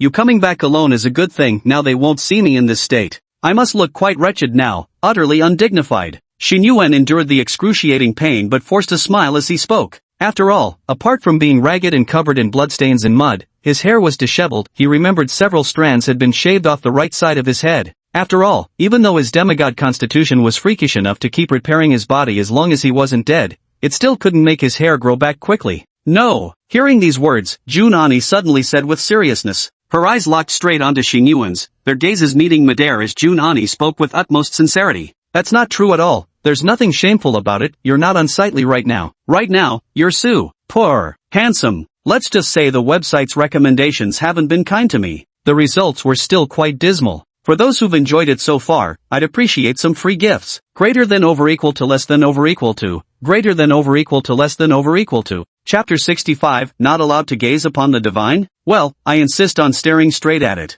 Their eyes remained locked in midair for a full 5 seconds before Xin Yuan finally attempted to break the tension. Hey, don't stop halfway through pulling it out. You're leaving me hanging here. Hearing Xin Yuan's words, Jun Ani finally snapped back to attention and quickly focused on the task at hand. A flush of red spread across her cheeks, feeling scalding hot. She kept her head bowed forcefully, not wanting Xin Yuan to see the redness on her face. For a moment, emotions ran high, making the atmosphere strangely ambiguous and awkward. Fortunately, this was a battlefield, with corpses strewn haphazardly all around, which kept the atmosphere from becoming too rosy. At this thought, Jun Ani was also dissatisfied with Xin Yuan's clueless remarks. How could this guy seem completely unfazed? As my thoughts wandered, suddenly, several divine servants rushed in through the doorway again. Scram! Jun Ani didn't even turn her head as she casually flicked her right hand backward. A torrent of frost surged forth, instantly freezing the squad of divine attendants who had charged in before they could utter a single word into shattered ice shards. Having just broken through to the 6th realm, Jun Ani's abilities had ascended to new heights. Facing these mere 3rd and 4th realm opponents, obliterating them instantly was child's play. Witnessing this scene, Xin Yuan could only shake his head speechlessly. Though he himself had held the line for 3 hours without letting anyone cross the threshold, his battles had been hard-fought struggles. How could it be this simple? Thunk! With a dull thud, the spear tip was finally yanked from Xin Yuan's chest. It felt as though all strength drained from his body with that motion, his legs gave way, and he crumpled to the ground. 3 hours. He hadn't been beaten to death, but he was nearly exhausted to it. But the next instant, he found himself lying in a soft embrace, hearing Jun Ani's slightly anxious voice by his ear. "Didn't you say you could heal yourself? What happened?" As she spoke, Jun Ani knelt on one knee, letting Xin Yuan half recline against her thigh with his head resting against her abdomen. Only when she saw the terrifying wound on his chest rapidly healing before her eyes did Jun Ani finally breathe a sigh of relief. I'm just too exhausted. Right now I feel like my health bar hasn't changed much, but my mana bar is completely depleted. I don't have a single drop left." While joking around, Xin Yuan slightly moved his head and suddenly felt something round and soft. What is this? Crack! Jun Ani blushed slightly as she gave Xin Yuan a heavy pat on the head. "Stay still." At that moment, several injured superhumans rushed through the door with urgent footsteps. Jun Ani suddenly turned around and, realizing they were allies, lowered her raised hand that was ready to attack. She asked, "How did you get in here? What's happening? Is the situation outside under control?" The group quickly halted and answered, "The overall situation has stabilized, thanks to you successfully slaying a deity earlier." It dealt a massive blow to their morale. But, as he spoke, his gaze suddenly froze upon noticing the scene before him, his eyes nearly bulging out of their sockets. Why is there a man lying in the frost god of war's arms, and his head is even resting on? But what? Go on. Jun Ani frowned. He's Xin Yuan. He guarded this place for 3 hours and got injured. The superpowered individual across almost blurted out, "Actually, I'm injured too." But in the end, he thought better of it and quickly added, "But we need to evacuate the personnel immediately. All the divine embryos have been destroyed, and earlier another divine miracle projection descended, but it was slain jointly by war god Qin Tian and vice Dean Zhongjing. But now, a mad-level deity has descended, though also a projection. This one feels incredibly real." Upon hearing this, Jun Ani immediately grew serious and said, "Quan level? Are you sure? That's what Dean Mo said." "Alright, you all hurry underground immediately, evacuate the students, and begin organizing the evacuation." The group acknowledged the order and quickly sprinted toward the underground area. "Mad level? What kind of rank is that? Seems like yet another term I've never heard before," Xin Yuan inquired. This was a classification system devised by the father of supers at the time, categorizing deities into 5 levels: evil, ferocious, berserk, calamity, and annihilation. Oh, so even gods have ranks, but the mad god is only 3rd tier? Easy prey? It's difficult. The power of deities isn't quite what you imagine. If my true form were to descend, mere madness would already constitute a world-class catastrophe. Fortunately, it's just a projection. With Dean Mo here, it shouldn't be much of a problem anymore. After giving a brief explanation and confirming the wound had fully healed, Xin Yuan signaled Jun Ani to help him stand up.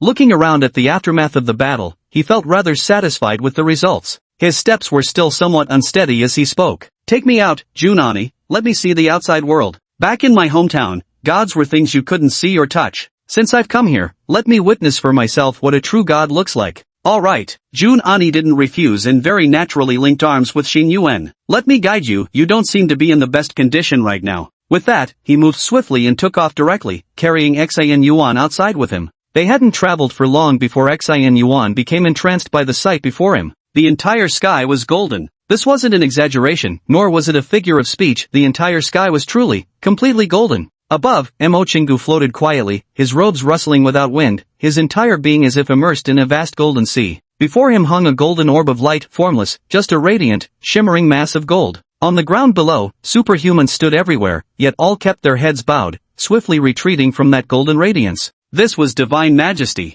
The gods appear, mortals retreat. Is this a god? Xin Yuan stared blankly at the golden glow as he spoke. But before he could finish his words, darkness fell over his vision. A hand had covered his eyes. "Do not gaze upon the divine. This is your first time, so you absolutely mustn't. It could traumatize your mind." Jun Ani whispered urgently into his ear. "Does this affect you? If not, bring me closer." "I'm fine, my regenerative abilities make me immune to this." Jun Ani? In the end, unable to resist his insistence, she led him to a closer spot where they watched Mo Chingu battle against the golden light, all while remaining ready to cover his eyes at any moment. But now, Jun Ani turned her head in surprise, studying the expression on Xin Yuan's face. In fact, for many superpowered individuals, encountering a deity for the first time is a significant hurdle. That intense mental corruption could easily shatter his invincible resolve in an instant, casting a lifelong shadow over him and preventing him from reaching his full potential. Even the most resolute genius often cannot help a slight tremble the first time. In short, whether it's determination, fear, indignation, or negativity, all are normal emotions. But the letter was far from that. His golden glowing eyes shone with a quiet excitement, like a fish swimming against the current,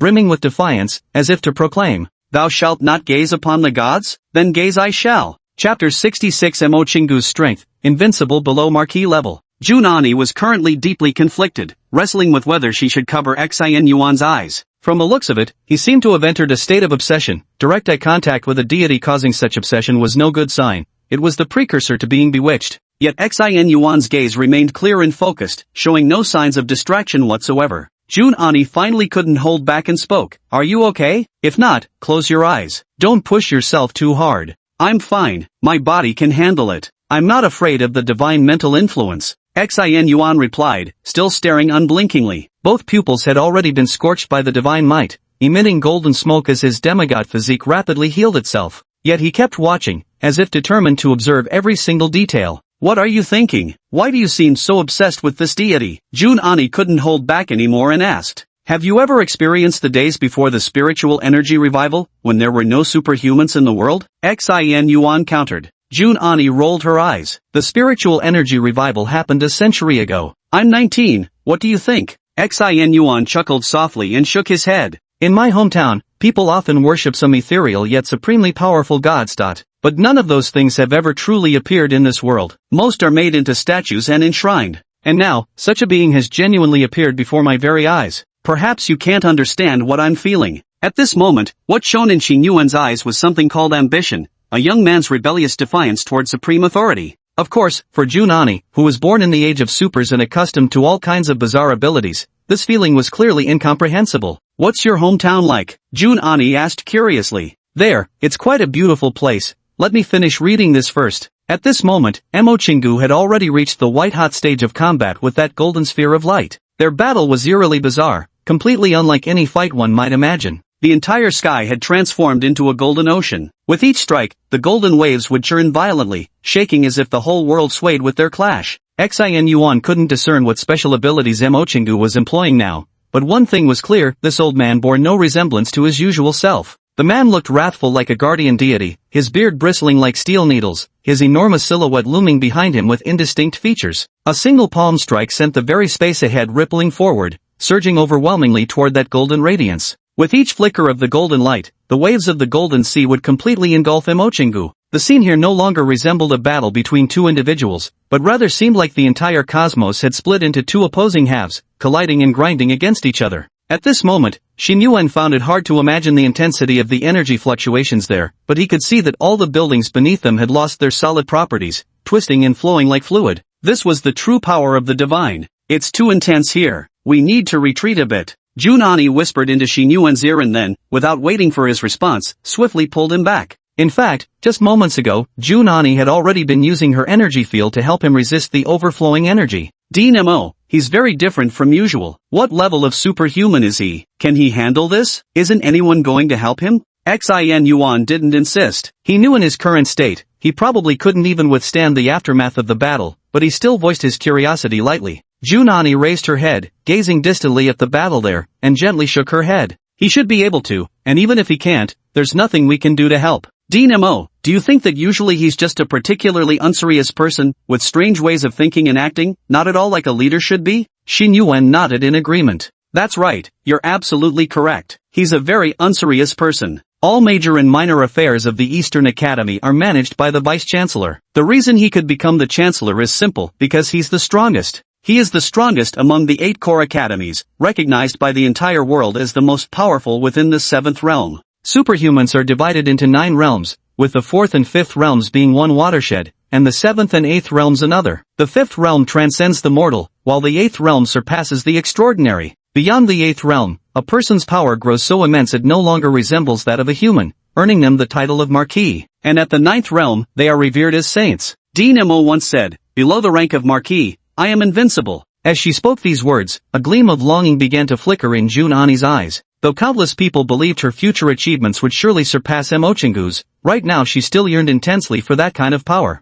The battle there had already reached its climax, the stage where life and death would be decided. Junani had initially been holding Xing Yuan's hand, but now she had shifted to wrapping her arm around his waist, making it easier to guide him as they retreated step by step. This posture made it seem as if their genders were reversed, but she didn't notice that something was seriously off about Xing Yuan's condition at that moment. Unlike most people in this world, Xing Yuan had only mastered his superhuman abilities a mere half-month ago. He had just grasped power beyond ordinary people, then pushed his limits frenziedly, and now looked directly upon the divine radiance. The entire progression was excessively rushed and rapid, to the point of triggering qualitative transformations. As Xin Yuan watched, he suddenly felt an indestructible barrier within his heart begin to tremble faintly. Then, he knew nothing more, slipping into unconsciousness. Junani? He was fine just now. How could he suddenly kick the bucket? After discovering this phenomenon, she immediately fled far away with Xing Yuan, then took out her special communication device and shouted into the receiver. Is there any superhuman with healing abilities? Get to my location immediately. Hurry up.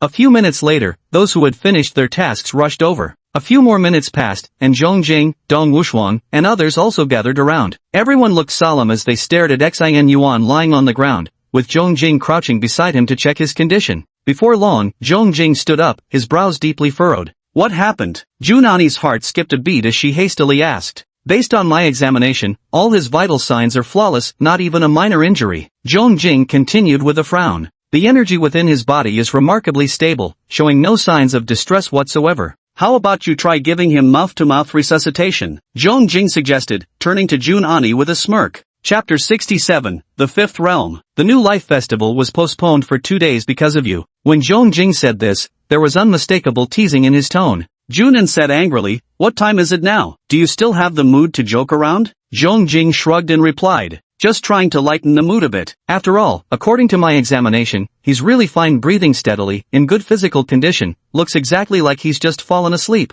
You said he suddenly collapsed? What was he doing just now? Hearing Zhongjing's question, Junani quickly recounted how Xin Yuan had just stared directly at the deity and fought with Mochingu. At that moment, the bald elder Su, who had been maintaining the stability of the assessment's secret realm, arrived. Upon hearing this, he crouched down, placed his right hand on Xin Yuan's head, and emitted a glow as if sensing something. After a while, he spoke. Mentally, there seems to be no issue. It doesn't appear that he's been corrupted or bewitched by a deity. If I had to speculate, I suspect he might have broken through his realm. Breakthrough? Breakthrough what? Zhongjing didn't understand. The first major threshold, the fifth realm, transcending mortality. Old Su said very briefly, then couldn't help sighing. He's already reached the fifth realm. I'm only at the fifth realm myself now. Truly, comparisons between people are odious. Hearing this conclusion, Zhongjing and the others were stunned. Then Zhongjing suddenly grabbed the other man's arm and said, Old Su, are you serious? The fifth realm? He's already at the fifth realm, and he hasn't even enrolled yet. It's no wonder Zhongjing was so shocked. The fifth realm and the fourth realm are two entirely different domains. From the first to the fourth realm, it's essentially a process of energy accumulation and developing one's unique abilities. As long as one's talent isn't too lacking, most people can steadily progress step by step. But starting from the fifth realm, each breakthrough becomes a hurdle that requires serendipity, sufficient accumulation of power, evolution of one's temperament, and external stimulation. Only then is it possible to achieve. Take Junani this time, for example. Extreme fury led her to completely regard the deities as livestock to be slaughtered, which allowed her to step from the peak of the fifth realm onto the threshold of the sixth. At this point, all 8 war gods of the War God Temple had finally reached a level beyond the 6th realm. Junani previously counted as a special recruit. And if Xin Yuan's situation holds true, then in this battle, Junani ascended to the 6th realm, while he reached the 5th. It could be said that the gains were quite substantial. Aren't you gonna say something, Old Su? Are you sure? Zhongjing continued shaking Old Su, showing none of a leader's composure. I'm not sure either, probably. Old Su was also impatient. He was already a genius, with strength at the 4th realm. These past 2 days of assessments and everything else probably fully unleashed his potential. Oh my god, such talent has gone to Eastern Academy again. How old was I when I broke through to the next realm? 29, I think? And how old is he now? Zhongjing clutched his head weakly with a frenzied expression, yet his face clearly showed he was delighted. Having such a genius emerge could be considered humanity's good fortune. Comparatively, I'm more curious about. Dong Wushuang suddenly spoke up from the side. He defended the venue for so long, a full 3 hours, fighting non-stop. Doesn't he have a single scratch? Was he that overwhelmingly powerful? Junani, reassured that Xan Yuan was unharmed, let go of his lingering tension and casually remarked, "Not exactly. He sustained numerous injuries, including some critical penetrating wounds. But it seems his abilities have mutated again, more like he evolved some kind of healing factor, as all his injuries have already healed completely." The crowd. Zhong Jing's raised hand froze midair. A twitch tugged at Dong Wuxuan's lips despite himself. Old Su awkwardly rubbed his gleaming bald head, that polished dome catching the light. The crowd fell silent for several seconds before unanimously steering the conversation elsewhere. Can't help it, it's just too demoralizing. While others are striving to develop their abilities, you're just fooling around when you have nothing to do, huh? Bzzzzz. The sound of tinnitus rang out as golden waves surged through the sky. Soon, a rain of golden light particles began falling from the heavens. Boom! A figure resembling a wrathful golden guardian, a muscular version of Santa Claus, landed heavily amidst the group. Covered in golden wounds, Mo Chingu had finally completed the battle that belonged to him.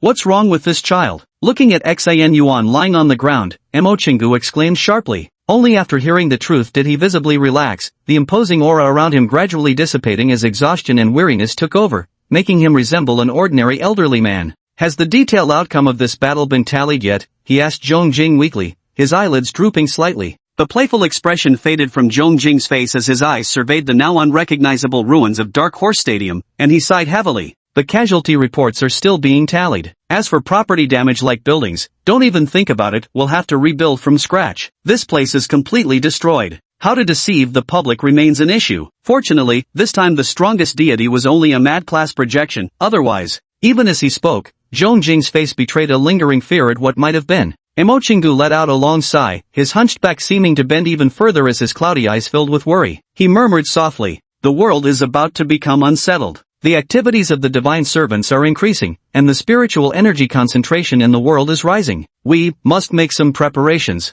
Truth be told, he hadn't even dared to speak the full severity of the situation. In his perception, the storm was gathering, and the world was about to undergo a cataclysmic change. This time, though, will it be humanity's trial to advance toward the future, or its road to ruin? Now, it all depends on these young people. Thinking this, Mo Chingu couldn't help but steal a glance at Xan Yuan, who was lying on the ground. "Alright, tidy up, and we'll go home." On the pristine white bed, Xin Yuan slowly opened his eyes. It was as if he had been lost in a long dream. The sunlight outside the window was glaringly bright, while the chirping of insects and birds whispered of peaceful days. Was I dreaming? Xin Yuan abruptly sat up from the bed, staring at the unfamiliar scene outside the window. Was it all just a dream? I didn't travel through time? No superpowers, just imagination? Wonderful, I'm back to myself. Just then, the door creaked open. Junani walked in from outside holding a bottle in his hand. Seeing Xin Yuan awake, he said with surprise, "Oh, you're finally awake? Why is it you?" Xin Yuan couldn't help sounding slightly disappointed, realizing now that none of it had been a dream.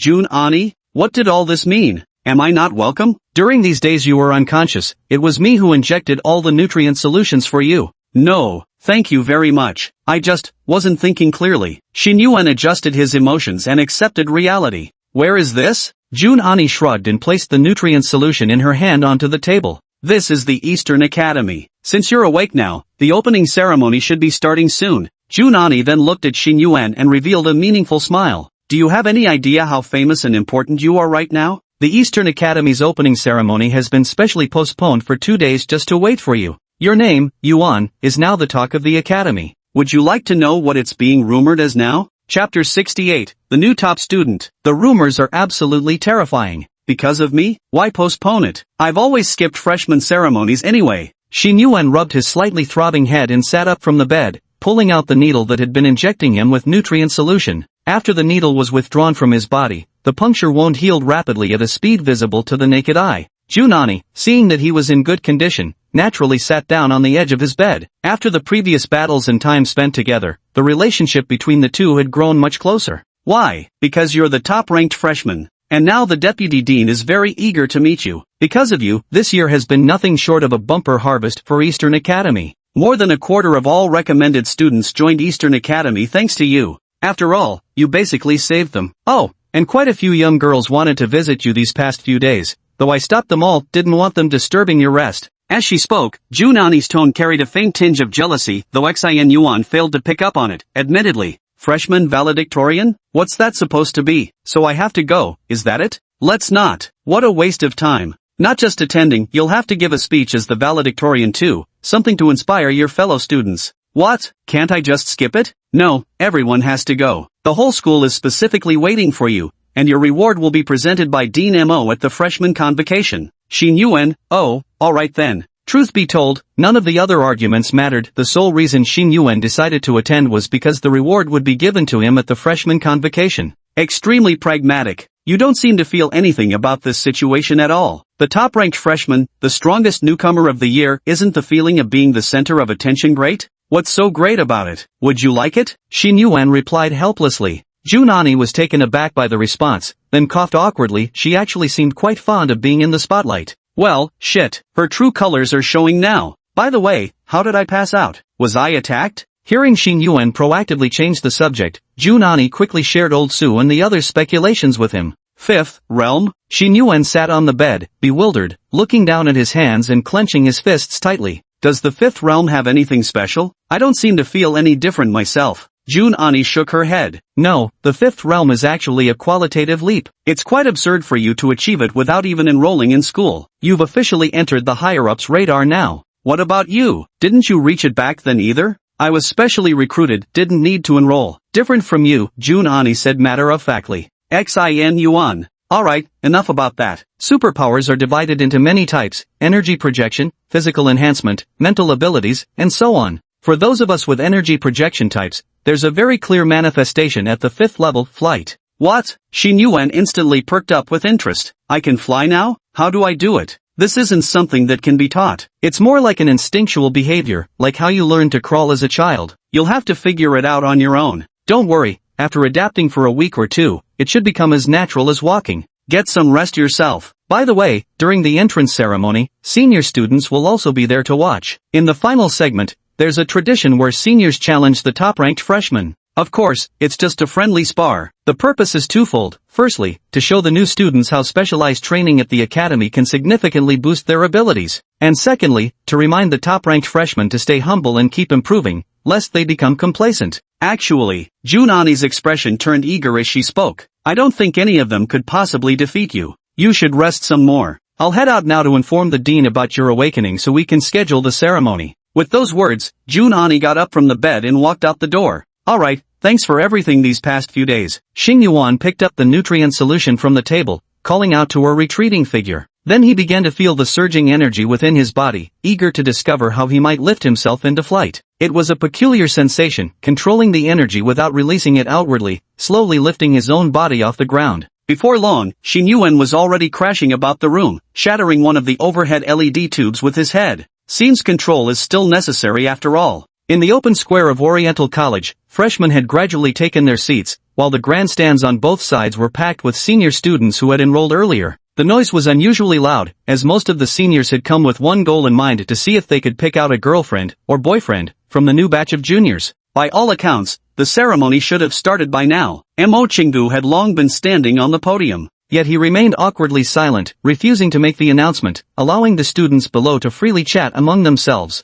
And now, among the freshmen, the topic of conversation has always revolved around Xin Yuan. Sai, have you heard? This year's top freshman is different from previous years. Apparently, he's insanely powerful. Recently, I overheard during lunch that an E-level mutant actually possesses S-level abilities, capable of communicating with heaven and earth. Omniscient, they say. I also heard that all the top recruits this year are actually his subordinates. Rumor has it many came specifically to join him. It's said that not long ago, he single-handedly held off tens of thousands of deities at once without breaking a sweat. I also heard he's actually a god incarnate, the sun's projection manifested in human form. Rumor has it the entire Eastern Academy is secretly his property. In short, stories of all kinds spread like wildfire. Within just a few days, the rumors had escalated to horrifying proportions. Some even claimed Xin Yuan was a 1,000-year-old demon in disguise. However, the academy itself would never bother with such rumors. As the scheduled start time for the ceremony had clearly been exceeded by more than 10 minutes, the murmurs in the crowd gradually quieted down,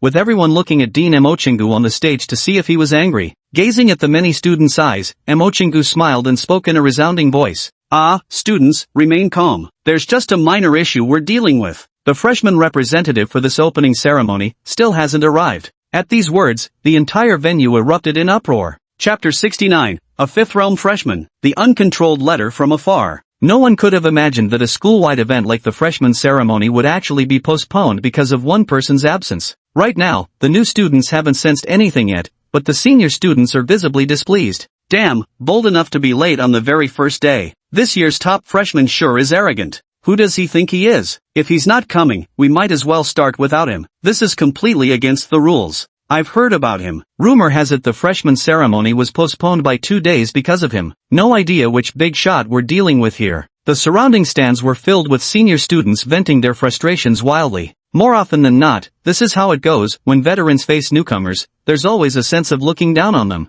In the shade, a few senior students sat leisurely. One of them spoke calmly. Well, they've got skills. Remember that rookie assessment a few days ago? Apparently, a divine descent occurred, and word is they fought in it and made major contributions. The guy next to him, wearing a pair of flip-flops, also chimed in. I've heard about it too. Apparently, this kid's stories are spreading like wildfire, all sorts of versions, no way to tell what's true or not. The top-ranked freshman, of course he's a genius. With that kind of talent, arrogance comes naturally. It's the same every year. But hasn't every year's top freshman gotten thoroughly humbled in the challenge tournaments? At this point, the guy in flip-flops burst into laughter, unable to help recalling the scene when he first entered school, thinking himself invincible, only to have his ego thoroughly crushed. Ah, a rite of passage. Who didn't think they were a genius back in the day? So, for this final challenge, you'll teach the new top-ranked freshman a lesson, a nearby classmate chimed in, laughing along. Alright, this time I'll teach him a thing or two. 3 years in feels a bit like bullying, honestly. While the students were whispering among themselves, Mo Chingu felt utterly bewildered inside.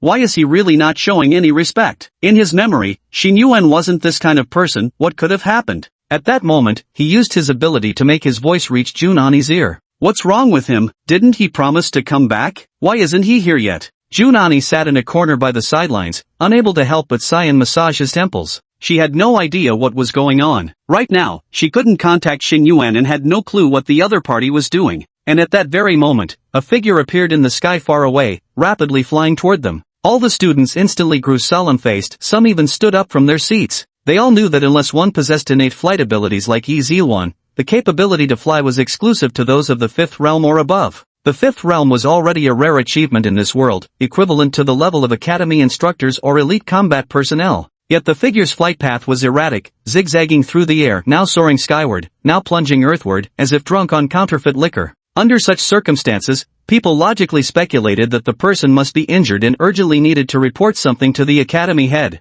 The Orient Academy is in trouble. Many people knew the world might become unstable recently, but no one expected it to happen so quickly. In a daze, it seemed one could still hear the person shouting something, but the words were unclear. Only when they flew closer did they finally understand some of it. Make way, make way. I can't control it. Can someone help me out? Just a quick assist, I don't want to crash into you. Since discovering his ability to fly yesterday, Xin Yuan couldn't stop practicing. He was at it almost non-stop. Although Junani had told him mastering it would take 1 or 2 weeks, he simply couldn't wait. The sensation of being in the sky feels entirely different from being on the ground. It's as if your entire sphere of movement has expanded from 2 dimensions to 3. The same thing happened again today. I went out for a flight and just vanished into nowhere, losing track of time. The distance to rush back was simply too far. And so, this is how things came to be. Boom! The whole person came crashing down, landing squarely on the podium and stirring up a cloud of dust. This place is quite open, so there's little risk of bumping into others. All the students nervously stared at him, eager to find out what had happened. When the dust settled, Mo Chingu walked forward with a smile, facing the students and said,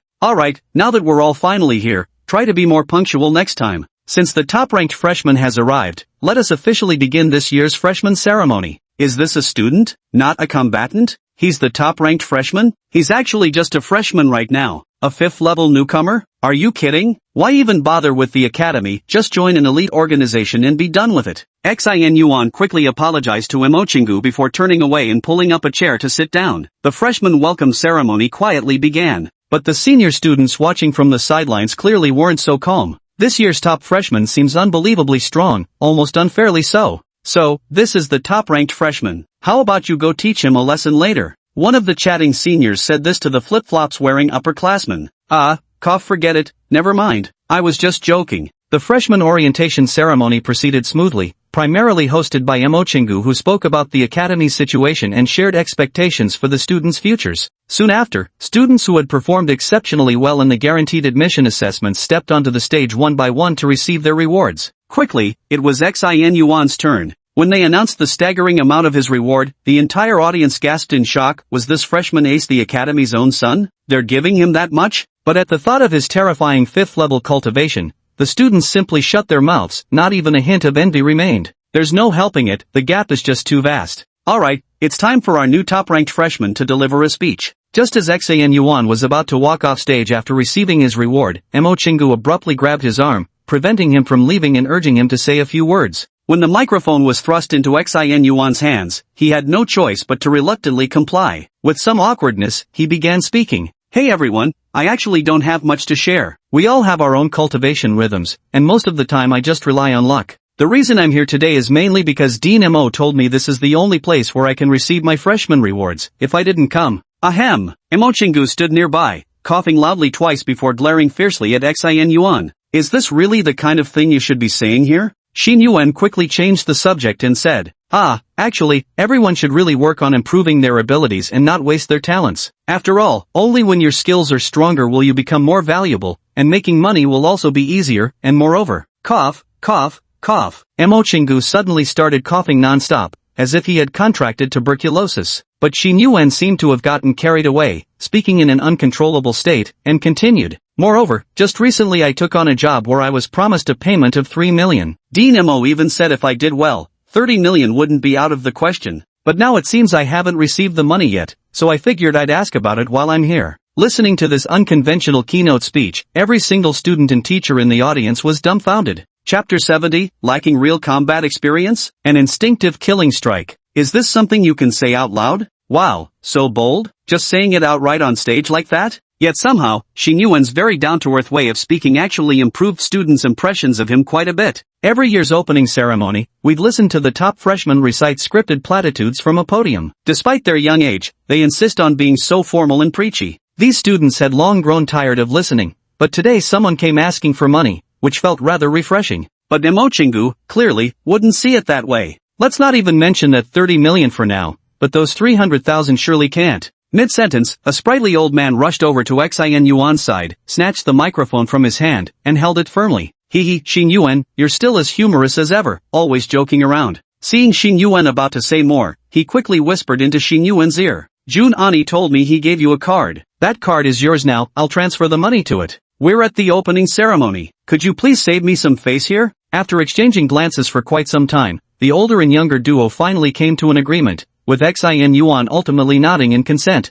Mo Chingu also didn't dare to let Xin Yuan deliver any more speeches. He had realized that this young man simply didn't play by the rules and was somewhat difficult to handle. Then, he promptly proceeded to the final item on the agenda. Alright, this year's freshman ceremony has come to a successful conclusion. I hope everyone will hone their abilities in the days ahead and strive to contribute to safeguarding the peace of this world as soon as possible. Now then, we've reached the challenge segment. Does anyone wish to spar with the freshman top student? Of course, if the top student perceives too great a disparity, they may decline. This kind of sparring is essentially meaningless, it's practically an exhibition match. But since they're all young people unwilling to lose face, past events typically saw several matches played out. However, during this period of interaction, Mo Chingu had seen clearly, Xin Yuan truly wouldn't care about these things. If he refused, he genuinely wouldn't give a damn about saving face or such matters. So right then, Mo Chingu quickly leaned over and whispered another reminder in Xin Yuan's ear. Give me some face, brother. I can pay more, I'll add another 100 grand to the transfer later. It was clear that Mo Chingu was indeed an irreverent old man, free from petty formalities. Despite the 50-year age gap, he didn't hesitate to refer to him as brother. Xin Yuan neither agreed nor disagreed but ultimately stayed on the field instead of walking away outright. But this time, there was a stark difference from previous occasions. At this time in previous years, the seniors in the stands on both sides would start cheering wildly, mocking and provoking, with many eager to give newcomers a humbling lesson. But today was a bit different. The stands on either side were unusually quiet, with hardly anyone speaking and awkward silence prevailed. Of course, who would dare step forward casually now? At the beginning, Xin Yuan literally flew in, shocking everyone around him. With his 5th level strength, no one wanted to challenge him and invite trouble. In the Eastern Academy, it wasn't like there weren't any 5th level students at all. Among the exceptionally talented senior students who were about to graduate, such geniuses did exist. However, they rarely participated in such gatherings anymore, having already signed contracts with various superpower organizations and shouldering significant responsibilities. As a result, the situation became quite awkward. In that vast arena, Xin Yuan stood alone, with not a single challenger in sight. At last, after waiting a solid 4 or 5 minutes, a male student finally jumped down from the spectator stands. Dressed in a long blue robe and exceptionally handsome, he approached Xin Yuan at a leisurely pace, clasped his fists, and said, "Hello, Junior. To reach the 5th realm at such a young age truly puts us to shame. I feel like I've wasted my life. My name is Lin Ruoyan. I'm currently at the peak of the 4th realm, yet I've been stuck, unable to break through to the 5th. Judging by your previous flight trajectory, you must have just entered the 5th realm. After all, I've undergone extensive training at the academy and mastered numerous combat techniques. As a new student, you lack practical battle experience, so we're probably evenly matched. Let me challenge you, the top-ranked freshman." Lin Ruoyan came across as cultured, his words polite in tone, yet what he said made Junani, seated below the stage, twitch at the corner of his mouth involuntarily. Lacking practical battle experience? This advice might be appropriate for other trainees, but for Xin Yuan? Countless people have already died by his hands. After all, just 3 hours 2 days ago, the number of divine servants lying at his feet could hardly be described as anything less than piles. But clearly, Lin Ruoyan wasn't aware of these details. "Alright, let's begin now. I may be an old man, but I'll serve as your referee today. Don't worry, I can call a stop at any sign of danger." Seeing someone finally stepping up to break the awkward silence, Mo Chingu gave Lin Ruoyan an approving glance.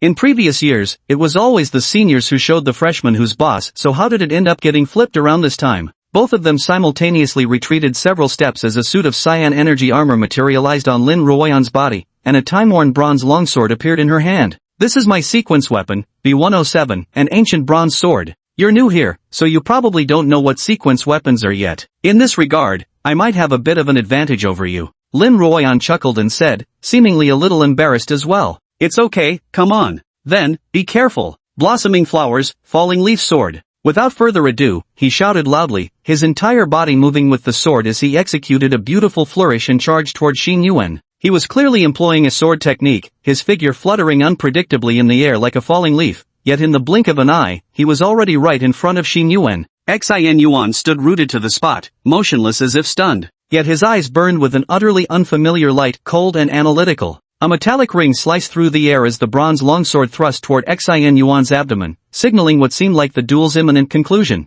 But in the next instant, a blinding pale radiance erupted. Frost encased the arena while an energy chain whipped from his grasp, coiling around Lin Ruoyan's waist and yanking him violently forward. Xin Yuan completely ignored the long sword thrust toward his abdomen. Instead, a blade materialized in his hand as he stabbed straight toward Lin Ruoyan's neck. Xin Yuan had already entered battle mode. He forgot this was merely a sparring match. The boiling blood of combat made him feel as though he were back on that meat grinder of a battlefield 2 days prior. He had never learned any martial techniques. From that battle, he had learned only one thing. Trading injury for life? Totally worth it. Striking, it was an instinctive killing move. Chapter 71, just what has he been through? For an instant, perhaps no more than 1/100th of a second, Lin Ruoyan's shocked gaze met Xin Yuan's. What kind of eyes were those? It was a demeanor of calmness tinged with a hint of brutality, accompanied by an utter indifference toward one's own life and that of the enemy. Why isn't he dodging? Why isn't he blocking? Why was his first instinct to take my sword strike head-on, only to counter by stabbing me in return?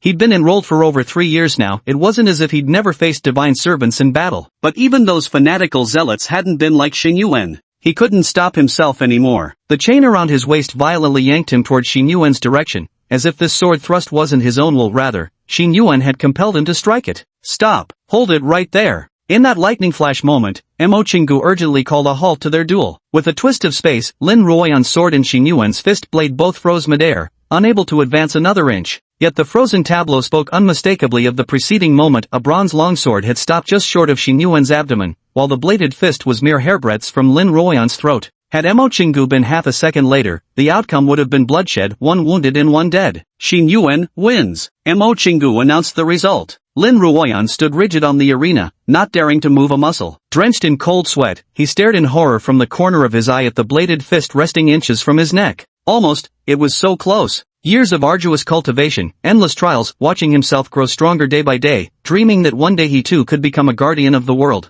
But just moments ago, he realized death might have been mere seconds away. Too close. Hearing Mo Chingu's voice, Xin Yuan's eyes slowly cleared, returning to their usual calm. Sorry, I got carried away just now and couldn't hold back. He removed his knuckle blades and gave Lin Ruoyan an apologetic smile. It was like a kind of wartime after effect. Once he entered combat mode now, he immediately reverted to that state of solitary defense in the stadium, where there was no such thing as a friendly spar. Those 3 hours of meat grinder-like combat experience had been etched deep into his bones and blood. Lin Ruoyan watched as Xin Yuan reverted to his usual lazy and friendly demeanor in just 1 second. Feeling somewhat embarrassed, she forced an unnatural and strained smile. It's nothing, I'm no match for you. You're really something. After saying this, she naturally took a few steps back, increasing the distance between herself and Xin Yuan as if standing too close to imposed some danger. Looking at Xin Yuan's current laid-back appearance and contrasting it with the cold, violent eyes she had seen during their battle, she couldn't help but suspect he might have a split personality. He had only one thought in his mind now: this guy was too ruthless,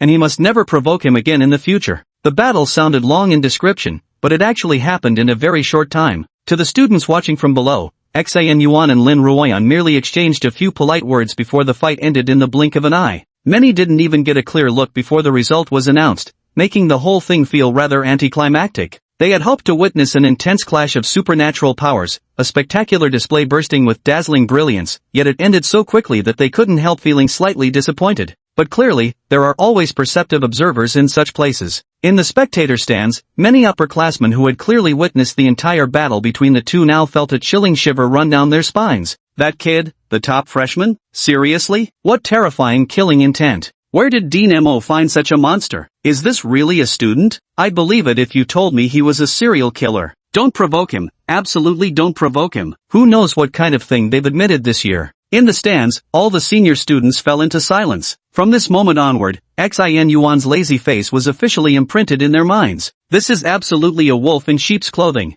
The crowd slowly dispersed, bringing this year's freshman celebration to an eerily bizarre conclusion. The final match was recorded by many students, and in the coming days, it would spread like wildfire across the campus forum. Xin Yuan, the top-ranked freshman, had now firmly cemented his position. At this moment, Shi Hong stepped forward, exchanging a few words with him, during which Xin Yuan also managed to shake his hand. Of course, there was also the eccentric Lu Peng, who somehow ended up tagging along. Big bro, you saved me that day. Wow, I'm so grateful. From now on just order me around whenever you need anything. Lu Peng clutched Xin Yuan's hand while blubbering snot and tears. Xin Yuan, I'd prefer if you acted normally, and don't call me big bro. Lu Peng, got it, boss. Anything you need me to do? Xin Yuan, just go somewhere cool and stay there. Lu Peng, but boss, it's really hot outside right now. The only way to get cool is to go back inside and turn on the AC. Xin Yuan, then go back inside. Lu Peng, alright, boss, should I bring you breakfast tomorrow? Just that torment king.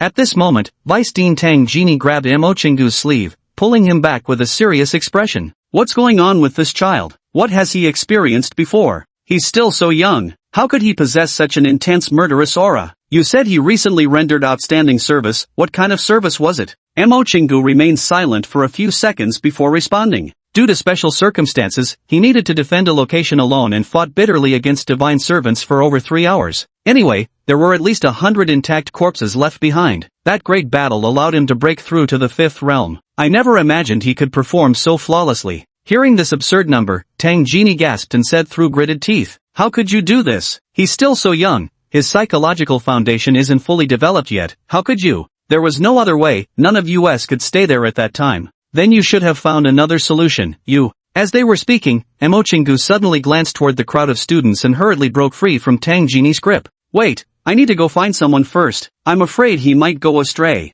After saying this, Tang Genie vanished before our eyes in the blink of an eye. Gradually leaving the bustling noise of the playground behind, Yi Ziwan walked alone to the foot of the dormitory building. In a shadowy corner, she clenched her fist tightly. Her right fist pressed against the wall with such force that she didn't even notice the streaks of blood left behind. That day in the basement, she had clung to the ceiling the entire time, listening to Xin Yuan's battle sounds from start to finish. Today, sitting in the front row, she watched Xin Yuan's icy gaze completely overwhelm the upperclassmen of Eastern Academy. For some reason, she felt her goal was drifting further and further away. Now, recalling what she had said and thought when she first met Xin Yuan, she felt utterly wretched, as if her heart were being clawed apart. She thought herself nothing but a clown. Damn it, why was he so impossibly ahead? How could she ever surpass him? She wanted nothing more than to outdo him, so why did she still need his protection when danger struck? Ever since before the assessment, she had spent every waking moment 6 hours for sleep, one for meals, cultivating her abilities and honing her skills. But why does the gap feel like it's growing wider? Is it truly impossible for a B rank to catch up to those geniuses? I'm not just any ordinary B rank either. And back then, he was only an E rank too. At this thought, Yi Zilwan slammed her fist heavily against the wall, but the pain in her hand paled in comparison to the anxiety and anguish in her heart, as tears slowly welled up in her eyes. At that very moment, a voice sounded behind her. Child, what are you thinking about? Does your hand hurt? Don't be impatient. Chapter 72. In this world, you are the one and only Phoenix. Hearing this voice, Yi Zilwan couldn't help but startle. It seemed someone had witnessed her vulnerable moment. She hastily wiped away her tears and turned around. When she saw the somewhat familiar white-bearded old man, she spoke with a hint of fluster. Hello, Dean. What's the matter, child? Have you been crying? Emochingu seemed to have anticipated this as he observed the redness around Yi Zilwan's eyes. No, I didn't sleep well last night, and I had to wake up early today for the freshman ceremony. I plan to go back and catch up on sleep later. Yi Zilwan vigorously rubbed her eyes but didn't admit it. Emochingu didn't deliberately call her out either. Instead, he asked in return. Your mother is Jiang Yueru, right? Her ability is an S-class Fire Phoenix, a peak 6th stage superhuman, currently working at the Human Union, is that correct? Yi Zilwan didn't respond, lowering her head in silent acquiescence. Let me guess, you often watch Xin Yuan, don't you? Wanting to make him your cultivation benchmark? Having grown up with your mother, do you also wish to become someone like her someday? But you've discovered you somehow can't measure up? Though everyone calls you a genius, you always feel hopelessly distant from the ideals in your heart. So much so that, the harder you try, the wider the gap becomes. Emochingu now seemed like a demon capable of seeing through people's hearts, his words cutting through Yi Zilwan's soul like sharp knives. She remained silent the whole time, her expression blank as she spoke. No, there's nothing worth comparing. I'm not feeling well. If you have nothing else, I'd like to go back now. After speaking, she turned around intending to walk toward the apartment building. But Emochingu clearly had no intention of letting her go, continuing. Xin Yuan was only E rank at first. You thought he didn't deserve that guaranteed admission. Yet in just a few days he soared beyond what you could ever hope to reach. Your mother had S-rank awakened talent, but yours only received a B-rank evaluation. You've surely heard since childhood, though not as good as her mother, her talent is quite impressive, right?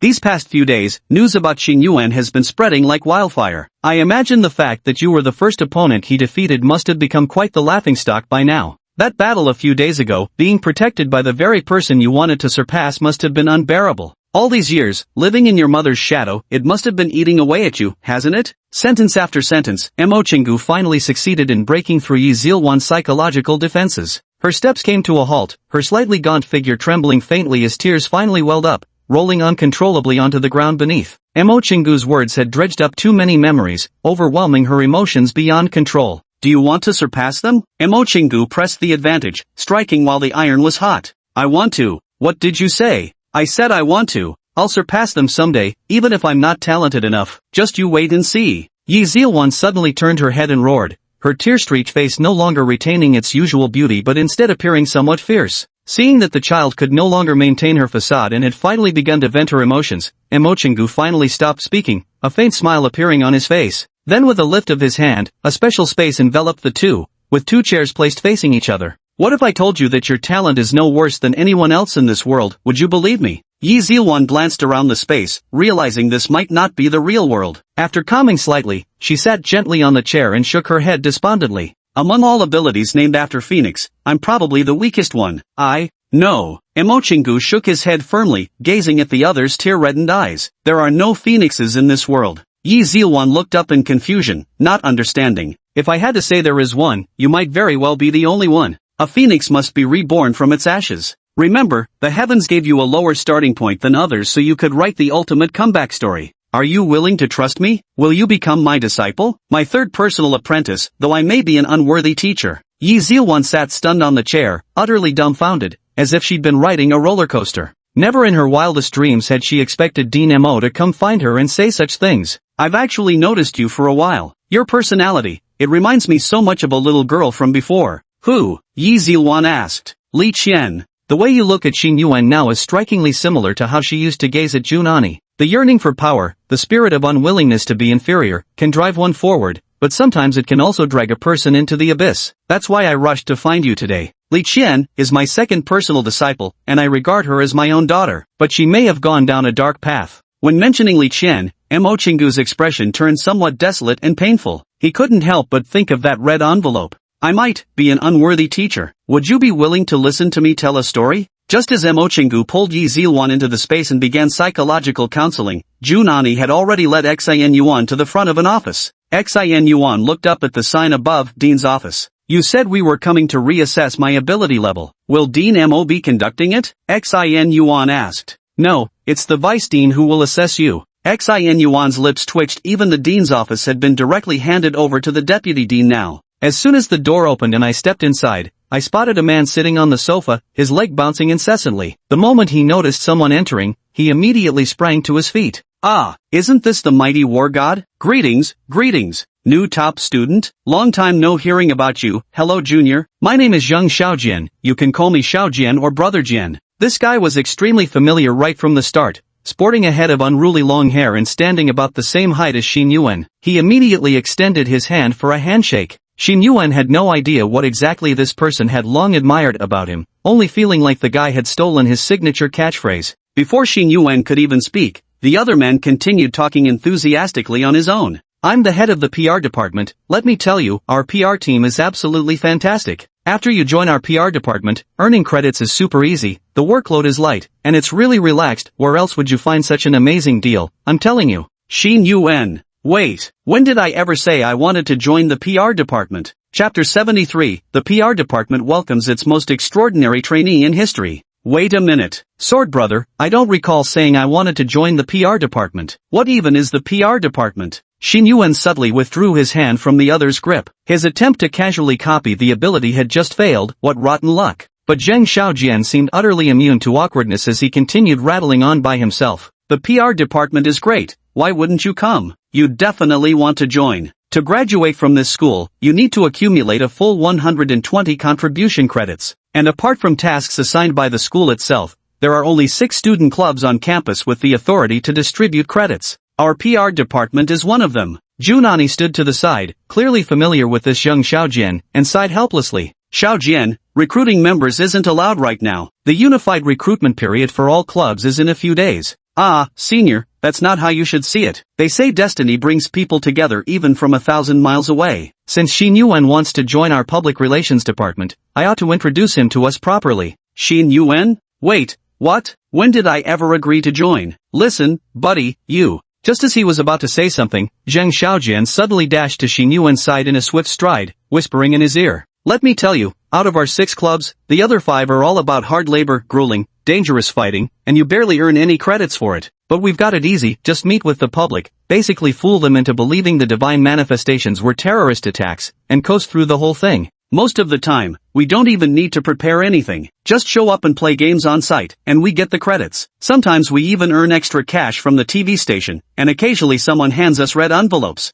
Zhang Xiaojian gave a mischievous raise of his eyebrows at this point, rubbing his thumb and forefinger together in a money-counting gesture. Xin Yuan. Brother Jian, hello. Starting today, I'm officially a member of the PR department. Ah, that's more like it. Get your phone out. I'll install this for you. It's the internal app for the 6 special clubs. If the school has any emergencies or urgent announcements, they'll post them here. You take the tasks, and you'll get credits. Let them handle the fights, we'll just grab the easy ones. Quick hands get the goods, slow hands get nothing. Xin Yuan listened nearby, nodding repeatedly in agreement. Then, the two hit it off immediately, letting out cunning laughter, 2 slackers who seemed to have finally found kindred spirits. Junani stood outside the door, slapping his forehead, thinking it was all over. How had he run into Zhang Xiaojian of all people? In reality, the public relations department was inherently a slack-off department, a sort of backdoor for students whose talents weren't exceptional or who weren't suited for combat. The purpose was to allow them to earn academic credits through administrative tasks. Generally speaking, many students are unwilling to join the PR department,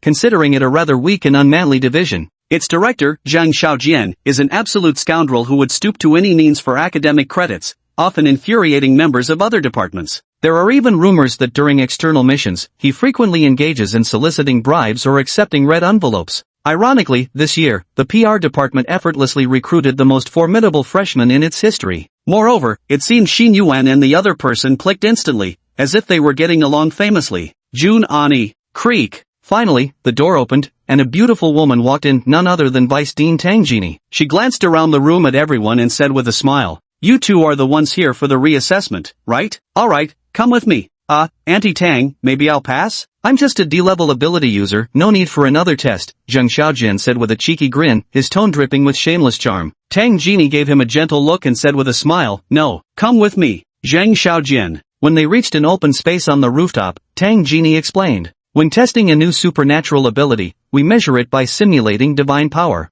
Starting from level F, gradually work your way up. All you need to do is maintain your mental stability, resist the divine influence's temptation, and ultimately determine your special ability aptitude. Are you ready, kids? Wait a minute. Zheng Xiaojian hurriedly spoke up to stop them. Then, he changed his position, sprawling out on the floor, and said, alright, I think this is more comfortable. Brother Xin Yuan, would you like to try it too? Xin Yuan. Tang Genie. Ignoring Zheng Xiaojian, who was clowning around on the floor, Tang Genie glanced at Xin Yuan and double-checked if everything was ready. Seeing Xin Yuan nod, she pressed a button in her hand. Instantly, the rooftop space began to warp and distort. Xin Yuan clearly felt a slight dizziness, as if something was speaking in his mind, similar to the sensation when he commanded the voice of all things. Still, for now, it wasn't unbearable. Zheng Xiaojian lay on the ground and suddenly spoke up. Has it started yet, Aunt Tang? It's already begun. Hearing the reply, Zheng Xiaojian instantly kicked his legs out, his eyes rolling back as his tongue lolled out like a salted fish thrashing in hot oil, writhing and twisting on the ground. The scene downright terrified Xin Yuan, who stood dumbstruck, staring at the convulsing Zheng Xiaojian on the floor,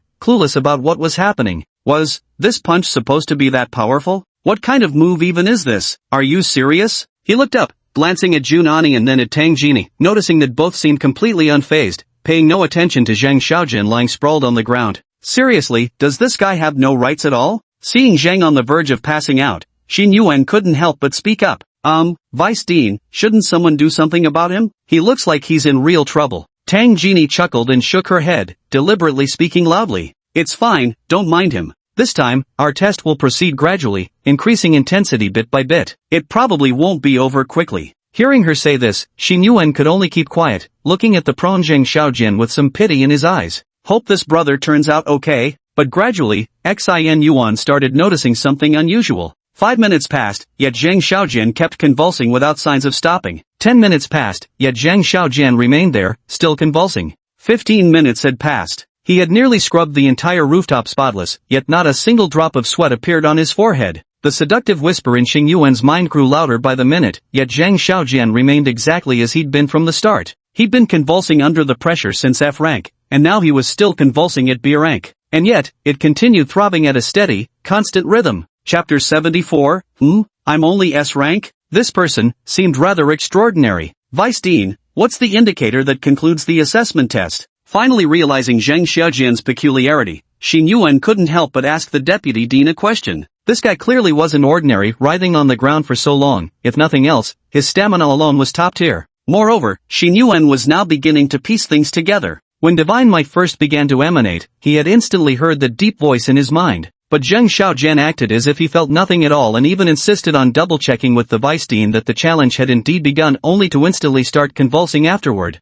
To be honest, his performance was a bit too theatrical. Tang Genie glanced at the overwhelming divine pressure surrounding her, which had already reached B-level intensity, then shifted her gaze to the perfectly relaxed Xin Yuan and Zheng Xiaojian, who was rolling on the ground in exaggerated agony. For a moment, she simply didn't know what to make of the situation. After a brief hesitation, she channeled energy to transmit a whisper directly into Xin Yuan's ear. In the past, body convulsions meant losing control of one's limbs. That was considered the limit. But now, we've adjusted the intensity. The new limit is losing consciousness, where a person becomes completely vacant, as if possessed, like their mind has been overtaken. Hearing this explanation, Xin Yuan finally nodded in deep agreement. No wonder neither Junani nor Vice Dean Tang Genie paid him any mind. It was as if they completely disregarded whether he lived or died. So, this guy was faking it? Which means this guy must be pretty talented, right? Then why would he pretend? Glancing suspiciously at Zheng Xiaojian, Xin Yuan suddenly noticed that he had stopped convulsing. Abruptly standing up from the ground, he straightened himself rigidly, his eyes quickly becoming vacant and empty. It might have been a coincidence, but he happened to be facing Tang Genie at that moment. Tang Genie sighed in resignation and fell silent for a few seconds. Uncertain of his exact condition, and prioritizing safety, she finally used her energy to push him away. She then said, "Alright, we're out of range now." As soon as the words left her mouth, Zheng Xiaojian immediately returned to normal. With a sudden tremor running through his body, his gaze swiftly cleared, as if entering a state of post-clarity. Oh my god, that was so terrifying just now. Jesus Christ. I felt like I was about to leave this world. I nearly had a mental breakdown. Auntie Tang, I never want to go through that kind of test again. It was absolutely horrifying. While dramatically rambling on and dusting himself off, he turned to look at Xin Yuan, who was still standing there, and exclaimed in surprise. Wow, bro, you're really impressive to last this long, clearly way better than me. The future of humanity rests on geniuses like you, not someone like me. Xin Yuan. One thing was now certain, this Zhang Xiaojian was definitely no ordinary person. The only question was why he wanted to conceal his true self. Just as I was thinking, Tang Genie suddenly said, alright, based on the test results this time, you'll temporarily be ranked at B level. So, your minimum guarantee is revoked from now on. What? Zhang Xiaojian was stunned, then immediately began wailing and making a scene. No, you're killing me here. I don't want to live anymore. I'm really only D level. I don't have B. I don't have B. Seeing his devastated expression, Xin Yuan cast a puzzled glance. Junani explained to him nearby what this guaranteed minimum benefit was all about. At Eastern Academy, allocated hours for using the morphic cultivation chambers are an immensely precious resource, where superhumans can configure virtual environments perfectly suited for their training. These hours must be earned by completing various missions or demonstrating outstanding performance within the academy, as access to the morphic chambers remains highly limited. To support students with weaker aptitudes, the Academy guarantees several fixed hourly slots each month for trainees below D rank, provided they diligently cultivate and meet set assessment targets as motivational encouragement. This is what's called a safety net. Zhang Xiaojian was practically at Tang Genie's feet, on the verge of tears. But clearly, Tang Genie ignored him. Deep down, she was frustrated with Zhang Xiaojian. Here was a genius who insisted on chasing after useless trivialities. After finding out what this safety net was, Xin Yuan finally understood why he had put on that act. At the moment, I was speechless. This person, truly one of a kind. Getting back on track, after kicking away the wailing Zhang Xiaojian, Tang Genie began carefully observing Xin Yuan's condition. Seeing that the pressure had already reached A rank, Tang Genie gently asked, "Child, how do you feel? Can you hold on?" Xin Yuan took a moment to listen to the voice in his mind and felt it was far inferior to when he first used the voice of all things. Calmly shaking his head, he signaled that he was fine. He replied, "It's nothing. I'm actually quite used to this feeling." But his words were clearly misunderstood by Tang Genie. She assumed Xin Yuan had frequently battled divine beings and their servants during the stadium fight, thus developing mental preparedness for such divine might beforehand. At this thought, she couldn't help but feel a pang of pity and spoke words of comfort. "My child, you've suffered greatly these past days, bearing responsibilities that were never yours to begin with. When you come to Eastern Academy, relax a little. Grow at your own pace, don't listen to that old fogey Imochingu's nonsense. If anything troubles you, you can come to me anytime." Xin Yuan? What's going on? Why are you suddenly saying these things? It feels a bit strange. But I could also sense the kindness in their words, which warmed my heart at that moment, so I nodded in understanding. Zhang Xiaojian pouted sourly beside them and said, "Why has Aunt Tang never been this nice to me? So unfair, so unfair." At last, the testing machine was fully powered, but it was evident that Xin Yuan merely had beads of sweat on his forehead, his expression still perfectly normal. Tang Genie nodded with relief and approval, stopping the test as he turned to Jun Ani beside him and said, "His talent is on par with yours, both of the highest caliber. It seems the Oriental Academy has struck gold again this year." With that, he walked over to Xin Yuan and handed him the brand new ability card. Xin Yuan looked down and saw that his superhuman level had reached the 5th realm, while the talent ability column displayed a red S. Ha, that can't be right. When his system replicated Jun Ani's abilities, it clearly stated it was an SSS level power. Staring at this level assessment, Xin Yuan momentarily forgot to think and blurted out, "Ha, I'm only at S level? Shocking words." Chapter 75, Credits? Then wait, I'll be on the battlefield immediately. As soon as these words were spoken, Tang Genie and Jun Ani were stunned, while Zhang Xiaojian nearby nearly dropped his jaw in shock. "What do you mean only S class? Is this even human speech? Bro, you're kinda badass, only S rank. How's this gonna make me, your D rank buddy, feel about myself?" Zhang Xiaojian started clowning around again at this point, behaving like some sort of mascot character. After a brief moment of stunned silence, Tang Genie burst out laughing and exclaimed cheerfully, "You're quite confident, aren't you? Just an S-level talent? Do you know how many people in this world would gladly trade half their lifespan for an S-level talent? But then again, your confidence isn't unfounded. You're not just any S-level talent. This red S stands for S+, meaning your talent surpasses standard S rank and represents the true pinnacle of human potential. Though the father of paranormals once established SS and SSS talent grades, after his time, no subsequent humans have been able to clearly identify or distinguish talents of those levels. So uniformly, all talents surpassing S rank are denoted by a red S. Tang Genie explained with a smile,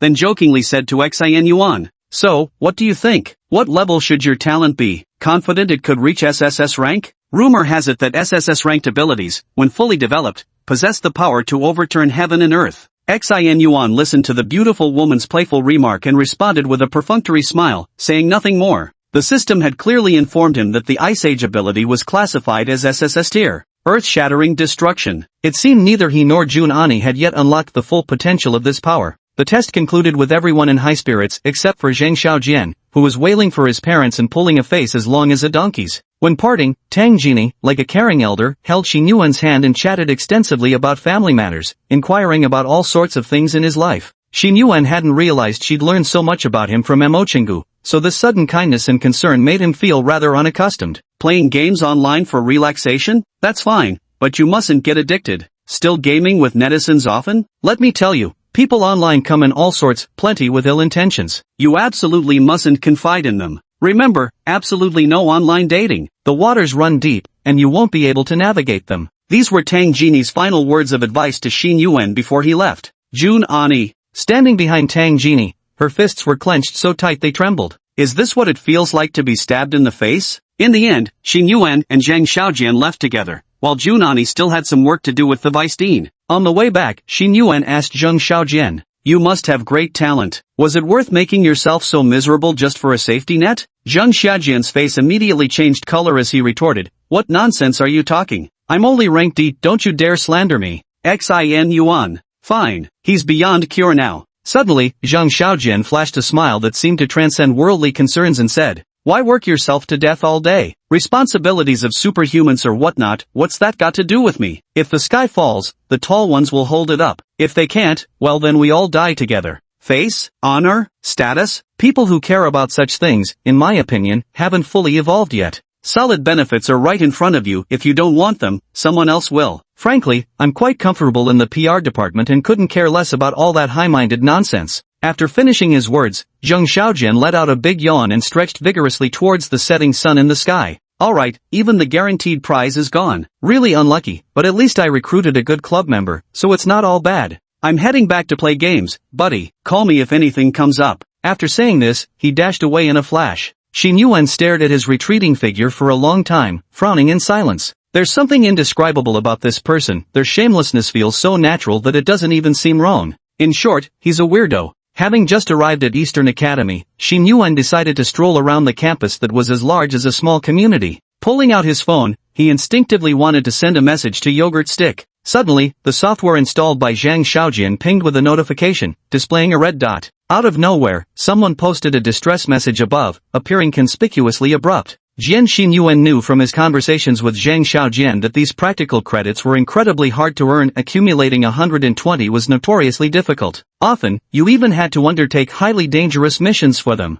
So upon seeing this news, coupled with Zhang Xiaojian's previous warning of the early bird catches the worm, Xin Yuan quickly clicked in to claim his spot first. Only then did he begin reading the description inside. It turned out that the place where he was currently located, on the fringes of Eastern Academy, had encountered danger in one of its peripheral areas. The specifics weren't clearly explained, only stating that some civilians had been bewitched and descended into madness, making the situation extremely difficult to handle. Urgently need reinforcement, preferably someone at the 4th realm or above for assistance. Xin Yuan scratched his head after reading the message, somewhat puzzled by the instructions. As a 5th realm cultivator, he certainly met the requirement. But wasn't this supposed to offer academic credits or simulated cultivation chamber time? Why wasn't any of that mentioned? Lost in thought, he tentatively typed his reply. Is there academic credit and time allocation? How do we go about this thing? On the outskirts of Dongfang Academy, along a sparsely populated street, a young woman stood with a solemn expression before a crowd. She was from the patrol department, assigned to this area today. Drool dripped from their mouths one by one, their eyes brimming with chaos, their strength immense. Some could even fire energy bolts from their hands. The young woman wielded 2 energy pistols but was steadily pushed back, her clothes in disarray. These weren't divine servants or deities, just people bewitched by the strange energy, robbed of their consciousness. They were already difficult to deal with, and now she couldn't even bring herself to strike them down. What a mess! Ding ding! Suddenly, she was thrilled to find that her distress signal had been answered so quickly. What amazing luck! Filled with excitement, she opened her phone and saw Xin Yuan's reply. For a moment, I nearly choked and almost spat out blood from sheer shock. What the? Who the hell is this? Are they fucking insane? Who are you? This isn't the time for jokes, it's an emergency. Hurry up and get a teacher or someone from the combat department, we need backup. After sending it over, the reply came back almost immediately. I get it. It's urgent. Don't worry. But what about credits or something? How does that work? This sentence infuriated her instantly. She thought, how could someone be so oblivious to priorities? Without bothering to type, she grabbed her phone and roared into it. Yes, you'll get everything. Credits, hours, bonuses, no problem. Just send reinforcements now. Any later and you'll be held accountable too. Xin Yuan received the news and thought to himself, perfect, this is just the right time to test how to earn these credits. He immediately replied, just wait then, I'm heading to the battlefield right now. Chapter 76, Since when did the PR department have this kind of combat power? After speaking, he immediately took off close to the ground, flying straight toward the marked address. Go notify some controllable superhumans, ones who don't kill. I suspect. Fan Mei from the inspection department shouted into her phone while fending off the relentless attacks from the crowd. But after speaking for so long, Xin Yuan still hadn't replied, leaving her uneasy and uncertain about what was happening on the other end. Damn it, maybe we should call for backup quickly. You'd better hurry up then. After muttering to herself, Fan Mei wiped the blood from the corner of her mouth and raised her gun, firing a precise shot that landed right in front of someone's toes. But this kind of warning shot wasn't really of much use. Fan Mei's ability was precision shooting,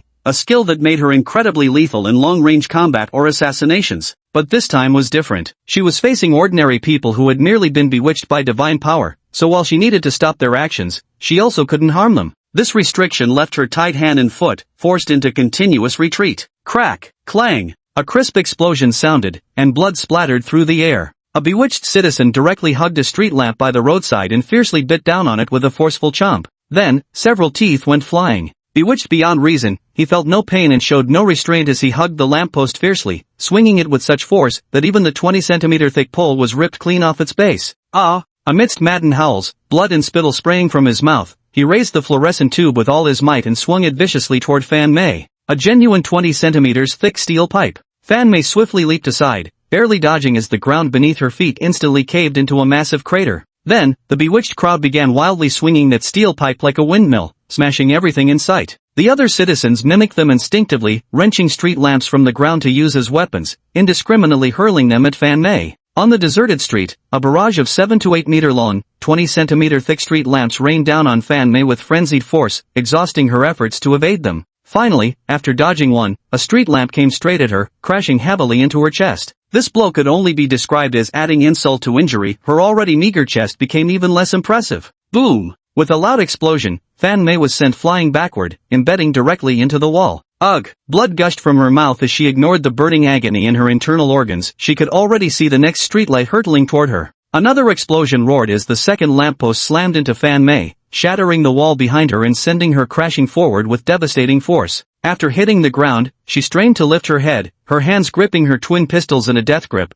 her mind relentlessly warning, "Don't kill! Don't kill! These are ordinary people, all innocent souls, individuals whose minds were corrupted by deities and who can no longer control their thoughts and actions. They are also victims. With treatment, they can recover in the future. They must not be killed. Must not be killed." The beliefs and convictions she had held all along restrained the gun in her hand. Otherwise, with her skills, headshotting them one by one wouldn't have been impossible. But if she did that, the deity's power might still manipulate their corpses to keep fighting. Yet the people themselves would truly be dead. At this moment, the third fluorescent tube came crashing down on him headlong. Gritting his silver teeth, he raised both arms upward and shut his eyes, prepared to tough it out. But just then, a gust of wind brushed past him as his entire body seemed to ride the clouds and mount the mist, soaring through the air before landing firmly on his feet. When he opened his eyes, the tube shattered just inches before him, and by his side stood a tall, unsteady young man swaying slightly. Xin Yuan was impressively fast. He had already arrived. "You're finally here," Fan Mei said with weary relief, before looking around in confusion and asking, "Where are the others? Did you come alone? Be careful."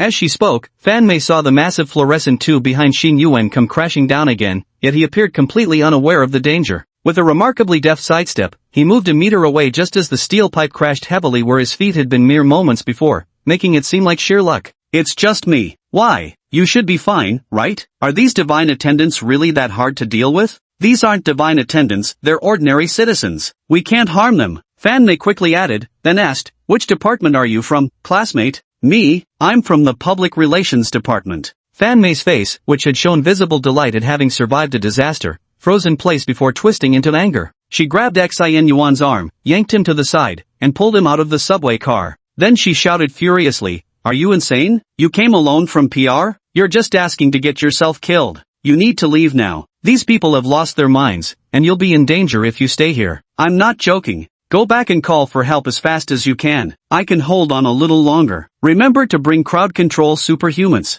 After saying this, she forcefully pushed Xin Yuan backward, then grabbed her twin guns and prepared to charge forward again. Seeing her stance, Xin Yuan couldn't help but touch his nose thoughtfully. It seems that the students at the academy don't have a very favorable impression of the PR department. But when I think about Zhang Xiaojian's appearance as the minister, it seems quite reasonable indeed. You said we need to control them, but preferably without harming them, right? Xin Yuan naturally stayed put. Realizing it was a misunderstanding, he stepped forward once more and spoke up. Hurry up and leave. I can't protect you, you. Halfway through her words, Fan Mei found she couldn't continue speaking. In the blink of an eye, she didn't even realize what had happened. Her vision was completely engulfed by white frost. The frenzy hadn't even faded from their faces when they transformed into a field of ice sculptures. Even the lampposts in their hands took on an oddly artistic beauty. I've done my best to control the temperature. They might suffer some frostbite, but it shouldn't be fatal. This is all I can do. This is the only control method I have left. Xin Yuan shrugged as he explained. But Fan Mei remained completely unresponsive. Only after a long silence did she finally murmur. Since when did the PR department have such combat strength? Am I dreaming? Just as Xin Yuan was about to inquire about the academic credit situation, several more messages suddenly buzzed on his phone. Many were distress signals from others, and one was from Yogurt Stick. Yogurt Stick, have you heard? Something happened near Eastern College. A large number of civilians are showing signs of being bewitched by deities. Suspect it's another organized operation, pushed by divine servants behind the scenes. But this time, don't go investigating alone. If needed, go with people from the college. This clearly smells fishy. Xin Yuan read the message, his brows gradually furrowing. To be honest, he had long harbored suspicions about the identity of this yogurt bar. Chapter 77, He is the Human Satellite. Actually, I've been wanting to ask roughly what kind of identity do you have? You must be an ability user too, and judging by your level, you're probably quite high tier. You seem unusually well informed about many things, always knowing more than I do,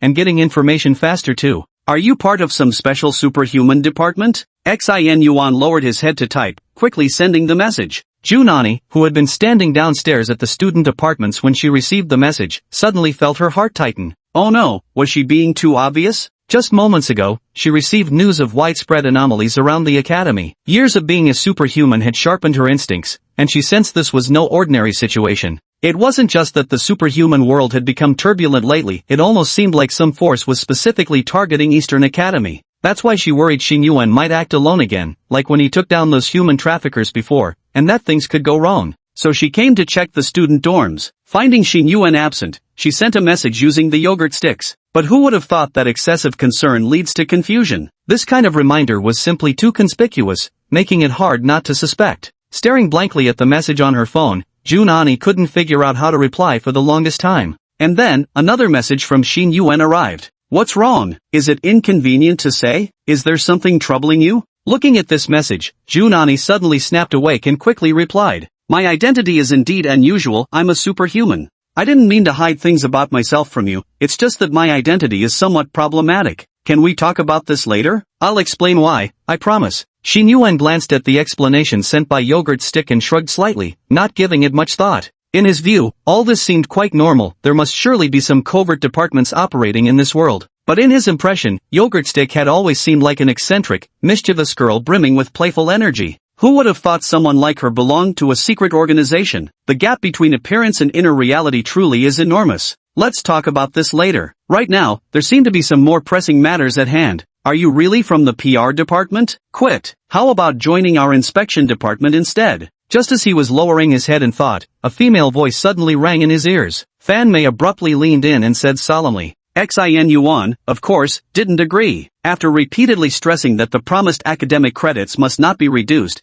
he directly flew back into the academy. Watching the figure take off, Fan Mei was completely stunned, her rosy lips slightly parted, not from lipstick, but from previously spitting blood, looking utterly incredulous. The fifth realm. Xiaomei, are you alright? Only then did the other students from the inspection department arrive at the scene, taking in the sight of the ice sculptures scattered across the ground and Fan Mei slumped on the floor. Did someone come to help you? Was it that senior with a high rank? Or, the Frost War God? Fanned up by her teammates, Fan Mei slowly rose to her feet, her eyes still clouded with disbelief as if trapped in a dream. No, neither of them. The one who came to help me was someone from the PR department. What? Hearing Fan Mei's response, her teammates were utterly dumbfounded. Several dozen minutes passed, and the sky gradually darkened. On the sports field of Eastern Academy, over a dozen people gathered here. Present were the heads of the Academy's 6 special departments, Vice Principal Tang Jini, Jun and Yi, along with some faculty members. Among them, the PR department staff shouldn't normally be here, but this time, there was an exception, Xin Yuan.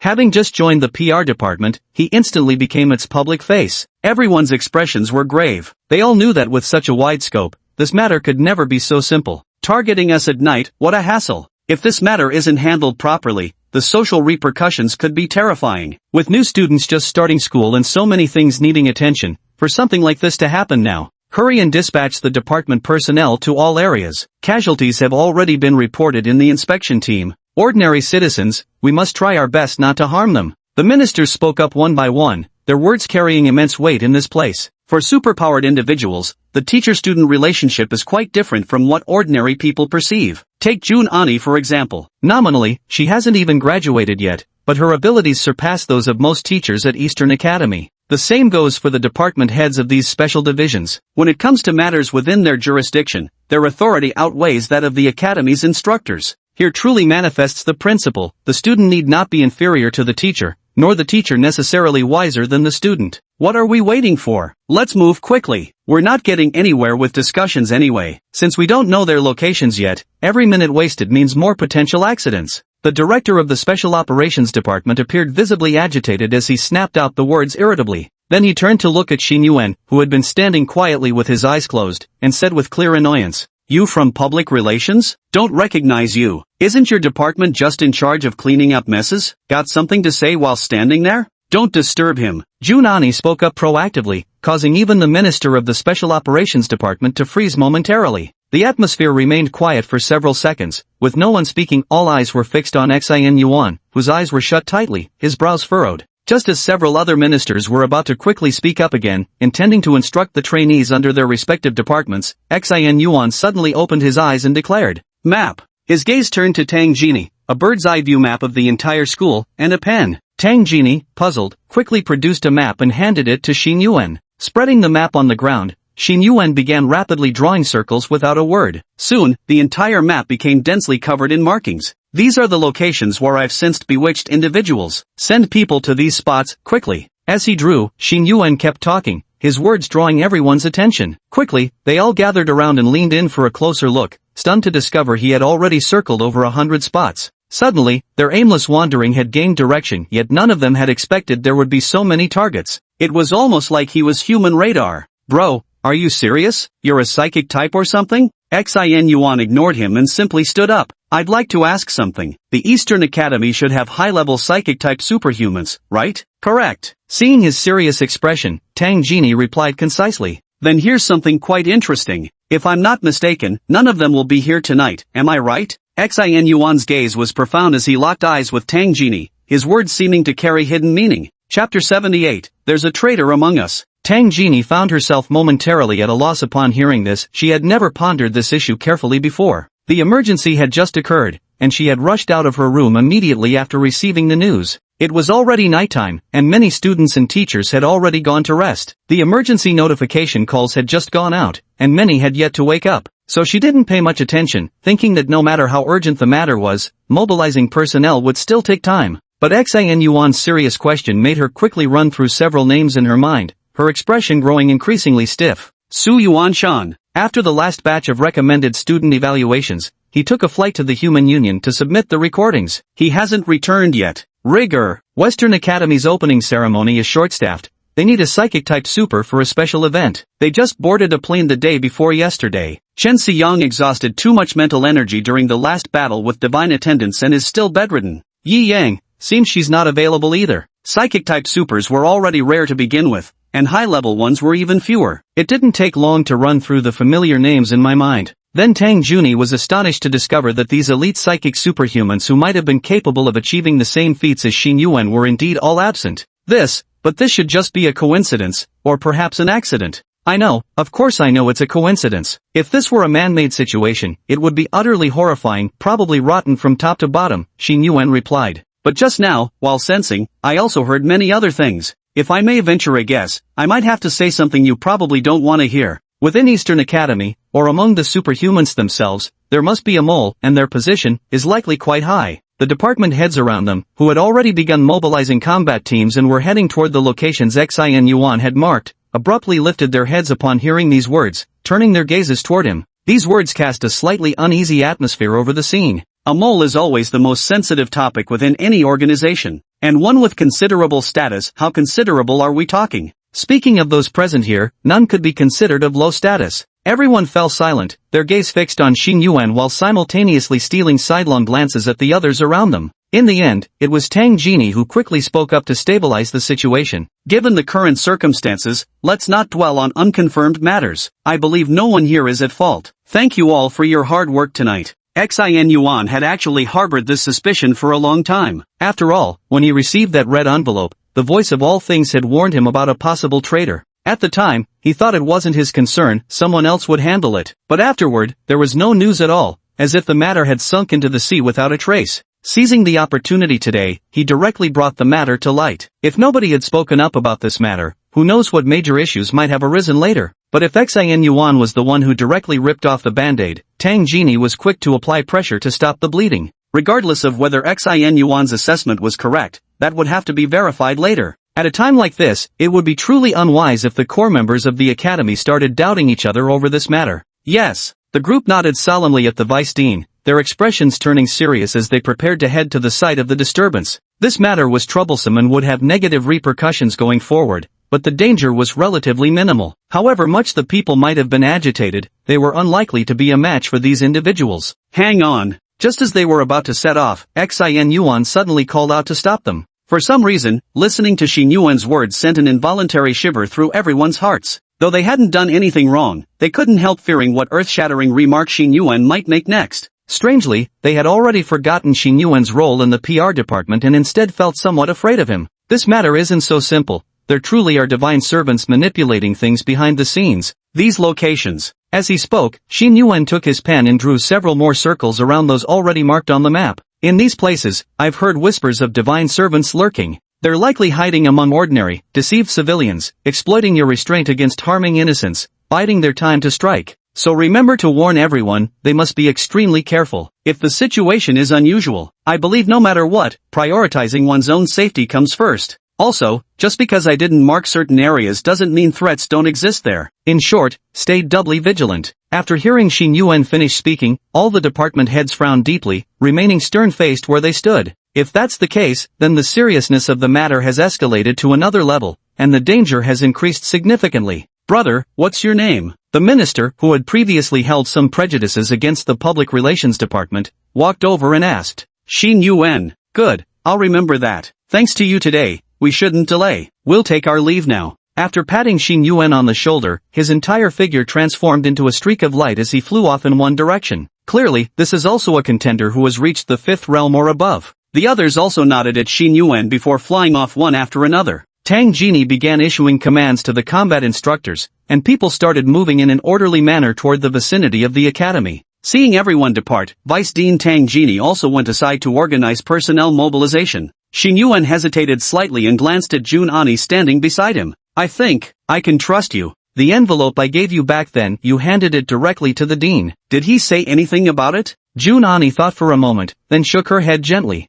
Xin Yuan asked again, now that such an incident has occurred at the academy, where is he? Generally speaking, unless it's a major crisis that requires the dean's intervention, most emergencies are handled by student organizations themselves. This is precisely why members of the 6 core departments in the academy are already highly capable superhumans. And even then, the vice dean is usually the highest authority that needs to get involved. Hearing this response, Xin Yuan couldn't help but furrow his brows. This seems beyond casual negligence, it's practically sheer irresponsibility. Chapter 79. What pressured them was their own sense of responsibility and moral boundaries. Xin Yuan frowned, completely unable to make heads or tails of the situation. The voices of all things endowed him with an extraordinarily keen ability to perceive all sorts of information, but at the same time, it also enhanced his sixth sense to some extent. When you receive an overwhelming amount of information, your conscious mind might struggle to process it effectively, but your subconscious will step in to handle it. This is often the origin of so-called intuition. Just like when Xin Yuan decided to take on that 3-hour mission, he knew it was perilous, but deep down, he felt confident that he would at least survive. But now, his intuition was telling him something felt terribly wrong.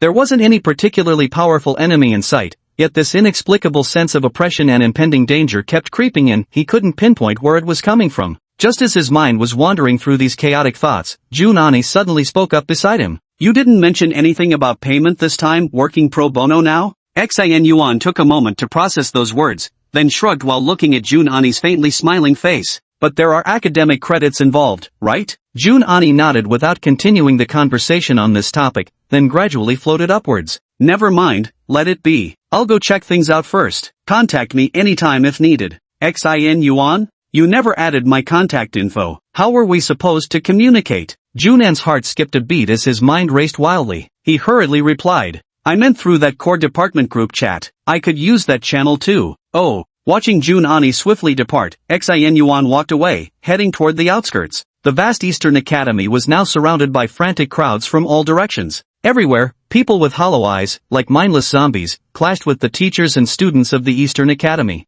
And without fail, the injured were always those from the Eastern Academy. Mindless civilians could launch frenzied attacks, yet the Academy still had to safeguard their well-being. This applied to both instructors and students alike. Even seasoned superhumans had never experienced combat like this before. In the past, when confronting those godlike phantoms whose devastating energy attacks could topple cities, those terrifying entities that blotted out the skies, none had ever felt fear, nor shown the slightest hesitation. Those who dared to raise their blades against the gods could never fear death. Yet this time, they were retreating step by step. What held them at a disadvantage was neither sharp swords nor destructive power, but the weight of duty and principles in their hearts. This was, without doubt, an unequal battle. Boom! Amidst the roaring sound, several senior trainees from the Special Operations Division were simultaneously sent flying backward. Their leader among them actually possessed the strength of the fourth realm. Something's not right. Can divine temptation really enhance someone so terrifyingly? Simply binding their wounds, the group couldn't help but feel deeply unsettled. They tried several times to subdue each other without causing harm, yet found it utterly impossible to do so. In the process, they only ended up injuring themselves instead.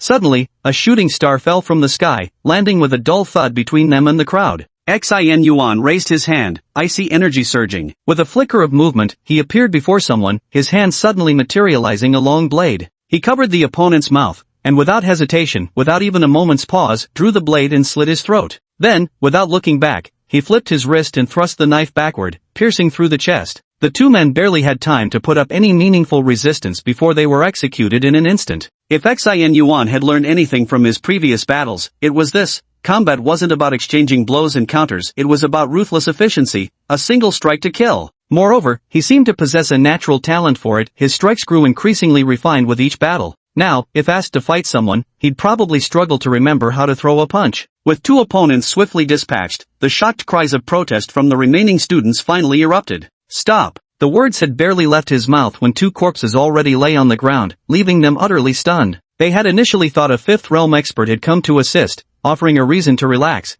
but how could they handle the sudden arrival of this god of slaughter? "What are you doing? They're just ordinary citizens." They were deceived. They can be saved. A burst of frost surged around Xin Yuan, freezing everyone who remained, as he coldly declared. "The others are, but these two are not. They are divine servants, hiding among the crowd. If you keep hesitating and don't act soon, they'll probably take you down before you know it." "What?" the fourth stage disciple exclaimed in shock. How could you tell?" "Don't be foolish. Who said divine servants have to dress in flamboyant robes?" At this moment, another student walked up to an ice sculpture and said to Xin Yuan, "Won't these freeze injuries be a problem? Ordinary people can't withstand this. I've already controlled the temperature." "Injuries might be unavoidable, but it shouldn't be life-threatening," Xin Yuan replied. "Compared to these minor issues, one's own life is far more important. Though your intention to protect the people is admirable, divine servants have infiltrated this time, ready to strike against you at any moment. So, you'd better be careful. When the time comes to act, well, I think securing your own safety comes first, everything else can wait."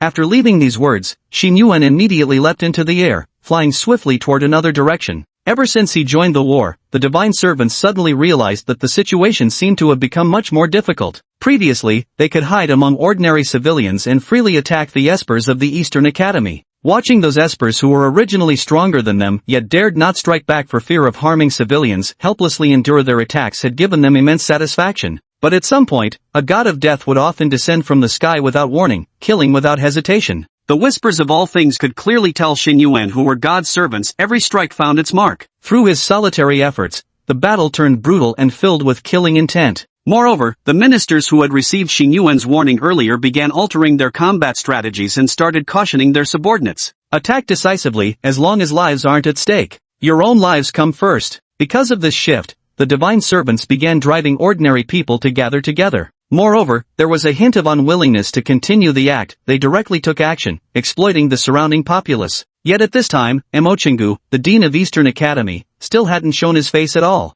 By now, he had already spent several hours in the space he created himself, staying with Yi Ziluan. Indeed, quite irresponsible. Chapter 80, I'm just disabled, not dead yet. At this moment, Emochingu was sitting on a chair with his eyes closed, a phantom book slowly taking shape in his hands, becoming solid and weighty. His entire body was hunched over with tightly shut eyes, looking unable to even sit up straight, beads of cold sweat continuously forming on his forehead. Yi Ziluan sat across from him, quietly watching the old man before her. This peerless figure beneath the rank of Marquis, who had once valiantly battled a mad-level deity with unyielding spirit, now bore the aura of a candle flickering in its final moments. As Yi Ziluan observed him, the wariness and reverence in her gaze gradually transformed into something familiar, even tinged with a trace of pity. Although Yi Ziluan had little contact with this academy head, her brief impression painted him as a formidable and cunning old fox. But during these few hours, he didn't say anything particularly uplifting, nor did he teach Yi Ziluan any secret techniques for enhancing superhuman abilities, much less anything resembling brainwashing. Instead, he acted like a lonely empty nester, chatting idly about trivial matters, recounting those old stories that no one would normally care to listen to. Yet Yi Ziluan never interrupted, quietly listening to all his tales to the end. Emochingu was nearing 70 years old. In his era, he had been the most exceptionally talented individual, and his supernatural ability remained the most unique in human history. At that time, he was considered likely to become the first superhuman in human history to reach the 9th realm. But it seemed as though fate had played a cruel joke on him. Just when he was at the peak of his glory and life seemed perfect, the vengeance of divine servants took away his wife and daughter. Yet this profound loss did not break him. Though his temperament darkened and he grew ruthless, his power surged at an astonishing rate. Finally, after becoming the youngest 7th realm superhuman, he took on his first personal disciple. He poured all his knowledge into this disciple, yet imposed an almost pathological level of strictness. The brutal deaths of his wife and daughter served as constant warnings. In this world, without strength, one couldn't even control their own life or death. Nothing else mattered. Strength reigned supreme. Though he held profound satisfaction and affection for this disciple, he deliberately maintained a stern facade. He feared his kindness might breed complacency and laziness in his disciple. Thus, even while praising this disciple to the skies before others, he never once voiced direct praise to his face. Under his harsh, even extreme guidance, the eldest disciple's abilities rapidly surpassed those of his peers. Yet the same discipline bred obsession and temper, leaving the disciple convinced that those around him fell short in strength. Of course, such a temperament made him an easy target for the servants of the divine. In the end, besieged by projections of 2 madness-grade deities, not even a speck of him remained. From then on, Emochingu secluded himself, shunning the world. When he emerged years later, he had transformed into that white-bearded, ever-smiling Santa Claus-like figure. His strength stagnated at the 7th realm, never progressing an inch further. After becoming the dean of Eastern Academy, he brought back an extraordinarily talented little girl, his second personal disciple, Li Qian. The little girl was a foundling, deprived of love since childhood, while Emochingu, likewise, had all his beloved taken away by fate. The two supported each other emotionally, like father and daughter. Emochingu also shed all his past obsessions, while admonishing her to cultivate diligently. He never forced her, simply wishing for her to grow up normally and healthily. Yet it seems heaven still refuses to comply with human wishes. Yi Ziluan was practically his last disciple, and in his own heart, he regarded this as a form of redemption. Well, here you go. At last, the glow in his hands faded, and a book had fully taken shape. Emochingu smiled, as if the wrinkles on his face had deepened slightly more. I'm a failure. In my youth, I couldn't protect my wife and children. In middle age, I couldn't protect my disciples. And now in old age, I still don't know how to properly raise a child. All these years I've been muddling along, neither competent as a person nor having improved my abilities. That's why I never dared to teach you. I was afraid of leading another disciple astray. As he spoke, his face visibly twisted with bitterness. Yi Zilwan's nose twitched slightly, equally at a loss for words to comfort him. But alas, in this world, there's probably no one who can teach you your true supernatural ability. I call it the ninefold primordial phoenix. 9 times through the baptism of fire. 9 times reborn from the ashes. Only then will you become this world's one and only phoenix. I'm afraid I can't offer you much in terms of successful experiences, but as for lessons from failure, I've got plenty. I've already told you all of them before. Remember this, push beyond your limits, but never endlessly lust after power. That path rarely leads to anything good. I learned that the hard way, and so did your senior sister. Take this book. There's nothing written in it. 1,000 readers will see 1,000 different things within these pages, for what's recorded here will be the reflection of your own heart. After saying all these words, Mo Chingu seemed to have let go of some worry, relaxing considerably as he smiled and asked, "Child, do you know? 50 years ago, there wasn't a single 9th level superhuman in this world. Now, guess how many there are?" I don't know, Yi Zilwan replied hesitantly. But immediately afterward, Mo Chingu's words shocked her. Still, none has appeared to this day. Never in this mortal world has anyone achieved sainthood. 9 is the ultimate number, yet it has shackled the entire world. In my youth, I was considered the most likely to break through, but I turned out to be a good for nothing. Now, I place my hopes on you. Keep going. Mo Chingu flashed Yi Zilwan a broad smile. I believe in you. You're strong. Thank you, but there's one point I disagree with. Yi Zilwan lowered her head and replied, I don't think you're worthless, nor do I think you're a failure. I believe those things weren't your fault. Teacher. Hearing Yi Zilwan's words, Mo Chingu froze. When that final teacher escaped her lips, his long dormant, gloomy heart seemed to brighten just a little in that instant. Ha ha ha. Very well, thank you. In the end, there's still someone willing to listen to this old man's ramblings and offer some comfort. Ah, what a pity. I truly am useless. In this lifetime I couldn't protect anyone, and now at the end, I couldn't even safeguard my own academy. Look at these brats, coming to discuss me again. As he spoke, Mo Chingu released the spatial confinement and returned to the real world. His entire demeanor underwent a complete transformation. No longer appearing as dispirited as before, his powerful aura surged around him like colossal dragons enveloping his entire body. Then, before Yi Zilwan could react, it shot straight up into the sky. A massive golden dome radiated outward from his body at the speed of light, instantly enveloping the entire Eastern Academy. With both hands raised heavenward, he upheld the golden dome shielding the Eastern Academy, terrifying energy overflowing, majestic as divine wrath. Listen well, you God-serving bastards. I may be crippled, but I'm not dead yet. Chapter 81, Secret Night Talks. Is there nothing else? You goddamn servant brats. I may be crippled, but I'm not dead yet. Before they bury me, you'd better stay the hell away from Eastern Academy. As the words fell, the golden light curtain rapidly expanded once more, sweeping past everyone's bodies at lightning speed. Xin Yuan was still rushing about everywhere, pulling out one divine servant after another and then impaling them directly with his frost spear. But now, there was a tricky situation at hand. The divine servants had already realized he could identify who the real ones were, so they had openly revealed their cards. Once they realized they were no match for Xin Yuan, those ordinary people they had previously manipulated and exploited now became the divine servants' human shields, bound in front of them as a means of threat. Xin Yuan normally wouldn't be swayed by such threats and was about to strike without hesitation. But the other superhumans around him, clearly afraid he might harm the civilians, sharply stopped him this time. He actually planned to negotiate with divine servants. To Xin Yuan, such behavior was utterly incomprehensible. He could only watch from the sidelines while waiting for an opportunity to strike and kill instantly. But at that moment, he suddenly felt his heart skip a beat as the voice of all things in his ears began roaring violently. This sense of panic was exactly like what he had experienced during his rookie days when he first faced divine servants. What's going on? Suddenly, he abruptly raised his head and immediately shouted, "Look out!" Without another thought for the others, he swiftly shielded his vital areas. Even with his demigod physique, he still felt an overwhelming sense of vulnerability. The warning from the voice of all things was simply too harrowing. The next instant, a terrifying golden energy barrier passed through his body, carrying a dread-inspiring momentum. Yet, nothing happened. Xin Yuan. Looking up slowly, he examined his entire body. I'm unharmed? He had prepared himself to withstand a brutal blow, yet ended up completely unscathed? All bark and no bite, was it? It felt like someone who'd bragged endlessly about their prowess only to finish in mere seconds, leaving him thoroughly dissatisfied. Yet when he looked up, he realized the surrounding students and townsfolk were in much the same state, standing rooted in bewilderment. But those divine attendants had already been stuck to the golden light screen, being continuously pushed outward. Their entire bodies emitted black smoke as they convulsed and writhed endlessly, seemingly enduring boundless agony. Yet amidst the dazzling golden radiance, though their mouths gaped wide, not a single sound escaped. they suffered these torments in dreadful silence. Soon, their bodies were completely scorched away, dissolving into wisps of black smoke that dispersed like resentful spirits unwilling to depart. Such events were occurring all around the perimeter of the Eastern Academy. The citizens and students remained unharmed, but the moment the golden light curtain touched the divine servants, it revealed its monstrous and terrifying nature, reaping their lives.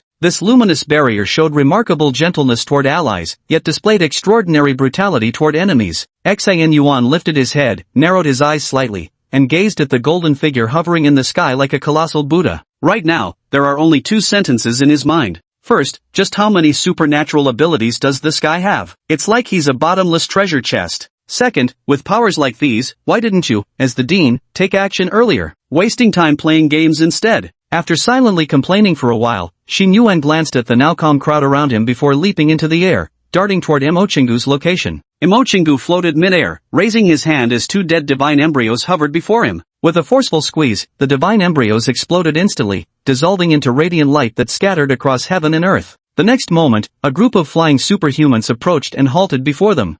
Greetings everyone, you've all worked hard tonight. What the hell kind of hardship is that? If you'd shown up earlier, we all could have gone home to sleep by now. Xin Yuan curled his lips slightly, grumbling inwardly. But whatever, at least he managed to earn some credits this time. Where were you just now? Is this another new ability you created? Never seen it before. Vice Dean Tang Genie didn't inquire much about why he hadn't come earlier, having probably grown accustomed to such absences. Hearing Tang Genie's words, Xin Yuan couldn't help but startle inwardly. If this were true, it would mean the dean's abilities had diversified to such an extent that even his closest collaborators didn't fully comprehend them. Mo Chingu casually deflected, abruptly changing the subject.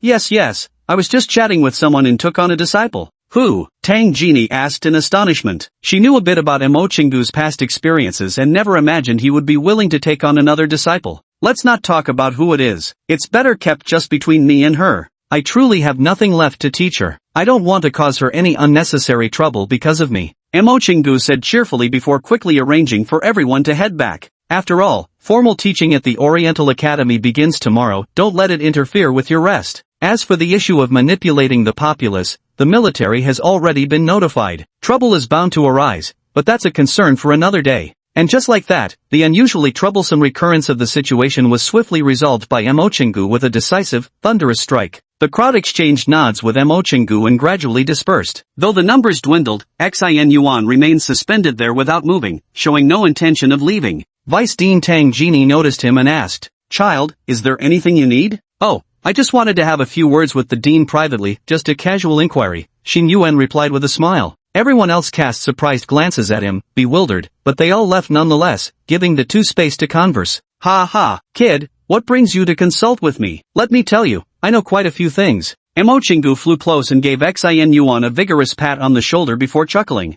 Xin Yuan immediately plastered on a professional fake smile and spoke. Actually nothing much. I just wanted to come ask you something. Didn't I give you a red envelope back then? What was written inside it? Mo Chingu's expression froze for a moment. Hasn't that matter already passed? It's about that incident last time, regarding how the other party might be organizing a divine descent. However, I hadn't anticipated their operation would be on such a large scale, nor that so many people would show up. This oversight was my fault, and I can apologize to you. You really had a tough time last time. Then he immediately said what you wanted to hear. The reward is currently under review by the Human Coalition. Rest assured, you won't be shortchanged. But this time, Xin Yuan didn't mean that at all. A trace of suspicion flickered deep in his eyes. Is that all? Didn't he say anything else? Yes, nothing else, Mo Chingu replied firmly. Chapter 82. At least there should be someone to play games with him. Xin Yuan and Mo Chingu exchanged warm smiles for a few seconds. Before the atmosphere could turn awkward, Xin Yuan quickly laughed and said, I see. That's good then. I was actually quite curious about it. Goodbye, Dean Mo. He then immediately turned around, his expression shifting, and flew off toward his apartment building. His mind was slightly confused right now, not really understanding why Mo Chingu would say such things. After all, the reminder from the voice of all things had clearly warned him about information regarding a traitor inside.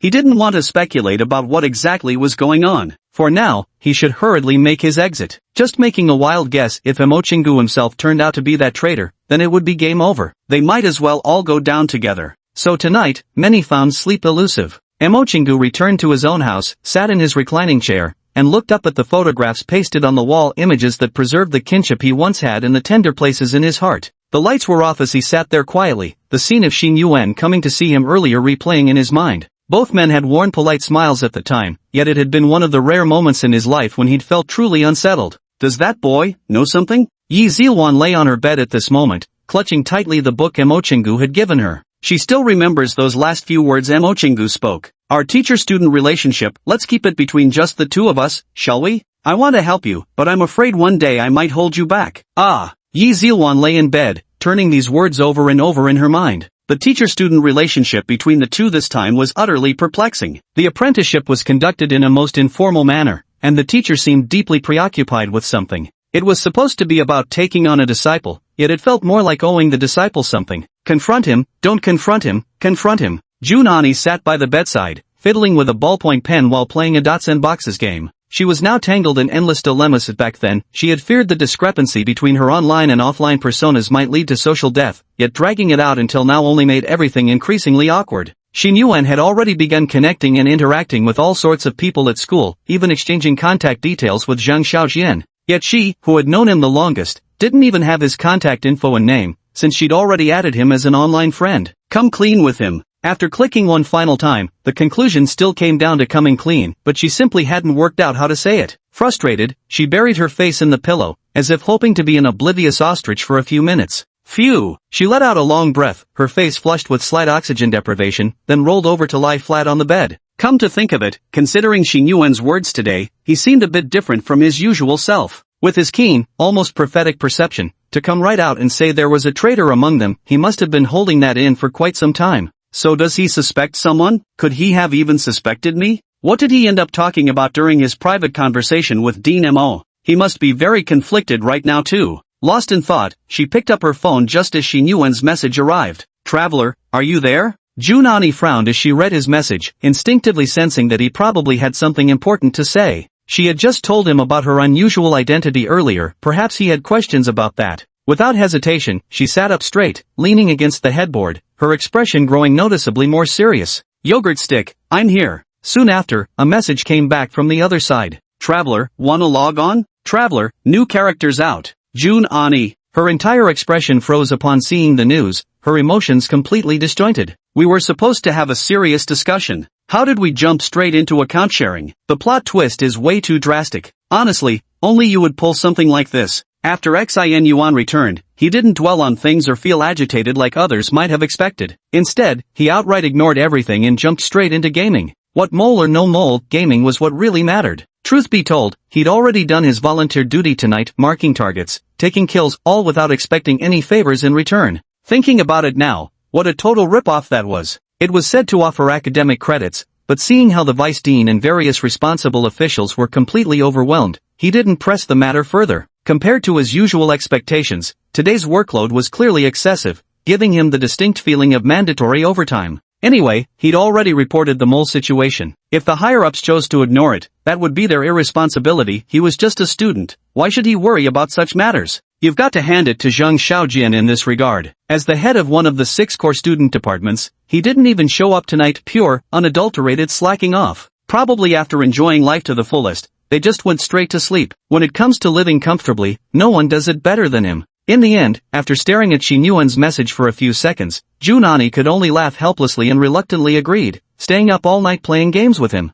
If no one was willing to voluntarily reward his contributions, then at the very least, someone should accompany him for a round of gaming. Of course, this led to Xin Yuan looking noticeably less energetic during the first class of the new semester at Eastern Academy the next day. 56 students stood on the open field of the playground. They were this year's admission by recommendation candidates, plus some exceptionally talented freshman superhumans. To use the students' own words, they could be considered the rocket class or the experimental class. Xin Yuan stood in the crowd, yawning lazily. He had no idea what the Superhuman Academy was planning to teach. Why was the first class held outdoors straight away? PE class? Many of the students here looked quite familiar. Yi Zilwan, Shihon, and others were all present, and of course, Lu Peng. At that moment, he decisively rushed over with an obsequious grin, saying, "Boss, you're here." Had ha. Xin Yuan. So I'm coming. What's with that creepy laugh? You're such a sleazebag. I glanced at my watch. There was about 1 minute left before the scheduled class time, but the teacher still hadn't arrived. The teacher's late for the very first class of the semester?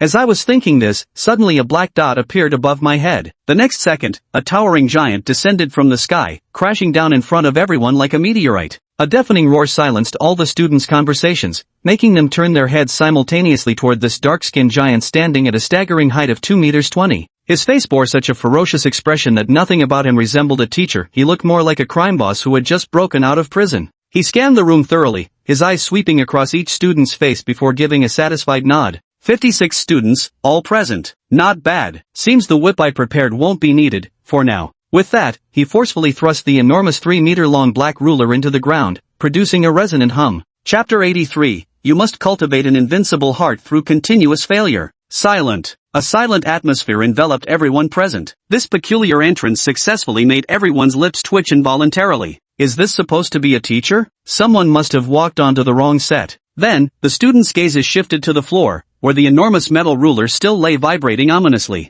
At this point, the object had already sunk deep into the ground, with the surrounding earth cracked all around. A pointer? You mean this thing? This could kill someone. Looking at the silent crowd, the dark-faced man nodded. My name is Jingyu, and I'll be your teacher for this semester's first class, though to be precise, I'm not exactly what you'd call a typical teacher. Seeing all of you so meek and obedient actually irritates me a little. Honestly, I kinda hope some troublemaker would step up and challenge me. But perhaps this is for the best. You couldn't possibly believe you're just ordinary students, could you? This place, it's where warriors are forged. Warriors who will fight against the gods themselves. If you don't want to become the first corpse to fall in the future, I advise you to drop your sloppy attitudes every single day at this academy. After speaking, Jingyu took a step forward, his towering frame intensifying the sense of oppression. However, during every opening ceremony, senior students always get to bully the freshmen. After a year of training at the academy, most students experience significant improvement in their abilities. Since none of you dared to challenge me, my teaching cane won't be needed today. Let's begin the lesson straight away. The first question, guess what kind of teacher I am to you? The question hung in the air, met with utter silence. Jingyu's intimidating presence was simply too overwhelming. None of the students present could believe this man who looked like a murderer was actually a teacher. Not a single voice dared to respond. As if having anticipated this, Jingyu showed no surprise. Without hesitation, he pointed at Yi Zilwan standing in the front row. You say, what kind of teacher do you think I am? I think you might be a teacher who trains us for actual combat, Yi Zilwan replied frankly without hesitation. Judging someone solely by appearances is foolish, yet very common, but you guessed wrong. I'm your psychology teacher, here to provide you with psychological counseling. As he spoke, Jingyu revealed an exceptionally sinister smile. What you'll need to do in a moment is try your best to keep your legs straight, then tighten your sphincter muscle, to avoid embarrassment. While saying this, a beautiful bespectacled woman walked over and stood quietly behind him. Let me introduce you all, this is the teaching assistant. You can call her Professor Shui. Her main responsibility is to protect you later,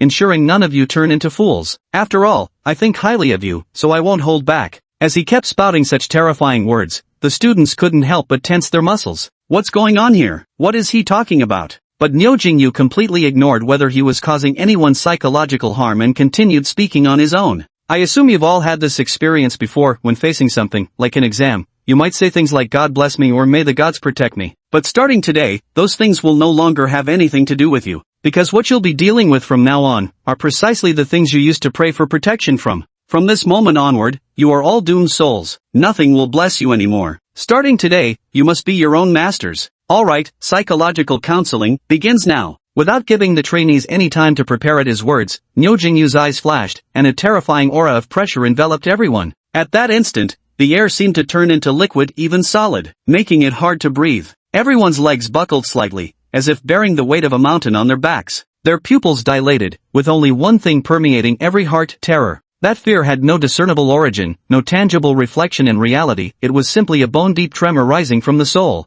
In that instant, they seemed to behold the ocean, the abyss, and the endless starry expanse. The ink-black sea harbors unfathomably massive creatures, where the abyss gapes like a bottomless maw devouring all living beings, while above the starry sky, countless crimson eyes seemed to be watching them. A primordial terror emerging from the soul engulfed every individual. Each could vividly hear the violent pounding of their own heartbeat. Watching the trainees' overwhelmed expressions, Jingyu remained stone-faced, pacing in circles as he continued speaking. The most crucial ability of a para-human isn't muscle strength, nor supernatural powers, it's your inner resolve. If faced with actual deities now, you might easily succumb to their bewitchment. That profound oppression emanating from the depths of the soul awakens servility in a person, compelling them to instinctively drop to their knees in worship. Those with extraordinary powers must possess an indomitable spirit. Even arrogance and conceit are preferable to timidity and weakness. But before true deities, before higher-order gods, everyone is insignificant. So this creates an unsolvable paradox: you must cultivate an invincible heart through constant failure.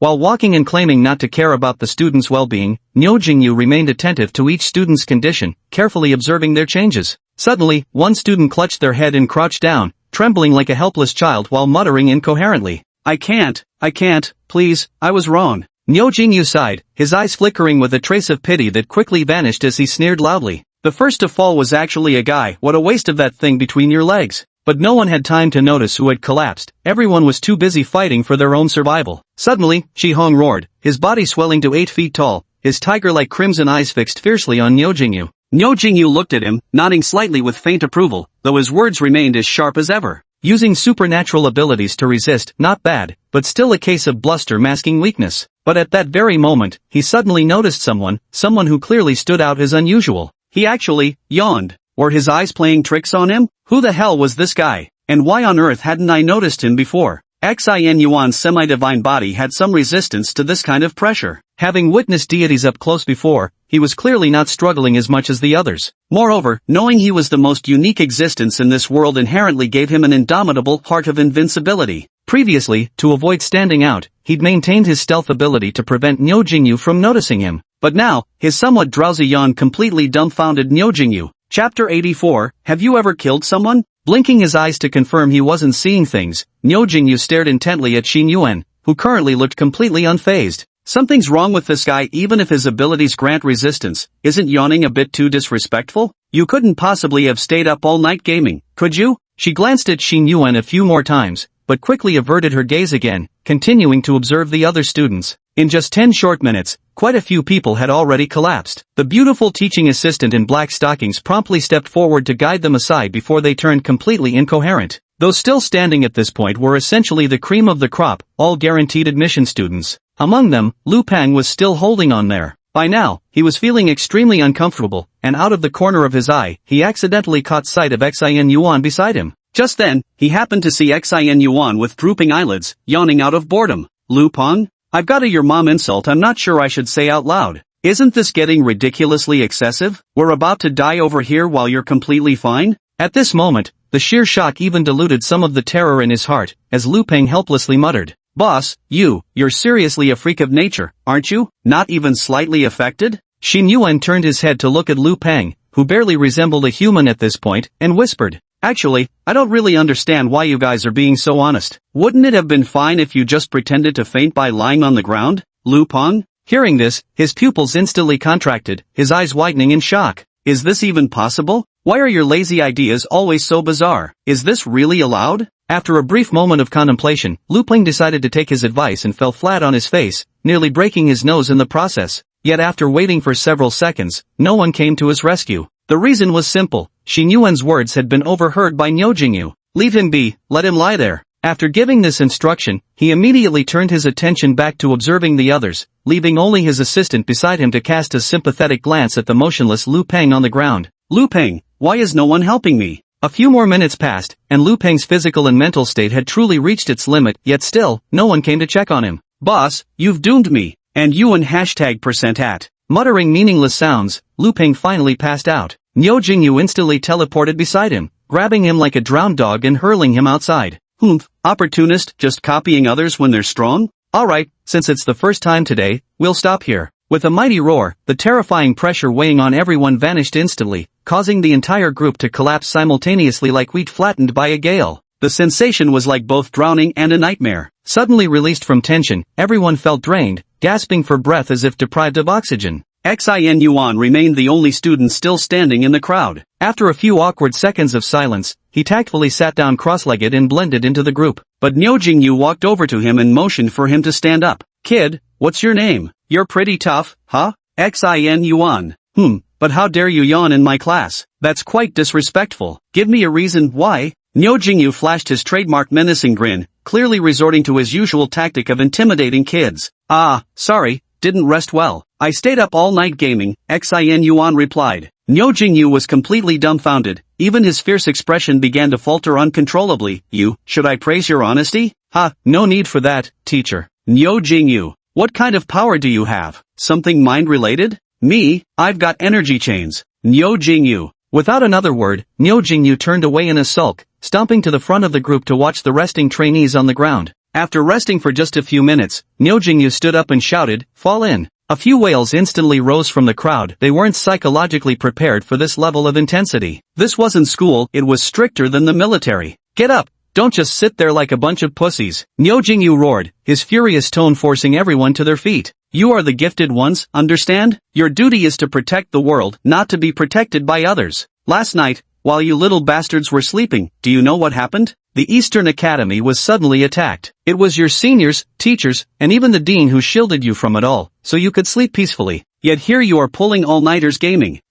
Have you no shame? As he said this, he deliberately shot Xin Yuan a pointed look. Xin Yuan, do you think you have plenty of time left? The world is undergoing dramatic changes. The human union holds meetings every single day. When the critical moment arrives, you won't be students, you'll be soldiers. Do you believe I'm trying to force growth? That I'm giving you brutal training for some crash course? No, this is basic training. Everything we're doing now has only one purpose, to ensure you can stand your ground when facing deities, not collapse to your knees the moment you see them. Listening to Niu Jingyu's stern voice, all the students stood ramrod straight, no longer daring to complain or slack off, becoming much more disciplined and serious than when they had first arrived. Niu Jingyu nodded slightly. The academy had assigned him the role of the villain precisely to quickly strip away the privileged airs from these students. You may be coddled at home, but the battlefield and divine servants won't indulge your delicacy. What follows may seem grim and brutal, but this is what every one of you will inevitably face in the future. You will inevitably shed blood in the end. But just now, I happened to catch a troublemaker, that Xin Yuan over there. Step forward.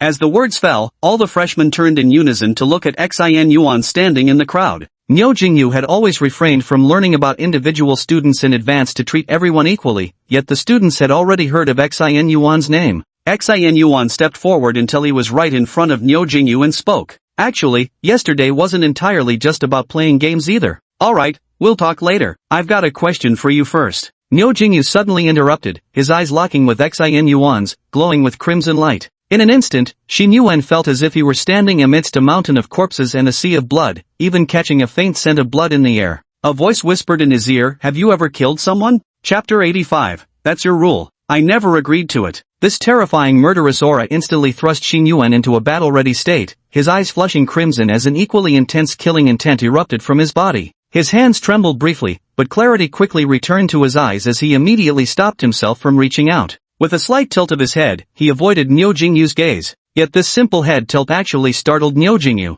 How is this possible? The ability to evade his gaze meant this person's willpower and killing intent were anything but ordinary. Skills can always be cultivated, but killing intent, only true bloodshed can forge that. Moreover, just moments ago, he distinctly felt a chilling sensation ripple across his ribs, heart, and neck. It was a sense of danger, the unmistakable feeling of being targeted by an enemy. An illusion. As the thought crossed my mind, Xin Yuan's calm voice reached my ears at just that moment. I've killed before.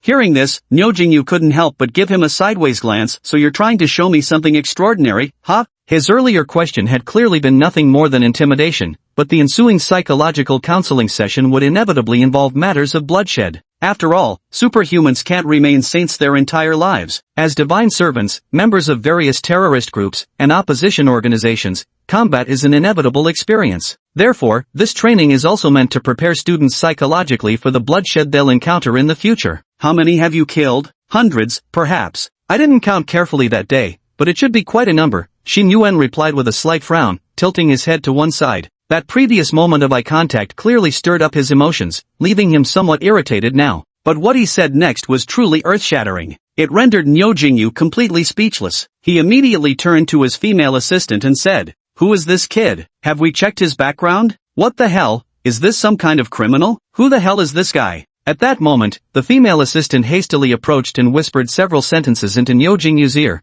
briefly explaining Xin Yuan's identity to him. It said that during the recommendation student assessment day, he participated in the battle against the divine servants and made significant military achievements. Listening to his assistant's words, Niu Jingyu frowned deeply and turned his gaze toward Xin Yuan. Don't judge a book by its cover. Who would have thought this kid was actually a tough character? Taking down over 100 divine attendants in a single day? Is this something a trainee should be capable of? The boy looks completely harmless, perpetually drowsy looking, practically sleepwalking through the morning. Turns out he's a sleeping tiger? But the problem is, his skin is delicate and smooth without a single scar. Does that look like someone who has survived brutal battles? After much pondering without any answers, Niu Jingyu straightened his expression and asked Xian Yuan. Seems you're not exactly a rookie, but do you think your mental preparedness is strong enough? Are you truly ready to fight fearlessly, even to make heroic sacrifices? No, Xian Yuan replied decisively. Why should I sacrifice myself? If someone has to die, it'd be better for my enemies to take that fall. Niu Jingyu hesitated. At this age when passions ran high, such a response struck him as refreshingly unconventional.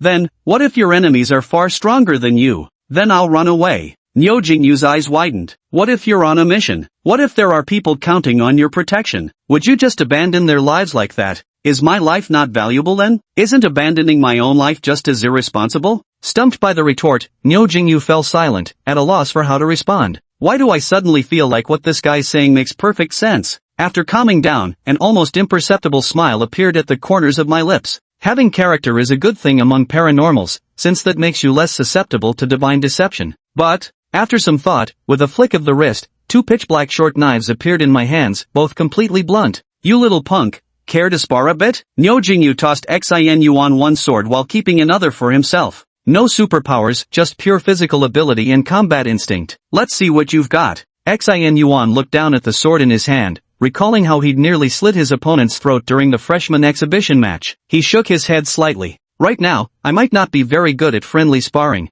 I get what you mean, kid. Don't worry about those issues with me, we'll just go all out till the end. As he spoke, the bloody light in his eyes intensified, and the murderous intent he had just released enveloped Xian Yuan with tenfold ferocity. Xian Yuan didn't hold back either. Guided by the clash of energies, a savage glint flashed in his eyes as he entered combat mode. Almost simultaneously, the daggers in their hands shot toward each other's throats with lightning speed. Xian Yuan furrowed his brows. He'd grown accustomed to trading wounds for lives, but this Niu Jingyu was clearly different from those he'd faced before. Unable to withstand the assault head-on, he twisted his wrist to block the attack, then swiftly thrust toward the left side of the heart. Niu Jingyu moved with mirror-perfect synchronization, instantly targeting his opponent's vital spot without the slightest hesitation. Thus began their furious dance, 2 whirlwinds colliding in a frenzied storm of steel. Neck, perineum, temples, heart, back of the head, spine. Between the two of them, there wasn't a single strike aimed anywhere but a lethal spot. The trainees watched intently, though most couldn't quite grasp the technique, they just found it exceptionally cool. And getting this chance to rest a bit longer? Not bad at all. But the assistant in black stockings nearby wasn't nearly so relaxed, her palms were sweating bullets. These two are seriously going at it. Though the swords aren't sharpened, with this kind of speed, if things go sideways, their movements accelerate rapidly. Xian Yuan's eyes brim with ferocity while Niu Jingyu remains ice cold, both treating the other as their mortal enemy. Finally, a misstep separates them, and they pause. Niu Jingyu's left hand tightly clamped down on the sword Xian Yuan had thrust forward, while the dagger in his right hand was already pressed against Xian Yuan's Adam's apple. Finally cracking a smile, Niu Jingyu said, "You were 0.1 seconds too slow. Also, you miscalculated the weapon's length. But to last this long against me? I don't think so." Xin Yuan interrupted Niu Jingyu, leaving him momentarily stunned. Looking down, he realized the short sword had grown a 10-centimeter ice extension that was now squarely pressing against his heart. Niu Jingyu, that's cheating. I said no supernatural abilities were allowed. But those are your rules, I never agreed to them, Xin Yuan replied from a distance. Chapter 86, You deserve my respect, I apologize for my earlier words. Niu Jingyu stared into Xin Yuan's eyes, still not fully retreated from his violent state, with remnants of ferocity lingering in his gaze. Their blades remained locked at each other's vital points until, after several tense seconds, Niu Jingyu broke the deadlock with a loud burst of laughter. He pressed down the hands of both men holding knives and spoke. In all my years of teaching, you're the most troublesome student, though also the most extraordinary one. Impressive. Then this round doesn't count as your loss. To reach this level at such a young age, I'm almost suspicious you were specially trained since childhood, similar to Junani. What kind of battles have you fought before? How could they have sent someone like you to the front line? As he spoke, a flicker of intense curiosity flashed in Niu Jingyu's eyes. Although Xin Yuan's moves were immature and lacked discipline, this animalistic combat instinct could only have been honed crawling out from piles of corpses. While strict with his students, it was only to improve their survival rates, not to send them to their deaths. If it were up to him, he would never have allowed Xin Yuan to enter combat before officially enrolling in the academy. Listening to Niu Jingyu's questioning, Xin Yuan took a long while to emerge from his violent battle state, then began explaining to Niu Jingyu in general terms his previous involvement in the combat. Listening to his calm, even somewhat joking tone while uttering such astonishingly shocking words, Niu Jingyu's expression gradually grew serious, his eyes showing a rare trace of equal respect. Speaking earnestly, he said, "You haven't even enrolled yet, just finished the assessment. To protect your classmates, you've actually experienced that kind of battle? No wonder you possess such power." "Hold on, why are you twisting my words? That's not right," Xin Yuan quickly interjected, spreading his hands. "When did I ever say it was to protect classmates? I expect payment. You can't morally blackmail me into working for free. By the way, though Director Mo had the final say last night, I did contribute my fair share too. Is there anyone at the school who handles this? There should be things like various credits, rewards, and so on, right?" But Niu Jingyu raised his eyebrows and suddenly asked, "Wait, you said you also fought last night?" "That's right, but didn't you just say you were gaming all night yesterday?" "Yeah, after the fight yesterday, I stayed up all night playing games." Niu Jingyu. Impeccable logic. I'm speechless. Well, if that's the case, Niu Jingyu suddenly turned serious, though he found this young man quite peculiar. Suddenly, he snapped his heels together, straightened up, and gave a formal salute. "From this perspective alone, you deserve my respect, and I apologize for what I said earlier." Xin Yuan was taken aback by his sudden change in attitude, momentarily unable to react and instinctively took a step back. "Actually, there's no need to be so serious, just giving what's due would be enough." "No," Niu Jingyu shook his head earnestly. "Earlier when I said how could you have the nerve to play games, I felt you were betraying the protection other espers had given you, wasting time while others were fighting for you. But now, you're also one of the protectors, so I have no right to reprimand you." As he spoke, Niu Jingyu turned around, his gaze sweeping across the students' faces with their varied expressions. "When I teach trainees, I'm teaching skills to save their lives in the future. So if any of you dare slack off, don't expect me to go easy on you. But you're different. From the perspective of your participation in this war, we're comrades in arms. Thank you for all you've sacrificed." Without waiting for Xing Yuan's reply, he turned and addressed all the trainees in a loud voice. "Remember this: if you want respect, if you want honor, if you want recognition, if you want everything you desire, let actions speak for themselves. Had enough rest? Well then, let's continue."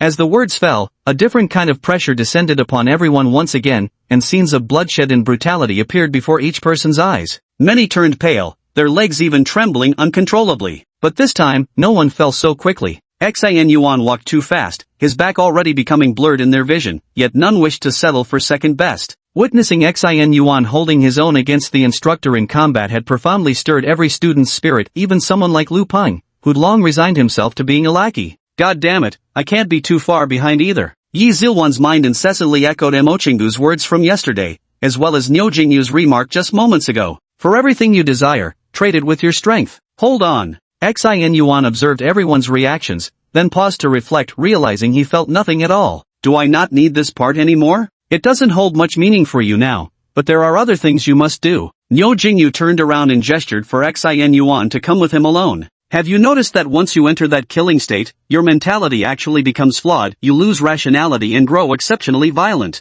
Xin Yuan silently nodded as he listened to these words. He had actually noticed this long ago, but during every battle, he unconsciously slipped into that state of mind. Frenzy isn't a bad thing in combat, it can make you brave and fearless, but it can also blind you, make you less precise, just like what happened earlier. Xin Yuan listened quietly. He knew that in this regard, Niu Jingyu was undoubtedly the expert, so he didn't utter another word. Seeing Xin Yuan didn't act arrogantly despite his talent, an idiom, but appeared rather modest in this regard, Niu Jingyu also nodded approvingly. So next, I'll train you with an upgraded version of their program, a specialized training to correct this issue of yours and help you gain proper control over yourself. Young man, can bear the hardship, right? Xin Yuan nodded solemnly, knowing that without proper guidance, relying solely on his own system would make solving this problem extremely difficult. No problem, teacher Niu. Niu Jingyu nodded in response, thinking to himself that this was more like it. But teacher, if possible, I'd really appreciate it if you could put in a word about getting credit for yesterday's battle. Niu Jingyu. What followed was round after round of training, pushing every student to their psychological limits until dusk. By the end, everyone looked as if they'd been soaked in water, nearly dehydrated. The girl's clothes clung tightly to her body, outlining her delicate curves and exuding a youthful aura. What a shame, though, the male trainees around her lacked any appreciation, each looking utterly drained. As the sun set in the west, under a distant large tree sat a slender and graceful figure. With a jade-like hand cradling her fragrant cheek, she gazed at the crowd with a smile, her eyes lingering on someone among them.